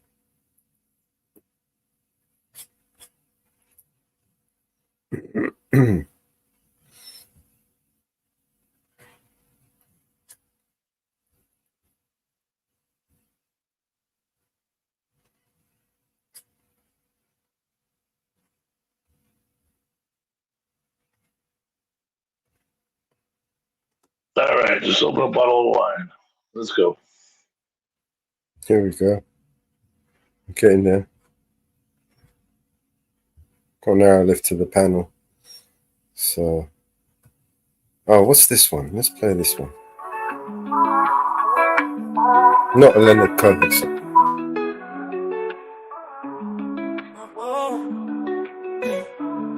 Been in these streets, you know it's hard to smile. I done did so much dirt, I'm dealing with this karma now. Gotta chill, I got a daughter now.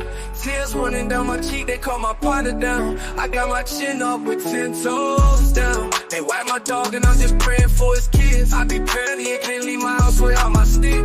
I've been dealing with some problems, man, this street life got me sick. Reminds me of Lucas. We just riding, breaking all the rules. Retaliation ain't no big Lucas. tragic. We about that action, but everything 7 years old, Lucas. What was his name? all of this crime, we just riding, breaking all the rules. One day you hear bullshit, keep happening. Proof, then you vanish. I'm so tired of sadness. All this backstabbing done turned me to a savage.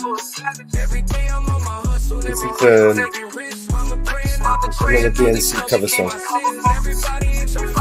Link to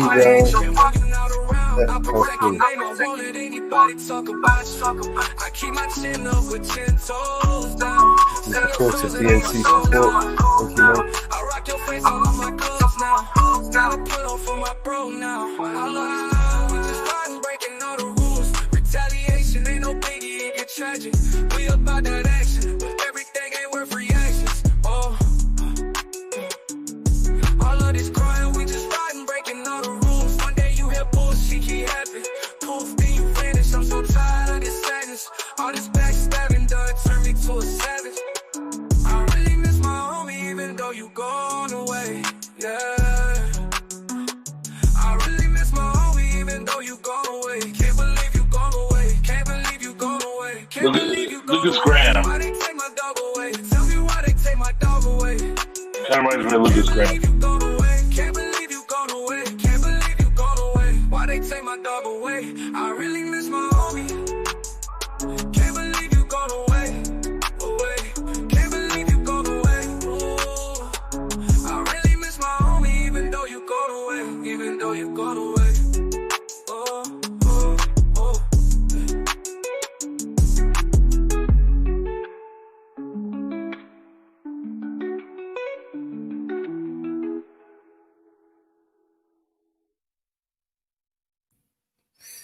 what do you think of that one? No, I like it.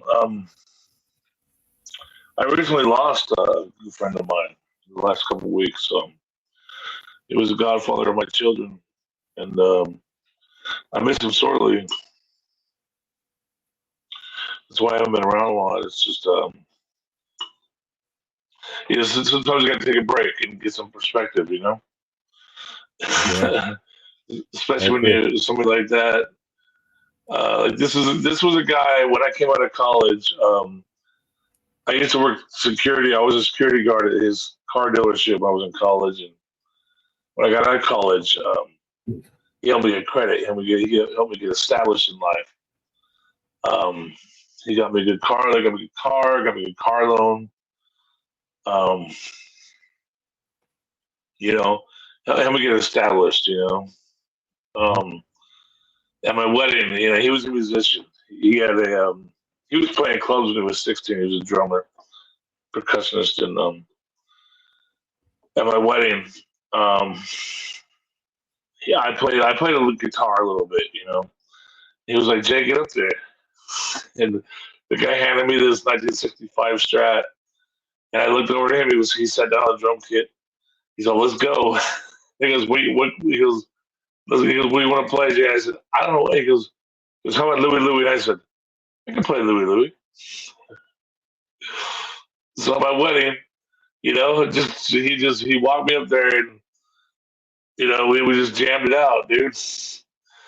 And I looked over at him, you know, they go guitar solo. I looked over at him, I'm like, "I don't play solos." And he just shook his head, yes. And I started playing a solo, man, and he was right there with me, just doing the breakdown of the drums, like, you know. And it was fun. It was so fun, man. I love that guy to death. I did so much with him.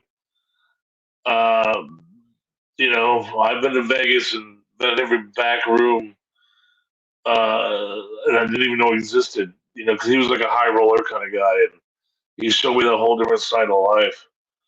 And God, I'm gonna miss him for the rest of the time. You know, you ever heard of somebody like that in your life? That was just always just kind of, you know, that kind of friend where you didn't see each other for a couple of years, but when you did see him, you know, it was like time never stopped, you know. And you just picked up with each other.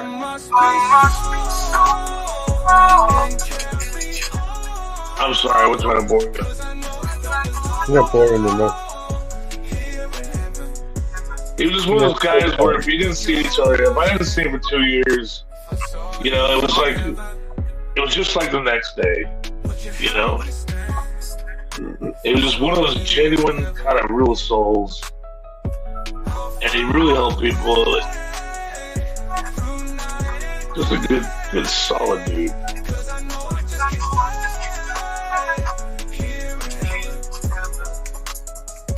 This is why I know that we live in hell. They're the best ones. Gone. Oh, it was.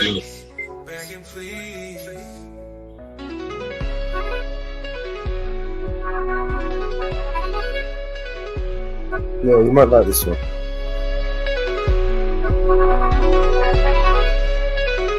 Beyond the door, this piece of shore, and I know there'll be no more tears in heaven. But you know my name. If I saw you in heaven, would you be the same? If I saw you in heaven, I must be strong and carry on.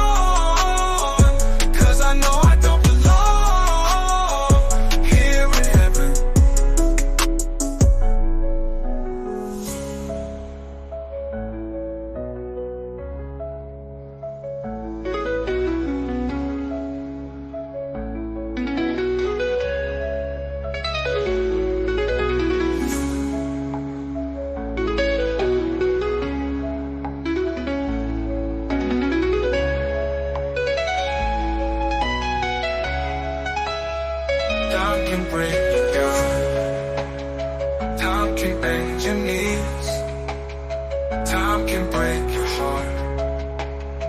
Have you begging, please, beyond the door. There's peace, I'm sure, and I know there'll be no more tears and begging, please. Would you know my name if I saw you in heaven? Would it be the same if I saw you in heaven? I must be strong and carry on, 'cause I know I don't belong here in heaven.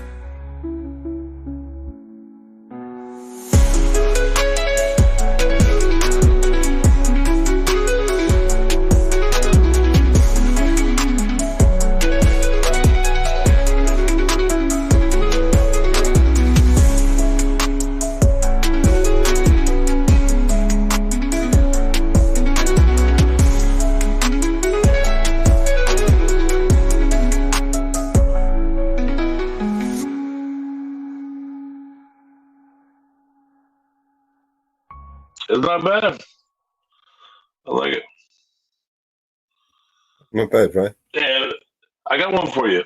Have you ever heard Aqueous Transmission by Incubus? You ever heard that song? No. You can't play that stuff, though. You can't play it, huh?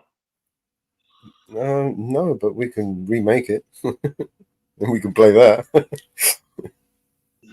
Aqueous Transmission by Incubus. That's further down the river. You never heard that one? No. That's all sounds familiar.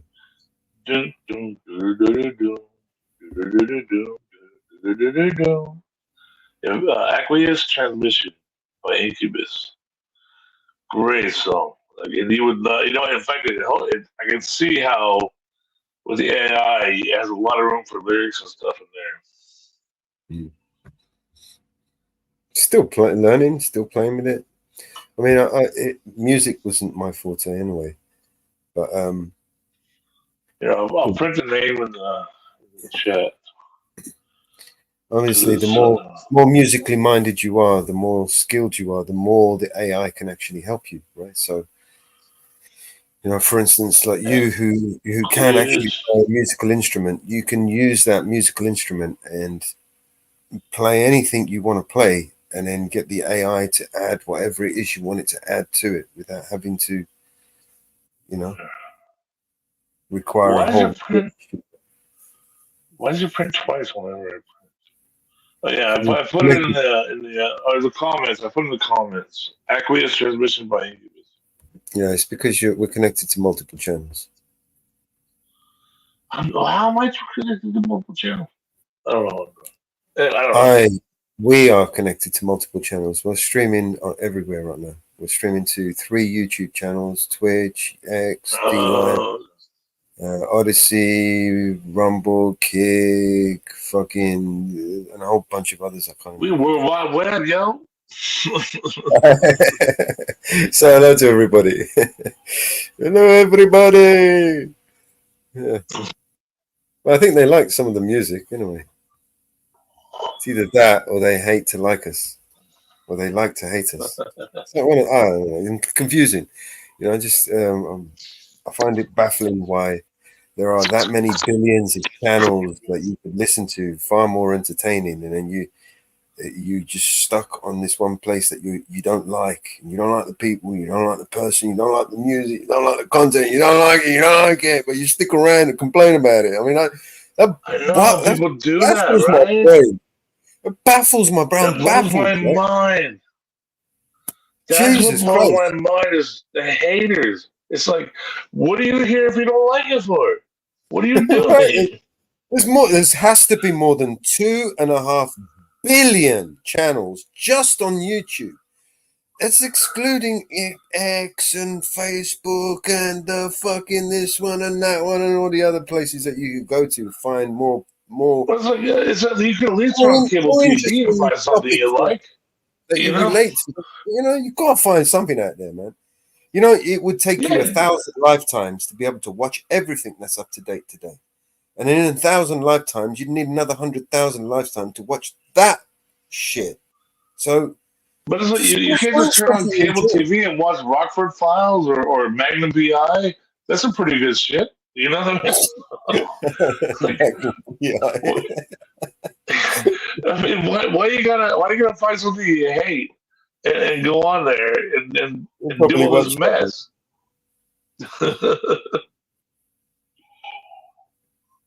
Well, hopefully they like. I do watch Rockford Files because I like the cars.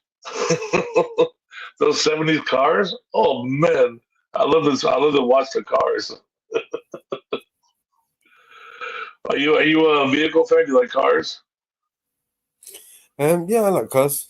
I'm not crazy about them. Like I built 3 cars in my life, and you know, I like building things like cars and all that stuff. And so I watched some old TV shows from the 70s. It's like, man, those cars doing this shit. I like watching those YouTube channels where they find all these fucked up, busted up, rusted up shit, and they restore them back to original. I like watching those. Anyway. They restore you know what I like for a modern guy is I like Cletus. You watch Cletus, right? You gotta watch Cletus. The boy down in Florida. He's like he started out. Just watch Cletus McFarland. I'm not good with names, man. Just fire off the names of weed strains. I might remember some of those, but anything else? What? Fire off names of what?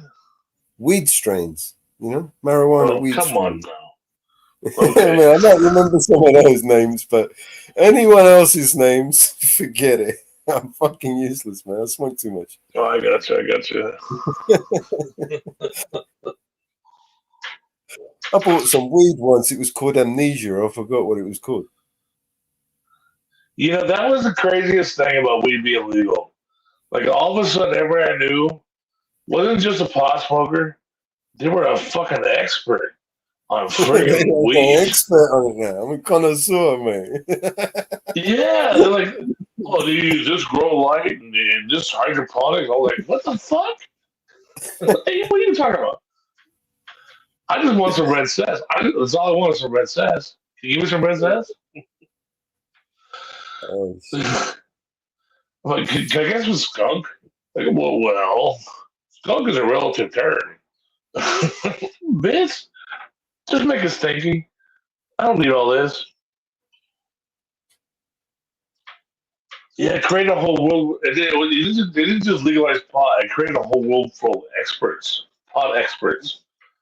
And I was like, oh my god, everybody was like, do this shit but me. How come the whole time everybody knew but me? I just like to roll and smoke it, yo. I knew indica, like, you know, indica had that creeper effect, right? That's like all I knew. Chocolate Thai. Remember Chocolate Thai? Yep. When I was in high school, oh, you gotta get some Chocolate Thai. It was brown, it was like dirt weed, but dang it wasn't good. I remember that shit. They had a Christmas tree tie. You know, and it smelled like a Christmas tree. We were like, okay, yeah. I'll pay you $45 for that. You know? But now it's like, I don't know what to do. I don't know what's good. I don't know what's not good. And my buddy goes, well, that's the OG Kush. That ain't nothing but OG Kush. I'm like, is that good or bad? Is it good or is it bad? Well, that's a mid-grade. I'm like, but I take 2 hits. I don't, because that's my thing. Is if I smoke weed, I only take 2 hits. You know? If I get high, it's good. You know what I mean? And then about 3-4 hours later, I'll take 2 more hits. That's my thing. Like I believe what Tommy Chong says. If you have to take more than 2 hits, you're wasting it.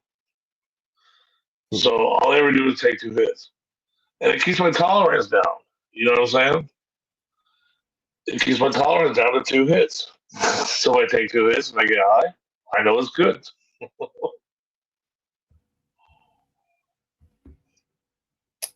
It seems to work for me. Song, man.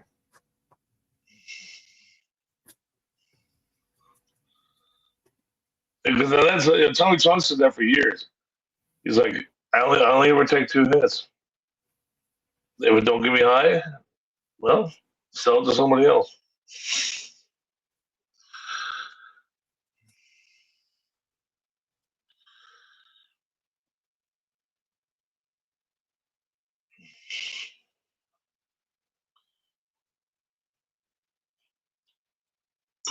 But those people that can sit there with that super weed and smoke it all night, you know, it's like, damn, I admire you, you know? Like, how do you stand up? How can you stand up? Here's a song for you.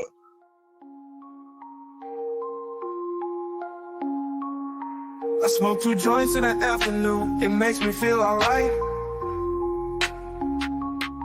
I smoke 2 joints in time of peace, and 2 in time of war. I smoke 2 joints before I smoke 2 joints, and then I smoke 2 more. Oh, my daddy, he once told me, son, you'll be hardworking, man. My mama, she once told me, son, you do the best you can. But then one day I met a man who came up to me and said, hard work good and hard work fine, but first they care ahead. So now, I smoke 2 joints when I get up. In the car, I smoke 2 joints. I smoke 2 joints when I play video game and every 10,000 points. I smoke 2 joints.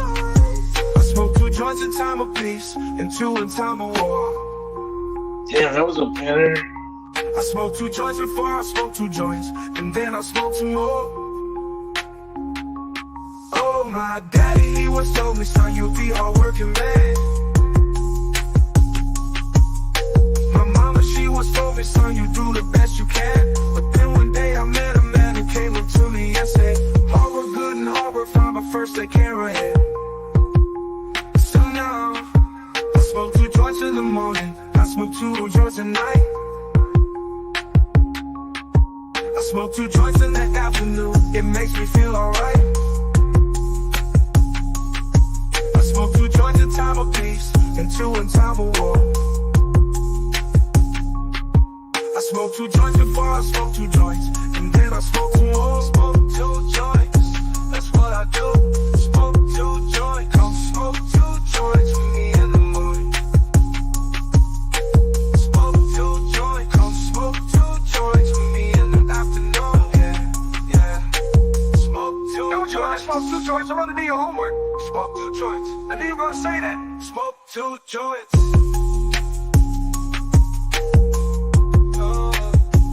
Smoke 2 joints. That's what I do. Smoke 2 joints.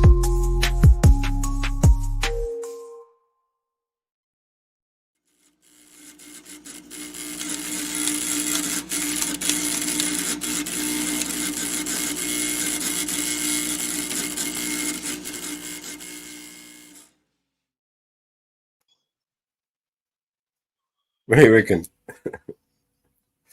So is that how they roll over there? What joints? Like, super tight.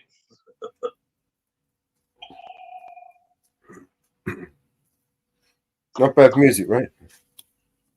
Yeah, we used to sit in a room, and I'm gonna tell you this is the truth. Like right after I got out of high school, everybody would have a joint or a pipe or a bone. There'd be like 5 or 6 or 8 of us. We would sit in a circle, and everybody had something, you know, and we'd all light it, take a hit, and pass it. And so by the time everything went around twice, like you just had 16 hits. And dude, you would just be like, whoa, the room be spinning, man. And then we go out, and this homeboy Frank, he had a charger with a Hemi in it, you know, and He fired that thing up. He's in the backseat. He was on a death ride. We're like, yeah, I'd say, what's a death ride? He would put his foot to the floor and not pick it up. And just ramble through the neighborhood, man.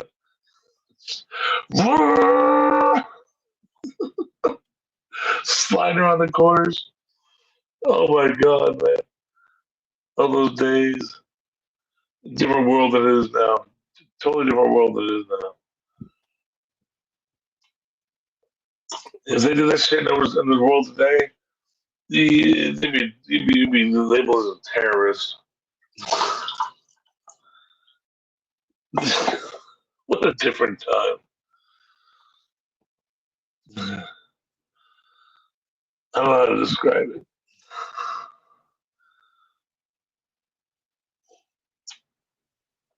We pull into the 7-Eleven, you know, in that Dodge Charger, you know, with the Hemi.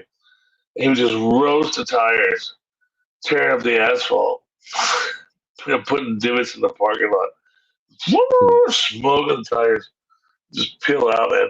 And nobody cared. Nobody did nothing. Nobody gave a shit. It was just how it was back then. If you did that shit now, we probably go to jail for 5 years, you know.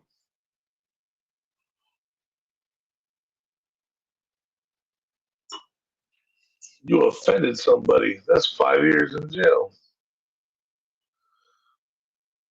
You know what I mean? Yeah.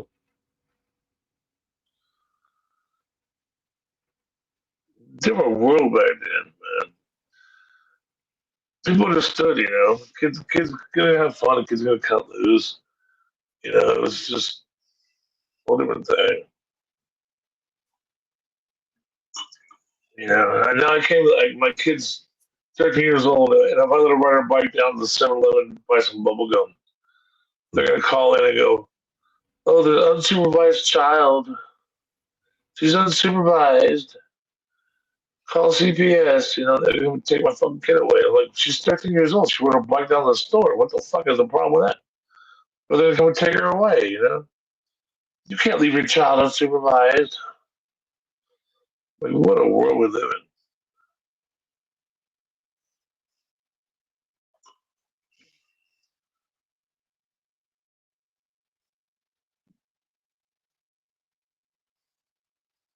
I'm sorry, I'm alone here now.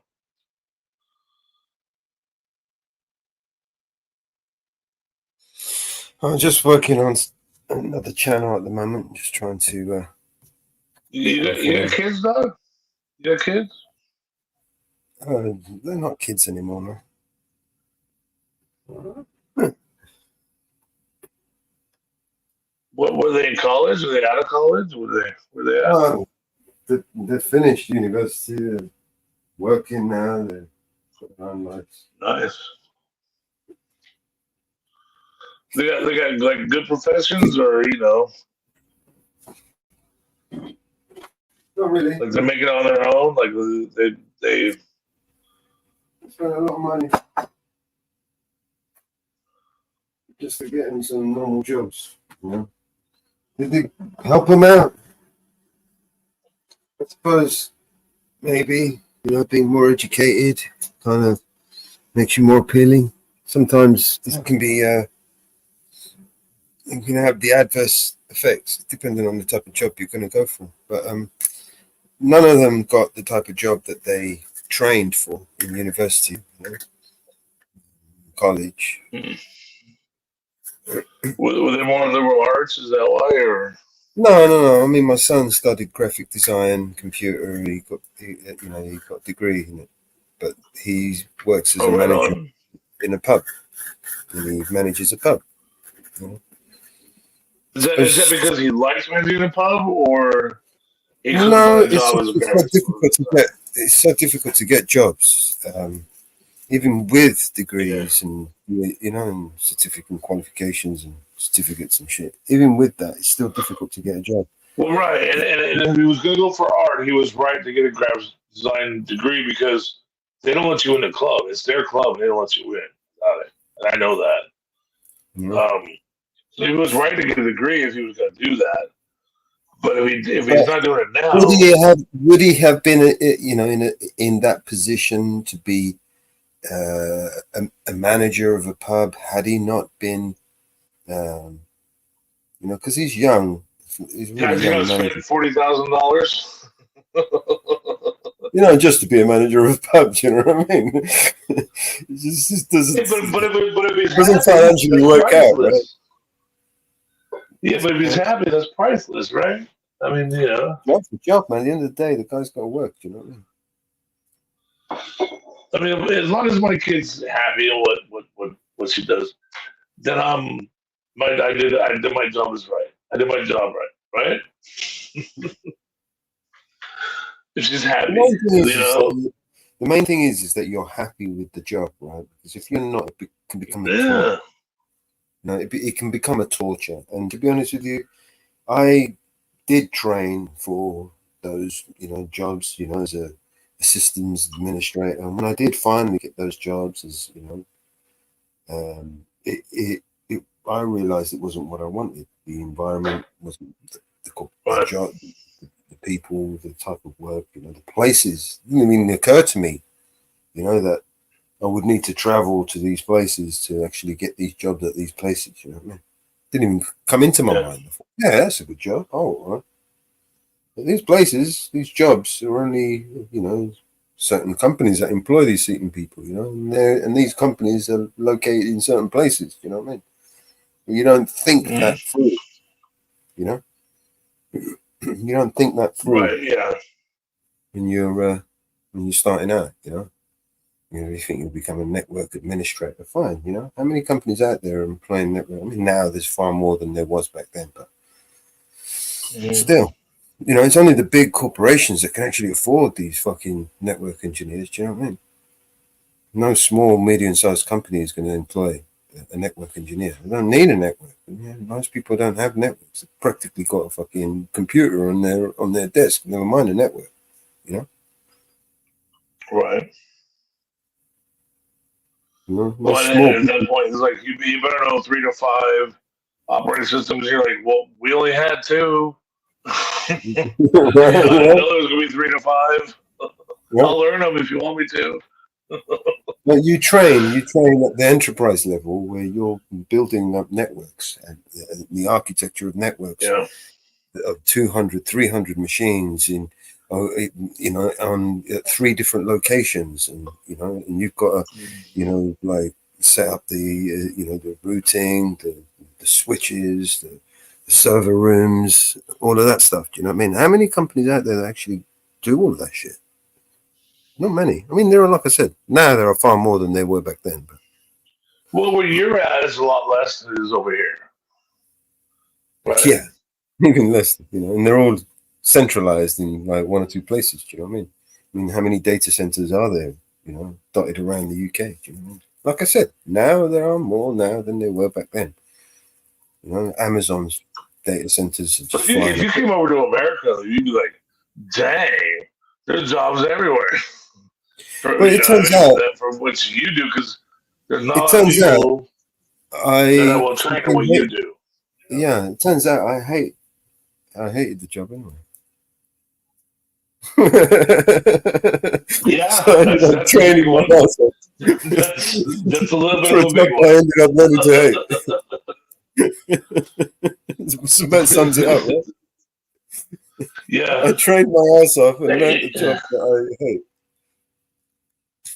Well, and that's for what I did for a living. I fell into it. It was I just happened to be fucking great at it. I loved it. I hated it, but I was a very physical guy. Like I wanted to be an NFL player. Realized that wasn't the cards, right?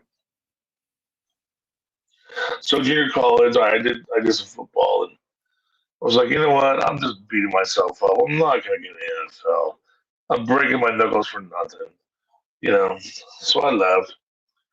And I fell in this plumbing career. And it wasn't plumbing. It ended up being, this hot water specialist thing. I had a knack for it. I had a knack for troubleshooting circuit boards and modules and stuff like that. And I understood gas lines. I understood water pressure. I understood pumps. I just understood all this stuff.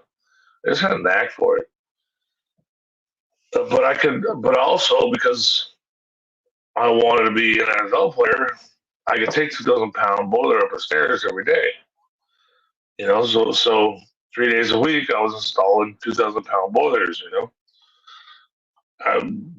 Taking 2,000 pounds down the stairs, with 2,000 pounds up the stairs. And the roofs of LA. Did it for 15 years.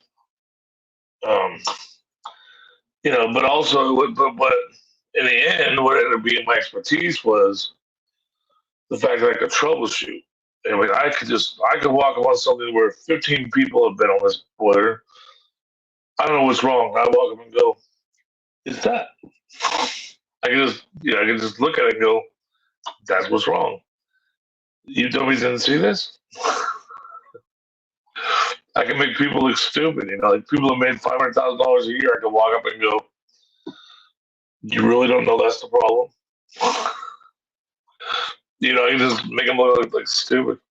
You would fly me in to Louisiana, Vegas, and Phoenix, and Dallas, and I walk up and go, "Yeah, it's that." Like literally, it's like, is that stupid? I just had a knack for this stuff. But at the same time, I loved the rough and tumble. I love moving 2,000 pounds up a flight of stairs. I loved it. I love being able to do that. You know what I mean? I got off on that. I loved it. It was just like, because not a lot of people can do that. That was my athletic side. So I got to have a athletic outlet as well as a creative outlet. So it really built me this big name. And so while my nearest, my nearest competitor was making $50,000 a year, I was making 90. And this is back, when I quit working, it was in 2012. I was making $9,000 a year in 2012. That was my base pay. Plus overtime and holidays and all that stuff. And they were making 50. But I had a cracking time, baby. I mean, I got to do stuff. I got to go places. I got to have. I mean, you walk into Ron Jeremy's apartment, going like, "I'm here to service the hot water." You're like, "Oh, hey, you're Ron Jeremy." Yeah. "Oh, you're Napoleon Dynamite." You go to these people's homes. You're just like, okay. It was a lot of fun. It really was a lot of fun.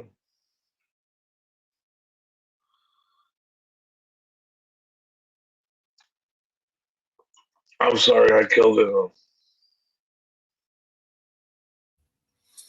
That's all right. I'm just winding down now. Anyway, we're coming up to the end of the show. Got about another half an hour or so, 20 minutes to the end of the show. I do need to take this dog downstairs, so I might cut it short. Thank you, everybody, for tuning in. Is there people watching?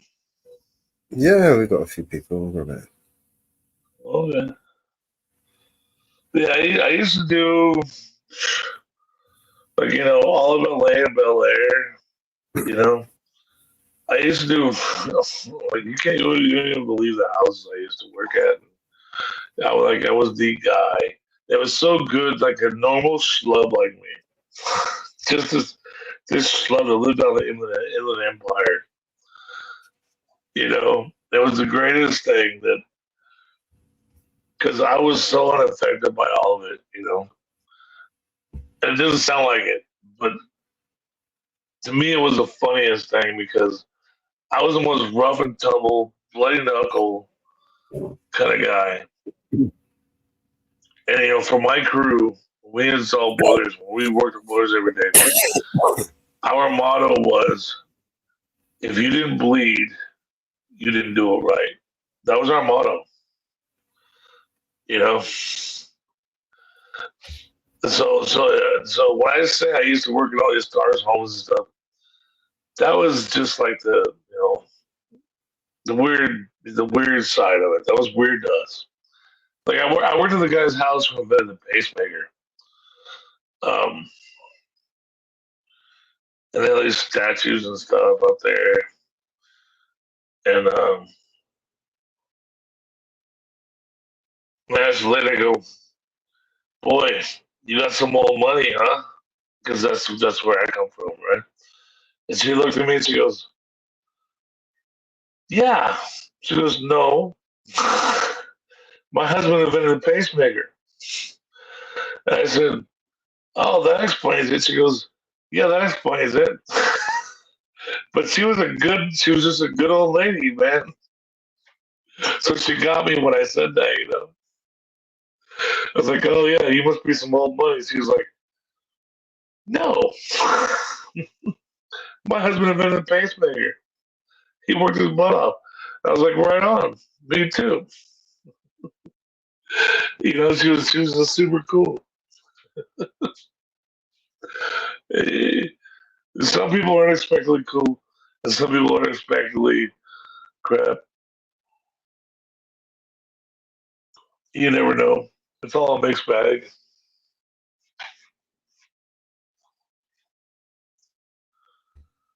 Oh, let's play a bit of music. Correct this up a little bit. Let's play this one.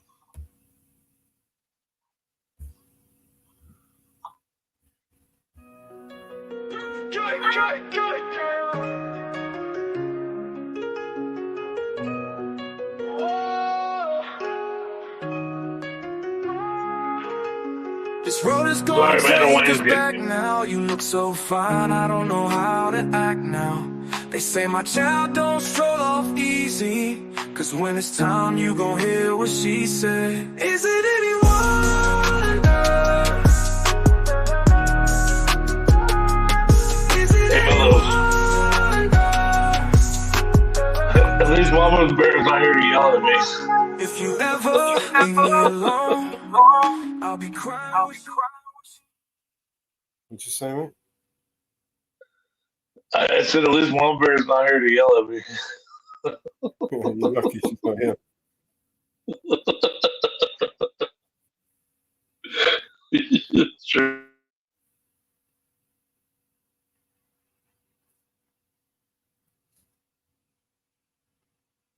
Should we play a tune?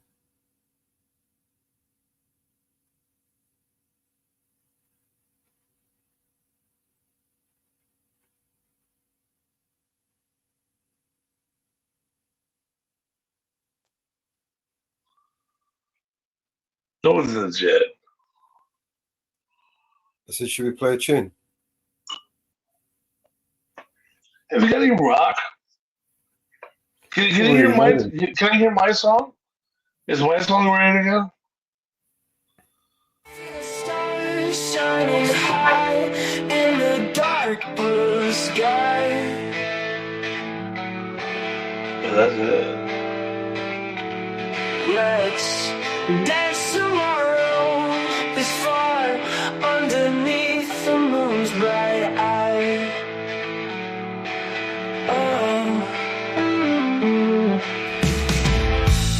Feel the beat of our feet on the ground, lively and free. That's hot. I like it. The night is young, the world asleep.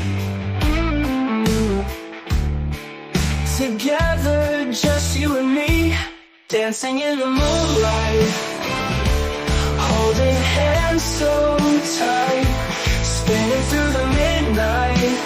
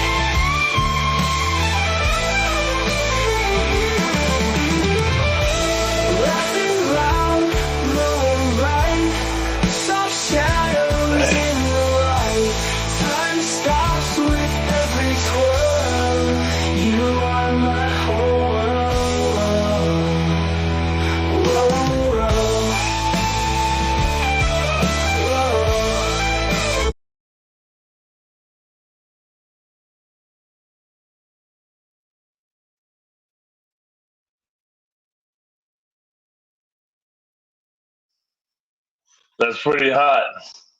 I like it. That's hot. Yeah, it's pretty cool, man.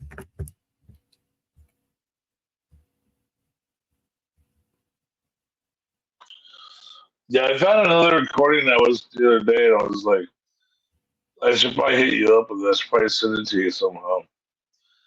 It was one I actually did on a 4-track, and I have it on my computer. I should probably email it to you somehow. It's got a lot of like lead licks and shit like that. Because you were asking me, do I have one that was recorded, better recording? And I found that like last week. My daughter was going through my computer. And I was like, play that. She put it down. I was like, oh my God, I recorded. I don't even remember recording that. But it was off of my old 4-track, is what it was. Because I was never a guy that I didn't record a lot. So how long is it? I need a 60-second clip. That's all I need. Oh, it's probably about 3-4 minutes. What, can you clip it? 60 minutes, 60 seconds. I don't have it on my phone. I gotta pull it off the computer. No, I'm not saying. I mean, I'm shutting down the show now. I'm saying I'll have to pull off the computer. 60-second clip audio, and start it and finish it how you want it. A 60-second clip. I can generate a song on that and extend it. And if you want to add something to it later on, we may be able to. Well, I have to go back because I just rebuilt. I just got a new computer and service. We were just like, it's on my old computer, so I had to pull the hard drive out and put it in the new computer. Yeah. You know how it works. Give me audio tape. Let's do that one. You know how it goes. The old hard drives. It's just audio. It's just music, right? Instrumental.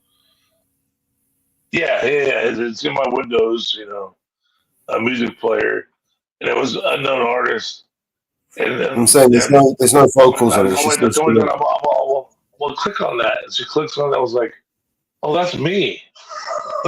She was like, is that you, Daddy? I'm like, yeah, that's me. Is there no instrument? It's just instrumental, right? No vocals. Yeah, no, it's just my guitar, where I have a pedal that that plays plays a loop. Guitar, Spanish guitar. What kind of guitar is it? The electric guitar, then I play a loop on the rhythm, and then I solo over the loop. You understand what I'm saying? Yeah. How long is the loop? 3 minutes.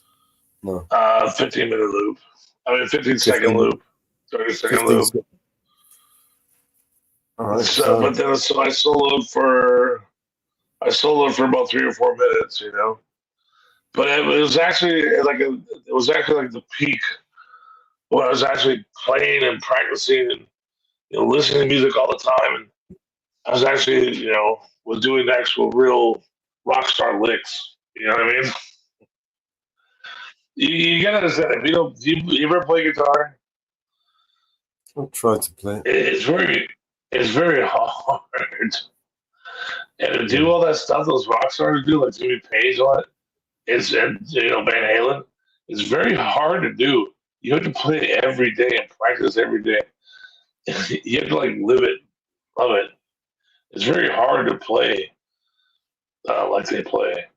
It sounds like it's just natural music, but dang man, you gotta really get into it. It really is hard. And I know because I've been there. You gotta play every day, every guitar in your hand all the time. When you get home from work, pick up your guitar until you can fall asleep with it in your hand. And then on Saturday, we're not working, play guitar all the time. It's really, really hard to be that good. You know, unless you just have some sort of natural ability to be that good, it's really hard to be that damn good. It's really freaking hard. I mean, those guys are good. You know, yeah, but I never had any aspersions of being a rock star. I just like to play guitar because I like to play guitar. I never was like, I'm gonna be a rock star. You know, I just like to play guitar, so I just play guitar. But then when I want to get serious, I was like, I want to play the guitar like Van Halen. I want to play the guitar like Jimmy Page. I want to play the guitar, you know, like Joe Walsh. I want to do this. Man, the work that you have to put in every single day of your life, you got to have that guitar in your hand to be able to do that. It really is. It's a different world, baby. It's a different freaking world than what you're used to. You got to really put in that work. You know, it's like, well, you know, how do you get to be Aaron Rodgers? How do you get to be Joe Montana? You know, how do you get to be Babe Ruth or Cy Young? You know, you got to put that work in every damn day, right? You realize what these guys really went, what they really go through. You got to live it, man. It has to be your life. You know? Does it make any sense to you? Yeah, I'm falling asleep now, man. I think I'm going to wind down this show now. We've got play a little tune if you want before I play the outro. Yeah, no, thanks for having me on. You're welcome, JT, man. I'm back on now. It's great to see you. Thanks for having me on. Big ups to my buddy Marshall. He's a man. Yeah, big up, man. Yeah, next time I see you, man, email me that tune over, and we'll make some songs out of it. Man, on, dog. All right. Have a good one, man. Thanks for having me on. You got my email address, right? No. I'll drop it in the back.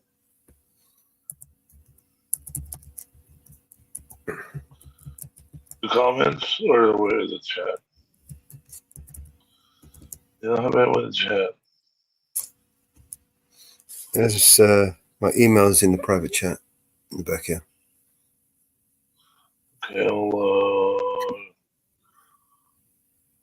copy link address. There we go. I got it. All right. All right, brother man. Take care, man. I will speak to you on the next one. Thank you. Yep.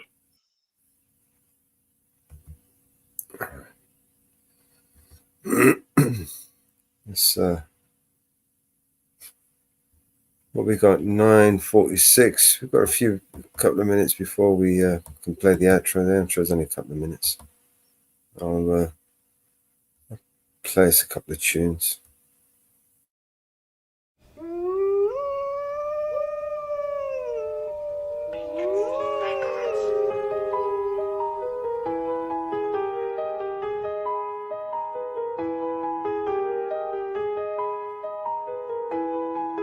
There's a monster under my bed and at my window there's a dragon. I accepted the challenge, it turned me into a savage. I broke a promise to myself again, I don't know why I am so vulnerable. They try to help but I won't let them in, I guess rock bottom's where I'm comfortable. Both my feet planted when most people would have panicked. I embraced the storm, I found beauty in what was damaged. I'm not afraid of the boogeyman, instead I look at him like he's a friend. There's not a monster out there in the world that's scarier than the one that's within. There's a creature in my closet, I can hear him mumbling around. The demon screaming in the distance creates such a humbling sound. The monster that's outside my window, he's like family to me now. The things that people are afraid of never let me down. I'm not a sadist, no, but I'm hated so. The religious freaks say I'm the biggest beast, and that I've made it grow.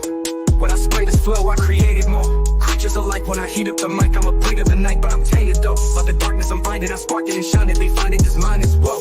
What if they label me a demon seed? Wanna disable, now I see them bleed. Injure me fatally and see them grieve, no. Yeah, I would not believe the creature inside me. If you deceive belief, first alive, let me disagree when people define me or trying to take his. Whatever the fuckery told them, you don't wanna break. break this. You forsake his, what is sacred, then it's over no matter what your faith is. I'm a creature.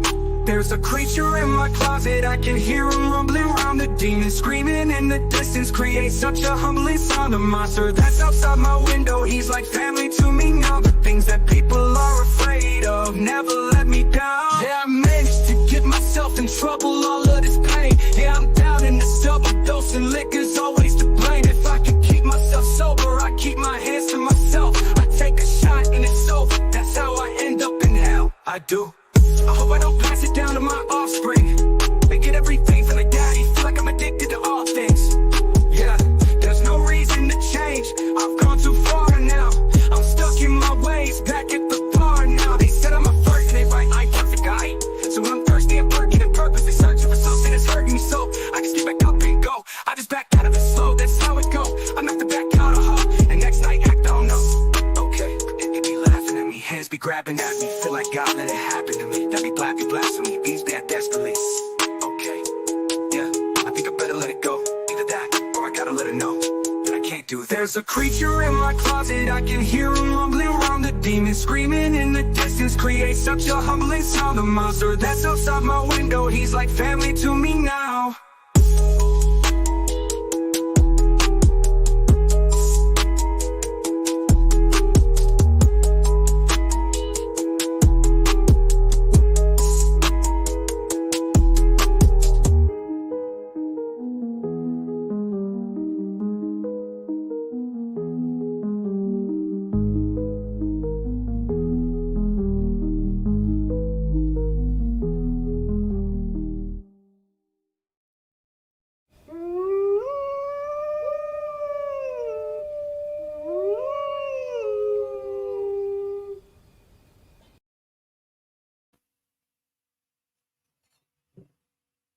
That's right.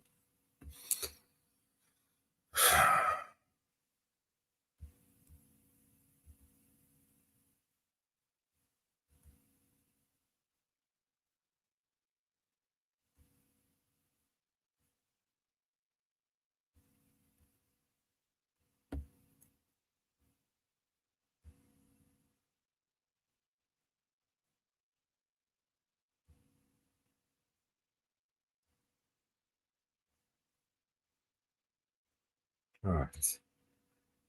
Thank you, everybody, for tuning in, and I will see you on the next one. We'll be back in a few hours, as usual.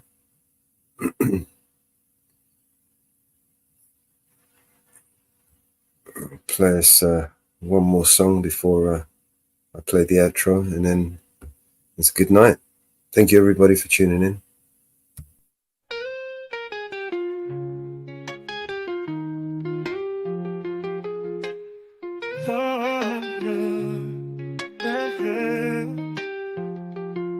The storm warning, flashlights blink on and on, and I marvel at it all. Just the simplicity, beauty of life, like a giant painting on canvas, a body of color exposed to be seen. Only man has no control of the paintbrushes. Must be quick to hurry, paint what he sees before his eyes, or snap it from the lens of a can to capture for forever.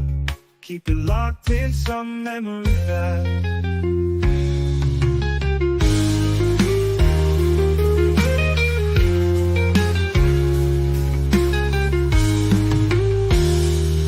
the storm warning, flashlights blink on and on, and I marvel at it all.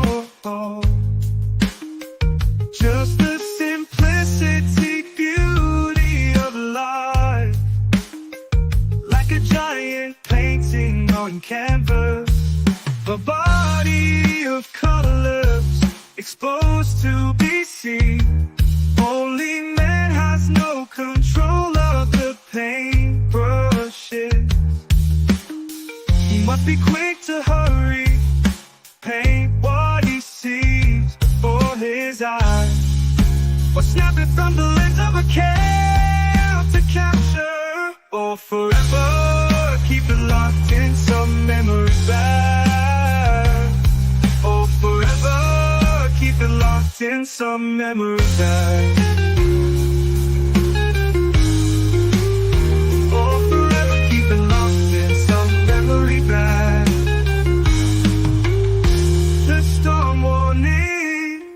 Lights blink on and on, and I marvel at it all.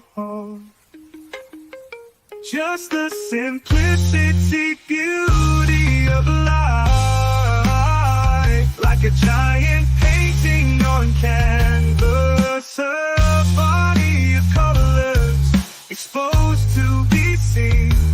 Only man has no control of the paintbrushes. He must be quick to hurry, paint what he sees before his eyes, or snap it from the lens of a camera to capture, or forever keep it locked in some memory bag, or forever keep it locked in some memory bag, or forever keep it locked in some memory bag, or forever keep it locked in some memory bag. The storm warning, flashlights blink on and on, and I marvel at it all. Just the simplicity, beauty of life, like a giant painting on canvas. All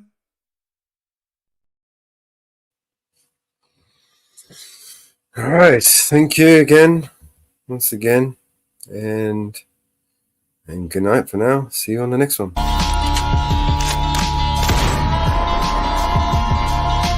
This is your emergency broadcast system. All civil unrest has gone global. All capital buildings and cities are under siege by the United States government to quell the domestic terrorist threat. All residents of urban neighborhoods and cities are being ordered to stay in their homes until the threats are eliminated. If you disobey orders, you could be shot on sight by rogue agents, federal forces, and domestic terrorist militias. This is your emergency broadcast system. This is a national alert. Imminent threat is nationwide. You must stay in sight of your homes or risk being shot on sight. The conspiracy is upon you. Your conspiracy friends were right all along. Now you must learn to survive.